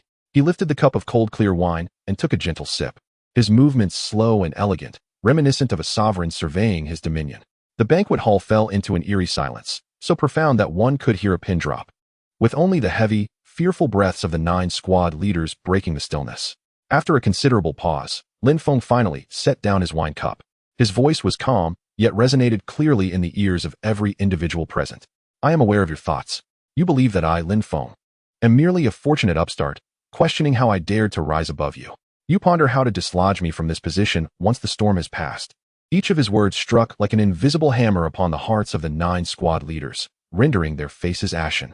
For Lin Feng had articulated their very thoughts with chilling precision. "I bear no ill will towards you," Lin Feng smiled, a smile that concealed profound inscrutability. "For had I been in your place, I would have thought the same." However, his tone abruptly shifted, becoming icy and sharp. "What I contemplate differs greatly from your actions. A soldier should take pride in military accomplishments and command respect through strength. Yet, you as squad leaders, do not strive to engage in battle to defend your homeland, but instead indulge in intrigue and factionalism. His gaze sliced like a blade across the already terrified Qian Hao. Yet, one still wishes to stab their comrades in the back. Do you truly believe you are worthy of being soldiers? His words resonated with gravitas, imbued with righteous fervor, leaving the 9 squad leaders utterly mortified. Lin Feng, however, chose not to engage further with them. He rose slowly, his gaze sweeping across the assembly. There were squad leaders kneeling on the ground, and beside them stood the lone wolf team members, thoroughly captivated by his regal presence. Not far off, his 3 stunning wives gazed at him with admiration, love, and boundless pride. An unprecedented surge of ambition welled up within him. He understood that from this day forth, he had truly seized control of this unruly reconnaissance battalion. He extended his hand, forming a fist in the air, as if grasping the very heart of the border city itself. A hint of an imperious smile graced his lips, and his voice, though soft, resonated clearly in every ear present. I know many of you believe that I, Lin Feng, am overly arrogant. Indeed, I am arrogant, for I possess the merit to be so. He pointed towards the northern sky, where our irreconcilable foes resided, a realm abundant with military achievements and wealth. A future that could bring glory and prosperity to your families. His voice was laced with an enchanting allure. Now, I, Lin Feng, stand before you to pose a question.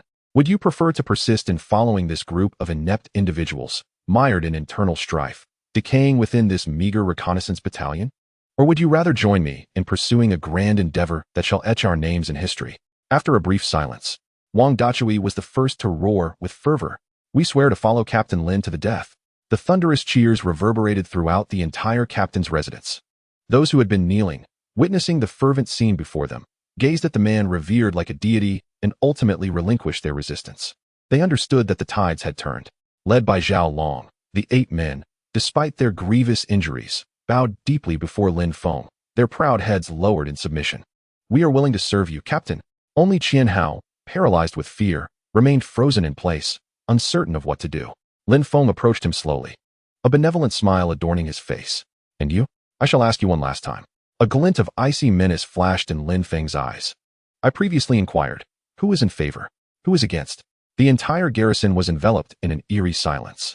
The 9 captains, who previously harbored diverse thoughts, now resembled ducks with their necks clutched, kneeling on the ground, too fearful to even breathe.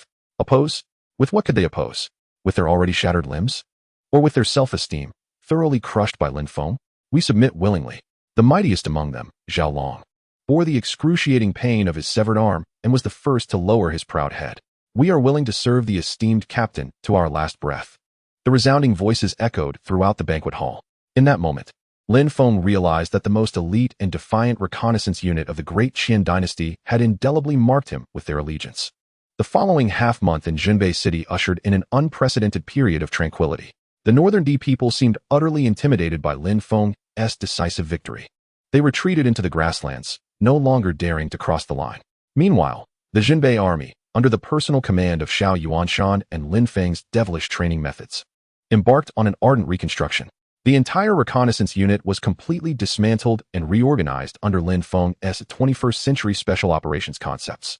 Reconnaissance, infiltration, camouflage, assassination, and collaborative combat. One astonishing training subject after another was imparted without reservation. The Lone Wolf Squad became the instructional team of the entire reconnaissance unit. Wang Dachui was in charge of strength and physical training. Li Ergu oversaw stealth and intelligence gathering, and Qin Mingyue managed marksmanship and combat techniques. Even Su Qingxue and Lu Ruoyan were not idle. One established a battlefield medical station within the army, using her miraculous medical skills to save lives and win hearts.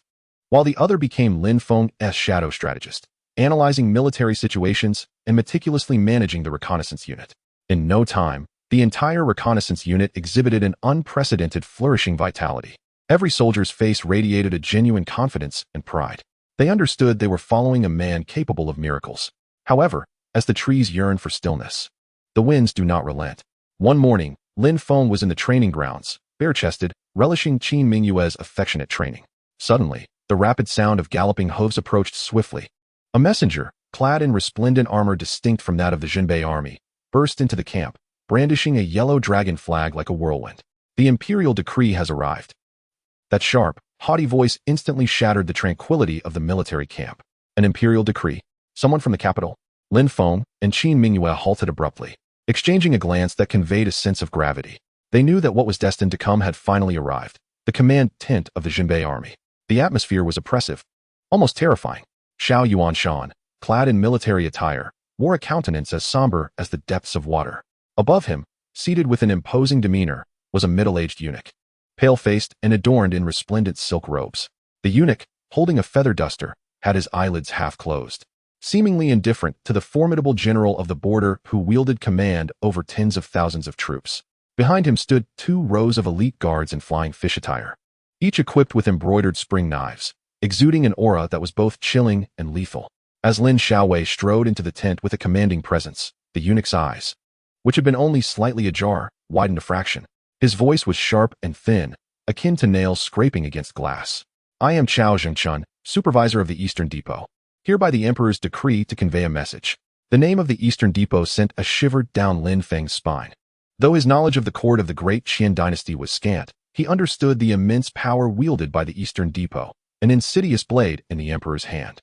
This humble soldier, Lin Feng, pays his respects to Lord Chao, he said, bowing respectfully yet firmly. There's no need for that. Chao Jingchun waved his hand dismissively, his snake-like eyes surveying Lin Feng with unabashed scrutiny, as if attempting to see through him entirely. Young Lin Xiaowei, to have achieved such extraordinary feats at your tender age is indeed commendable.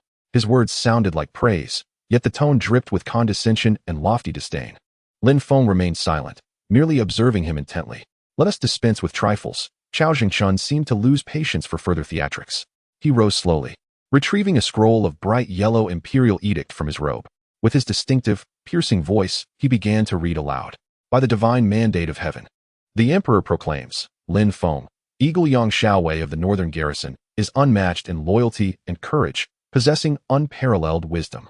Through his valorous deeds outside the northern city, he has turned the tide against overwhelming odds, slaying generals and seizing flags, thus elevating our nation's prestige. This is an unparalleled achievement. I am greatly comforted. Therefore, he is bestowed the title of Champion Marquis, with a fief of 1,000 households, a reward of 10,000 taels of gold, and 100 bolts of silk. Boom.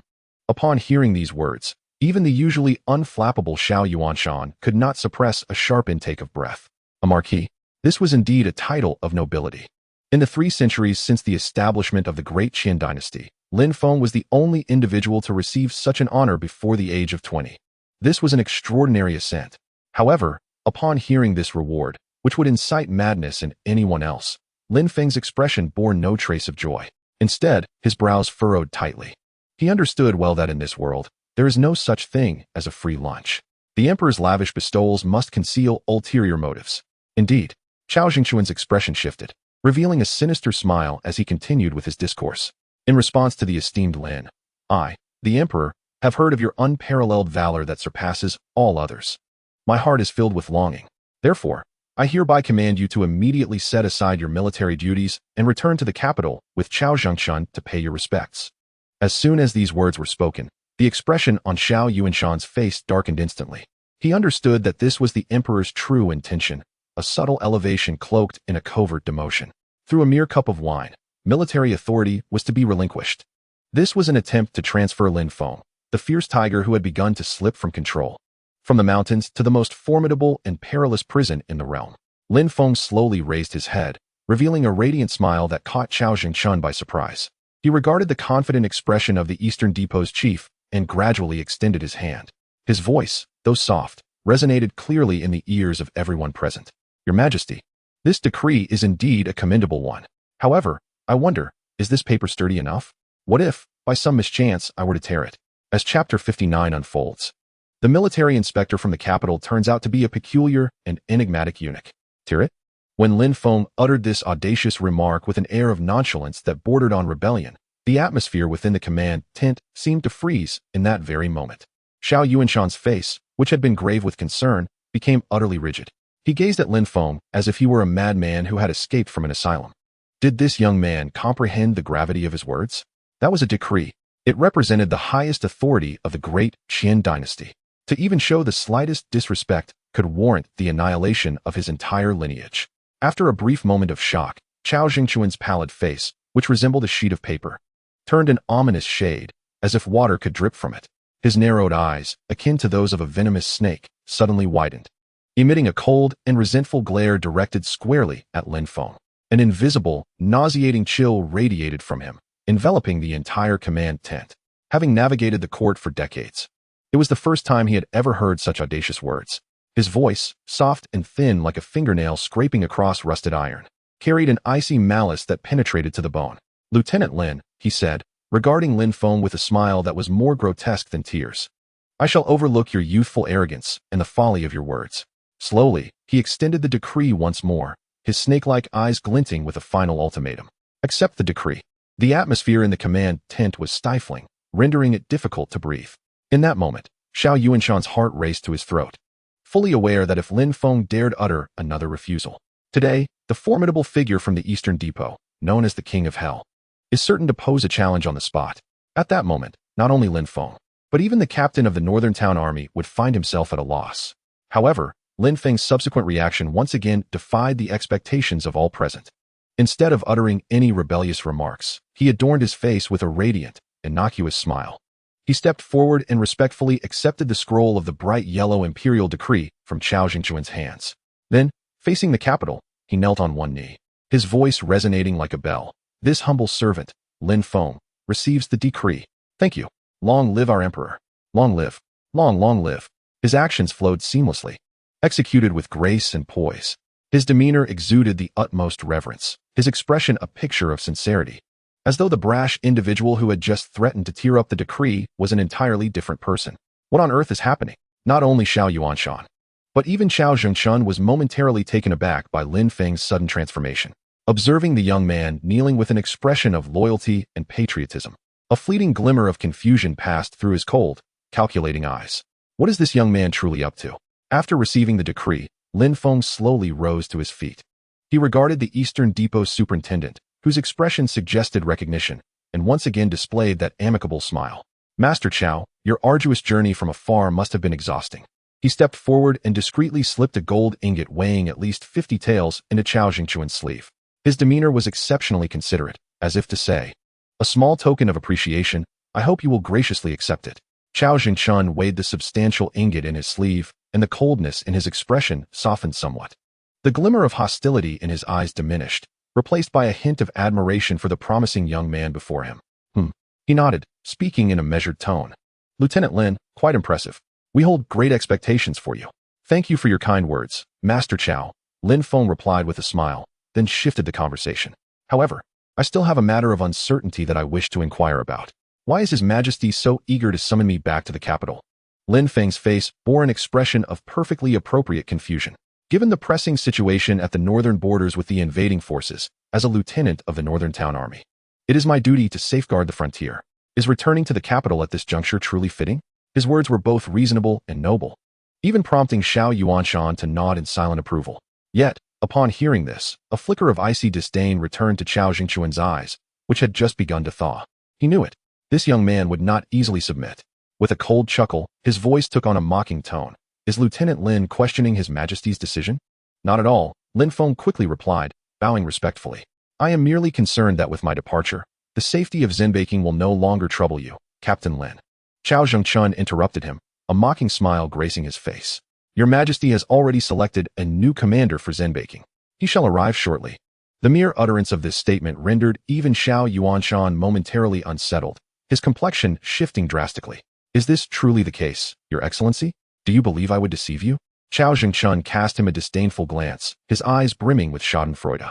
He slowly approached the sand table, extending his pale fingers, resembling delicate orchid petals, to lightly flick the small red flag representing zenbaking. "Ah, General Xiao," he drawled, his tone elongated and imbued with a cat-and-mouse playfulness. "You have lingered long enough in the northern frontier. It is time to relocate." Although his words were veiled, their implication was starkly evident. The emperor intended not only to transfer Lin Feng, but also to remove Xiao Yuanshan. A complete upheaval of the entire Jinbei army was imminent. Xiao Yuanshan's heart plummeted to the depths of despair. He realized he had gravely underestimated the suspicions harbored by the sovereign in the capital. Meanwhile, Lin Feng was also engulfed in tumultuous waves upon receiving this news, yet his countenance remained inscrutable. He quietly observed the triumphant expression of Chao Jingchun, the eunuch who seemed to hold the fates of all in his grasp.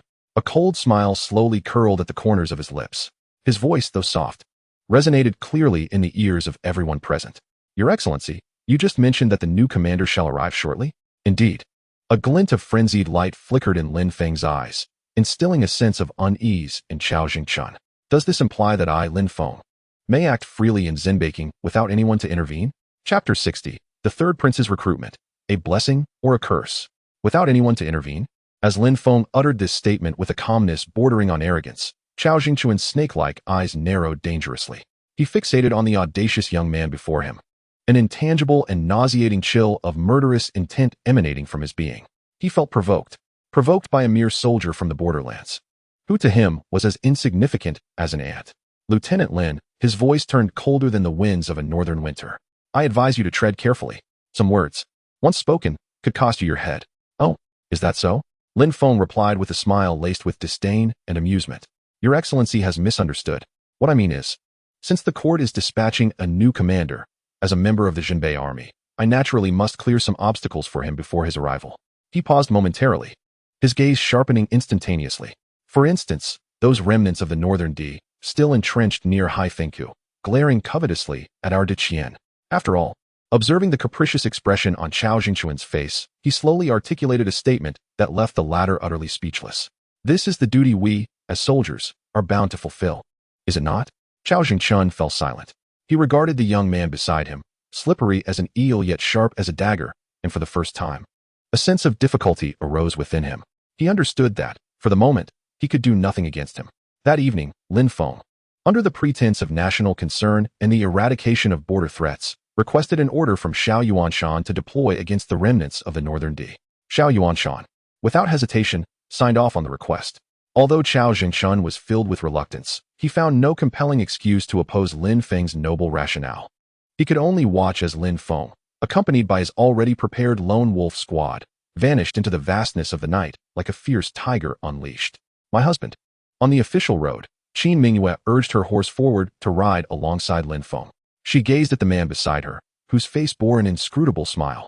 Her beautiful phoenix-like eyes filled with confusion and concern. Are we truly going to eliminate the remnants of the northern D? Otherwise, Lin Feng replied with a chuckle. Should we really stay back and keep that ambiguous unit company over tea? Yet, Qin Mingyue remained apprehensive. Are we really leaving the capital like this? Fear not, Lin Feng assured, his eyes glimmering with wisdom. This venture will not only pose no danger, but it will also make certain individuals feel more miserable than death itself. He turned to gaze at the brightly lit border city in the distance, a mysterious smile gracing his lips. Moreover, our journey is not aimless wandering. We are to meet a certain noble. Noble? Qin Mingyue was even more perplexed. Just then, a faint sound of hooves echoed along the official road. Soon after, a group of knights clad in black, with long blades at their waists, appeared before them. Leading them was a young gentleman, appearing to be just over 20, handsome, and exuding a gentle and refined demeanor. Upon spotting Lin Feng, he dismounted and greeted him with a smile as warm as spring. Greetings, General Lin Feng. He addressed with a bow, his voice smooth as jade. However, Lin Feng's eyes narrowed slightly. From this seemingly delicate young man, he sensed an extremely perilous aura. It was an air of composure and authority that only those accustomed to positions of power could possess. Who are you? He inquired, remaining mounted and speaking with a measured tone. I am Zhao Yu. The young gentleman maintained his smile. On my father's orders, I have come to establish a favorable connection with General Lin. Zhao Yu? The surname sent a jolt through Lin Feng's heart. He recalled the esteemed Emperor Qin Yuan, the ruler of the great Qin dynasty. Could it be that he stood before the third prince? Tentatively, he inquired. The general overestimates me, Zhao Yu replied, a fleeting and almost imperceptible surprise crossing his face, quickly replaced by composure. In the presence of the general, there were no princes. Only a junior who had long harbored admiration. His words were impeccably crafted, neither confirming nor denying his identity, yet the implication was unmistakable. In Lin Feng's heart, a tempest of emotions surged. He had never imagined encountering a member of the current royal family in such a manner, and it appeared that this prince had come specifically to await his arrival. Your Highness, what brings you here at this late hour? He dismounted and returned a respectful bow, maintaining an air of dignity. Ah, General, no need for such formalities, Zhao Yu chuckled. Casting a glance at the vigilant and fierce members of the lone wolf team behind Lin Feng, his eyes flickering with unmasked admiration. "I come not for any other reason than to present you with a gift." As he spoke, he clapped his hands. From behind him, a cloaked knight stepped forward, presenting a heavy wooden box. Zhao Yu personally opened the box, revealing two remarkable items within. One was an aged military treatise, while the other was a token. This book contains the military insights penned by the illustrious General Wuan, a founding figure of our great Qian dynasty. It has long been lost to history, and I acquired it by chance. Today, I bestow it upon you as a token of respect for a hero. As for this token, Zhao Yu lifted it. Made of purple gold and inscribed with the character Zhao on one side, and a vividly carved five-clawed golden dragon on the reverse, he presented it to Lin Feng. His tone took on a weighty significance. "This is my personal token. To possess it is akin to having me present. Should you encounter any troubles in the capital, you may present this token to the proprietor of the largest Uli Inn in the southern part of the city. He will assist you in resolving any issues." Lin Feng regarded the two invaluable gifts before him, yet his heart remained unperturbed. He understood well that there is no such thing as a free lunch in this world. This seemingly gentle third prince was undoubtedly hiding ulterior motives behind such grand gestures. He refrained from accepting the items and simply asked, "What is it that you wish me to do for you?" "Ha ha." Zhao Yu burst into laughter. "I knew you were an astute individual."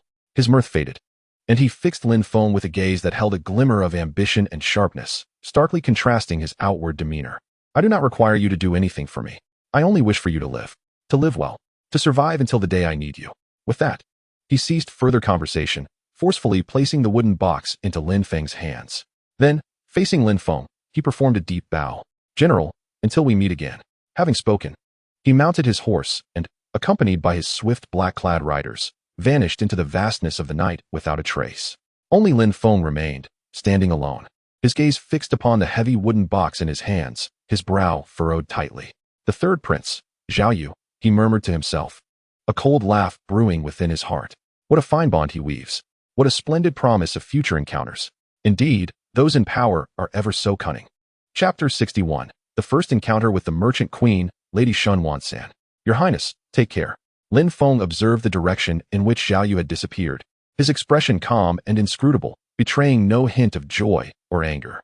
He slowly opened the wooden box in his hands. Inside lay the ancient tome titled Insights of the Military Strategy of Wuan Jun, exuding an aura of age-old wisdom. Beside the military treatise, a purple gold token, symbolizing the third prince's status, reflected the moonlight, emanating a cold, alluring glimmer of power. "Captain, this." Wang Dachui approached, his eyes brimming with curiosity at the sight of the evidently valuable token. "This is a hot potato," Lin Feng replied succinctly. With a decisive snap, he closed the wooden box and, without a second glance, tossed it to the waiting Li Ergu. "Secure it." "Yes." Li Ergu responded promptly, accepting it with utmost care. "Captain, what shall we do now?" Lin Feng smiled as he mounted his horse, his eyes gleaming like those of a predator under the night sky.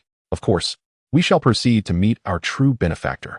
In the border town, at the Uli Inn, the establishment stood as the largest and most opulent in the entire Beijing, serving as a hub of information for all merchants, heroes, and various entities traversing the northern territories.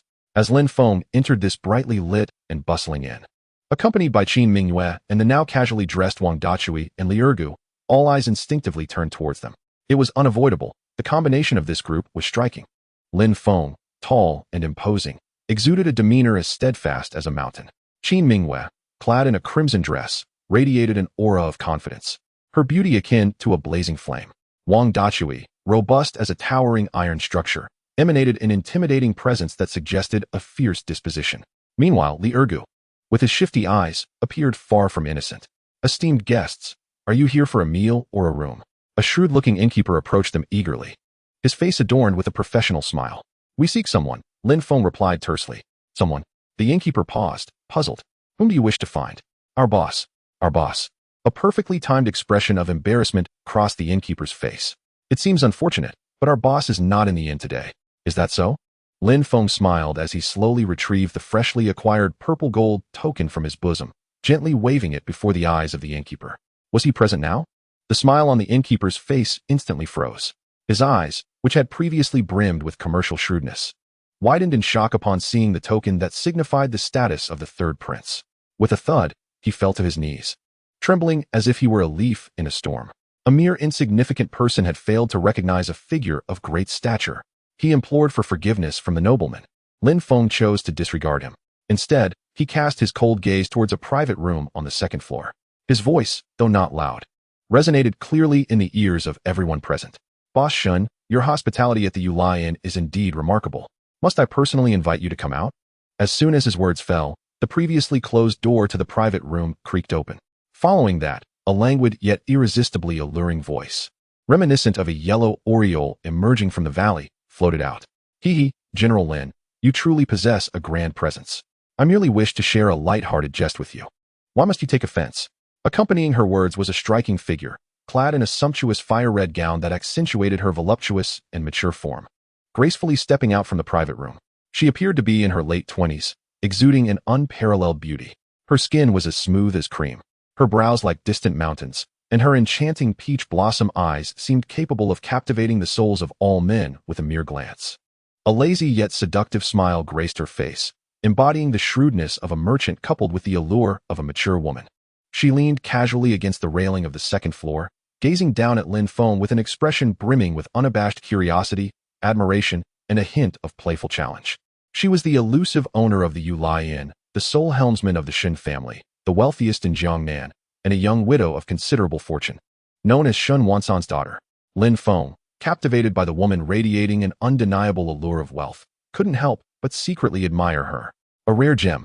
This was undoubtedly a breathtaking beauty capable of driving any man to madness. Boss Shun, you flatter me, he replied, retracting his gaze and returning a courteous nod. Neither servile nor arrogant. I have come not for trifles, but to discuss a business proposition with you. Oh, a business proposition? Shun Wansan's daughter chuckled, her laughter as melodious as silver bells. General Lin, you are now a celebrated hero in our northern territory. I am but a humble businesswoman and cannot fathom what business we might engage in together. Her words appeared to be modest. Yet that tone was imbued with an air of aloofness, as if distancing herself from others. Lin Feng couldn't help but chuckle upon hearing this. He understood that dealing with someone as astute as her required extraordinary measures. Conventional tactics would prove futile. He slowly lifted his head to gaze at the charming widow, whose expression conveyed an unmistakable unfamiliarity as she gradually extended 3 fingers. I shall only mention 3 items. First, cement. Second, stirrups. Third, a glimmer reminiscent of a cunning old fox flickered in Lin Feng's eyes, causing even Shun Wansan's daughter to feel a shiver of trepidation. The improved formula for the northern barbarians' warhorses. The moment those words escaped his lips, the once languid and alluring smile on Shun Wansan's daughter's face froze instantaneously. Her eyes, which were previously filled with mischief, widened in shock, fixated on Lin Feng, as if she were gazing upon a demon emerging from the depths of hell. The first 2 items, cement and stirrups, while unknown to her, might have allowed her to maintain her composure.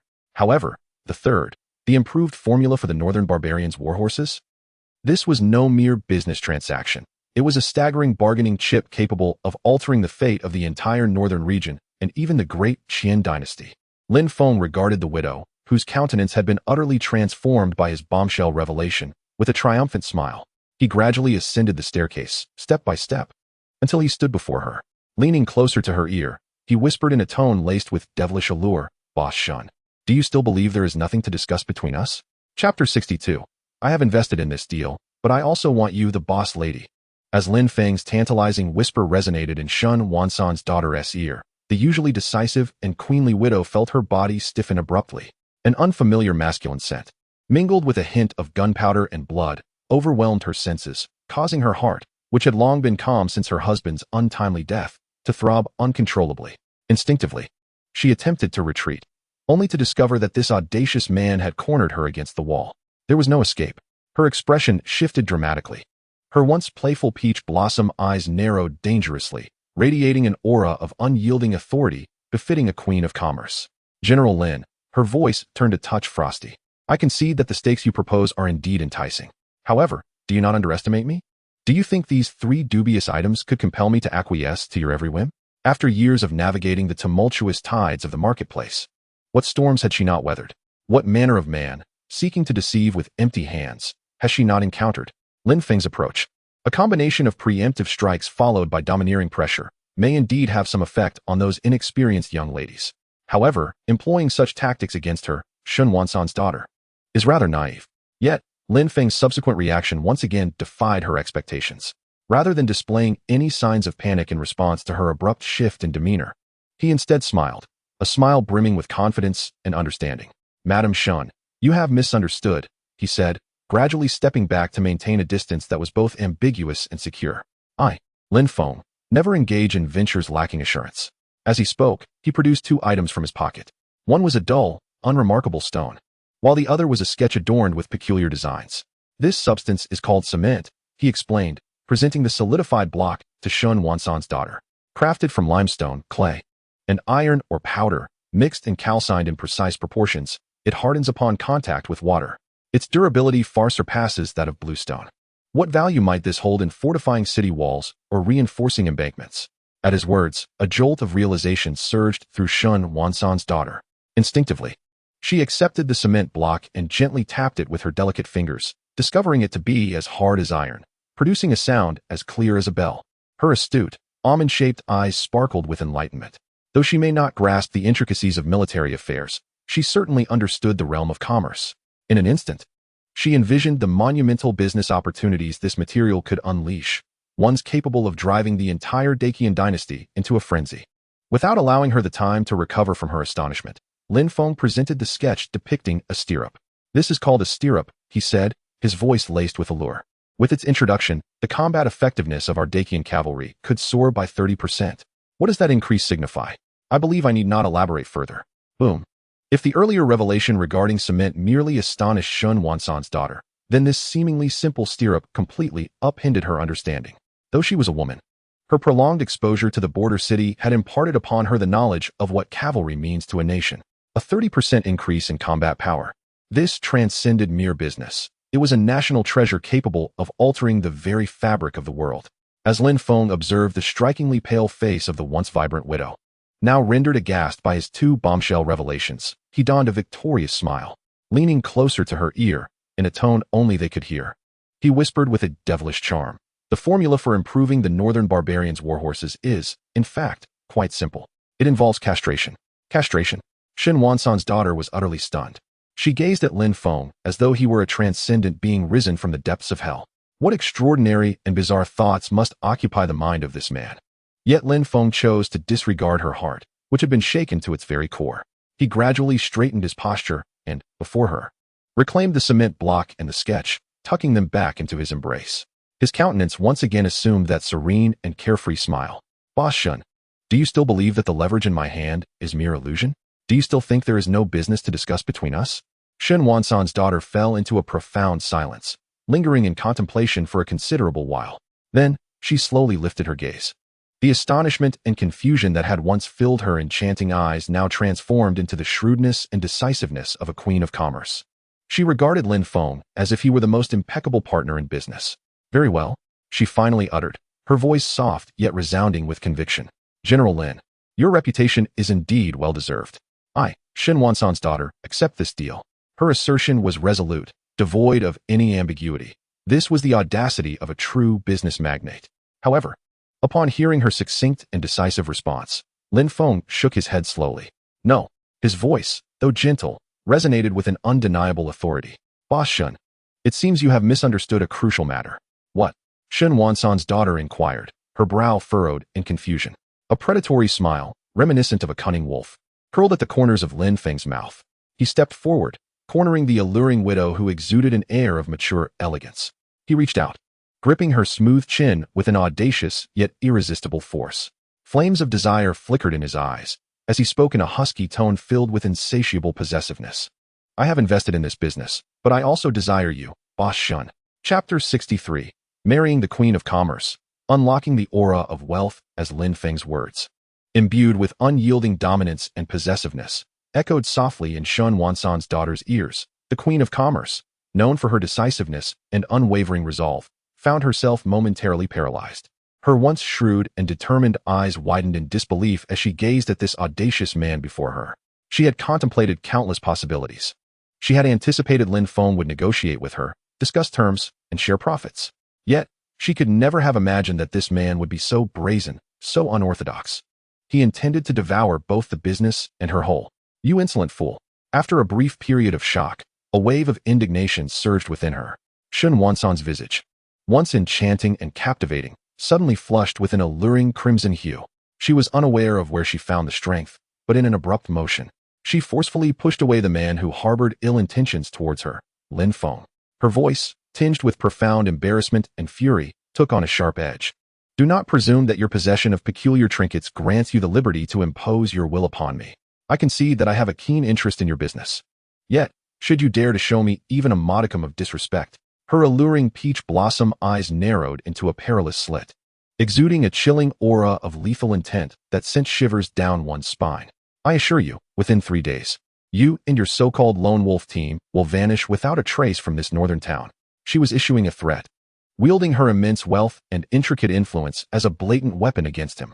However, upon hearing her menacing proclamation, Lin Feng merely chuckled, a smile laced with disdain and amusement. Oh, is that so? He advanced slowly, cornering the stunning widow who radiated a mature allure against the wall. This time, his gaze brimmed with even greater aggression. Shun, do you believe?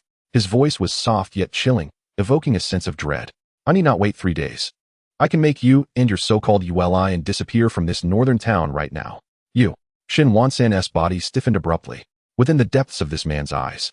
She discerned something that sent her heart racing, a cold indifference towards human life. It was the unmistakable aura of someone who had clawed their way from a mountain of corpses and a sea of blood. She had no doubt that if she dared utter a single refusal, this madman would indeed kill her on the spot. She opened her mouth, attempting to speak, but found that her throat was constricted as if gripped by an invisible hand, rendering her voiceless. Lin Feng, observing her facade of bravado crumble, found her expression increasingly entertaining. He reached out slowly, gripping her flawless chin with a lightly teasing yet utterly irresistible force. Shun, his voice turned slightly husky. I, Lin Feng, am a straightforward man who does not engage in the subtlety of your business dealings.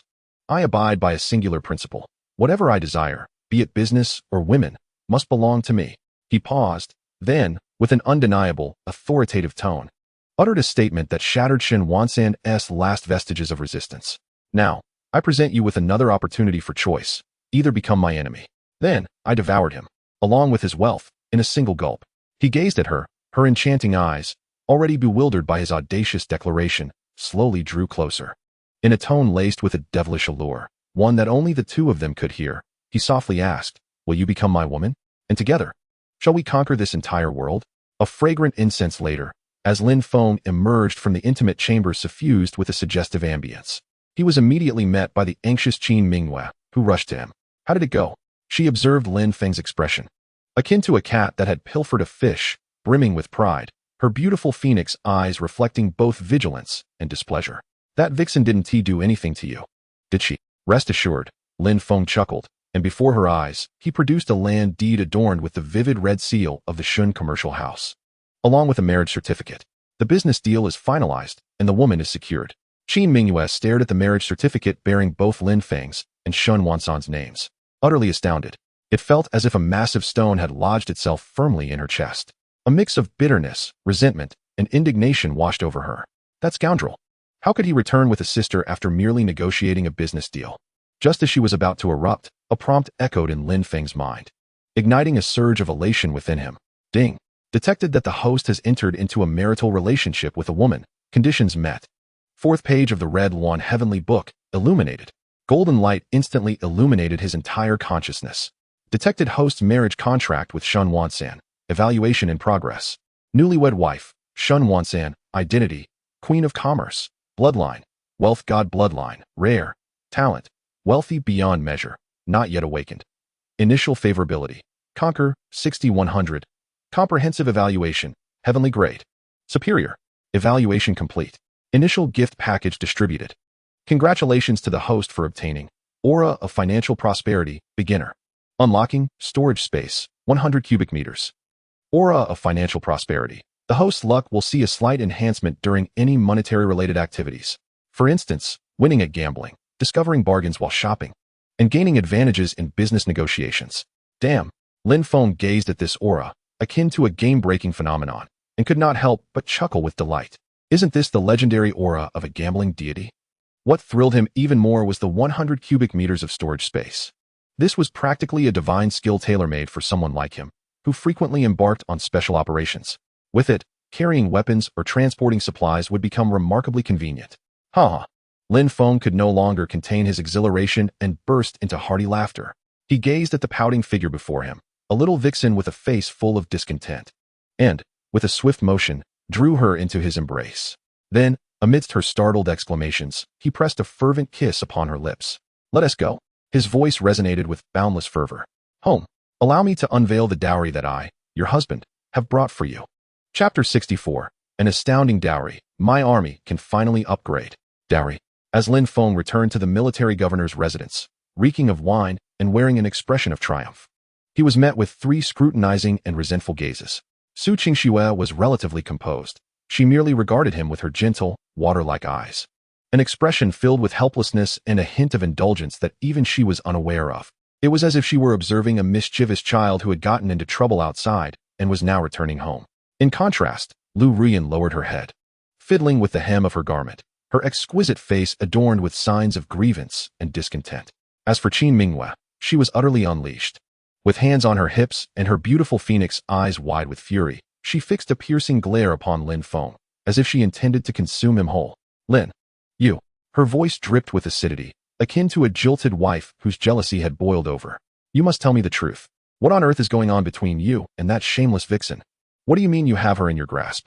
She brandished the crumpled marriage contract in her hand, resembling a mother tiger deprived of her beloved toy. Lin Feng, observing this scene reminiscent of a grand trial, felt no trace of guilt.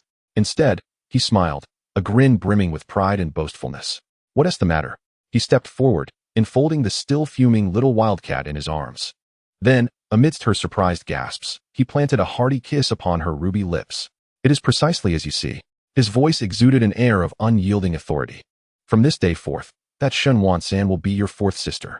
My courtyard has gained another beautiful and virtuous companion. Are you all pleased?" "Pleased, my foot."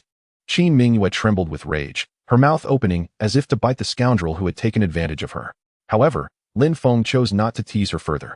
He released her and, before the eyes of the 3 women, slowly extended his hand.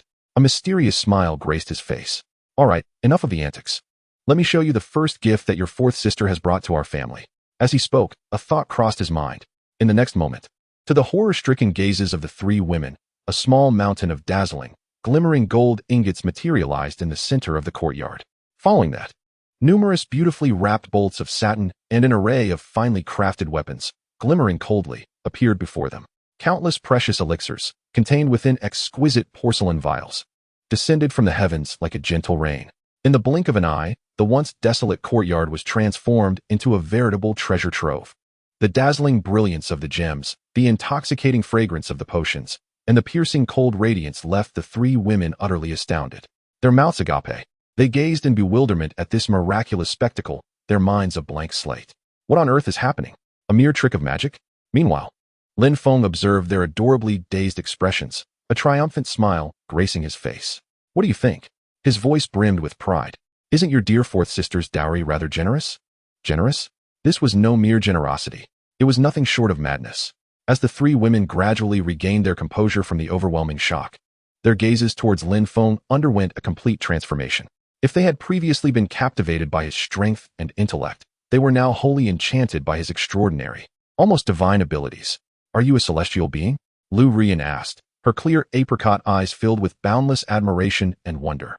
With a chuckle, Lin Feng offered no explanation.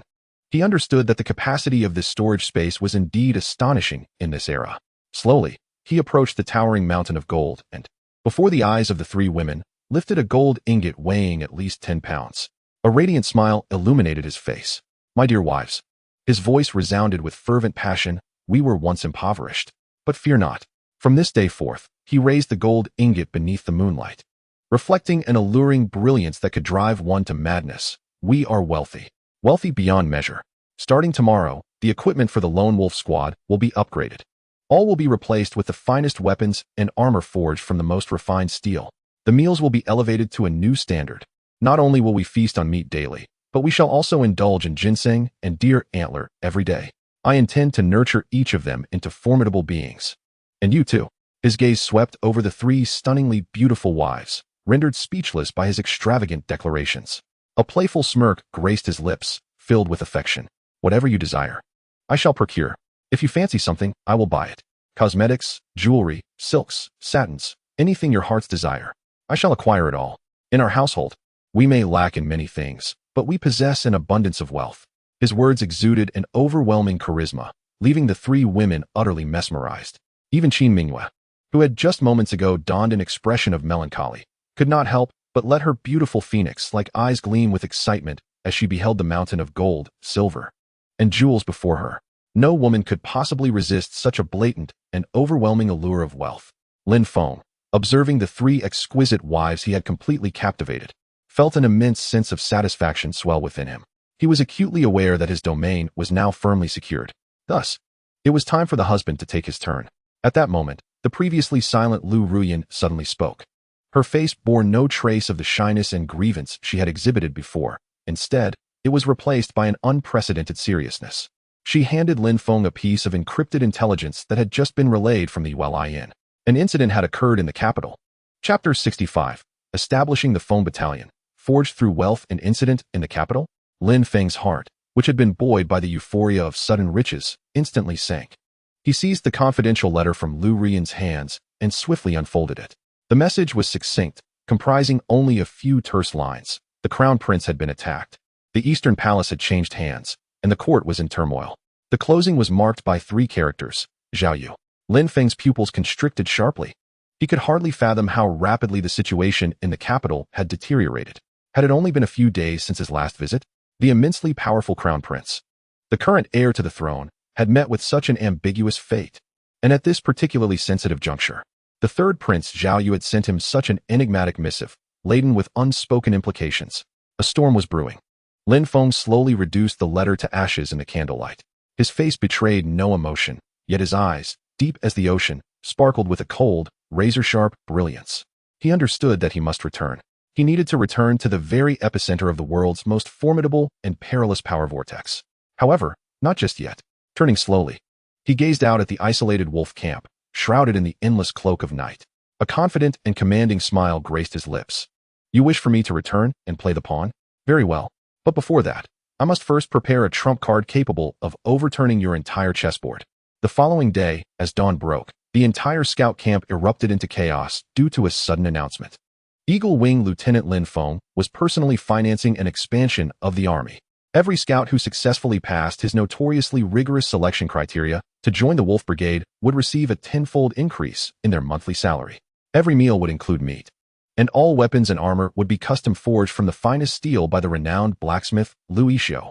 Even the tonics used for strengthening the body would be personally brewed by the revered physician Su, using century-old ginseng and millennia-old Hishou Wu among other precious herbs.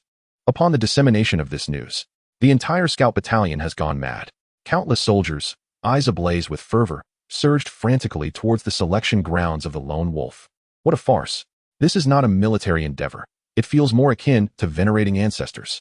In an instant, the threshold of the Lone Wolf camp was nearly trampled. Meanwhile, Lin Feng, leveraging the almost limitless wealth of Shun Wansan's daughter and his own remarkably rigorous training methods, began to expand his influence at an unprecedented pace. 30, 50, 100. In merely half a month, a dedicated force of 300 well-equipped and highly trained soldiers, fiercely loyal to Lin Feng, began to take shape.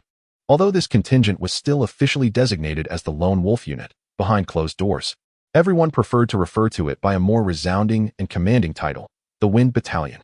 On this particular afternoon, the training grounds of the Wind Battalion were thick with an atmosphere of impending violence.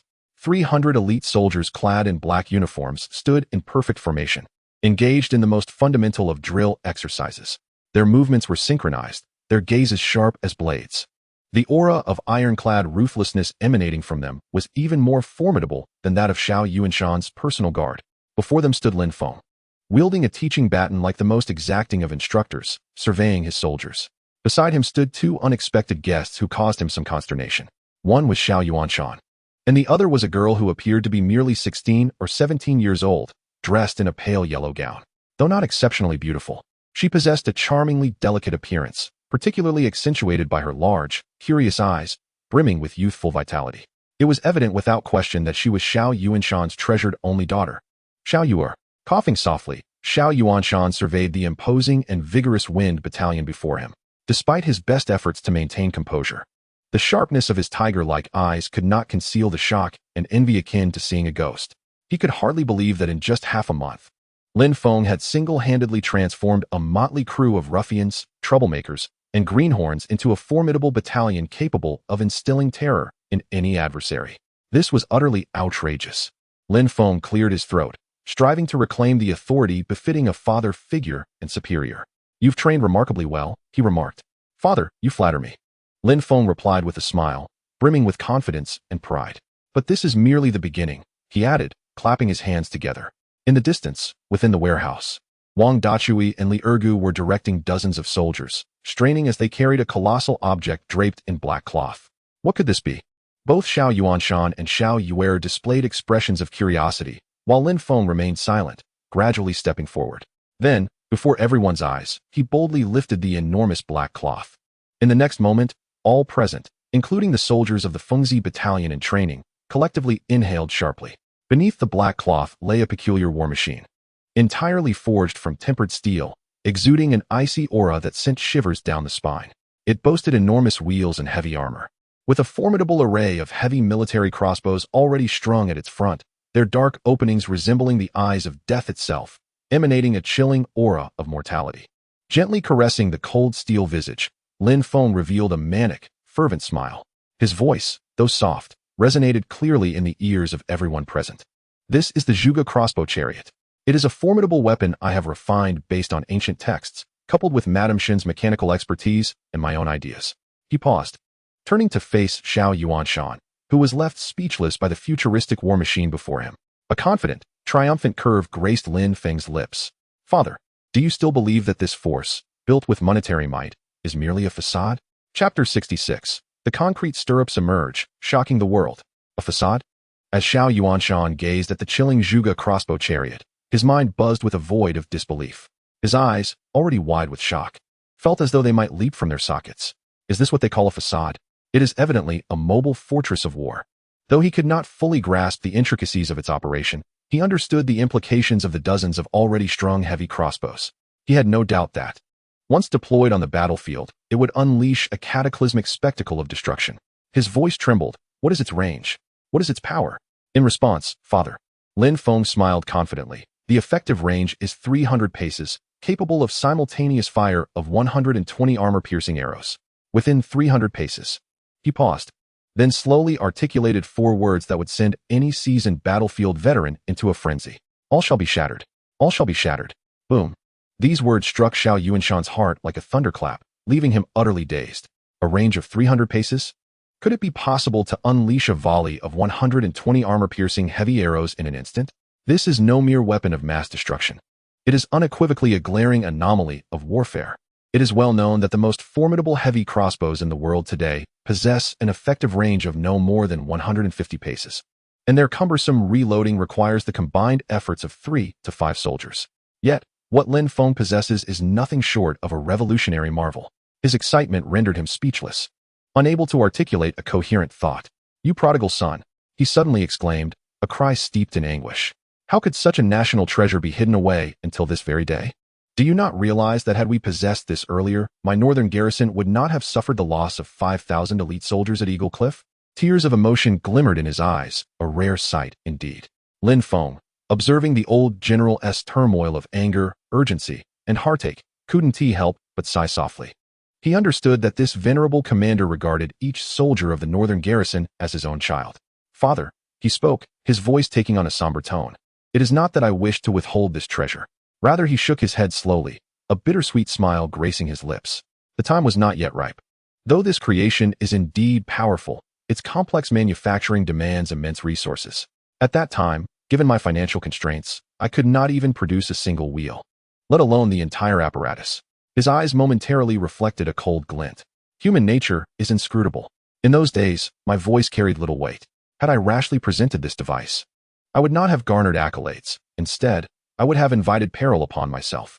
The wisdom that a common man bears no guilt when possessing a treasure is one I comprehend well. His reasoning was sound and impeccable, instantly calming the agitated and sorrowful Xiao Yuanshan. Indeed, he recognized the validity of Lin Feng's words. Given the character of individuals such as Sun Dihai and Li Bao, Had they learned of the extraordinary treasure in Lin Feng's possession, they would undoubtedly have resorted to any means necessary to seize it. With this realization, Xiao Yuanshan's gaze toward Lin Feng grew increasingly complex and filled with admiration. This young man possessed not only extraordinary talent, but also an exceptional capacity for patience and fortitude. He would undoubtedly become a pillar of the nation in the future. Oh, how treacherous the human heart can be. Xiao Yuanshan nodded gravely. I have misjudged you, my son. He stepped forward, gently caressing the cold steel, his sharp eyes brimming with boundless excitement and hope. With this, how could our northern garrison falter in achieving great feats? Yet, Lin Feng shook his head once more. Father. A mysterious smile graced his face. This Zhuge crossbow vehicle is merely an appetizer. The true gifts I wish to present to you and our great Qian dynasty are two other remarkable items. He spoke as he retrieved from his pocket a dusty block of cement and a sketch depicting a stirrup. This object is referred to as cement. This object is known as a stirrup. He succinctly explained the uses and value of these two items to Xiao Yuanshan, who had become somewhat numb from the successive revelations, and to Xiao Yuer, who appeared as curious as a child. Upon hearing his explanation, Xiao Yuanshan was utterly bewildered. His already wide eyes nearly bulged out of their sockets. He stared at Lin Feng, his expression akin to that of a man witnessing a celestial being descend from the heavens. If the crossbow chariot had merely astonished him, then the cement and stirrup completely overturned all his previous notions. The former could fortify the defenses of the Daiqian dynasty to an impregnable state. The latter possessed the potential to transform the cavalry of the Daiqian dynasty, enabling them to sweep across the steppes. Each of these items, when presented individually, could alter the course of an era. And now, these two miraculous objects appeared before him simultaneously. He pointed at Lin Feng, trembling with excitement, his lips quivering, unable to utter a coherent sentence for a long while. He felt that the cumulative astonishment he had experienced in his lifetime paled in comparison to the events of this single day. Meanwhile, Lin Feng observed his expression, reminiscent of a man who had just achieved great success, and wore a confident smile. Knowing that his three astonishing trump cards had completely captivated this iron-willed general of the border, he slowly approached, solemnly handing over the two items that could alter the fate of the nation into Xiao Yuanshan's hands. His voice, though soft, resonated clearly in the ears of everyone present. Adoptive father, do you still consider my return to the capital a misfortune? No, this is precisely our best opportunity to bind the entire Daiqian dynasty to our chariot. Chapter 67. Shun Wansan's Commercial Empire, Frenzied Accumulation of Wealth Best Opportunity? As Xiao Yuanshan snapped back to reality from his monumental astonishment, he gazed at the young man before him, whose enigmatic smile hinted at profound wisdom, and a flicker of deep confusion crossed his sharp eyes. What do you mean, adoptive father? Lin Feng smiled, exuding a confidence that suggested he was orchestrating a grand strategy. Consider that any one of these three items could shake the court and the realm. If either you or I were to present them directly to the court, what do you think would be the outcome? Upon hearing this, Xiao Yuanshan fell silent. Given the suspicious nature of the one who held the throne in the capital, the outcome could only be one. There might be rewards, but the greater likelihood was that the rabbit would be killed and the hound cooked when the birds are gone. The bow is hidden. Thus, wisdom glimmered in Lin Feng's eyes. These three national treasures cannot be presented by us. Then by whom? Xiao Yuanshan asked, perplexed. From an individual deemed the least likely, yet most reasonable, a proposal emerged. A sly smile, reminiscent of an old fox, graced Lin Feng's lips. A merchant of unparalleled wealth, entirely detached from the court, was referenced, Shun Wansan's daughter. In an instant, Xiao Yuanshan comprehended the implication. Indeed, Lin Feng nodded affirmatively. She would present these three items in the name of the Shun family business to the court. Thus, not only would it dispel the emperor's suspicions, but it would also bestow upon the Shun family a protective talisman of loyalty and patriotism. Meanwhile, a glint of shrewdness flickered in his eyes. We could then remain in the shadows, deeply entwined with the Shun family through a technical stake, firmly controlling the production and sales rights of these national treasures capable of reshaping the era. At that point, the court would provide funding and policies, while the Shun family would supply personnel and channels. Lin Feng, gazing at the astonished Xiao Yuanshan, who was rendered speechless by this groundbreaking business proposal, slowly uttered a phrase laden with irresistible allure. All that is required is to lie back and count the profits. Silence. A deathly stillness enveloped the room. Xiao Yuanshan stared blankly at this extraordinary prodigy, who not only excelled in warfare and military training, but also demonstrated remarkable acumen in commerce. He felt as though his decades of existence had been in vain. He finally understood why the proud Shun Wansan's daughter would willingly marry this young man. nearly a decade her junior. This man's worth could not be quantified by mere gold. What a splendid notion, to recline and count riches. Xiao Yuanshan could no longer contain his exuberant laughter, which resonated with boundless admiration and gratification. Young man, he heartily patted Lin Feng's shoulder, his eyes brimming with unprecedented trust and anticipation. Go forth and act. Should the heavens fall, I, as your adoptive father, shall bear the weight. That very afternoon, in the opulent private chamber of the Yulai Inn, a space seldom open to the public, Shen Wansan's daughter languidly reclined upon a soft couch draped in white fox fur.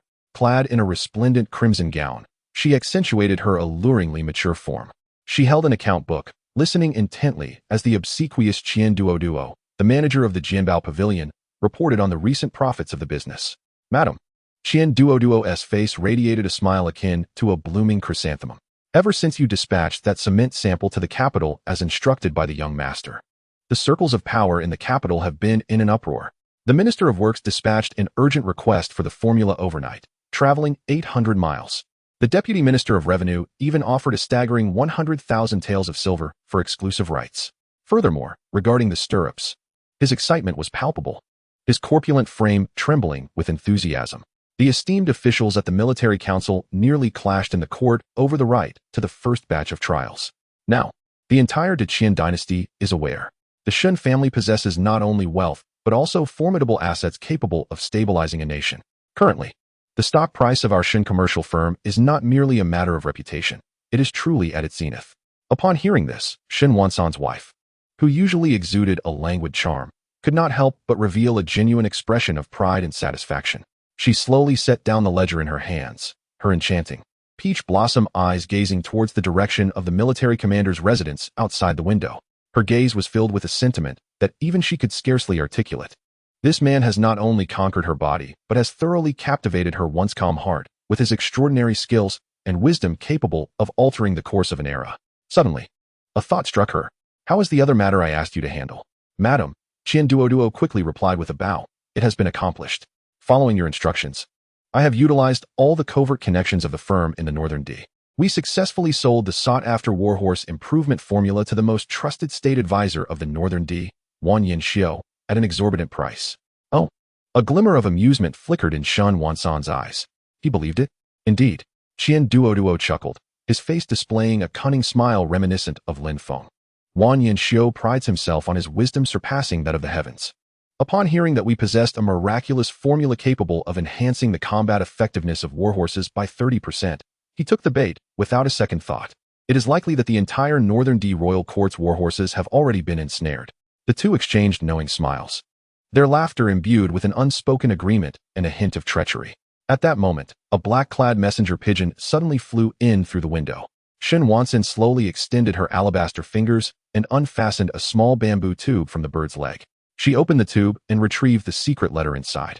After just a glance, all traces of her previous languor vanished from her face, replaced by an unprecedented gravity. She rose slowly and moved to the window, gazing towards the distant capital, soon to be set in motion. A cold curve formed at the corner of her mouth, and her voice, though soft, resonated with unyielding authority. Inform everyone in the capital that from today onwards, all business of the Shun commercial firm is to be suspended. We shall fully support my husband in all his endeavors. I care not what he intends to do in the capital, be it upheaval or revolution. The Shin family shall accompany him to the end. She paused for a moment before adding, I will handle the finances from behind the scenes. As for the warfare, that is his responsibility. Our roles as husband and wife are clearly defined. It is perfect. Chapter 68. The heroine Murong Yen pursues the murderer to the northern borders. In the northern borders, along the official road, an extraordinarily luxurious carriage, drawn by 8 magnificent steeds, leisurely made its way towards the capital. Within the carriage lay a world of wonder. Beneath a thick Persian carpet, an array of exquisite fruits and delicacies was elegantly displayed, accompanied by a small stove that gently simmered a rich tea. Lin Feng reclined languidly, akin to a frivolous scion devoid of scholarly pursuits, upon a human sofa fashioned by the stunning beauties Su Qingxue and Lu Rian. He savored the tender feeding from Su Qingxue while listening to Lu Rian as she elucidated the intricate political maneuvers within the capital's court. Meanwhile, Qin Minghua sat across, her expression one of displeasure, engaged in a solitary contest with a plate of osmanthus cake. As for Shun Wansan's daughter, She remained behind to oversee the production of cement and stirrups, not accompanying them. Such a life was one that even immortals would envy. My dear husband, Lu Rian said, placing a peeled grape into Lin Feng's mouth, her clear, water-like apricot eyes shimmering with intelligence. In my humble opinion, the prime suspect behind the assassination of the crown prince is none other than the third prince, Zhao Yu. Oh, Lin Feng raised an eyebrow at her words. What leads you to that conclusion? Quite simple, Lu Rian replied with a confident smile. He stands to gain the most. With the crown prince's demise, the eastern palace is left vacant. The second prince is reckless and brash, lacking wisdom. The fourth prince is frail and unambitious. Thus, only the third prince, renowned for his sagacity and backed by a powerful maternal clan, remains the most likely candidate for the eastern palace. Therefore, regardless of whether he orchestrated this act, he is already implicated. Intriguing, Lin Feng mused, a smile gracing his lips as he regarded the clever young woman before him, one who seemed capable of manipulating the hearts of the realm at will. Then, by your esteemed counsel, how shall we navigate this murky water? We shall not. Lu Rian's response was succinct and resolute. We shall observe from the sidelines. A glimmer of cunning sparkled in her eyes, a stark contrast to her delicate exterior. Our ostensible identities in the capital are those of the emperor's appointed champion marquis, returning to receive accolades as meritorious subjects. We shall offend no one nor take sides. Our sole task is to quietly watch as they engage in their own dog-eat-dog struggles. A sly smile, reminiscent of a cunning fox, curved her lips. And at the most critical moment, we shall deliver a decisive kick to the one poised to tumble from the precipice. Ha ha. Lin Feng could no longer contain his exuberant laughter. He pulled the clever little minx into his embrace, planting a hearty kiss upon her crimson lips. Only someone like you, Rian, understands me. Just as the carriage was filled with mirth, save for a certain jealous warrior maiden, an abrupt clamor of galloping hooves and the clash of weapons erupted from outside. Protect the marquis. Wang Dachui's booming voice rang out with thunderous fury. Lin Feng's brow furrowed sharply. He calmed his startled wives and then lifted the curtain of the carriage, stepping outside to behold the chaos that had already ensued beyond. A group of over a dozen masked figures, clad in black and wielding sharp blades, encircled their convoy. Meanwhile, Wang Dachui, Li Ergu, and the other guards of Fengzi camp had already drawn their weapons and engaged in fierce combat with them. However, the situation appeared rather peculiar.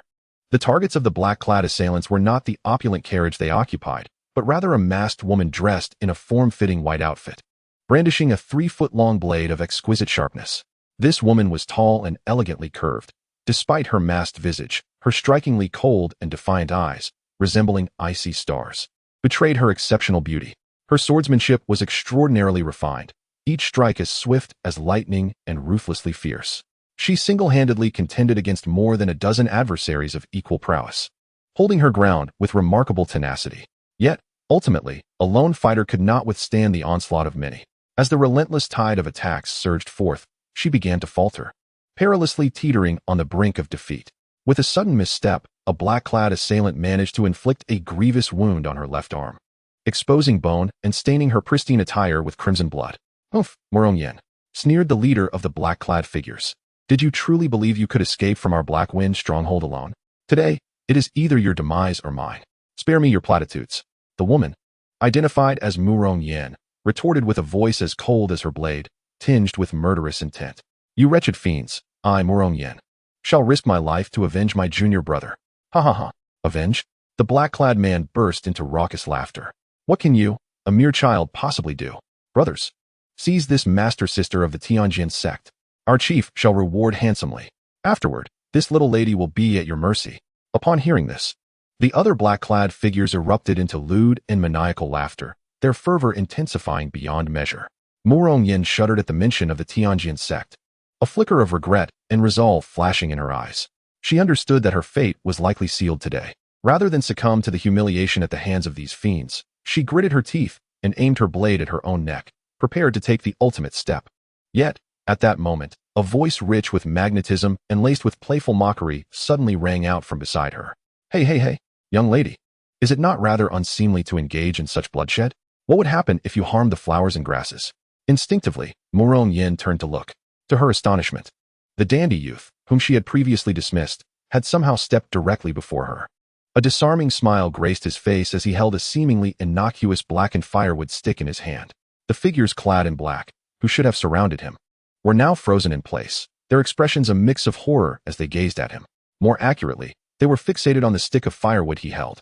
The leader among them stared at the pitch-black rod, which emanated a faint, profound luster under the sunlight, and his once arrogant face drained of color in an instant. His voice trembled with an uncontrollable quaver. The Mo Yuan sword. The ancient divine weapon forged from celestial meteorite iron, as legend has it. How? How could it be in your possession? Lin Feng raised an eyebrow at this revelation. Oh, so this humble stick of firewood I acquired for 10 copper coins bears such an illustrious name?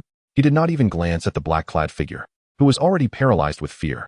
Instead, his gaze settled quietly on the white-clad woman before him, who was rendered speechless by the sudden turn of events. Slowly, he extended his hand to indicate the 3-foot azure blade that had fallen to the ground when she attempted to take her own life moments ago. A gentle smile graced his lips, and his voice, though soft, resonated clearly in the ears of everyone present. Miss Mu Rongyan, the Ice Mountain Beauty? It seems you have dropped your weapon. Chapter 69. The hero rescues the beauty? No, it is the flame beneath the ice mountain. Have I dropped my weapon? Upon hearing Lin Feng's words, laced with ambiguity and teasing, Mu Rongyan's previously resolute and cold star-like eyes momentarily froze. Instinctively, she glanced down at her chest, accentuated by her form-fitting attire, and then at the solitary azure blade on the ground. A flush of crimson suddenly enveloped her stunning face, concealed beneath her veil. An unprecedented emotion, a blend of shame and indignation, surged within her. What nonsense is this man spouting? Scoundrel! She bit her silver teeth and forced out those 3 words between clenched jaws. Her voice remained icy, yet it carried an undertone of embarrassment and fluster that she herself had not recognized. Meanwhile, Lin Feng, observing her adorable struggle between shame and indignation while maintaining her aloof demeanor, felt a surge of delight within. How intriguing! This Ice Mountain beauty is undeniably captivating. Clearing his throat, he donned an expression of utmost sincerity. My dear lady, please do not misunderstand. I was referring to the weapon you dropped. As he spoke, he playfully nudged the azure blade with his foot. As for that which you possess, his gaze audaciously roamed over Mu Rongyan's figure, which could drive any man to madness, revealing a playful smile. That is far more formidable than this sword. You. Mu Rongyan was utterly incensed. She had never encountered such audacity in her life. Anger coursed through her veins, causing her already pale face, rendered so by blood loss, to flush a deep, enticing crimson. At that moment, the leader of the black-clad men, who had been utterly terrified by the Mo Yuan sword, finally snapped back to reality from his stupor. He gazed at Lin Feng, who appeared to have the leisure to tease a beauty, and a glimmer of resentment and madness flickered in his eyes. Run. This was the singular thought racing through his mind. While the harbinger of doom remained oblivious to his presence, he must flee. Without a moment's hesitation, he turned to escape. However, it was already too late. Lin Feng's voice resonated hauntingly behind him. My dear friend from Heifeng Zhai, did I permit you to leave? The leader's body stiffened abruptly. Slowly and laboriously, he turned around, forcing a smile that was more grotesque than tears. Oh, esteemed sir, my humble eyes failed to recognize your greatness. I implore you, with your magnanimity, to let us go. Let you go? Lin Feng chuckled, gradually raising the blackened firewood stick in his hand. That might be possible, but a glimmer of icy coldness flashed in his eyes. First, I must settle the score with you. He glanced at Mu Rongyan, whose left arm was still bleeding profusely. You injured my friend. That is the first account. You interrupted the enjoyment of my ladies. That is the second. And as for the third, a disdainful smirk curled at the corners of his mouth. You lot, with your pitiful appearance, dare to call yourselves bandits? You have utterly disgraced this promising profession. Thus, he ceased his prattle. Like a specter, he vanished from sight. In the next instant, he materialized before the already dazed leader of the black-clad men. His Mo Yuan sword remained sheathed, as he effortlessly struck with the scabbard. Quick. It was an unparalleled speed. The leader felt darkness envelop him as an overwhelming force, akin to a cataclysmic flood, surged from his chest. He barely had time to scream before Lin Feng, with what appeared to be an unremarkable strike, sent him, armor and all, flying. Bang! His body, once robust, was sent reeling like a kite severed from its string, soaring backward for over 10 meters, crashing into and breaking 3 or 4 small trees before finally coming to a halt. Lying on the ground like a lifeless dog, he gasped for breath, spitting blood. His chest bones shattered beyond repair. Though he survived, he had utterly lost the will to fight. Meanwhile, Lin Feng, having incapacitated the strongest leader with a single stroke, pressed on without hesitation. His figure, akin to a tiger plunging into a flock of sheep, charged into the remaining black-clad figures, who had long been rendered speechless by his godlike prowess. The ensuing scene transformed into a one-sided, merciless massacre. The dull thuds, the cracking of bones, and the harrowing cries echoed relentlessly. Lin Feng, even in his might, could not be bothered to employ any sophisticated swordplay. Instead, he resorted to the simplest, most brutal, and direct means of attack. One sword, one opponent. Not a single soul could withstand his onslaught. In less than 10 breaths, the battle had concluded. The entire official road lay in ruins. Those once formidable black-clad figures now sprawled on the ground like dead dogs, moaning and writhing in agony. Severed arms and broken legs. None were spared. Meanwhile, Lin Feng slowly sheathed his ink abyss sword, untouched by even a speck of dust. He sauntered over to the white-clad woman, who had stood frozen in awe, rendered speechless by his extraordinary abilities. A benevolent, unassuming smile graced his face. Beautiful lady, see? What did I tell you? I excel at the heroic rescue of damsels in distress. Murong Yin remained silent, staring at him blankly. Her once frosty, star-like eyes now brimmed with endless shock and bewilderment. Who on earth is this man? Lin Feng, witnessing her adorably dazed expression, felt an overwhelming joy blossom within him. He slowly extended his hand, and then, amidst Murong Yan's astonished and disbelieving gaze, he tore away the blood-soaked sleeve of her left arm, revealing a smooth, delicate arm akin to mutton-fat jade, marred by a deep, gaping wound. What are you doing? Murong Yin exclaimed, as if struck by lightning. Without a second thought, she retaliated with a fierce palm strike aimed at the man who seemed to have ulterior motives. Yet, Lin Feng neither flinched nor dodged. He merely gazed at her calmly, then slowly retrieved a small porcelain vial from his bosom. He uncorked the bottle and evenly sprinkled the cool, soothing powder onto her wound. His voice, soft yet imbued with an irresistible tenderness, filled the air. Don't move. It will leave a scar. Such beauty deserves to remain unmarred. Chapter 70. Your vengeance, I have avenged. As Lin Feng uttered these words with a gentleness that could melt ice, Murong Yan's poised hand, which had been ready to strike, froze in midair. She stared blankly at the man before her, who was intently tending to her wound with unwavering focus. Feeling the refreshing and comforting sensation emanating from her wound, she also sensed an unfamiliar yet potent masculine aura radiating from the man beside her, filled with virility and dominance. Her heart, which had long since turned cold as iron from bearing excessive hatred, began to beat uncontrollably and fervently. She wished to retract her hand, yet her body felt as if it had been ensorcelled, paralyzed, and unable to move. She yearned to utter words, but her throat felt as though it were tightly obstructed, rendering her voiceless. All she could do was watch, helplessly, as this audacious scoundrel skillfully and tenderly applied medicine and bandaged her wounds, the process flowing seamlessly as if choreographed. His proficiency surpassed even the finest traditional healers of her own Tianjian sect by a considerable margin. At last, Lin Feng tied a perfect bow, then, with satisfaction, clapped his hands. He lifted his gaze to the ice-cold beauty, who was now utterly bewildered by his divine intervention, and beamed a radiant smile. See, what did I tell you? I excel at the heroic rescue of maidens. However, while Lin Feng reveled in his textbook-worthy approach to wooing, the atmosphere within his opulent carriage had plummeted to a frigid chill. Humph. Qin Mingyue glared at the scene outside the window, which was painfully glaring to her. Her beautiful phoenix eyes ablaze with a fiery wrath that could ignite the entire prairie. What a heroic rescue. What a tender-hearted savior.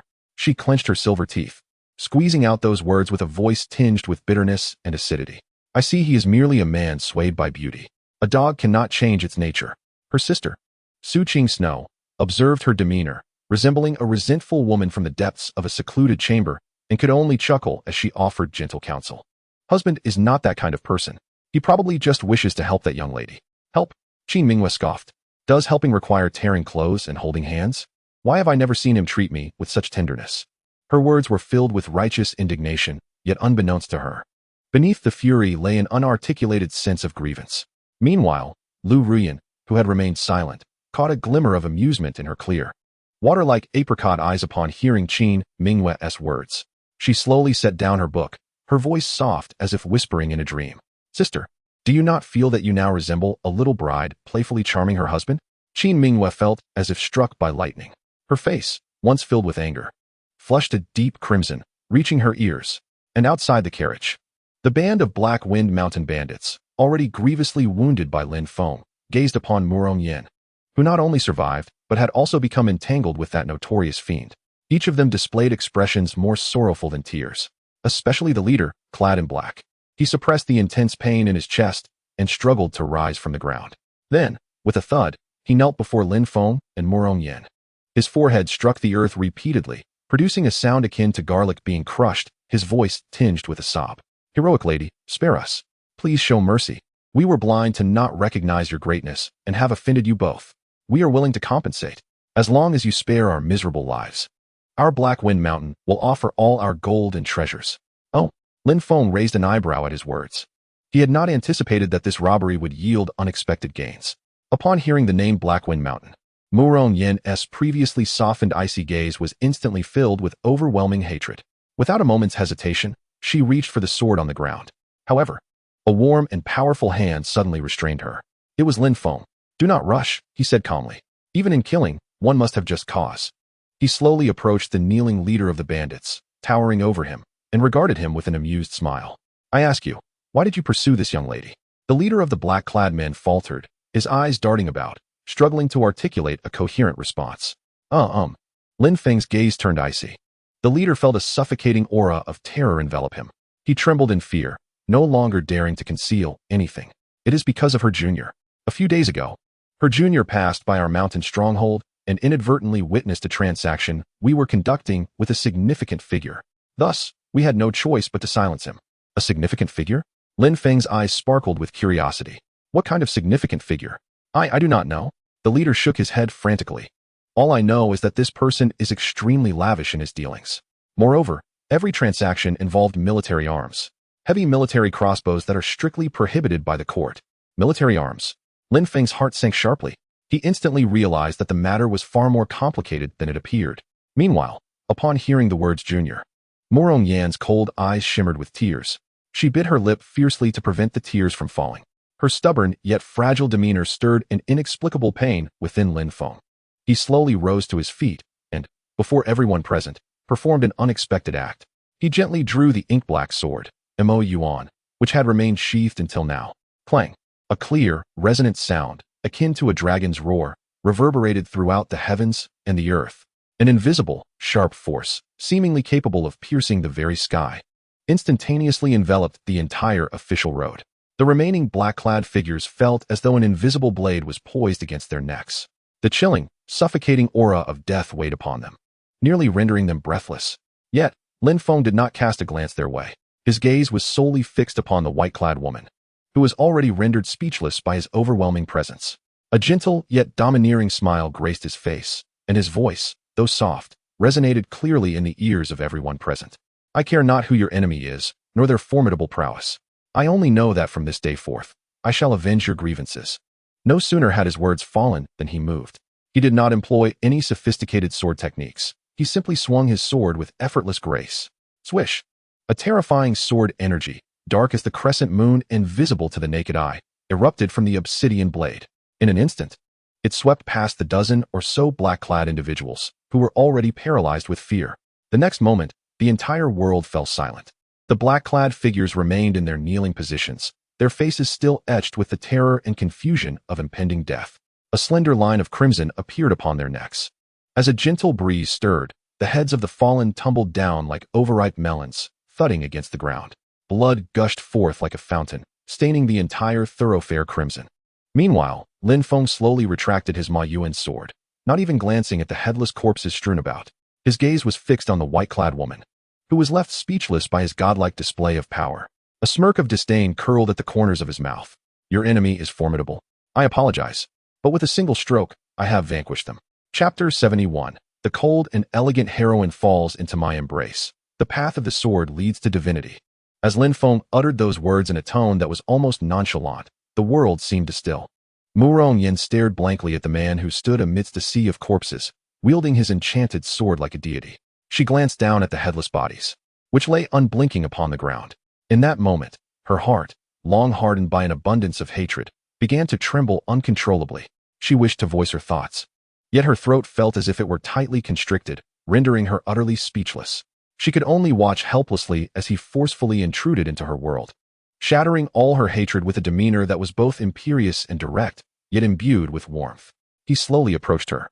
Lin Feng gazed at the once ice-cold beauty before him, now rendered speechless by his astonishing display, and a gentle smile graced his lips. He gradually extended his hand. Then, Amidst Murong Yan's astonished and incredulous gaze, he abruptly pulled her into his embrace.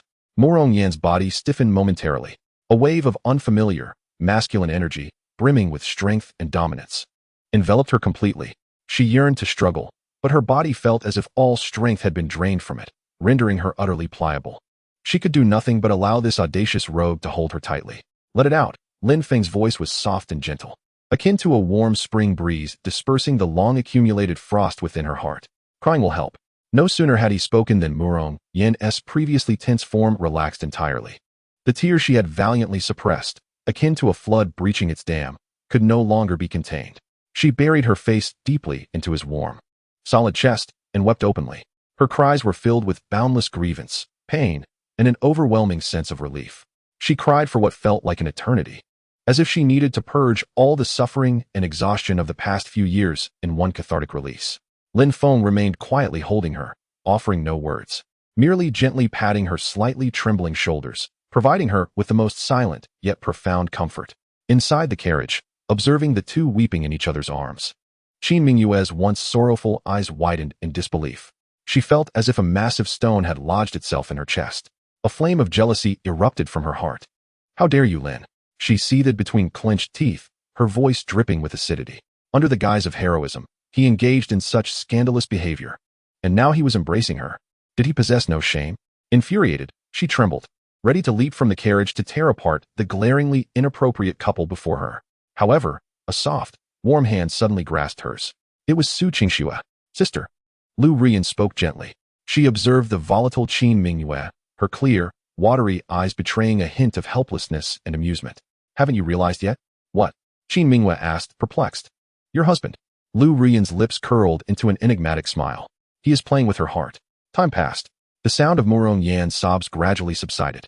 Feeling somewhat shy, she extricated herself from that warm embrace. With her head bowed, she dared not look at the man whose chest had been soaked by her tears. Her exquisite face, concealed beneath a veil, had turned as red as a ripe apple.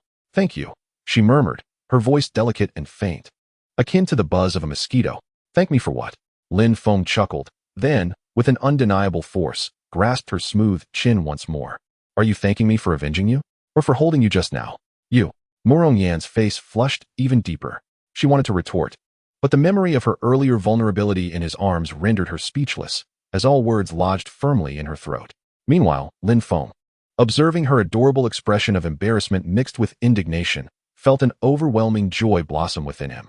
He ceased to tease her and slowly extended his hand. His voice, though calm, was imbued with an irresistible charm. "Will you come with me?" Murong Yan was taken aback.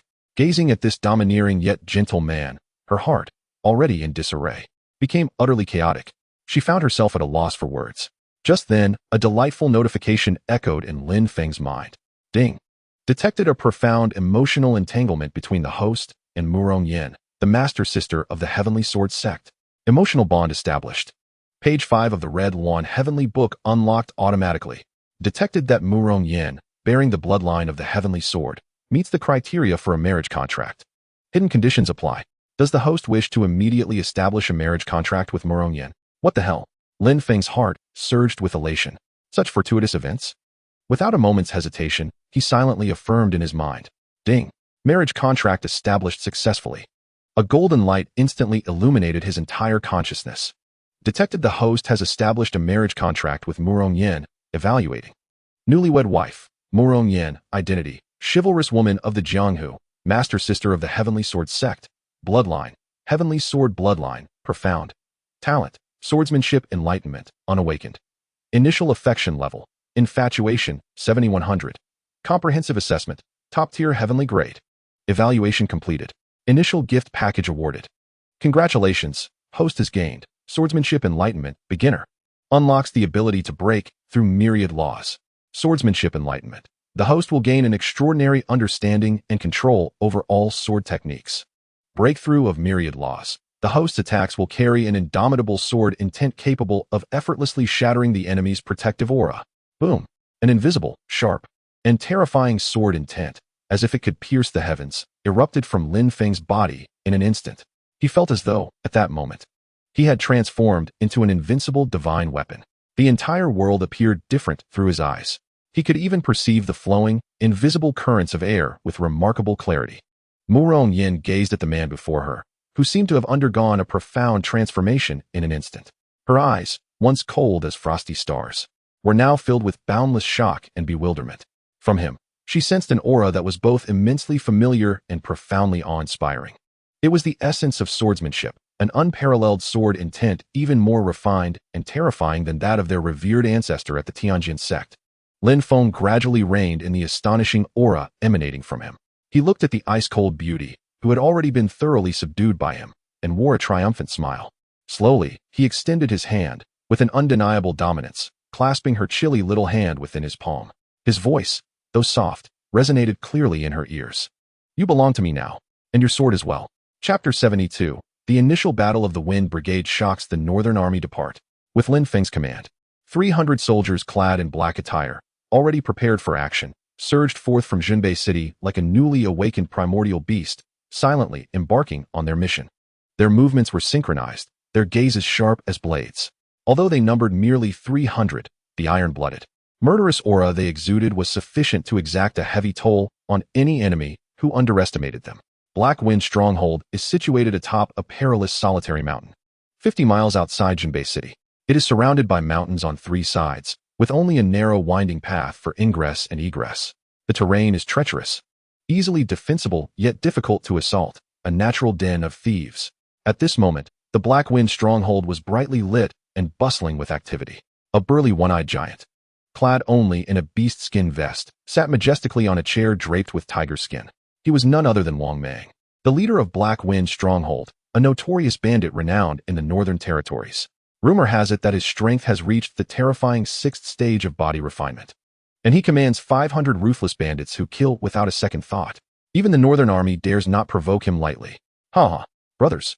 Wang Mang raised a wine bowl larger than a human head and downed the fiery liquor in one gulp. Let loose and eat. Let loose and drink. Tomorrow morning, we shall undertake a grand heist with the generous gifts delivered by that esteemed figure. A raucous cheer erupted from the bandits within the stronghold, as they feasted and drank with wild abandon. However, they remained oblivious to the dark night sky above, where a dozen shadowy figures, like silent night owls, descended stealthily along the steep cliffs towards the rear of the stronghold. None other than Lin Feng and his elite lone wolf squad. Li Ergo gazed down at the brightly lit stronghold, where the guards had grown complacent, a disdainful smile creeping across his face. These fools lack even a semblance of a lookout. It is as if they are merely waiting for us to collect their heads. Do not let your guard down. Lin Feng's voice rang out, calm and steady. Even when hunting rabbits, one must use full strength. He raised his binoculars, meticulously surveying every corner of the stronghold. Then, signaling to his team with a series of precise hand gestures, he delineated the targets, the granary and the armory. Wang Dachui, lead Group 1 for a frontal feint to draw their fire. Qin Minghua, take Group 2 for a flanking assault to sever their escape route. The rest of you, follow me to execute the decapitation operation. Understood. A short while later, outside the gates of Haifeng Stronghold. Who goes there? The sentinels, seeing the silhouettes emerging from the darkness, immediately raised their voices in alarm. However, their inquiry was met with a chilling symphony of synchronized mechanisms, echoing with the cold breath of impending death. Buzzing.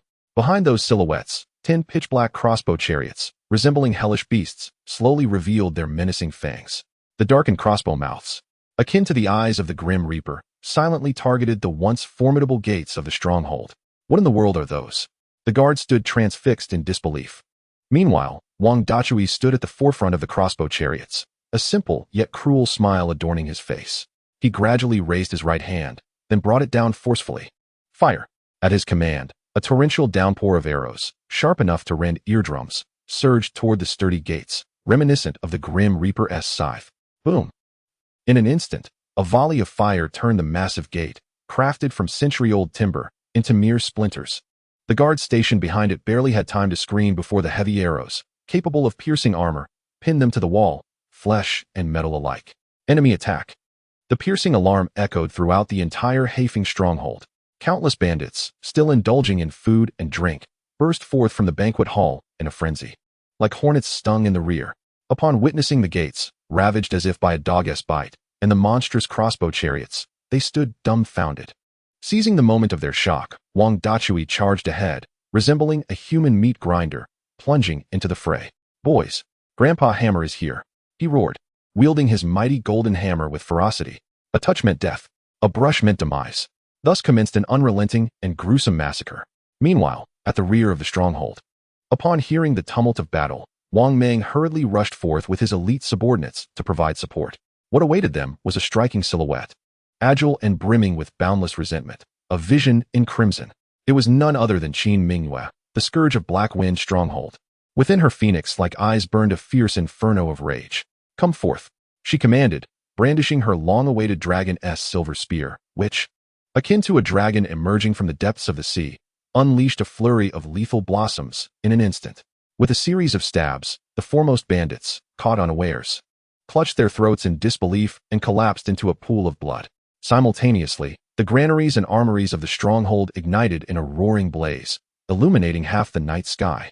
In an instant, Black Wind stronghold found itself ensnared in a dire predicament, confronted by formidable foes ahead, pursued by relentless pursuers behind, with raging flames to the left and an impassable dead end to the right. Damn it, we've fallen into a trap. Wang Mang's eyes widened as he beheld this hellish scene, his fury boiling over. He let out a beastly roar, instinctively seeking to break through the weakest defenses to the west. Yet it was too late. A voice, monotonous and reminiscent of death's decree, suddenly resonated above him. Wang Dezhangjiu, are you in such a hurry to flee? Wang Mang jerked his head upward, only to find the man who should have been commanding the battlefield had, without his notice, materialized atop the roof of the assembly hall like a specter. Clad in black, wielding a demonic sword, he appeared as a celestial harbinger of death, illuminated by the flames. It was Lin Feng. Wang Mang's pupils constricted in terror, yet Lin Feng did not cast him a glance. His gaze settled calmly on a wealthy figure standing behind Wang Mang, who was visibly shaken. This nobleman, garbed in resplendent brocade and adorned with a ridiculous bronze mask, clutched a box filled with heavy military crossbows. Lin Feng smiled, a smile laced with icy malice. I wondered who it might be. Ah, it's you, ma Due. He slowly raised the tip of his obsidian sword, pointing it directly at the terrified acquaintance.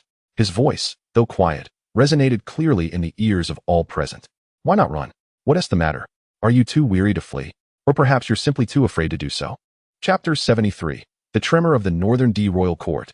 Who is Lin Feng?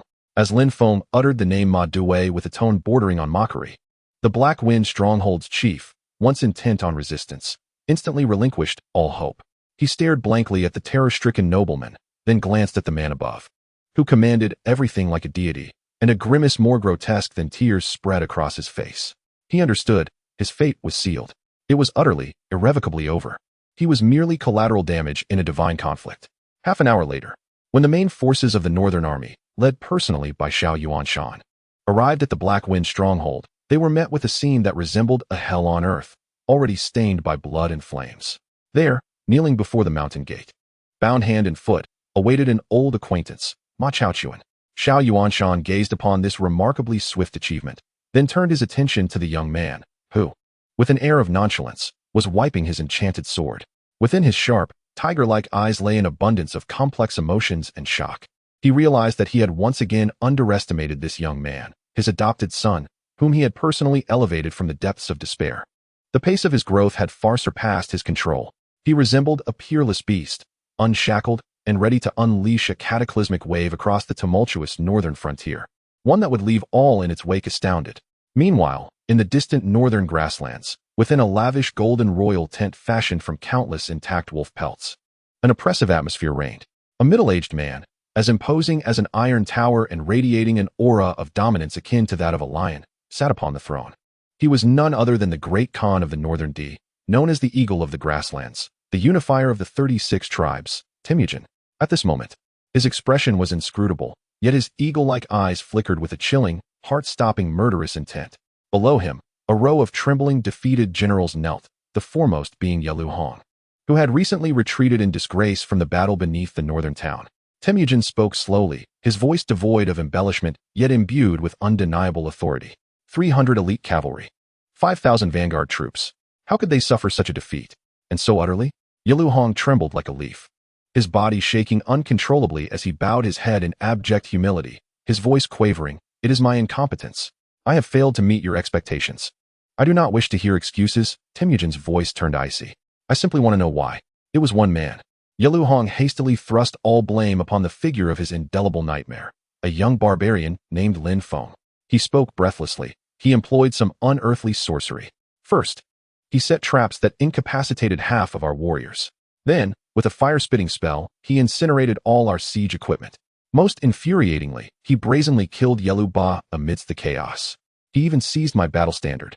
Had I not fled swiftly, I fear, Lin Feng?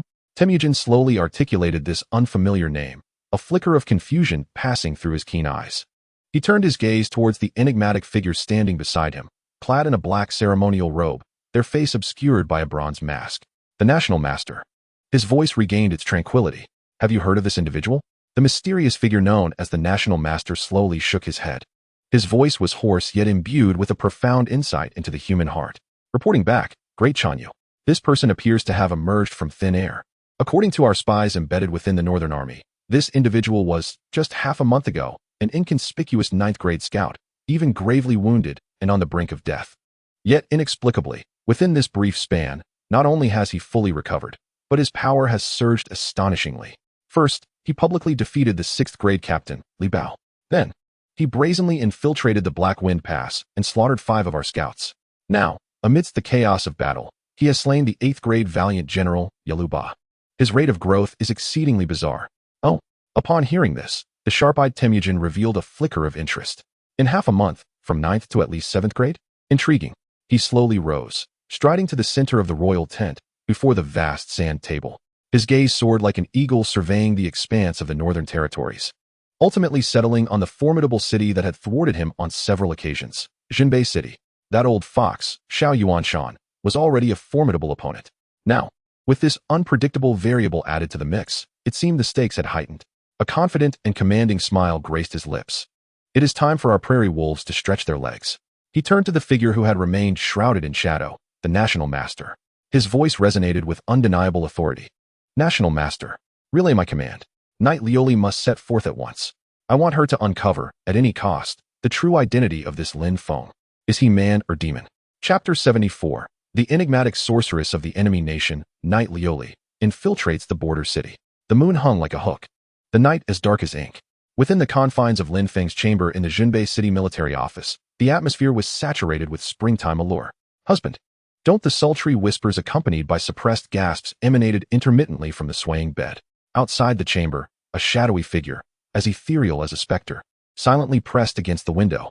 She resembled a female leopard hunting in the night, graceful yet lethal. She slowly lifted her head, her eyes, hidden beneath a black veil, glimmering like exquisite amethyst through the crevice of the window, observing the scandalous scene within the room with an unwavering gaze. There was no hint of embarrassment in her eyes, only a chilling, pure intent to kill. From her bosom, she delicately withdrew a slender blow dart, as fine as a hair. The tip of the blow dart shimmered with a hauntingly blue, chilling poison beneath the moonlight. She, placing the blow dart delicately to her lips, aimed slowly at the man on the bed, who lay unsuspectingly, lost in a realm of gentle dreams. She was none other than the most enigmatic and lethal ace under the Northern D's great chieftain, the Holy Maiden of the Northern D, and the leader of the intelligence organization, the Celestial Wolf, Yi Lioli. However, just as she was about to unleash that fatal strike, an unexpected turn of events occurred. The man, who should have been utterly exhausted, abruptly opened his eyes. In an instant, the depths of desire in his gaze transformed into clarity. The corners of his mouth even curled into a playful, sardonic smile. A sense of alarm surged within Yi Lioli. She had fallen into a trap. Without a moment's hesitation, she turned to flee, but it was already too late. Since she was here, a voice, rich and magnetic as that of a demon, suddenly whispered in her ear. Why the haste to leave? Yi Lioli's body stiffened abruptly. She whirled around only to find that the man, who had been on the bed just a second ago, had mysteriously appeared behind her like a specter. He wore nothing but a pair of underpants, his bronzed, muscular physique radiating an overwhelming masculine energy in the moonlight. A wicked smile, reminiscent of a hunter spotting prey, graced his face. Yi Lioli's pupils contracted in shock. Without a moment's thought, she thrust the blow dart, like a viper's fang, towards Lin Feng's throat. Yet, Lin Feng neither flinched nor dodged. He merely extended 2 fingers, and under Yi Lioli's incredulous gaze, effortlessly caught the lightning-fast poison blow dart. With a soft clang, the dart, forged from refined steel, was snapped between his fingers. What? Yi Lioli stood utterly dumbfounded. She could never have imagined that her lethal strike would be neutralized so effortlessly, almost insultingly. Lin Feng, having severed the dart, did not linger. His figure surged into the ranks of the celestial wolf assassins, who had long been lying in ambush, now paralyzed by the sheer terror of his godlike prowess. The ensuing scene transformed into a one-sided, merciless slaughter. Thud, crack, the dull thuds of impact, the sound of bones shattering, and the piercing cries of agony echoed incessantly. Lin Feng could hardly be bothered to employ any sophisticated combat techniques. He resorted to the simplest, most brutal, and direct means, his fists and feet. One punch, one victim. One kick, a whole group. Those elite assassins of the Northern D, who could face 10 foes at once, appeared as fragile as lambs awaiting slaughter before him. In less than 10 breaths, the battle had reached its conclusion. The entire backyard lay in disarray. Knight Liuli, seizing the opportunity while Lin Feng was preoccupied with slaughtering her subordinates, darted forward like a black butterfly, soaring towards the towering courtyard wall. She sought to escape, to flee from this infernal place that instilled in her an unprecedented terror. However, just as she leaped onto the wall, an unforgettable, nightmarish voice echoed behind her. "My dear beauty, why the haste? The fire you ignited has yet to extinguish. Won't you stay and help me cool it down?" Knight Liuli's body stiffened abruptly, and she slowly turned around with great difficulty. There stood the man, who should have been rampaging in the courtyard, now appearing before her like a specter. He quietly perched upon the wall, arms crossed, a wicked yet captivating smile gracing his lips. The moonlight elongated his shadow, resembling a magnificent demon emerging from the depths of hell. "You." Knight Liuli's lips trembled as she gazed into the man's eyes, which once brimmed with murderous intent, now betraying a hint of fear. She yearned to flee, yet her legs felt as if they were weighed down by lead, rendering her immobile. Lin Feng observed her panicked and endearing demeanor, his smile growing ever more mischievous. He slowly extended his hand, and before Knight Liuli's incredulous gaze, he grasped her black veil, which concealed her enchanting visage, and removed it with a swift motion. In the next moment, even Lin Feng, who had long been accustomed to breathtaking beauty, could not suppress a gasp of astonishment. Beneath the veil lay an otherworldly and exquisite face, captivating beyond compare. Her skin was as fair as the purest snow atop the highest peaks, her eyes deep and mesmerizing like the brightest stars in the night sky. Her lips, akin to ripe cherries, exuded a deadly allure that could drive any man to madness. She resembled a beguiling enchantress, emerging from the abyss of hell, beautiful yet perilous. "Oh." Lin Feng breathed out in genuine admiration. "Tell me, do your Northern D people not know how to utilize such talent? A gem like this should be cherished in the royal tent as a prized canary, yet you dare to send her out for such brutish work? It is nothing short of wasteful." As he spoke, he reached out, taking her flawless chin in his firm grasp. Flames of desire ignited in his eyes, his voice gravelly and rife with insatiable possessiveness. "But fret not. Since you fail to appreciate her, she shall henceforth be mine." He paused momentarily, and then slowly leaned closer, whispering in the ear of the stunningly beautiful enchantress, who had been rendered speechless by his audacious declaration. "You agree, do you not, my lady saint?" In Chapter 75, The Alluring Trap, Lin Feng's scheme, when Lin Feng, with a tone brimming with playful intrigue, unveiled her identity, Yi Liuli's eyes, once filled with terror and astonishment, resembling mesmerizing amethyst, froze instantaneously. She stared blankly at the man before her, who seemed to possess infinite knowledge and power, her mind a void. How could he possibly know her identity? Her status as the Saintess of Beatty was a closely guarded secret, known to no more than 5 individuals within the entire Beatty royal court. And yet, this man, so far removed from her realm, how had he come to possess such knowledge? "You speak nonsense." After a brief shock, a wave of overwhelming fear engulfed her. Yi Liuli's body trembled uncontrollably. Without a second thought, she intended to crush the poison pouch hidden between her teeth. However, it was too late. A strong, powerful hand had already seized her chin with a grip akin to iron, rendering her unable to even close her lips. Desiring death? Lin Feng gazed at her, his expression revealing a cruel smile as he observed her eyes, filled with desperation and dread. "It won't be that easy before me." With a slight exertion of force, a faint crack echoed as he forcibly dislocated her delicately crafted jaw. Muffled cries of despair escaped Yi Liuli's lips. She could only watch helplessly as this devilish man, with a skillful yet humiliating touch, extracted a black poison pouch from her mouth and casually discarded it onto the ground. All done. Lin Feng clapped his hands, his face once again donning a harmless smile. "Now we can have a proper conversation." He regarded the enchanting beauty before him, whose jaw now hung askew and whose lips dribbled with glistening saliva. yet her captivating eyes still brimmed with defiance and hatred. Inwardly, he could not help but admire her. Truly, she was a woman capable of commanding the celestial wolf.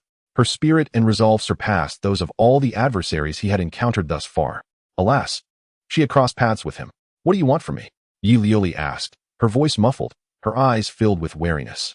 "Nothing in particular," Lin Feng replied with a smile that oozed mischief. "I merely wish to play a game with the esteemed saintess." As he spoke, he slowly extended his hand. Then, before Yi Lioli's astonished and disbelieving gaze, he gently repositioned her dislocated jaw back into place. The gentle, even somewhat indulgent gesture left Yi Lioli utterly bewildered. She could not comprehend what this man was truly up to. Meanwhile, Lin Feng gazed at her adorably perplexed expression, his smile growing increasingly sinister. He leaned in slowly, whispering in her ear, "This game is quite simple. It is called the beauty trap." Bang! Upon hearing these words, Yi Lioli's body stiffened abruptly. She stared blankly at the man before her, who seemed to see through everything, his enchanting eyes filled with shock and absurdity. Could he possibly know about this? Yes. Her mission this time, aside from assassinating Lin Feng, involved a second secret order from the national master, Wang Yanxiu. If the assassination failed, she was to spare no effort to employ the beauty trap to seduce or control Lin Feng. After all, a prodigy like Lin Feng, capable of altering the course of an era, must either be utilized or utterly destroyed. Yi Lioli held absolute confidence in her allure, one that could drive any man to madness. She believed that as long as she wished, no man in this world could resist her temptation. Yet now, before she had even begun to execute her plan, it was astonishing that he had already unraveled it. "You," she stammered, pointing at Lin Feng, unable to form a complete sentence in her agitation. "Stop." "You," Lin Feng chuckled, effortlessly sweeping the flustered beauty into his arms. "The game has begun. It is now my turn to make a move." With that, he leaped off the high courtyard wall, holding the struggling prize tightly. Striding back to the room that should have been filled with the essence of spring, under the astonished gaze of the already stunned Tianlang assassins. Bang! The door burst open with a violent kick. "What do you want?" Inside the room, Yi Lioli watched as the man approached her step by step, his enchanting eyes betraying a hint of panic for the first time. "What do I want?" Lin Feng smiled, his expression brimming with aggression. "Of course, I intend to play along." He slowly extended his hand, gripping her flawless chin with a teasing yet irresistible force. "Did you not wish to use the beauty trap against me? Very well, I shall indulge you." He leaned down and, in a heavy kiss, claimed her luscious red lips, which had turned into a shocked stillness. Yi Lioli emitted a desperate cry. She wanted to struggle, but her body felt as though all strength had been drained away, leaving her utterly powerless. She could only surrender to this audacious fiend, at his mercy. For a long while, their lips parted. Lin Feng gazed at the enchanting beauty in his arms, whose exquisite eyes were filled with boundless humiliation and a mesmerizing allure, a smile of certain victory gracing his face. He was aware that in this psychological contest, he had already emerged victorious. Gradually, he released her, and then, leaning closer, he whispered into her ear with a voice laced with deadly temptation, "Now, my dear saintess, do you still believe it is you who is scheming against me? Or have you already become the most perfect prey ensnared in my web?" Chapter 76. Capturing the Saintess. The fun has just begun, pray? When Yi Lioli emerged from the brief, nightmarish daze, she beheld the man before her, a devilish smile playing on his lips. In an instant, the humiliation and confusion that had clouded her enchanting gaze vanished. She abruptly shoved Lin Feng away and, without a second thought, turned to flee. Fear gripped her. For the first time in her life, she felt a primal terror towards a man that resonated deep within her soul. This man was terrifying. Not only was his strength unfathomable, but it felt as if he could see right through her very being. Before him, she felt as exposed as a child stripped of all defenses, with no secrets to keep. "Want to run?" Lin Feng observed her panicked yet adorable demeanor, his smile growing increasingly playful. He made no move to pursue her. Instead, he slowly extended his hand into the empty air, gently grasping at nothingness. In the next moment, under Yi Lioli's incredulous gaze, an invisible wall of sharp, piercing energy materialized before her, imperceptible to the naked eye. Bang! A muffled thud echoed.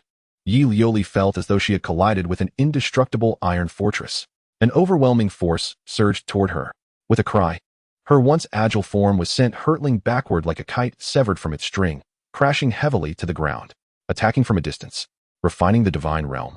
Gritting her teeth against the excruciating pain in her chest, she struggled to rise, her eyes fixed on Lin Feng as if she were staring at an absolute monstrosity. She could hardly fathom that this young man, seemingly just in his early 20s, was actually a transcendent master who had long since entered the upper echelon of the third tier. What the hell is this? Intelligence. It was the intelligence that had failed. That old rascal, the national master, had claimed this fellow was but a mere seventh-tier body refiner, hadn't he? This is clearly a walking, human-shaped beast. Now, Lin Feng slowly approached the utterly defeated enchantress. His face revealed a benevolent smile. Are you still running? Yet. Yi Lioli remained silent, her beautiful eyes filled with boundless humiliation and despair, fixated on him with an intensity that seemed as if she wished to devour him whole. Lin Feng observed her defiance, a radiant smile blossoming on his face. Such a stubborn temperament. I find it quite appealing. He gradually crouched down to meet her gaze, extending 3 fingers before her. Now, I shall present you with 3 choices. First, a glimmer of cold, lethal intent flickered in his eyes. I will kill you, and send your remaining useless subordinates to accompany you. Upon hearing this, Yi Lioli's body stiffened abruptly. Second, Lin Feng's lips curled into a predatory smirk. You will obediently remain and become my woman, bearing my children and tending to my needs. You shall never. Yi Lioli bit her silver teeth, forcefully articulating those 3 words. To be reduced to the woman of this barbaric fiend who had destroyed her life? She would rather perish. Excellent. Lin Feng nodded in satisfaction. It seems you have chosen the third path. The third path? Yi Lioli was momentarily taken aback. Indeed. Lin Feng chuckled, his smile radiating a chilling malevolence. He stood upright, looking down at her, as if she were his most cherished possession. His voice, though soft, resonated clearly in her ears. From this day forth, you shall no longer be the so-called saintess of Beatty, nor my woman. You are my trophy, a personal maid who will serve me with tea, massage my shoulders, warm my bed, and make my bed. These words left Yi Lioli utterly stunned. She stared blankly at the man before her, a devilish smile playing on his lips. Her mind a blank canvas. A maid. He intended to make her, the illustrious saintess of Beatty, into a mere servant? This was more humiliating than death itself. What? Not willing? Lin Feng observed her expression of utter disbelief, his smile growing ever more radiant. Very well. He slowly turned away, striding towards the 3 figures awakened by the tumult outside. Wives, he called gently, come forth. I have brought back a new sister who can sing, dance, and speak nonsense. She will entertain you henceforth. He added, with a feigned seriousness. Oh, do be sure not to be polite with her. If she disobeys, feel free to discipline her until she complies. His words, delivered with such nonchalance, shattered Yi Lioli's once proud heart into a million fragments. She could endure the humiliation inflicted by Lin Feng, this formidable being, yet she could never tolerate being treated as a mere plaything by those 3 southern barbarian women, whom she regarded as no more significant than ants. As she opened her mouth to articulate her thoughts, she realized her throat felt as if it were choked by some unseen force, rendering her voiceless. Meanwhile, Lin Feng observed her expression of suppressed fury, and his heart swelled with delight. He knew he had completely seized the vulnerability of this defiant and enchanting beauty. Slowly, he approached her, and before the 3 astonished wives, who were rendered speechless by this celestial spectacle, he extended his hand with an undeniable authority, pulling her up from the ground. A victorious smirk graced his lips, and his voice, though soft, resonated clearly in the ears of everyone present. 3 months. Within 3 months, should you satisfy me, I shall set you free. If not. He paused, leaning closer to the already bewildered beauty, and whispered, then you shall remain by my side for eternity, serving me as a mere beast of burden. When Night Lioli emerged from her overwhelming shame and indignation, Lin Feng had long since departed with his 3 wives, leaving her in a daze, standing alone, accompanied only by a watchful overseer with a shifty demeanor and a face plastered with a sycophantic grin. Li Ergu.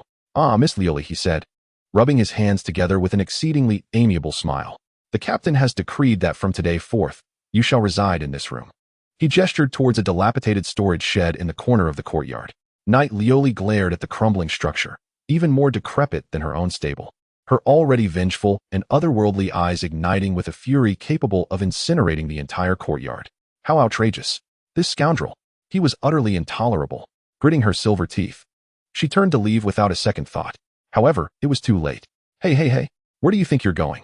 Li Erga's figure appeared before her like a wraith. Despite the persistent grin on his face, his small eyes glimmered with a chilling light that sent shivers down her spine. Our captain has made it clear, he said, his tone taking on a mocking edge. If you do not comply, I have the authority to administer discipline. As he spoke, he dramatically produced a small whip made of cowhide from his pocket, its surface glistening ominously under the moonlight. Knight Lioli gazed at the small whip. Laden with a sense of humiliation, her body trembling uncontrollably. She bit her lip fiercely to stifle the shameful tears that threatened to fall. Deep down, she understood that she had no choice. Ultimately, under the victorious gaze of Liergo, she stepped into the musty woodshed, one hesitant step at a time. The next morning, as Lin Feng emerged, invigorated from the tender embrace of a melodious dream, the first sight that greeted him was the stunning figure of Knight Lioli. Frowning as she swept the yard with a broom taller than herself. She had long since changed out of her agile black attire, donning instead a somewhat faded coarse maid's outfit, generously sponsored by Su Qingxue. Although the garment was meant to be loose-fitting, it could not conceal her alluring, curvaceous form, brimming with an astonishingly mature allure. Particularly when she bent down to sweep, a glimpse of breathtaking white revealed itself from her neckline, captivating the nearby members of the Fengzi camp, leaving them parched and longing. Clearing his throat, Lin Feng interrupted the charged atmosphere. He approached the enchanting beauty, who wore an expression as if the world owed her 8 million, and offered her a warm smile. "Good morning, my little Lioli." At his words, Knight Lioli's body stiffened abruptly. She shot her fiery gaze up at him, her enchanting eyes ablaze. "What did you call me?" "Little Lioli," Lin Feng replied innocently, raising his hands in a gesture of feigned innocence. "Is there a problem with that?" "You." Knight Lioli trembled with rage. "Let me tell you, I am Knight Lioli, not some little Lioli." "Oh." Lin Feng raised an eyebrow, feigning surprise. "It seems I have misremembered." Slowly, he reached out, with an undeniable force, snatching the troublesome broom from her hands and tossing it aside. Then, to her astonished disbelief, he swept her off her feet, carrying her towards the room filled with romantic allure. "What are you doing? Put me down." Knight Lioli struggled violently, her delicate fists raining down upon Lin Feng's chest like a flurry of raindrops. Yet, he remained unfazed, continuing to walk with a wickedly playful tone. "You see, my memory isn't quite reliable. Since you dislike the name Little Lioli, I shall have to find a more profound way to help you remember your new name." As he spoke, he playfully delivered a firm slap upon her remarkably resilient posterior. The sharp sound echoed throughout the courtyard, instantly inciting the nearby onlookers from the Fengzi camp to erupt in wolfish howls, as if invigorated by a sudden surge of adrenaline. Knight Lioli appeared as though struck by lightning, utterly paralyzed. She stood there, dazed, acutely aware of the searing sensations of humiliation emanating from behind her. The cacophony of cheers outside surged like a tidal wave. Her exquisite face, once radiant with fury, flushed crimson in an instant, warmth spreading to her ears. An unfamiliar emotion, known as shame, engulfed her completely. She could no longer contain herself and burst into tears, her sobs resonating with boundless grievances, anguish, and despair. As Lin Feng beheld the tear-streaked visage of the stunning enchantress in his arms, a victorious smile crept across his face. He recognized that his ploy to assert dominance had been remarkably effective. Slowly, he halted his movements and leaned closer, whispering in a voice laden with seductive temptation, "Now, my dear Lioli, have you remembered your new name?"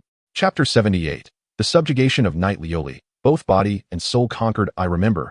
Knight Lioli uttered those 3 words, laced with profound humiliation and a tremor she herself was unaware of. In that moment, she felt as if the pride and dignity she had cultivated over the past 20 years were utterly shattered before this devilish man. She had lost. Lost in a manner that was utterly decisive and without contest. The days that followed were nothing short of a living nightmare for Knight Lioli. The esteemed saintess of Beatty and the leader of the Heavenly Wolf had indeed been reduced to a mere handmaiden at the beck and call of another. By day, she toiled with laundry, cooking, and cleaning the courtyard. By night, she served the very demon she detested, bringing him tea, water, and massaging his shoulders, all while enduring his frequent, mischievous provocations and taunts. For instance, after she had painstakingly swept the floors, he would deliberately shake a pile of leaves down from a tree.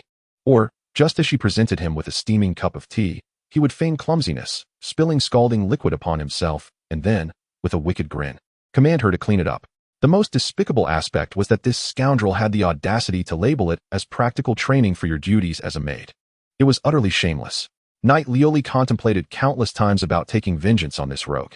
Yet, whenever such thoughts crossed her mind, the seemingly harmless yet cunning strategist, Lu Ruyan, would conveniently appear before her, speaking in a soothing tone about the unspoken secrets within the Beatty royal court. For instance, a powerful tribal leader was secretly an informant for their establishment, or a general favored by the grand chieftain was clandestinely entangled with a princess from a rival tribe. Each revelation from Lu Ruyan struck Knight Lioli's heart like an invisible hammer, leaving her trembling with dread. She understood that this was a warning, a blatant warning. They were using this method to convey their intentions to her. They wished to eliminate her, and for the celestial wolf behind her. It would be as effortless as crushing an ant. Thus, Yilioli could only endure. She buried all her humiliation and resentment deep within her heart and adopted a self-punishing approach to learn how to be a competent maid. However, what perplexed and conflicted her immensely was that this man, whom she perceived as a demon, occasionally exhibited a tenderness that felt utterly foreign to her. For instance, when she accidentally cut her finger due to her unfamiliarity with cooking, the man, who was supposed to torment her, rushed forward first, his tone more anxious than her own, to dress her wound. Or when she secretly cried at night, missing her hometown, that man, who was meant to mock her, would silently appear behind her, draping a warm coat over her shoulders and quietly keeping her company throughout the night. This method of alternating between punishment and sweetness gradually caused a crack in Yilioli's heart, which had once been as solid as iron. She began to struggle to comprehend this man. At times, he was as domineering as a dark lord. At others, he was as gentle as the spring water. He seemed to embody a collection of contradictions, evoking both hatred and fear, yet an irresistible desire to draw closer. On this particular night, as usual, Yi Lioli entered Lin Feng's bedroom carrying a basin of hot water. "Master," she said, lowering her head, her voice still cold but lacking the previous bitterness. "The water is ready." Lin Feng lifted his gaze from the thick tome, Insights on the Art of War by Wu Enjun. He looked at the enchanting figure before him, clad in coarse linen yet unable to conceal her extraordinary beauty, and a playful smile appeared on his face. "Come here." Yi Lioli's body stiffened slightly, but she ultimately obediently approached him. "Squat down." Yi Lioli bit her silver teeth but slowly complied.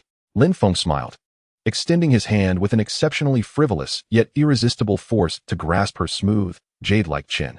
"Little Lioli." His voice was soft yet imbued with a heart-stirring allure. "You seem rather unhappy." Yi Lioli remained silent, her eyes, filled with boundless humiliation, fixed defiantly on him. "What is the matter?" Lin Feng chuckled, his smile revealing an all-knowing insight. "Still brooding over that doomed beauty trap of yours?" Yi Lioli's body jolted. "I've told you before," Lin Feng interrupted her, his tone taking on a meaningful weight. "The beauty trap is ineffective against me." Because he slowly lowered his head and pressed his lips heavily against the luscious, crimson mouth of the stunning enchantress, who was already rendered speechless by his astonishing declaration. "I, Lin Feng, have never favored passively accepting circumstances. I prefer to take the initiative and strike." For a long time, as our lips parted, Lin Feng gazed at the enchanting beauty in his arms, whose eyes, now muddled from his fervent kisses, brimmed with endless humiliation and an alluring, mesmerizing charm. A victorious smile graced her face, for he knew he had thoroughly plucked this most untamed jewel of the grasslands. Gradually, he released her, leaning close to her ear and whispering in a voice laced with seductive temptation, "Now, my holy maiden, do you still believe that I have fallen for your beauty trap?" Yi Lioli remained silent, burying her flushed face, which seemed on the verge of bleeding from embarrassment, into his warm yet domineering chest. In a voice as delicate as a whisper, laden with profound shame, she softly murmured in agreement. Her demeanor conveyed a contradiction, though her lips proclaimed refusal. Her body was undeniably honest. Chapter 79. Yi Lioli's counterattack, a stunning turnaround when that barely audible murmur escaped Yi Lioli's luscious lips. Lin Feng realized that the month-long drama of training had finally drawn to a close. He had triumphed, winning not only the heart of this most defiant and exquisite enchantress of the grasslands, but also her very essence. Ding! A breakthrough in the relationship between the host and the Northern D holy maiden Yi Lioli has been detected. Emotional bond deeply established. Page 6 of the Red Lawn Heavenly Book unlocked automatically. Detection reveals that Yi Lioli, possessing the bloodline of the celestial wolf, meets the hidden conditions for a marriage contract. Host, do you wish to immediately establish a marriage contract with Yi Lioli? At last, Lin Feng's heart surged with elation. He had awaited this moment for far too long. Yes, without hesitation, he silently affirmed in his heart. Ding! Marriage contract established successfully. A golden light, more resplendent and vast than ever before, instantly illuminated his entire consciousness. Detection. Host has established a marriage contract with Yi Lioli. Evaluation in progress. New wife. Yi Lioli. Identity. Holy maiden of an enemy nation. Leader of the intelligence organization. Celestial wolf. Bloodline. Celestial wolf bloodline. Rich. Talent. Enchantment of all. Awakening pending. Initial affection level. Love-hate entwined. 8100. Comprehensive evaluation. Heavenly grade exceptional. Heavenly grade exceptional. Lin Feng's heart skipped a beat. This was indeed his first acquisition of such an exceptional rating. Evaluation complete. Initial gift pack distributed. Congratulations, host. On acquiring Celestial Wolf Bloodline, Beginner. Unlocking special skill, Crisis Perception. Celestial Wolf Bloodline. The host will gain superhuman senses and night vision akin to that of the Wolf King of the Grasslands. Crisis Perception. The host will develop an exceptionally keen intuition regarding imminent dangers. Boom. A surge of primal, feral energy, reminiscent of ancient powers from the Grasslands, surged through his limbs. He felt his senses elevated to an unprecedented zenith in that moment. He could even discern the sound of a cricket flapping its wings from a thicket 100 meters away from the bedroom. He was able to detect the intricate blend of fragrances wafting through the air, a medley of flowers and grasses. His eyes had transformed, becoming as sharp and profound as those of a wolf king in the night. The previously obscured world around him now appeared vividly clear, akin to a human night vision device. Lin Feng silently roared within, realizing the terrifying advantage this ability would grant him in future nocturnal battles. What delighted him even more was the seemingly mystical sense of impending danger, a skill that could potentially safeguard his life infinitely. Unable to contain his exhilaration, Lin Feng erupted into hearty laughter. He swiftly scooped up the stunningly beautiful enchantress, who had been left in a daze by his sudden transformation, and, amidst her startled exclamations, strode purposefully towards the bed adorned with luxurious bedding. Xiao Lioli, he uttered, his voice hoarse yet laced with insatiable desire. Now that the game has concluded, it is time for us to claim the rewards of victory. The night passed in silence. The following morning, as the first rays of sunlight streamed through the window, Yi Lioli slowly opened her enchanting eyes, previously beguiling, now imbued with a hint of the allure of a newlywed. She gazed at the handsome, chiseled profile of the man beside her, his features evoking a whirlwind of emotions within her, resentment, anger, and a complex blend of attachment and sweetness that even she could not articulate. Tentatively, she reached out to caress the face that inspired both love and hate. But her hand halted midway.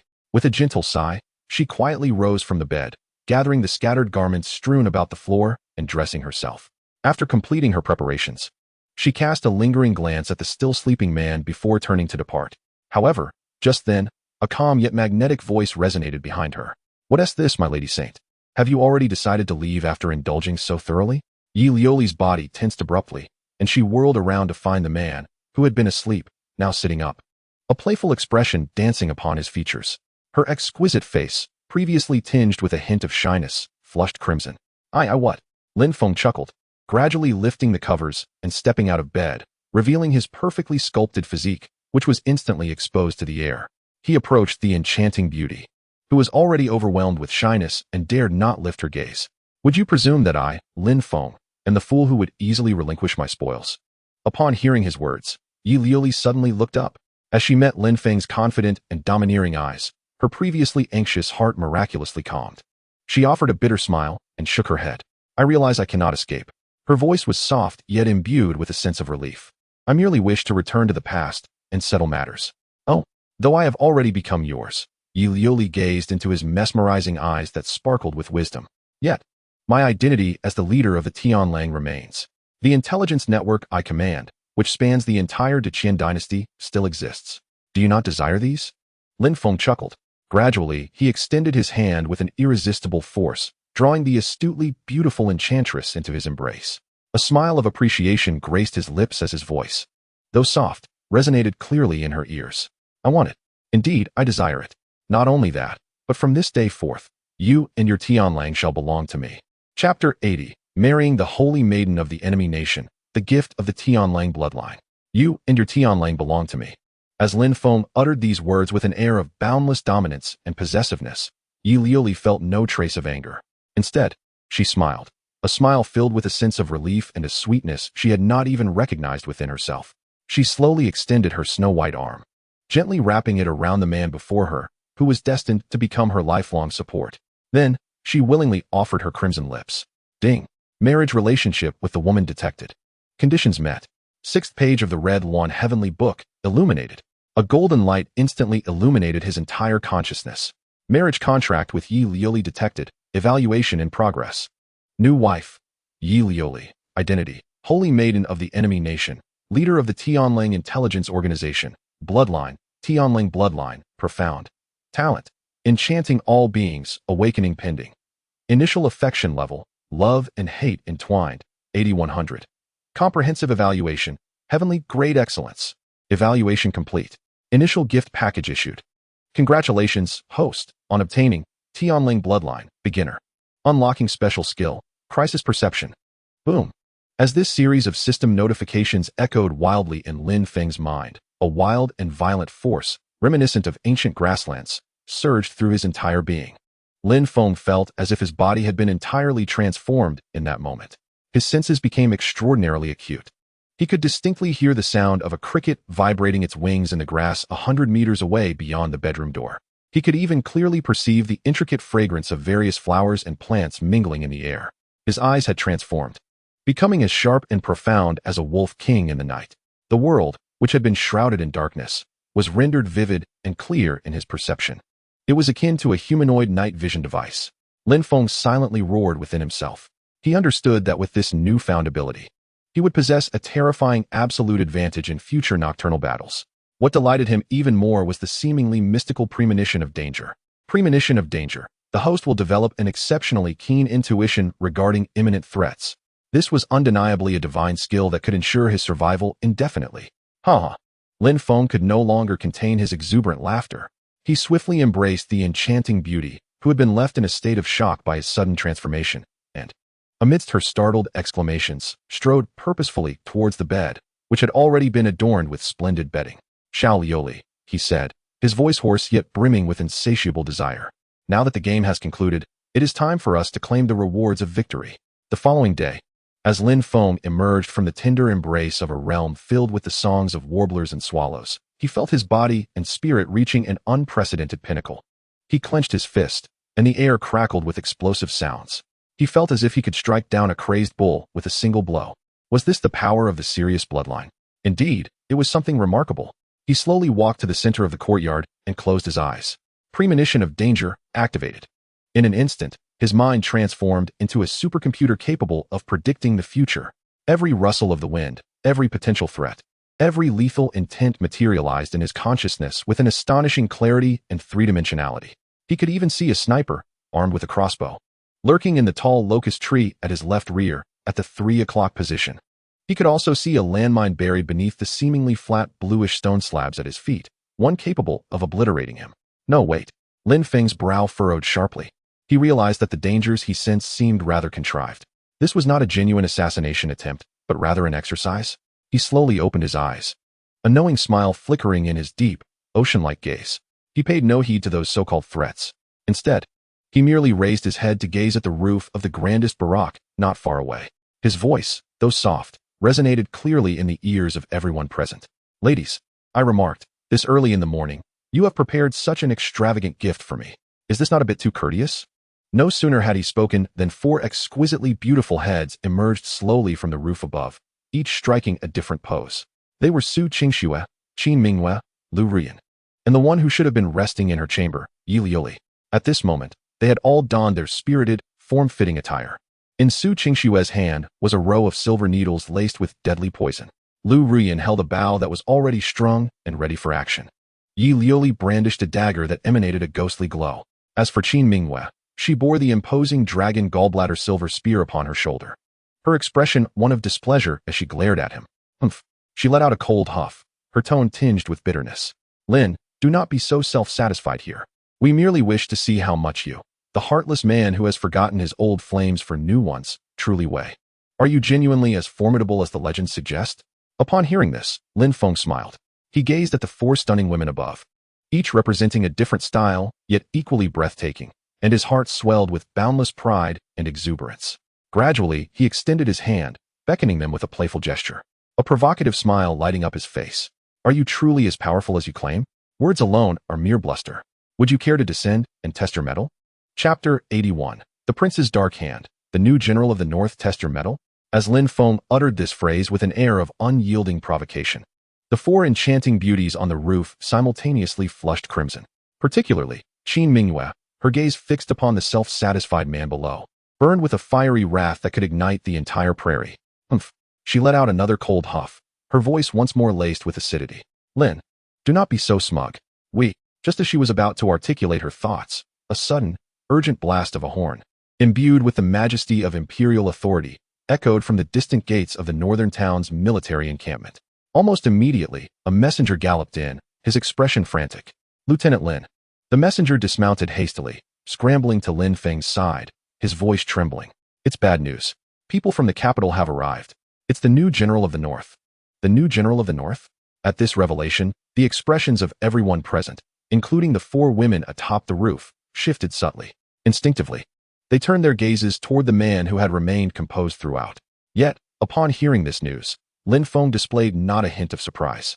Instead, a hint of understanding flickered across his face. "Has he arrived?" he murmured, and within his deep, oceanic eyes, a glint of coldness flashed, sharp as a blade. It was even swifter than I had anticipated.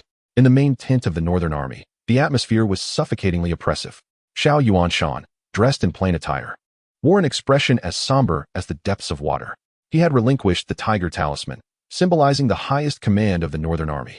Upon his seat sat a middle-aged general, appearing to be in his 40s, slightly portly, with a smile that belied the cold glint occasionally flickering in his small eyes. He was none other than the newly appointed general of the Northern Defense, Wu Sangui, personally appointed by Emperor Qianyuan.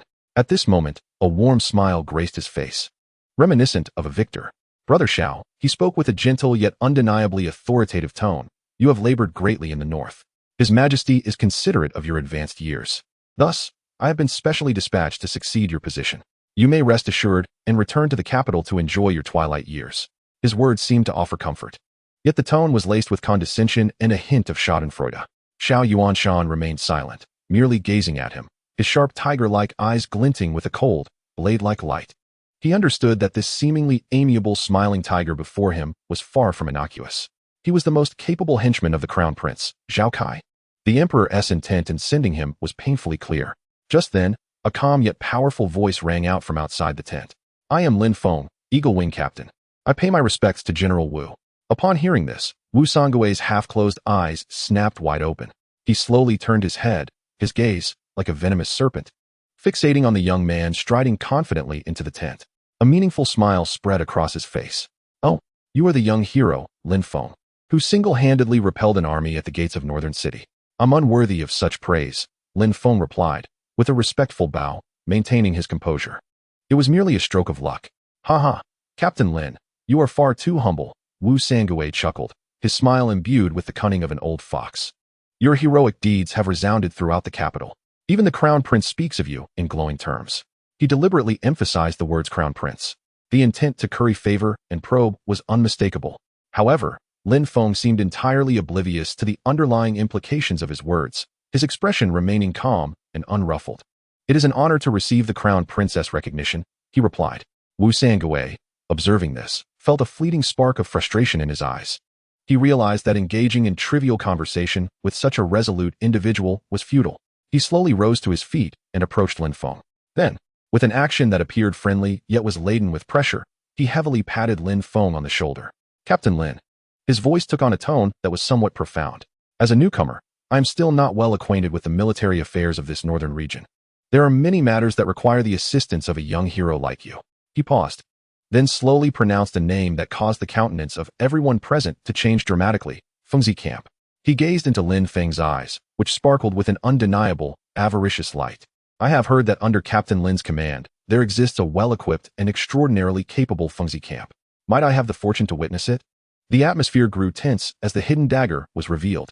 Xiao Yuanshan's expression darkened instantly. He understood that this man named Wood set his sights on Lin Feng's most elite and clandestine trump card. He was attempting a power grab. However, upon hearing these words, Lin Feng did not exhibit the slightest surprise. Instead, he smiled, a smile filled with disdain and amusement. He slowly raised his head, locking eyes with Wu Sangui's greedy gaze. His voice, though soft, resonated clearly in the ears of everyone present. "Of course, you may." However, he paused, then slowly uttered a statement that could infuriate Wu Sangui to the point of spitting blood. "My soldiers, my men, none can be moved without my consent. Not even if His Highness the Crown Prince were to appear in person." Chapter 82. The suppression by the new general, Xiao Yuanshan, is marginalized. Not even if His Highness the Crown Prince were to appear? When Lin Feng spoke those words with a tone that was almost brazen, the air within the command tent seemed to freeze at that moment. Wu Songgui's face, which had previously worn a warm smile, suddenly became rigid. His half-closed eyes widened in disbelief as he looked at this obstinate and unyielding individual before him. He could scarcely fathom that he had brought forth the overwhelming weight of the crown prince, a force capable of crushing anyone, yet this mere country bumpkin, whom he regarded with disdain, dared to utter such audacious words in his presence. You have quite the audacity. After a brief moment of astonishment, an overwhelming fury surged forth. Wu Songgui's already somewhat plump face turned a shade akin to that of a liver. A cold and ruthless aura, characteristic of a seasoned authority, emanated from him, pressing heavily towards Lin Feng. Lin Feng, do you know your crime? What crime have I committed? Lin Feng remained unfazed. He stood there, steadfast and resolute, like a spear piercing the heavens. No matter how turbulent Wu Songgui's momentum became, he remained unyielding. Humph. Wu Songui scoffed coldly. To defy orders and disregard military law is a path to death. Have you thought this through? The general is jesting. Lin Feng smiled, a grin filled with disdain and amusement. The Wind Brigade was a private army that I had personally funded. They consumed my provisions and resources. Completely detached from the court's military budget, I allowed them to serve the nation out of benevolence. Withholding their service would simply be my duty. A glimmer of sharp light flashed in his eyes. Even if this matter escalated to the emperor himself, I would still possess the moral high ground. You. Wu Songui was rendered speechless by this audacious declaration, trembling as he pointed at Lin Feng, unable to utter a coherent word.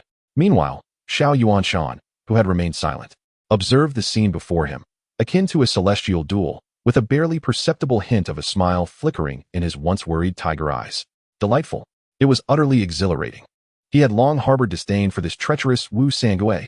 However, constrained by the fact that the latter was the newly appointed commander and he himself was about to be reassigned, he refrained from expressing his feelings. Unexpectedly, this newly acknowledged adopted son of his had effortlessly reduced the formidable prince faction to shambles with just a few words. It was a true delight to behold. Finally, he stepped forward to mediate. Approaching the two, he addressed Wu Songui with a respectful gesture, saying, General Wu, please temper your anger. Lin Feng is young and impetuous, unfamiliar with decorum. As a man of your stature, you should overlook his transgressions. While his words seemed conciliatory, the tone was laced with an unmistakable protectiveness. Wu Songui, of course, discerned this underlying sentiment. He regarded the two before him, both of whom he considered difficult to contend with, and his already flushed face darkened further. Resembling a charred pot bottom, he realized he had encountered an insurmountable obstacle today. This Lin Feng not only possessed remarkable strength, but also had an unfathomable background. With the third prince Zhao Yu backing him and the entrenched local power of Xiao Yuanshan protecting him, to provoke him would be akin to reaching for the heavens. Humph. Ultimately, he could only suppress his fury. With a cold snort, he turned and departed. Xiao Yuanshan. His voice was icy, laced with a threat. After the military handover tomorrow, I do not wish to see you in this northern town again. The following morning, in the main tent of the northern town army, a rather hasty power transfer ceremony was underway. Dressed in civilian attire, Xiao Yuanshan appeared calm, handing over the tiger talisman symbolizing the highest command of the northern town army and a hefty volume recording all military affairs to Wu Songui, who wore a smug expression. He then turned to leave, without any send-off or entreaty, and there wasn't even a semblance of a farewell ceremony. A new emperor brings forth new ministers. This is the most authentic and brutal reflection of the political arena. The generals, once loyal to Xiao Yuanshan, now bowed their heads in silence, refraining from uttering even a single word. They understood that, from this day forth, the northern garrison was destined for transformation. Yet, at the very moment Xiao Yuanshan was about to exit his command tent, a voice, seemingly unremarkable yet imbued with strength, unexpectedly resonated. General. Xiao Yuanshan turned abruptly. There stood Lin Feng, having appeared at the entrance of the tent, accompanied by 30 fierce warriors clad in black, their gazes sharp as blades. They stood like 30 silent statues, exuding an aura of iron will and coldness that could instill fear in anyone who dared to underestimate them. Xiao Yuanshan regarded Lin Feng with a hint of surprise. General. Lin Feng wasted no time with frivolous words. He knelt on one knee before Xiao Yuanshan, as did the 30 members of the Lone Wolf team behind him, their movements synchronized and resolute, their eyes brimming with fervor and determination. I, Lin Feng, along with the entire Lone Wolf team, respectfully bid farewell to the esteemed general. The resounding declaration echoed throughout the command tent, filled with genuine respect and reluctance. As Xiao Yuanshan witnessed this poignant scene, tears glistened in his once sharp eyes, now clouded with age. He stepped forward slowly, lifting Lin Feng with his own hands. He firmly patted the shoulder of this young man he admired most in his lifetime. His voice was slightly hoarse. "Young man, remember my words. Live well." With that, he did not linger, striding purposefully out of the tent he had guarded for half his life. His silhouette, though tinged with a sense of solitude, remained upright, akin to an unyielding old rifle. Meanwhile, Wu Sangui observed this scene, reminiscent of a poignant farewell, his small eyes glinting with a cold, venomous resentment. He recognized that although Xiao Yuanshan had departed, he had left behind a challenge 1,000 times more troublesome than himself. "Lin Feng, come here," he sneered, his voice imbued with an undeniable authority. "Convey my orders." Effective immediately, the Lone Wolf team's independent designation is revoked. They will be integrated into the Scout Battalion under unified management. Eagle Commander Lin Feng is henceforth responsible for cleaning all latrines within the army. Any defiance will result in military punishment. Chapter 83. The New General's Suppression and Lin Feng's Fierce Retaliation. Cleaning latrines? As Wu Sangui uttered these words, laced with a petty triumph, the command tent was instantly enveloped in a profound silence. The remaining generals within the tent gazed at him with expressions of shock and disbelief, as if they had witnessed a ghost. They could scarcely fathom that this newly appointed northern general would be so utterly shameless, so despicable. How could one, who has just achieved an extraordinary feat and garnered illustrious military accolades, be tasked with cleaning the latrines? This is not merely an affront. It is, in essence, a blatant and unadorned act of personal humiliation. Yet, upon hearing this profoundly insulting command, Lin Feng displayed not a trace of indignation. Instead, he smiled, a smile rife with disdain and amusement. "General Wu," his voice was calm, yet it carried a chilling undertone that sent shivers down the spine. "Are you certain you wish to proceed with this? What is the matter?" Wu Sangui retorted, revealing a cruel smile, reminiscent of a victor relishing his triumph. "Lieutenant Lin, do you intend to defy orders?" He aimed to coerce Lin Feng, to publicly strike him down and demonstrate to all those still loyal to Xiao Yuanshan, who truly held the reins of power in the Northern Town Army from this day forth. "Defiance?" Lin Feng chuckled softly, his smile betraying an understanding of the entire situation. "I would not dare." He slowly extended his hand, taking the insulting military order from the now bewildered messenger before the watchful eyes of all present. Without a glance at the document, he tucked it neatly into his bosom. "The general has given an order. How could I possibly refuse?" He bowed slightly to Wu Sangui, his expression one of absolute subservience. "Is it merely cleaning latrines?" "A trifling matter. I shall attend to it at once," he declared, turning to leave. His demeanor so nonchalant it seemed as though he had received nothing more than a standard military command, rather than a humiliating edict that could tarnish his reputation. What was happening? Wu Sangui stared, utterly bewildered, at Lin Feng's compliant retreat. He had envisioned countless scenarios. He anticipated Lin Feng to erupt in fury, or to confront him defiantly. Yet he could not have dreamed that this unruly figure in his eyes would accept the orders with such casual indifference. This was not the script he had anticipated. He felt as though the punch he had ready to deliver with all his might had instead struck a soft cushion, powerful yet rendered ineffective, leaving him utterly frustrated. At the moment Lin Feng was about to exit the tent, he suddenly halted, slowly turning back. The countenance that had been filled with deference was now transformed, displaying a look of concern and patriotic loyalty. He regarded the still dazed Wu Sangui, and spoke in a tone laced with genuine care. "Ah, General Wu, I seem to have forgotten to mention something important." "What is it?" Wu Sangui instinctively inquired. "It's nothing of great consequence," Lin Feng replied, feigning innocence with a shrug. "Just last night, my rather ineffectual fourth wife, Madame Shen Wansan, sent me a letter from Jiangnan." Madame Shen Wansan. Upon hearing those words, Wu Sangui's already small eyes instantly narrowed into mere slits. The name he uttered resonated throughout the capital like thunder. This was the merchant queen, whose wealth rivaled nations. And even the crown prince sought to court her favor. To think that she was this young man's wife? The letter continued, with Lin Feng seemingly oblivious to Wu's astonishment, as he elaborated. "Recently, it appears that some disturbances have arisen in the Jiangnan region. It is said that a shipment of cement, destined for the capital to reinforce the defenses, inexplicably vanished en route. Curiously, the final destination of that cement seems to be our northern border, and the quantity is rather substantial." He added with a tone of gravity, "Oh, by the way, the letter also mentioned that the escort responsible for that shipment was apparently one of the crown prince's subordinates." Boom. Upon hearing this, Wu Sangui's body stiffened suddenly. He felt a buzzing in his mind, engulfed in a void. A chill surged from the soles of his feet straight to the crown of his head. He stared at Lin Feng with an expression akin to witnessing a demon emerging from hell. He finally understood. He comprehended why Lin Feng appeared so audacious. That rascal. He held in his hands a card powerful enough to leave even the crown prince in a predicament, to embezzle military supplies, to traffic national treasures. This was a crime severe enough to obliterate 9 clans. And he, Wu Sangui, as the crown prince's trusted confidant positioned in the Northern Territory, would be the first to suffer should this matter come to light. He pointed an accusing finger at Lin Feng, trembling with rage, his lips quivering, struggling to articulate a coherent sentence. He finally grasped the meaning of the phrase, to lift a stone only to drop it on one's own foot. Meanwhile, Lin Feng observed his flustered, anxious, and terrified demeanor, a victorious smile gracing his face. He stepped forward slowly and, in front of everyone, retrieved a military order written for the task of cleaning the latrines from within his cloak. With a decisive rip, he tore it to shreds right before Wu Sangui's eyes. General Wu, his voice was soft yet imbued with an undeniable authority. The latrines are too foul. I cannot abide the stench. Therefore, you may keep this task for yourself. As he spoke, he casually scattered the confetti of paper into the air.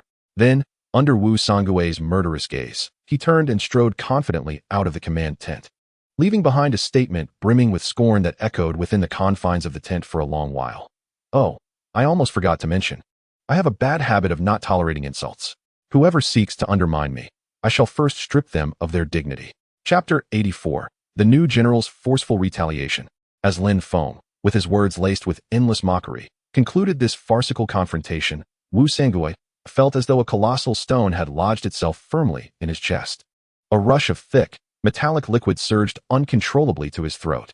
With a violent retch, he could no longer contain himself, spewing forth a torrent of crimson blood. Humiliation. This was a disgrace 1,000 times more unbearable than a public slap to the face. He, the esteemed commander of the Northern Army, a favored figure before the prince, was reduced to a bloodied wretch by the mere words of a callow youth. Lin Feng, he let out a roar reminiscent of a wounded beast, a sound devoid of human essence, as his small eyes instantly filled with a blood-red, frenzied, murderous intent. He would never forgive this boy. Meanwhile, as Lin Feng elegantly exited the command tent, the carefree smile that had adorned his face vanished in an instant, replaced by an unprecedented gravity. His wife, Lu Rian, who had been waiting outside the tent for some time, was the first to approach him, her face etched with concern. Are you all right? I'm fine, Lin Feng replied, shaking his head, yet his deep, oceanic eyes flickered with a cold, blade-like glimmer. However, this was merely the beginning of his troubles. He recognized that although he had overshadowed Wu Sangui in spirit today, he had irrevocably antagonized this treacherous man who concealed daggers behind his smile. Given Wu Sangui's vengeful nature, he knew that he and the Wind Division would soon face even more frenzied oppression and retribution. What shall we do? Qin Mingyue's phoenix eyes were also filled with gravity. What shall we do? Lin Feng replied with a smile, one brimming with confidence and madness. When soldiers arrive, let them be met with soldiers. When water comes, let it be blocked by earth. If he wishes to play tricks with us, let us engage him in a grander game. He turned to face the 300 soldiers of the Wind Division, who had been left in awe by the earlier confrontation.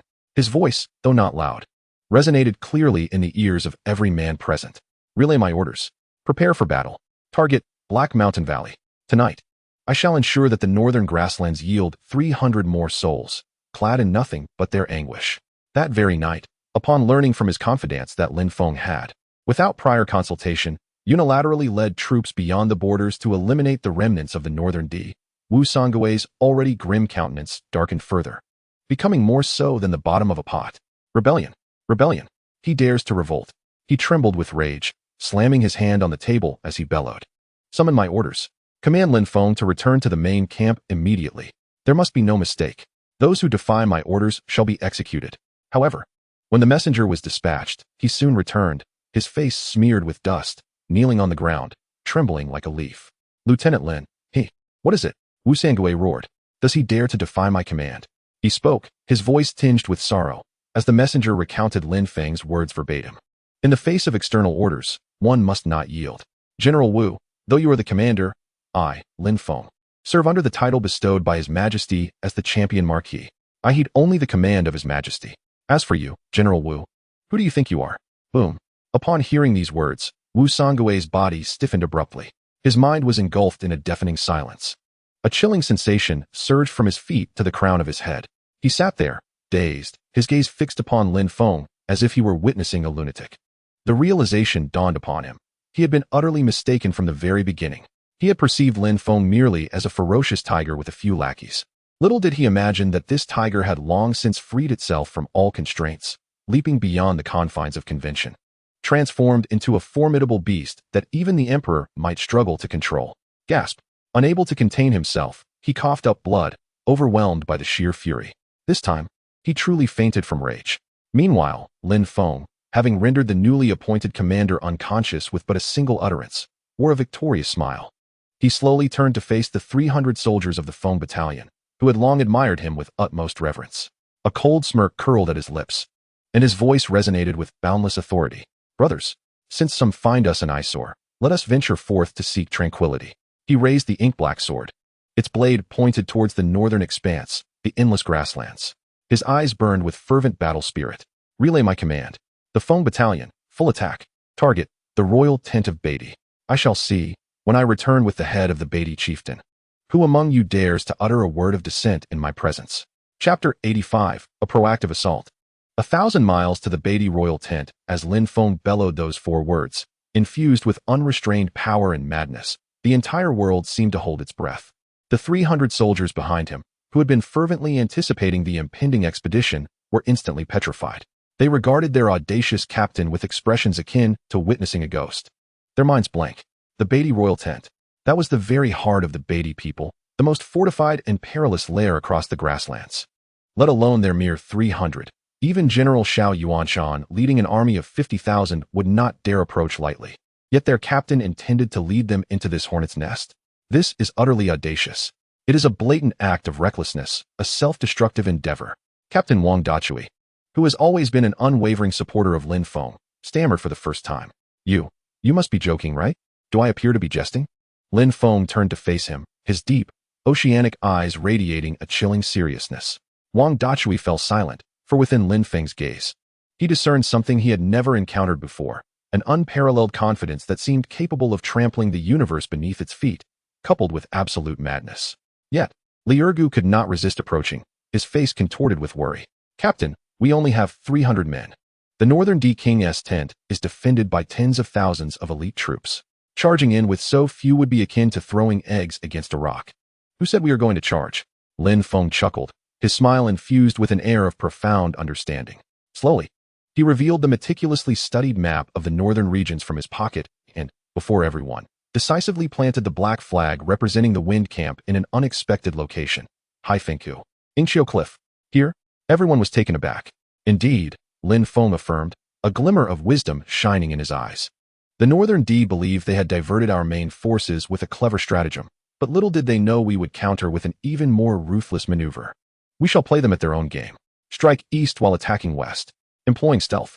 He uttered 3 idioms in quick succession, leaving Wang Dachui and the others, who were scarcely literate, utterly bewildered yet impressed. Lin Feng then turned his gaze to the mesmerizing figure who had silently observed him throughout, her enchanting eyes sparkling with an unusual brilliance. Knight Lioli, my revered princess. A playful smirk graced his lips. Now, it is your turn to make an appearance. Half an hour later, a merchant convoy bearing the insignia of the Northern D's Songlong 100-man team quietly emerged from the side gate of the northern town. The convoy was not laden with goods, but rather filled with 300 soldiers of the Wind Camp, already garbed in Northern D attire, their gazes sharp as blades. Leading the convoy were 2 seemingly mismatched figures. One was Wang Dachui, a towering figure with a simple smile, and the other was Knight Lioli. Adorned in a pure white robe, her face concealed behind a sacred golden mask, exuding an aura of frigid aloofness that warned others to keep their distance. Captain, can this truly work?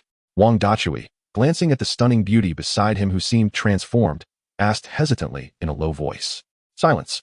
Knight Lioli cast a cold glance at him, her voice more piercing than the frigid winds of the northern realms. Wang Dachui, startled, instantly fell silent. Meanwhile, Lin Feng, along with Qin Mingyue and Lu Ruyan, blended seamlessly into the heart of the caravan, sporting a confident smile that hinted at certain victory. He was aware that his strategy of leveraging Knight Lioli, the authentic Northern D Saintis, as a passport had already borne fruit. With her by their side, their journey would be unimpeded, straight to the heart of the enemy, as Lin Feng led the Wind Battalion onto the perilous and uncertain path ahead. Within the command tent of northern town, Wu Sangawei finally awakened from his stupor. Upon learning from his confidant that Lin Feng had once again disregarded his military orders to lead his troops out of the pass, he felt no anger.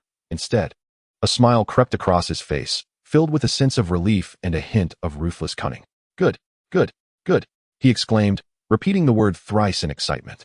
This fool, oblivious to his own peril, truly believed that the Northern D's royal tent was akin to his own backyard. Send my orders. His eyes gleamed with a venomous light. From this moment on, close all city gates. No one is permitted to enter or exit. I shall see how he boasts before me when he comes crawling back, beaten and humiliated by the Northern D. As he raised a goblet of fine wine, a victorious smile adorned his face, as if he could already envision Lin Feng meeting a tragic end on the plains, thereby removing this persistent thorn in his side without lifting a finger. However, he remained oblivious to the fact that this fool, destined for a grave without a marker, had already transformed into a blade sharp enough to make the entire Northern D court tremble, ready to unleash an unprecedented storm of bloodshed upon the vast grasslands. Standing atop the carriage, Lin Feng gazed into the endless darkness of the north, a confident and defiant smile curving his lips. His voice, though soft, resonated clearly in the ears of all present. Defense? It does not exist. I have always adhered to a single principle. Attack is the best form of defense. Chapter 86. The decapitation operation commences. The expansive grasslands shimmered under the starlight, resembling an endless ocean of darkness. A caravan of hundreds of carts sped silently across this black sea. For 3 days, Lin Feng and his Wind Battalion had relentlessly traversed nearly 1,000 miles across the frigid northern plains, with Knight Lioli, the genuine Northern D Saintus, as their pass, and the seemingly boundless wealth of Shun Wansan's wife as their lubricant. Their passage was indeed unhindered. All sentinels at the checkpoints, upon witnessing the golden wolf flag that heralded the presence of the revered Saintus, bowed in reverence. Even numerous short-sighted tribal leaders attempted to ingratiate themselves with this legendary figure, favored by the Great Khan, only to be swiftly dismissed by Lin Feng with the simplest and most brutal display of monetary power.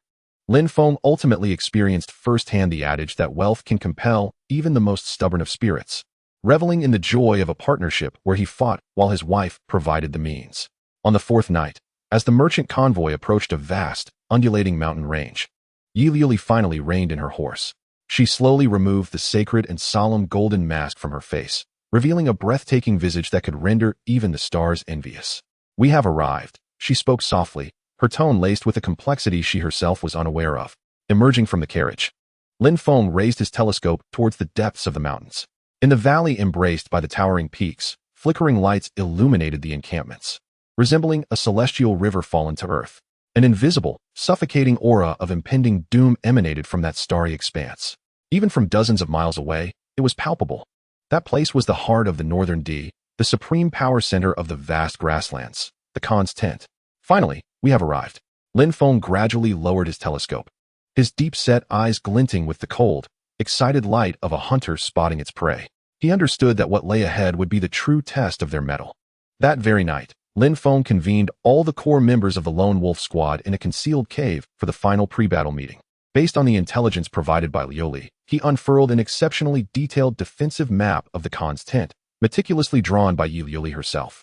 With a firm gesture, he pointed to the central location of the most grand and opulent golden tent. Our objective is singular, Temujin, the Great Khan of the Northern D. The declaration sent a shiver through all present, including the audacious Wang Dachui, who could not help but gasp in disbelief. Assassinating the Great Khan. This was sheer madness.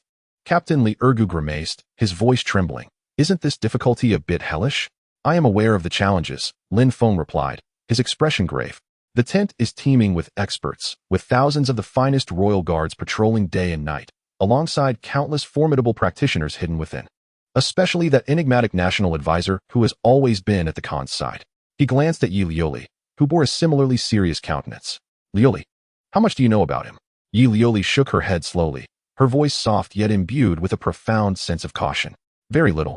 I only know him as Wanyan Xiao, the great Chanyu, who was brought back from the depths of the snowy mountains a decade ago. He is shrouded in mystery and instills fear. Within the royal court, apart from the great Chanyu, no one has ever laid eyes on his true visage, nor does anyone comprehend the depths of his power. I know only that she paused momentarily before slowly uttering a chilling statement that sent shivers down the spines of all present. 3 years prior, The mightiest black wolf tribe on the grasslands was annihilated in a single night, with 3,000 valiant warriors meeting their demise, none spared. And the one who executed this was merely him. Hiss. Upon uttering those words, everyone in attendance could not help but gasp in astonishment. One man, slaughtering an entire clan? Is he even human? As Lin Feng heard this, a profound gravity flickered in his deep-set eyes. He understood that he had truly encountered a formidable challenge. Yet, once the bow is drawn, there is no turning back. He slowly rose, his gaze like lightning, sweeping over the pale faces of his comrades. His voice, though soft, resonated clearly in the ears of each individual. I know you are afraid. That's all right, for I am afraid too. He actually confessed to his fear. All present gazed at him in disbelief. Yet Lin Feng smiled, a grin brimming with confidence and madness. However, his tone suddenly shifted, becoming exceedingly high and fervent. Fear, does it serve a purpose? No. We are soldiers. We are lone wolves. We are born to fight and die for our nation. Today, we shall use our blood, our lives, to convey to those arrogant savages of the grasslands that while the Qian is vast, we shall not cede an inch. Those who offend China, though far away, shall be punished. His words were laced with a fierce, killing intent, resonating deeply. In an instant, the last vestige of fear within the hearts of all present was entirely dispelled, replaced by an unprecedented, fearless fervor. Though far, they shall be punished. Though far, they shall be punished. A thunderous roar echoed through the cave. Lin Feng, observing the hungry wolves before him, fully ignited with battle spirit, wore a satisfied smile. He slowly raised his incubus sword, its blade pointing directly at the brightly lit Northern D royal tent. A cold smirk graced his lips, his voice akin to the decree of death. Special operations, target, Northern D royal tent. Decapitation operation, commence. Chapter 87. The Saintess's betrayal, the most lethal strike. The night deepened. The Northern D royal tent was ablaze with light. Temujin sat high upon his throne, his eyes sharp as a hawk, quietly observing the heated debate among the civil and military officials below. The main force of the Great Chanyu, led by Xiao Yuanshan, has been completely annihilated at Eagle Cliff. In the present day, the northern town is vulnerable and feeble, ripe for conquest. We must seize the opportunity and strike decisively to capture this city. A burly one-eyed general bellowed with a thunderous voice. Not so. A goat-bearded elder clad in scholarly robes interjected, stepping forth to counter. The northern town boasts high walls and thick fortifications, making it easy to defend yet challenging to assault. Although our forces have decimated the main body of Xiao Yuanshan's troops, we have also suffered significant losses. Our supplies are dwindling and morale is unstable. A hasty attack could lead us into a dire struggle. What do you know, you coward? The chamber erupted into chaos, voices clashing vehemently. Meanwhile, Temujin remained silent, listening intently. His deep, oceanic eyes sparkled with an inscrutable light. Outside the royal tent, 31 shadowy figures had stealthily infiltrated the heart of the encampment, akin to phantoms. They were like 31 daggers, each laced with venom, awaiting the opportune moment to deliver a fatal blow to the slumbering lion. Lin Feng concealed himself within the shadows of a tent. His senses, heightened by the bloodline of the celestial wolf, had reached their zenith. Every whisper of wind and rustle of grass within the royal tent, every watchful eye, every latent threat, was vividly rendered in three-dimensional clarity within his mind. He could even distinctly hear the foolish and absurd squabbles of the Northern D ministers inside. He was waiting for the moment to strike decisively. The only one capable of creating that opportunity was Knight Lioli. Enough. At last, Temujin spoke, his voice not loud, yet instantly commanding silence across the tent. The atmosphere fell still as he rose slowly, his gaze sharp as lightning, sweeping across all present. Convey my orders, he commanded, his tone brimming with undeniable authority. At dawn, the entire army will break camp. Our target is the northern town. I shall personally sever the head of that old wretch, Xiao Yuanshan. Yes. A resounding roar echoed throughout the royal tent, igniting a fierce fire of battle within the eyes of all Northern D warriors. Suddenly, a voice, cool and clear like a aureole emerging from the valley, resonated from outside the tent. Great Khan hold. Instinctively, everyone turned to look. There stood Knight Lioli, adorned in white robes and a veil of golden silk, resembling a celestial being descending to the mortal realm.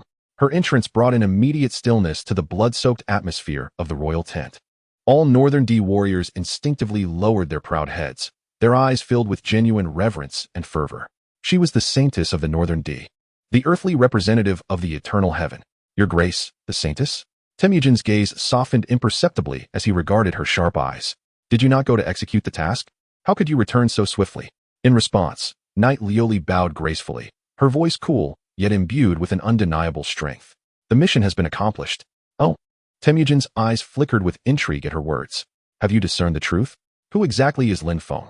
I have, Knight Lioli affirmed with a nod. Then, under the watchful gaze of all present, filled with curiosity and anticipation, she slowly uttered a statement that would send the entire royal tent into a frenzy. Lin Feng is not a hero of the southern barbarians. He is one of us. Boom. At her proclamation, the royal tent erupted in chaos. All the Northern D warriors gazed at her with expressions akin to seeing a ghost, their faces etched with shock and disbelief. Even the typically unshakable Temujin revealed a glimmer of incredulity in his sharp gaze. What did you just say? Knight Lioli gradually raised her head, her enchanting eyes shimmering with wisdom. Lin Feng is our hidden dagger, embedded deep within the Northern Army by our Tianlang. His rapid rise to fame within a mere fortnight, his remarkable achievements, and his ascension to the rank of captain are all thanks to the intelligence we have provided him from behind the scenes. His decision to stage this conflict with me today is merely a ruse to extract the final vestiges of trust from that old fox, Xiao Yuanshan. Then, at the most critical moment, he will deliver a fatal blow to the Northern Army. Her words were seamless, leaving no room for doubt. Instantly, the last remnant of skepticism in the hearts of all the Northern D warriors was dispelled. Excellent, excellent, excellent. Temujin could no longer contain his exuberance and erupted in hearty laughter, filled with unbridled pride and satisfaction. I knew it. I knew that our Tianlang of the grasslands is invincible. He descended from his throne and personally assisted Knight Lioli to her feet, gazing into her mesmerizing eyes with unabashed admiration and trust. Speak. How shall I coordinate with your plans? A sudden thrill coursed through Knight Lioli's heart. Yet her expression remained composed. She slowly extended her jade-like fingers, pointing towards the enigmatic national advisor who had been standing silently in the shadows of the royal tent. Her voice was cold yet imbued with an undeniable authority. I require the cooperation of the esteemed national advisor. Oh, both Temujin and Wang Yanxiu were taken aback momentarily. Lin Feng has sent intelligence, Knight Lioli stated, unflinching. Although Xiao Yuanshan appears to have placed his full trust in him, he is, in fact, still holding back. He has embedded a fearsomely powerful spy beside Lin Feng. This individual excels in covert assassination, their strength unfathomable. Lin Feng harbored no confidence in resolving the matter without arousing Xiao Yuanshan's suspicion. Thus, she slowly turned to face the enigmatic national master, whose visage was obscured by a bronze mask. A glimmer of icy murderous intent flickered in her eyes. I require the national master to personally intervene, collaborating with Lin Feng to eliminate the trouble concealed in the shadows. Only then can we seize control of the entire northern town in one fell swoop. Her proposition was both reasonable and impeccably articulated, compelling Wang Yanxiu into a situation where he had no choice but to act. As Wang Yanxiu gazed into her earnest eyes, an inexplicable unease lingered in his heart. Yet, he eventually nodded slowly. Very well, he uttered a single word. At that moment, Knight Lioli's heart, which had been lodged in her throat, finally settled. She knew her gamble had paid off. She turned gracefully to the thoroughly captivated Temujin, offering a deep bow, and spoke with a tone imbued with righteousness and resolve. Great Chanyu, for the enduring supremacy of our great D, and to avert Xiao Yuanshan's suspicion, I beseech you and the esteemed generals to endure this temporary inconvenience tonight. Chapter 88. Capturing the young prince of Beatty, a triumphant return fire. Blood. Cries of anguish. As the first light of dawn tore through the night's veil over the prairie, casting an eerie crimson hue upon what should have been a sacred royal court, the battle neared its conclusion. The entire Beatty royal encampment had transformed into a hellish landscape. Fiery flames consumed countless opulent tents, reducing them to ashes, while scalding blood stained the fertile grassland a horrific dark red.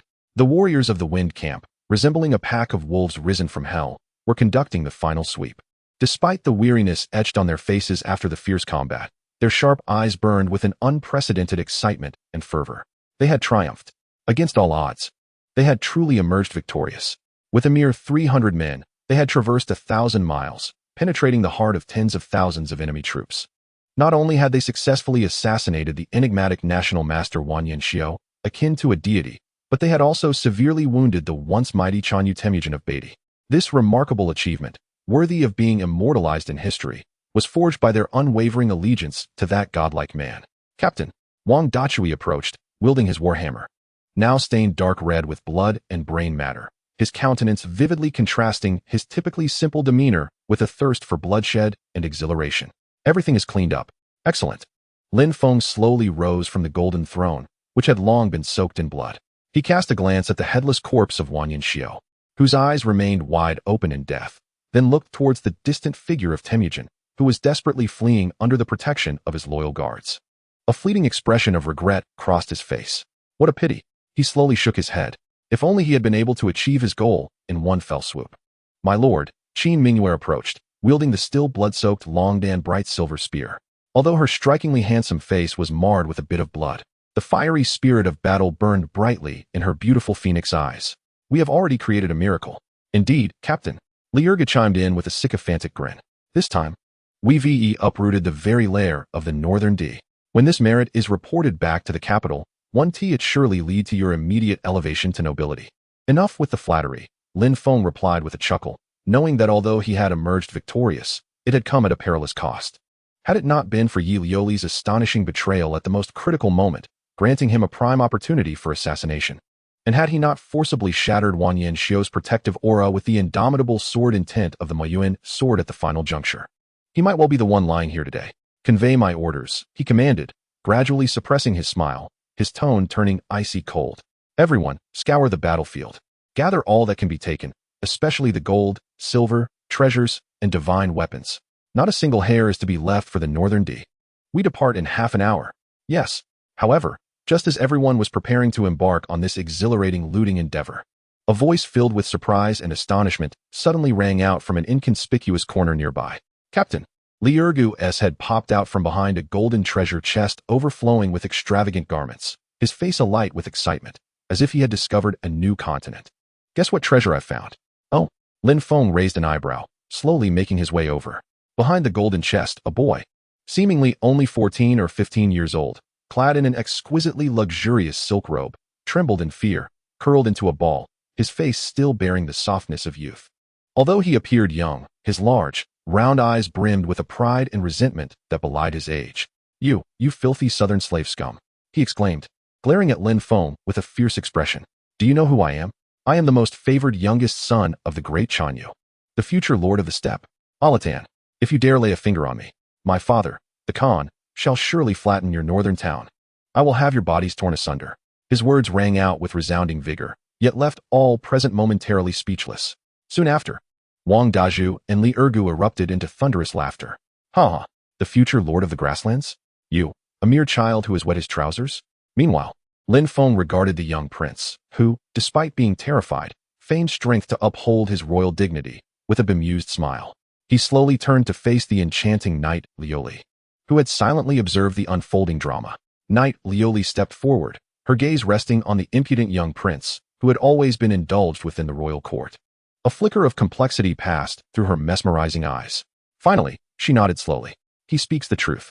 Her voice was soft yet imbued with undeniable affirmation. Indeed, he was the most cherished son of the great Khan. Upon hearing this, the laughter of Wang Daju and Li Ergu ceased abruptly. They gazed at the authentic young prince before them, as if beholding a walking golden ingot. Lin Feng, however, smiled, a smile brimming with the delight of a cunning fox encountering a plump hen that had wandered into its grasp. He approached the young prince, who was already rendered speechless by Knight Liuli's presence. Under the prince's terrified and incredulous gaze, Lin Feng crouched down, extending a hand in a manner reminiscent of a kind-hearted elder brother, gently patting the prince's shoulder. His voice was soft and tender. Fear not, young prince. We are good people. We shall not harm you. We merely— He shifted his tone, revealing a devilish grin. Wish to invite you to accompany us back to the south for a visit. Additionally, we would like to discuss a little business regarding a ransom with your esteemed father. As he spoke, he rose, disregarding the stunned young prince. He signaled to Wang Daju, who was already eager to act. Understanding the cue, Wang Daju stepped forward and, as if lifting a chick, hoisted the still-dazed young prince onto his shoulder. Let us go, Lin Feng proclaimed, his voice infused with boundless fervor. Brothers, let us return to the court. He turned to the young prince, whose face was marred by despair, and bestowed upon him a radiant smile. His voice, though not loud, resonated clearly in the ears of everyone present. Do not wear such a sorrowful expression, young prince. Come with me, and you shall witness the vibrant world of the South. I wonder how much your family would be willing to offer for your ransom. Chapter 89. the face of the new general in the command tent of Zhuanbei City. Wu Sangui savored a cup of exquisite Dahongpo tea, a delightful gift from the capital. A smirk akin to that of a petty individual reveling in his triumph graced his features. Calculating the time, he mused that Lin Feng, that fool oblivious to his fate, had likely succumbed to the chaos of the Northern D.S. blades by now. Humph. A cold laugh escaped him as he set down his teacup, a glint of cruelty flashing in his eyes. To challenge me? Boy, you are still too green. He had even envisioned the moment. Once news of Lin Feng's demise reached him, he would promptly claim the well-equipped Feng battalion and those enchanting widows under the pretext of recruitment. He could hardly contain himself at the thought of those stunning beauties soon to grace his bed, and a repugnant, lewd laughter erupted from him. However, at that very moment, a hurried, panicked commotion erupted from outside the tent. Suddenly, a soldier burst in, breathless and trembling, nearly tumbling to the ground. "General! General!" the soldier cried, kneeling, his body shaking like a leaf, his voice laced with desperation. It's terrible. What nonsense is this?" Wu Sangui interrupted, his good mood shattered. Irritation evident in his tone. "What is it? It's Lin Feng. He has returned." "What did you say?" The smile vanished from Wu Sangui's face in an instant, his mind going blank in disbelief. "Impossible," he shouted. "Absolutely impossible. How could he possibly return alive?" "It is indeed true," the soldier cried, his voice quivering. "Not only has he returned, but he has brought back a wealth of gold and silver treasures. And what else? He has also brought back a small child dressed in the royal attire of the Northern D." As Wu Sangui, his face ashen, rushed to the city gates amidst the soldier's frantic explanations, he was met with a spectacle that rendered him utterly speechless. Before him stretched a grand procession of several hundred carts brimming with gold, silver, and formidable weapons, all poised to enter the city. At the forefront of this opulent caravan sat Lin Feng, clad in black armor and wielding a magical sword, exuding an air of nonchalance atop a magnificent steed. Beside him were 4 breathtakingly beautiful women, and tethered to his saddle was a forlorn child, none other than the unfortunate young prince of the Northern D, Alatan. Wu Sangui stood frozen, overwhelmed by the absurdity of the scene, as though his face had been mercilessly struck repeatedly. The pain was searing. He could hardly fathom that the fool he had deemed destined for a disgraceful end had not only survived, but had audaciously raided the Northern D's royal tent. Moreover, he had brought back a prince as a trophy. This was utterly preposterous. The situation had reached an absurd peak, arriving at grandmother's house. Upon encountering Lin Feng, whose expression resembled that of one who had just tasted excrement, a radiant smile blossomed upon his face. He dismounted with grace and sauntered over to the trembling, infuriated general, who was nothing but a fool. Before the assembly, he carelessly tossed the struggling young prince before the general as if discarding refuse. General Wu, his voice, though not loud, resonated clearly in the ears of everyone present. "I have not failed in my mission. Under your command, I ventured forth to eradicate the remnants of the Northern D. Inadvertently, I laid waste to their stronghold." He gestured towards the ground, indicating the young prince, who glared at him with palpable resentment and shrugged innocently. "Moreover, I managed to bring back a rather inconsequential addition. Do you find this outcome of our campaign satisfactory?" Uffed. Wu Sangui could no longer contain himself and spat out a mouthful of blood. "Satisfactory. I am satisfied with your grandmother's leg." He pointed furiously at Lin Feng's derisive smile, trembling with rage, unable to utter a coherent sentence. He realized his downfall was complete, utterly and irrevocably finished. He had intended to use a knife to eliminate his foes, only to have that very knife return with a mountain of gold. He had sought to close the door on his adversaries, but instead, he had unwittingly led them to a pup that could lay golden eggs. This will be reported back to the capital. Wouldn't Wu Sangui become the biggest laughingstock in the world? Meanwhile, Lin Feng gazed at his furious, anxious, and humiliated visage, his smile growing ever more radiant. He slowly crouched down and, before the gathered crowd, retrieved the military order he had been handed by Wu Sangui days prior, one commanding him to clean the latrines, and gently placed it before the general. A disdainful curve graced his lips as his voice, soft yet undeniably authoritative, echoed through the air. "General Wu, do I still possess the qualification to clean latrines? Or would you prefer to experience it yourself?" Chapter 90. The Court Trembles. Lin Feng's name resonates throughout the capital. Experience it yourself? As Lin Feng delivered this perfect conclusion to their encounter, which could only be described as a dimensional blow, Wu Sangui felt darkness envelop him. Unable to restrain himself, he spewed forth another mouthful of blood before his eyes rolled back, and he collapsed. This time, he had truly been driven to unconsciousness by rage. 3 days later, the news of eagle-soaring officer Lin Feng, leading 300 troops on a swift march to assault the Northern De's royal tent, slaying the Northern De's sorcerer Wan Xiao, severely wounding the great Khan Temujin, and capturing the young Prince Alatan, returned to the capital with astonishing speed, traveling 800 li in haste. When this magnificent battle report, worthy of being inscribed in history, graced the solemn court of the great Qin dynasty, the entire assembly erupted in chaos. Whether they were civil officials or military generals, upon witnessing this seemingly miraculous report, their immediate reaction was disbelief. Absurd. Utterly absurd. An elderly censor, his hair as white as snow, was the first to rise, pointing vehemently at the document and roaring in indignation. A mere 300 men dare to claim they penetrated deep into the enemy's territory, and that they dealt a heavy blow to the infamous chieftain of the Northern D. In my opinion, this is clearly a fabrication concocted by the border generals seeking accolades and rewards. Indeed, a seemingly refined deputy minister of revenue beside him echoed, "The Northern D's royal encampment is heavily fortified, brimming with skilled warriors. Not to mention 300. Even 3,000 or 30,000 would return to their graves if they dared to charge in. There must be something amiss." In no time, voices of skepticism reverberated throughout the court, for this report was too astonishing. It surpassed the imagination of all present. However, just then, a peculiar voice emerged from the crowd. It was none other than the Eastern Depot chief, Chao Zhengchun, who should have been overseeing the military in the Northern Front, but had somehow returned to the capital. Holding a feather duster, he slowly stepped out from the ranks. "Gentlemen, please remain calm." His voice, sharp and thin like nails scraping glass, pierced the air. "As for the authenticity of this matter, I can indeed testify for Captain Lin." As he spoke, he produced an object from his robe. It was a head, pickled in lime, that would silence even the most restless child in the Northern D. The dreadful trophy of the ill-fated Northern D sorcerer, Wan Xiao, was now unveiled before the court. The moment this terrifying visage appeared, all the chattering civil and military officials fell silent, their expressions morphing into one of sheer shock and disbelief as they gazed at the ghastly head. "This man is Wan Xiao, the sorcerer of the Northern D." Chao Zhengchuan's voice remained steady. "I personally witnessed Captain Lin claim his head amidst the throngs of battle." He paused, then slowly directed his gaze towards the third Prince Zhao Yu, who had remained silent throughout, quietly observing the unfolding scene. "The captured Northern D prince has also been brought back to the capital by me and is currently detained in the Eastern Depot's dungeons.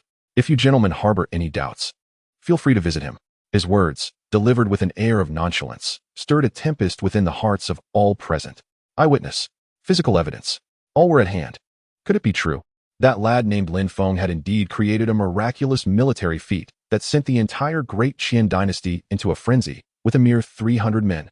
The elderly censor, who had previously been the most vociferous in his denunciations, now trembled, pointing at the head, his lips quivering as he struggled to utter a coherent word. He could only feel as if his face had been ruthlessly struck a dozen times by the sole of a shoe, a searing pain coursing through him. Meanwhile, the emperor, Qin Yuan, seated high upon his dragon throne, experienced a fleeting yet perceptible surprise and admiration in his once mighty dragon eyes after hearing all this. "Excellent, excellent, excellent."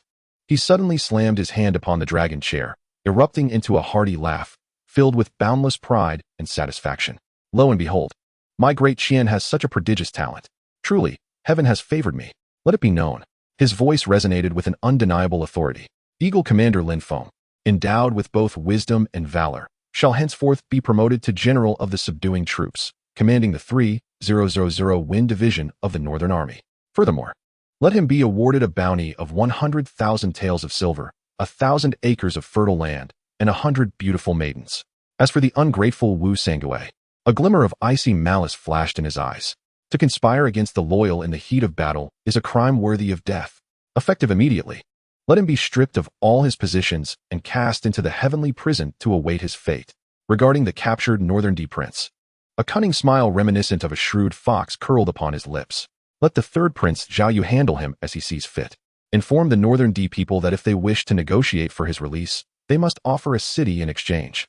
In no time, the entire capital was ablaze with the name Lin Feng, as tales of this youthful military deity echoed through tea houses, taverns, brothels, and gambling dens alike.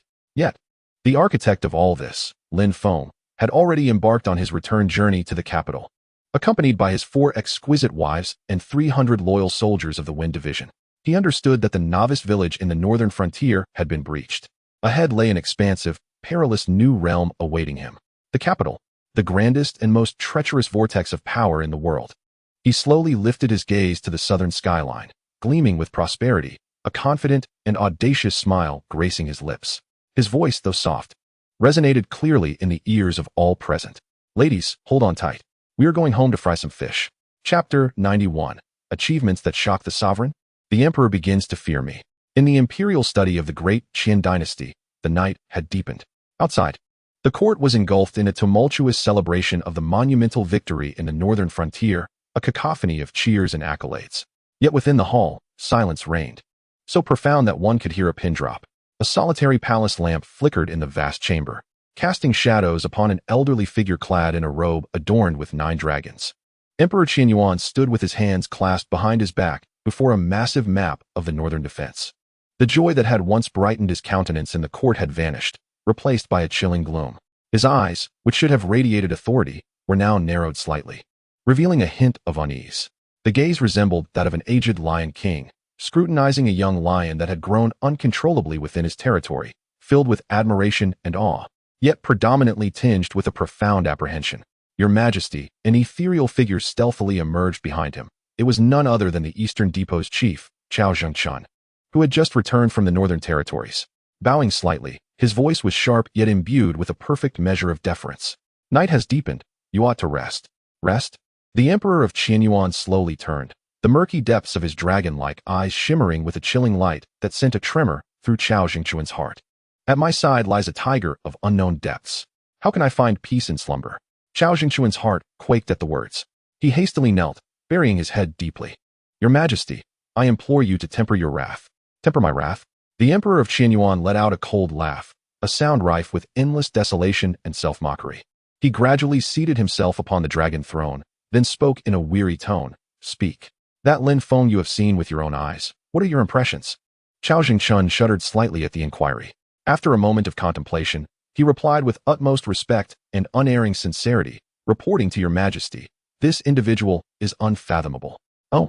A glimmer of surprise flickered in the emperor's eyes. He knew Chao Zhengchun to possess lofty standards. To receive such a commendation from him marked Lin Feng as extraordinary indeed. He possesses the valor of 1,000 men.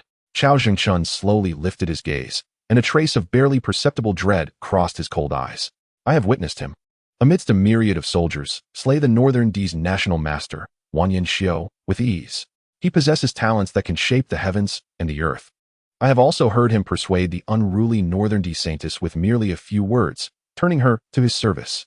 Most terrifying of all, Chao Zhengchun's voice grew somewhat hoarse, is that he possesses a heart colder than the ice of the northern lands. I have clashed with him on several occasions, believing I had cornered him into a dire situation.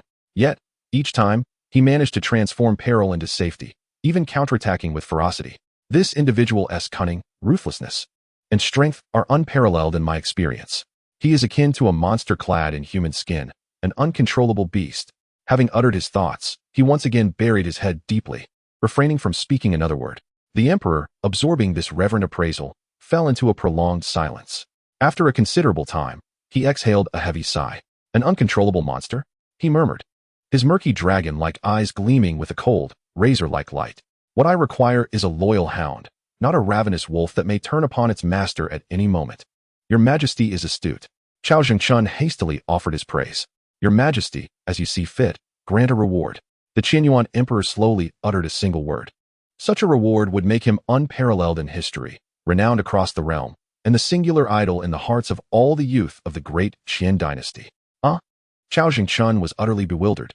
He could never have imagined that his sovereign would issue such a ludicrous decree. Was this not merely fostering the arrogance of that young man? You do not comprehend, the Qianyuan emperor scoffed, his smile imbued with the wisdom of a ruler who sees all. The higher one is exalted, the greater the fall. I bestow upon him the title of Marquis to corrode his fighting spirit with this overwhelming wealth. I reward him with riches to bind his hands and feet with endless fortune. I grant him beauty to soften his claws with gentle affection. Yet, most crucially, a glint of ruthless ambition flashed in his eyes. I intend to summon him back from the distant northern borders, to bring him beneath my very gaze, to position him upon the largest, most perilous chessboard in the realm. In this capital city, the corners of his mouth curled into a cruel smirk. I possess 1,000 methods to ensure he vanishes from this world without a whisper. Upon hearing these words, Chao Jingquan's heart jolted with realization. He instantly grasped the profound intentions of his master. Astounding. Truly remarkable. This is the essence of imperial strategy. Your Majesty, most wise. He sincerely bowed in reverence. The Qianyuan Emperor slowly rose to his feet and approached the grand map once more. His gaze settled upon the red dot representing the capital. His voice became chillingly cold and profound. Go. Inform the Crown Prince and the Third Prince. Tell them that I have found a most intriguing new toy. This toy is sharp and perilous. Whoever can tame it first shall become the future master of the great Qian dynasty. Chapter 92. The Third Prince's Protection. Undercurrents Sergei Toy. When Chao Jingquan relayed the emperor's words verbatim to the Crown Prince and the Third Prince. The two equally noble, yet starkly different princes displayed contrasting expressions. In the Eastern Palace, within the Crown Prince's residence, Zhao Kai's already sinister countenance morphed into a cruel smirk, reminiscent of a venomous serpent. Upon hearing Chao Jingquan's message, a toy, he slowly rose from his chair and approached the window. Gazing at the brightly illuminated palace in the distance, his voice chilling and laced with a perverse confidence. Father still delights in manipulating the hearts of men. Yet, a disdainful curve formed on his lips. It seemed he had misjudged a matter. I, Zhao Kai, have never enjoyed playing with toys. I only relish. He slowly extended his hand, forming a fist in the air, to destroy it. Meanwhile, in the residence of the Third Prince, Zhao Yu, a scene unfolds that starkly contrasts with prior expectations. Upon receiving the subtly suggestive message from Chao Jingquan, his countenance, which typically radiates elegance, betrays no hint of anger. Instead, a knowing smile reminiscent of a cunning fox graces his features. Ah, my father, he murmurs, gently setting aside the scroll in his hand. Moving to the window to gaze at the luminous moon hanging in the sky, his voice soft, as if in a dream. You are aging, indeed. Do you believe that by summoning him back to the capital, you can confine him within this trivial chessboard? Little do you know that within him sparkles an ambition and sharpness that starkly contrasts with his gentle facade. He is not merely a pawn. Rather, he is a formidable dragon capable of overturning your entire game. Meanwhile, this dragon, perceived by all as a creature of uncertainty, reclines comfortably within his opulent carriage, savoring the attentive care of his 4 exquisite wives. Husband, Lu Rian coaxes, delicately feeding Lin Feng a peeled lychee, her clear, water-like almond eyes gleaming with wisdom. In my humble opinion, our foremost task upon arriving in the capital is to choose our allegiance. Oh, Lin Feng raises an eyebrow at her words. What leads you to that conclusion? It is simple, Lu Rian replies with a confident smile. Because we have no choice. The Crown Prince has been attacked, and the Eastern Palace has changed hands. While the court appears calm, beneath the surface, turbulent currents rage. The First Prince and the Third Prince are already at odds. And we, as an unexpected celestial body, have unwittingly been drawn into this vortex of succession. If we do not choose, there awaits only one fate, to be the first to be eliminated by the alliance of both sides. That makes sense. Lin Feng nods, then glances at the strikingly beautiful Knight Lioli, who is pouting as she massages his legs, a playful smile emerging on his face. In your esteemed opinion, my lady, whom should we choose? Knight Lioli's body stiffens slightly at his question. Slowly, she raises her head, her enchanting eyes reflecting a complex emotion. Choose the Third Prince, she states softly, yet with an undeniable conviction. Why? Because he is stronger, Knight Lioli replies succinctly. According to my intelligence from the Tianlang, the First Prince, Zhao Kai, though he appears to bask in glory as the Crown Prince, is narrow-minded and obstinate, having already garnered discontent from numerous senior officials in the court. In contrast, the Third Prince, Zhao Yu. Here, a glimmer of deep apprehension flashes in her eyes. Though he seems gentle and uncontentious, the depth of his cunning, the severity of his methods, and the weight of his ambition far surpass those of the Crown Prince. He is akin to a venomous snake lurking in the shadows. When he strikes, it will be nothing short of earth-shattering. She pauses, then slowly utters a name that sends a chill through all present. Jiangnan, the Shen family. They are also under his influence. What? The revelation reverberates through the air. Even Lin Feng was momentarily taken aback. He could scarcely fathom that his newly-wed affluent wife had, unbeknownst to him, already formed an alliance with the Third Prince. This was truly a twist of fate. Ha! Unable to contain his elation, he burst into a hearty laugh. He swiftly pulled the stunningly beautiful enchantress, who was left in a daze by his unexpected laughter, into his embrace. Then, amidst her startled exclamations, he planted a firm kiss on her lips. Ah, what an extraordinary Third Prince! What a remarkable Shen family from Jiangnan! A gleam akin to that of a cunning fox sparkled in his eyes. Given his evident sincerity, how could I, Lin Feng, not reciprocate?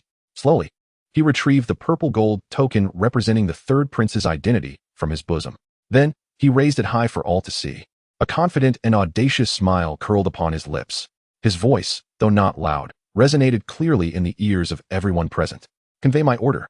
Accelerate the entire army. Target the capital. I shall see how my unsolicited ally, the third Prince Xiaoyu, receives me. Chapter 93. The Humiliating Treaty of Beatty. A historic victory unseen in a century for Dacian when third Prince Xiaoyu received the letter of allegiance hastily delivered by Lin Feng. He was leisurely engaged in a game of chess within his residence. Opposite him sat an elderly Taoist priest, his white hair and beard lending him an air of ethereal wisdom, appearing rather unremarkable at first glance. Your Highness, the old priest spoke slowly, placing a black stone on the board, his voice raspy, yet imbued with a profound understanding of the universe. This move you've made is perilously bold. Perilous? Xiaoyu chuckled, his smile warm as jade yet shrouded in an enigmatic depth. Your words are misguided, esteemed sir. The chessboard is ever-changing, if one merely seeks stability. They are destined for a singular fate, being trapped and suffocated. Only by taking risks and embracing unconventional strategies can one emerge victorious from dire circumstances. As he spoke, he gradually extended his hand and placed a stunningly audacious white stone onto the jagged chessboard, instantly revitalizing what was once a deadlocked game. At that moment, a cloaked guard silently appeared behind him, respectfully presenting an encrypted letter. Xiaoyu slowly unfolded the missive, and upon glancing at it, an expression of genuine elation swept across his previously composed face. He could no longer restrain himself and slammed his hand down on the chessboard, erupting into a triumphant laughter that echoed with boundless pride and satisfaction. Ha! Excellent! Excellent! What a formidable ally! Indeed, I have not misjudged him. 3 days later, in the grand palace of the Dacian dynasty, within the illustrious Golden Luan Hall, a fervent court assembly was underway, debating the fate of the captured Northern D Prince. Your Majesty, a burly general, his visage etched with defiance, was the first to rise, his voice booming. In my humble opinion, such a barbarian scion serves no purpose. It would be far better to drag him out and execute him, in honor of the countless brave souls of Dacian who perished beneath the iron hooves of the Northern D. Absolutely not. An elderly scholar clad in robes swiftly countered. In times of conflict, we do not execute envoys, especially not a prince of their realm. To act rashly could provoke the savagery of the Northern D. And in such a case, it is the common people of Dacian who will suffer the most. You know nothing, the general retorted, his voice filled with scorn. The Golden Luan Hall erupted into chaos, voices clashing in vehement disagreement. Amidst this tumult, Emperor Qian Yuan remained stoically seated upon the dragon throne, silently observing the heated exchange among his ministers. His murky eyes glimmered with an inscrutable light as he scrutinized the fray below, finally settling upon the third prince, Xiaoyu, who had remained silent and detached, as if the commotion had no bearing on him. The emperor's voice, though calm, resonated with undeniable authority. What is your perspective on this matter? At this inquiry, the hall fell into an immediate hush, all eyes converging upon the seemingly gentle and harmless third prince. They recognized that the crux of the assembly had arrived. Xiaoyu, upon hearing his father's question, stepped forward from the ranks.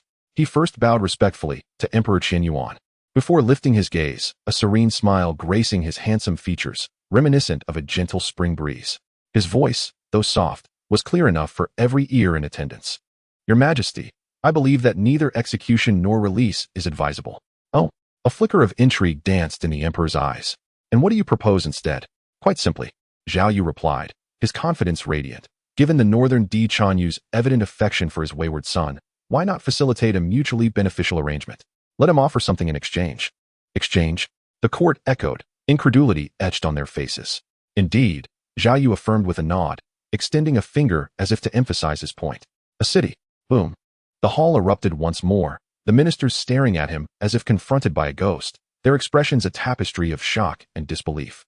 To barter a city for a prince who indulges solely in revelry? This is sheer lunacy, they murmured amongst themselves.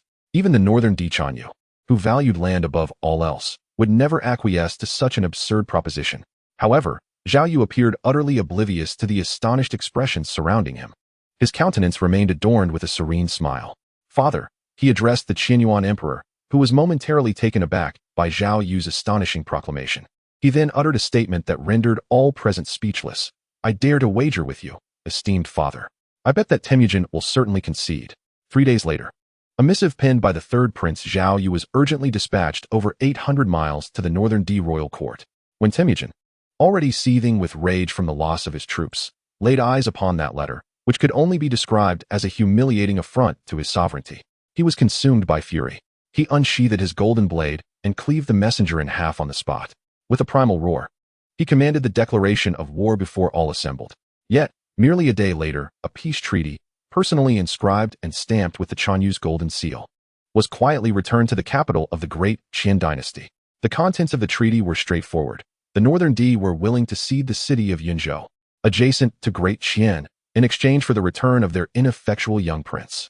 Upon the revelation of this news, the entire Great Qian dynasty erupted in jubilant fervor. This marked the first time in 3 centuries of the dynasty's existence that such a resounding diplomatic victory had been achieved against the northern D. In no time, the wisdom and foresight of the third prince Zhao Yu became legendary throughout the realm. As the architect of this grand affair, Lin Feng had already arrived, accompanied by his 4 exquisite wives and 300 loyal soldiers from the Feng regiment, at the capital city, a place both familiar and foreign to him. He gently lifted the carriage curtain and gazed at the majestic imperial city in the distance. A confident and defiant smile graced his lips, and his voice, though soft, resonated clearly in the ears of everyone present. Ladies, brace yourselves. Today marks the grand opening of our business in the capital branch.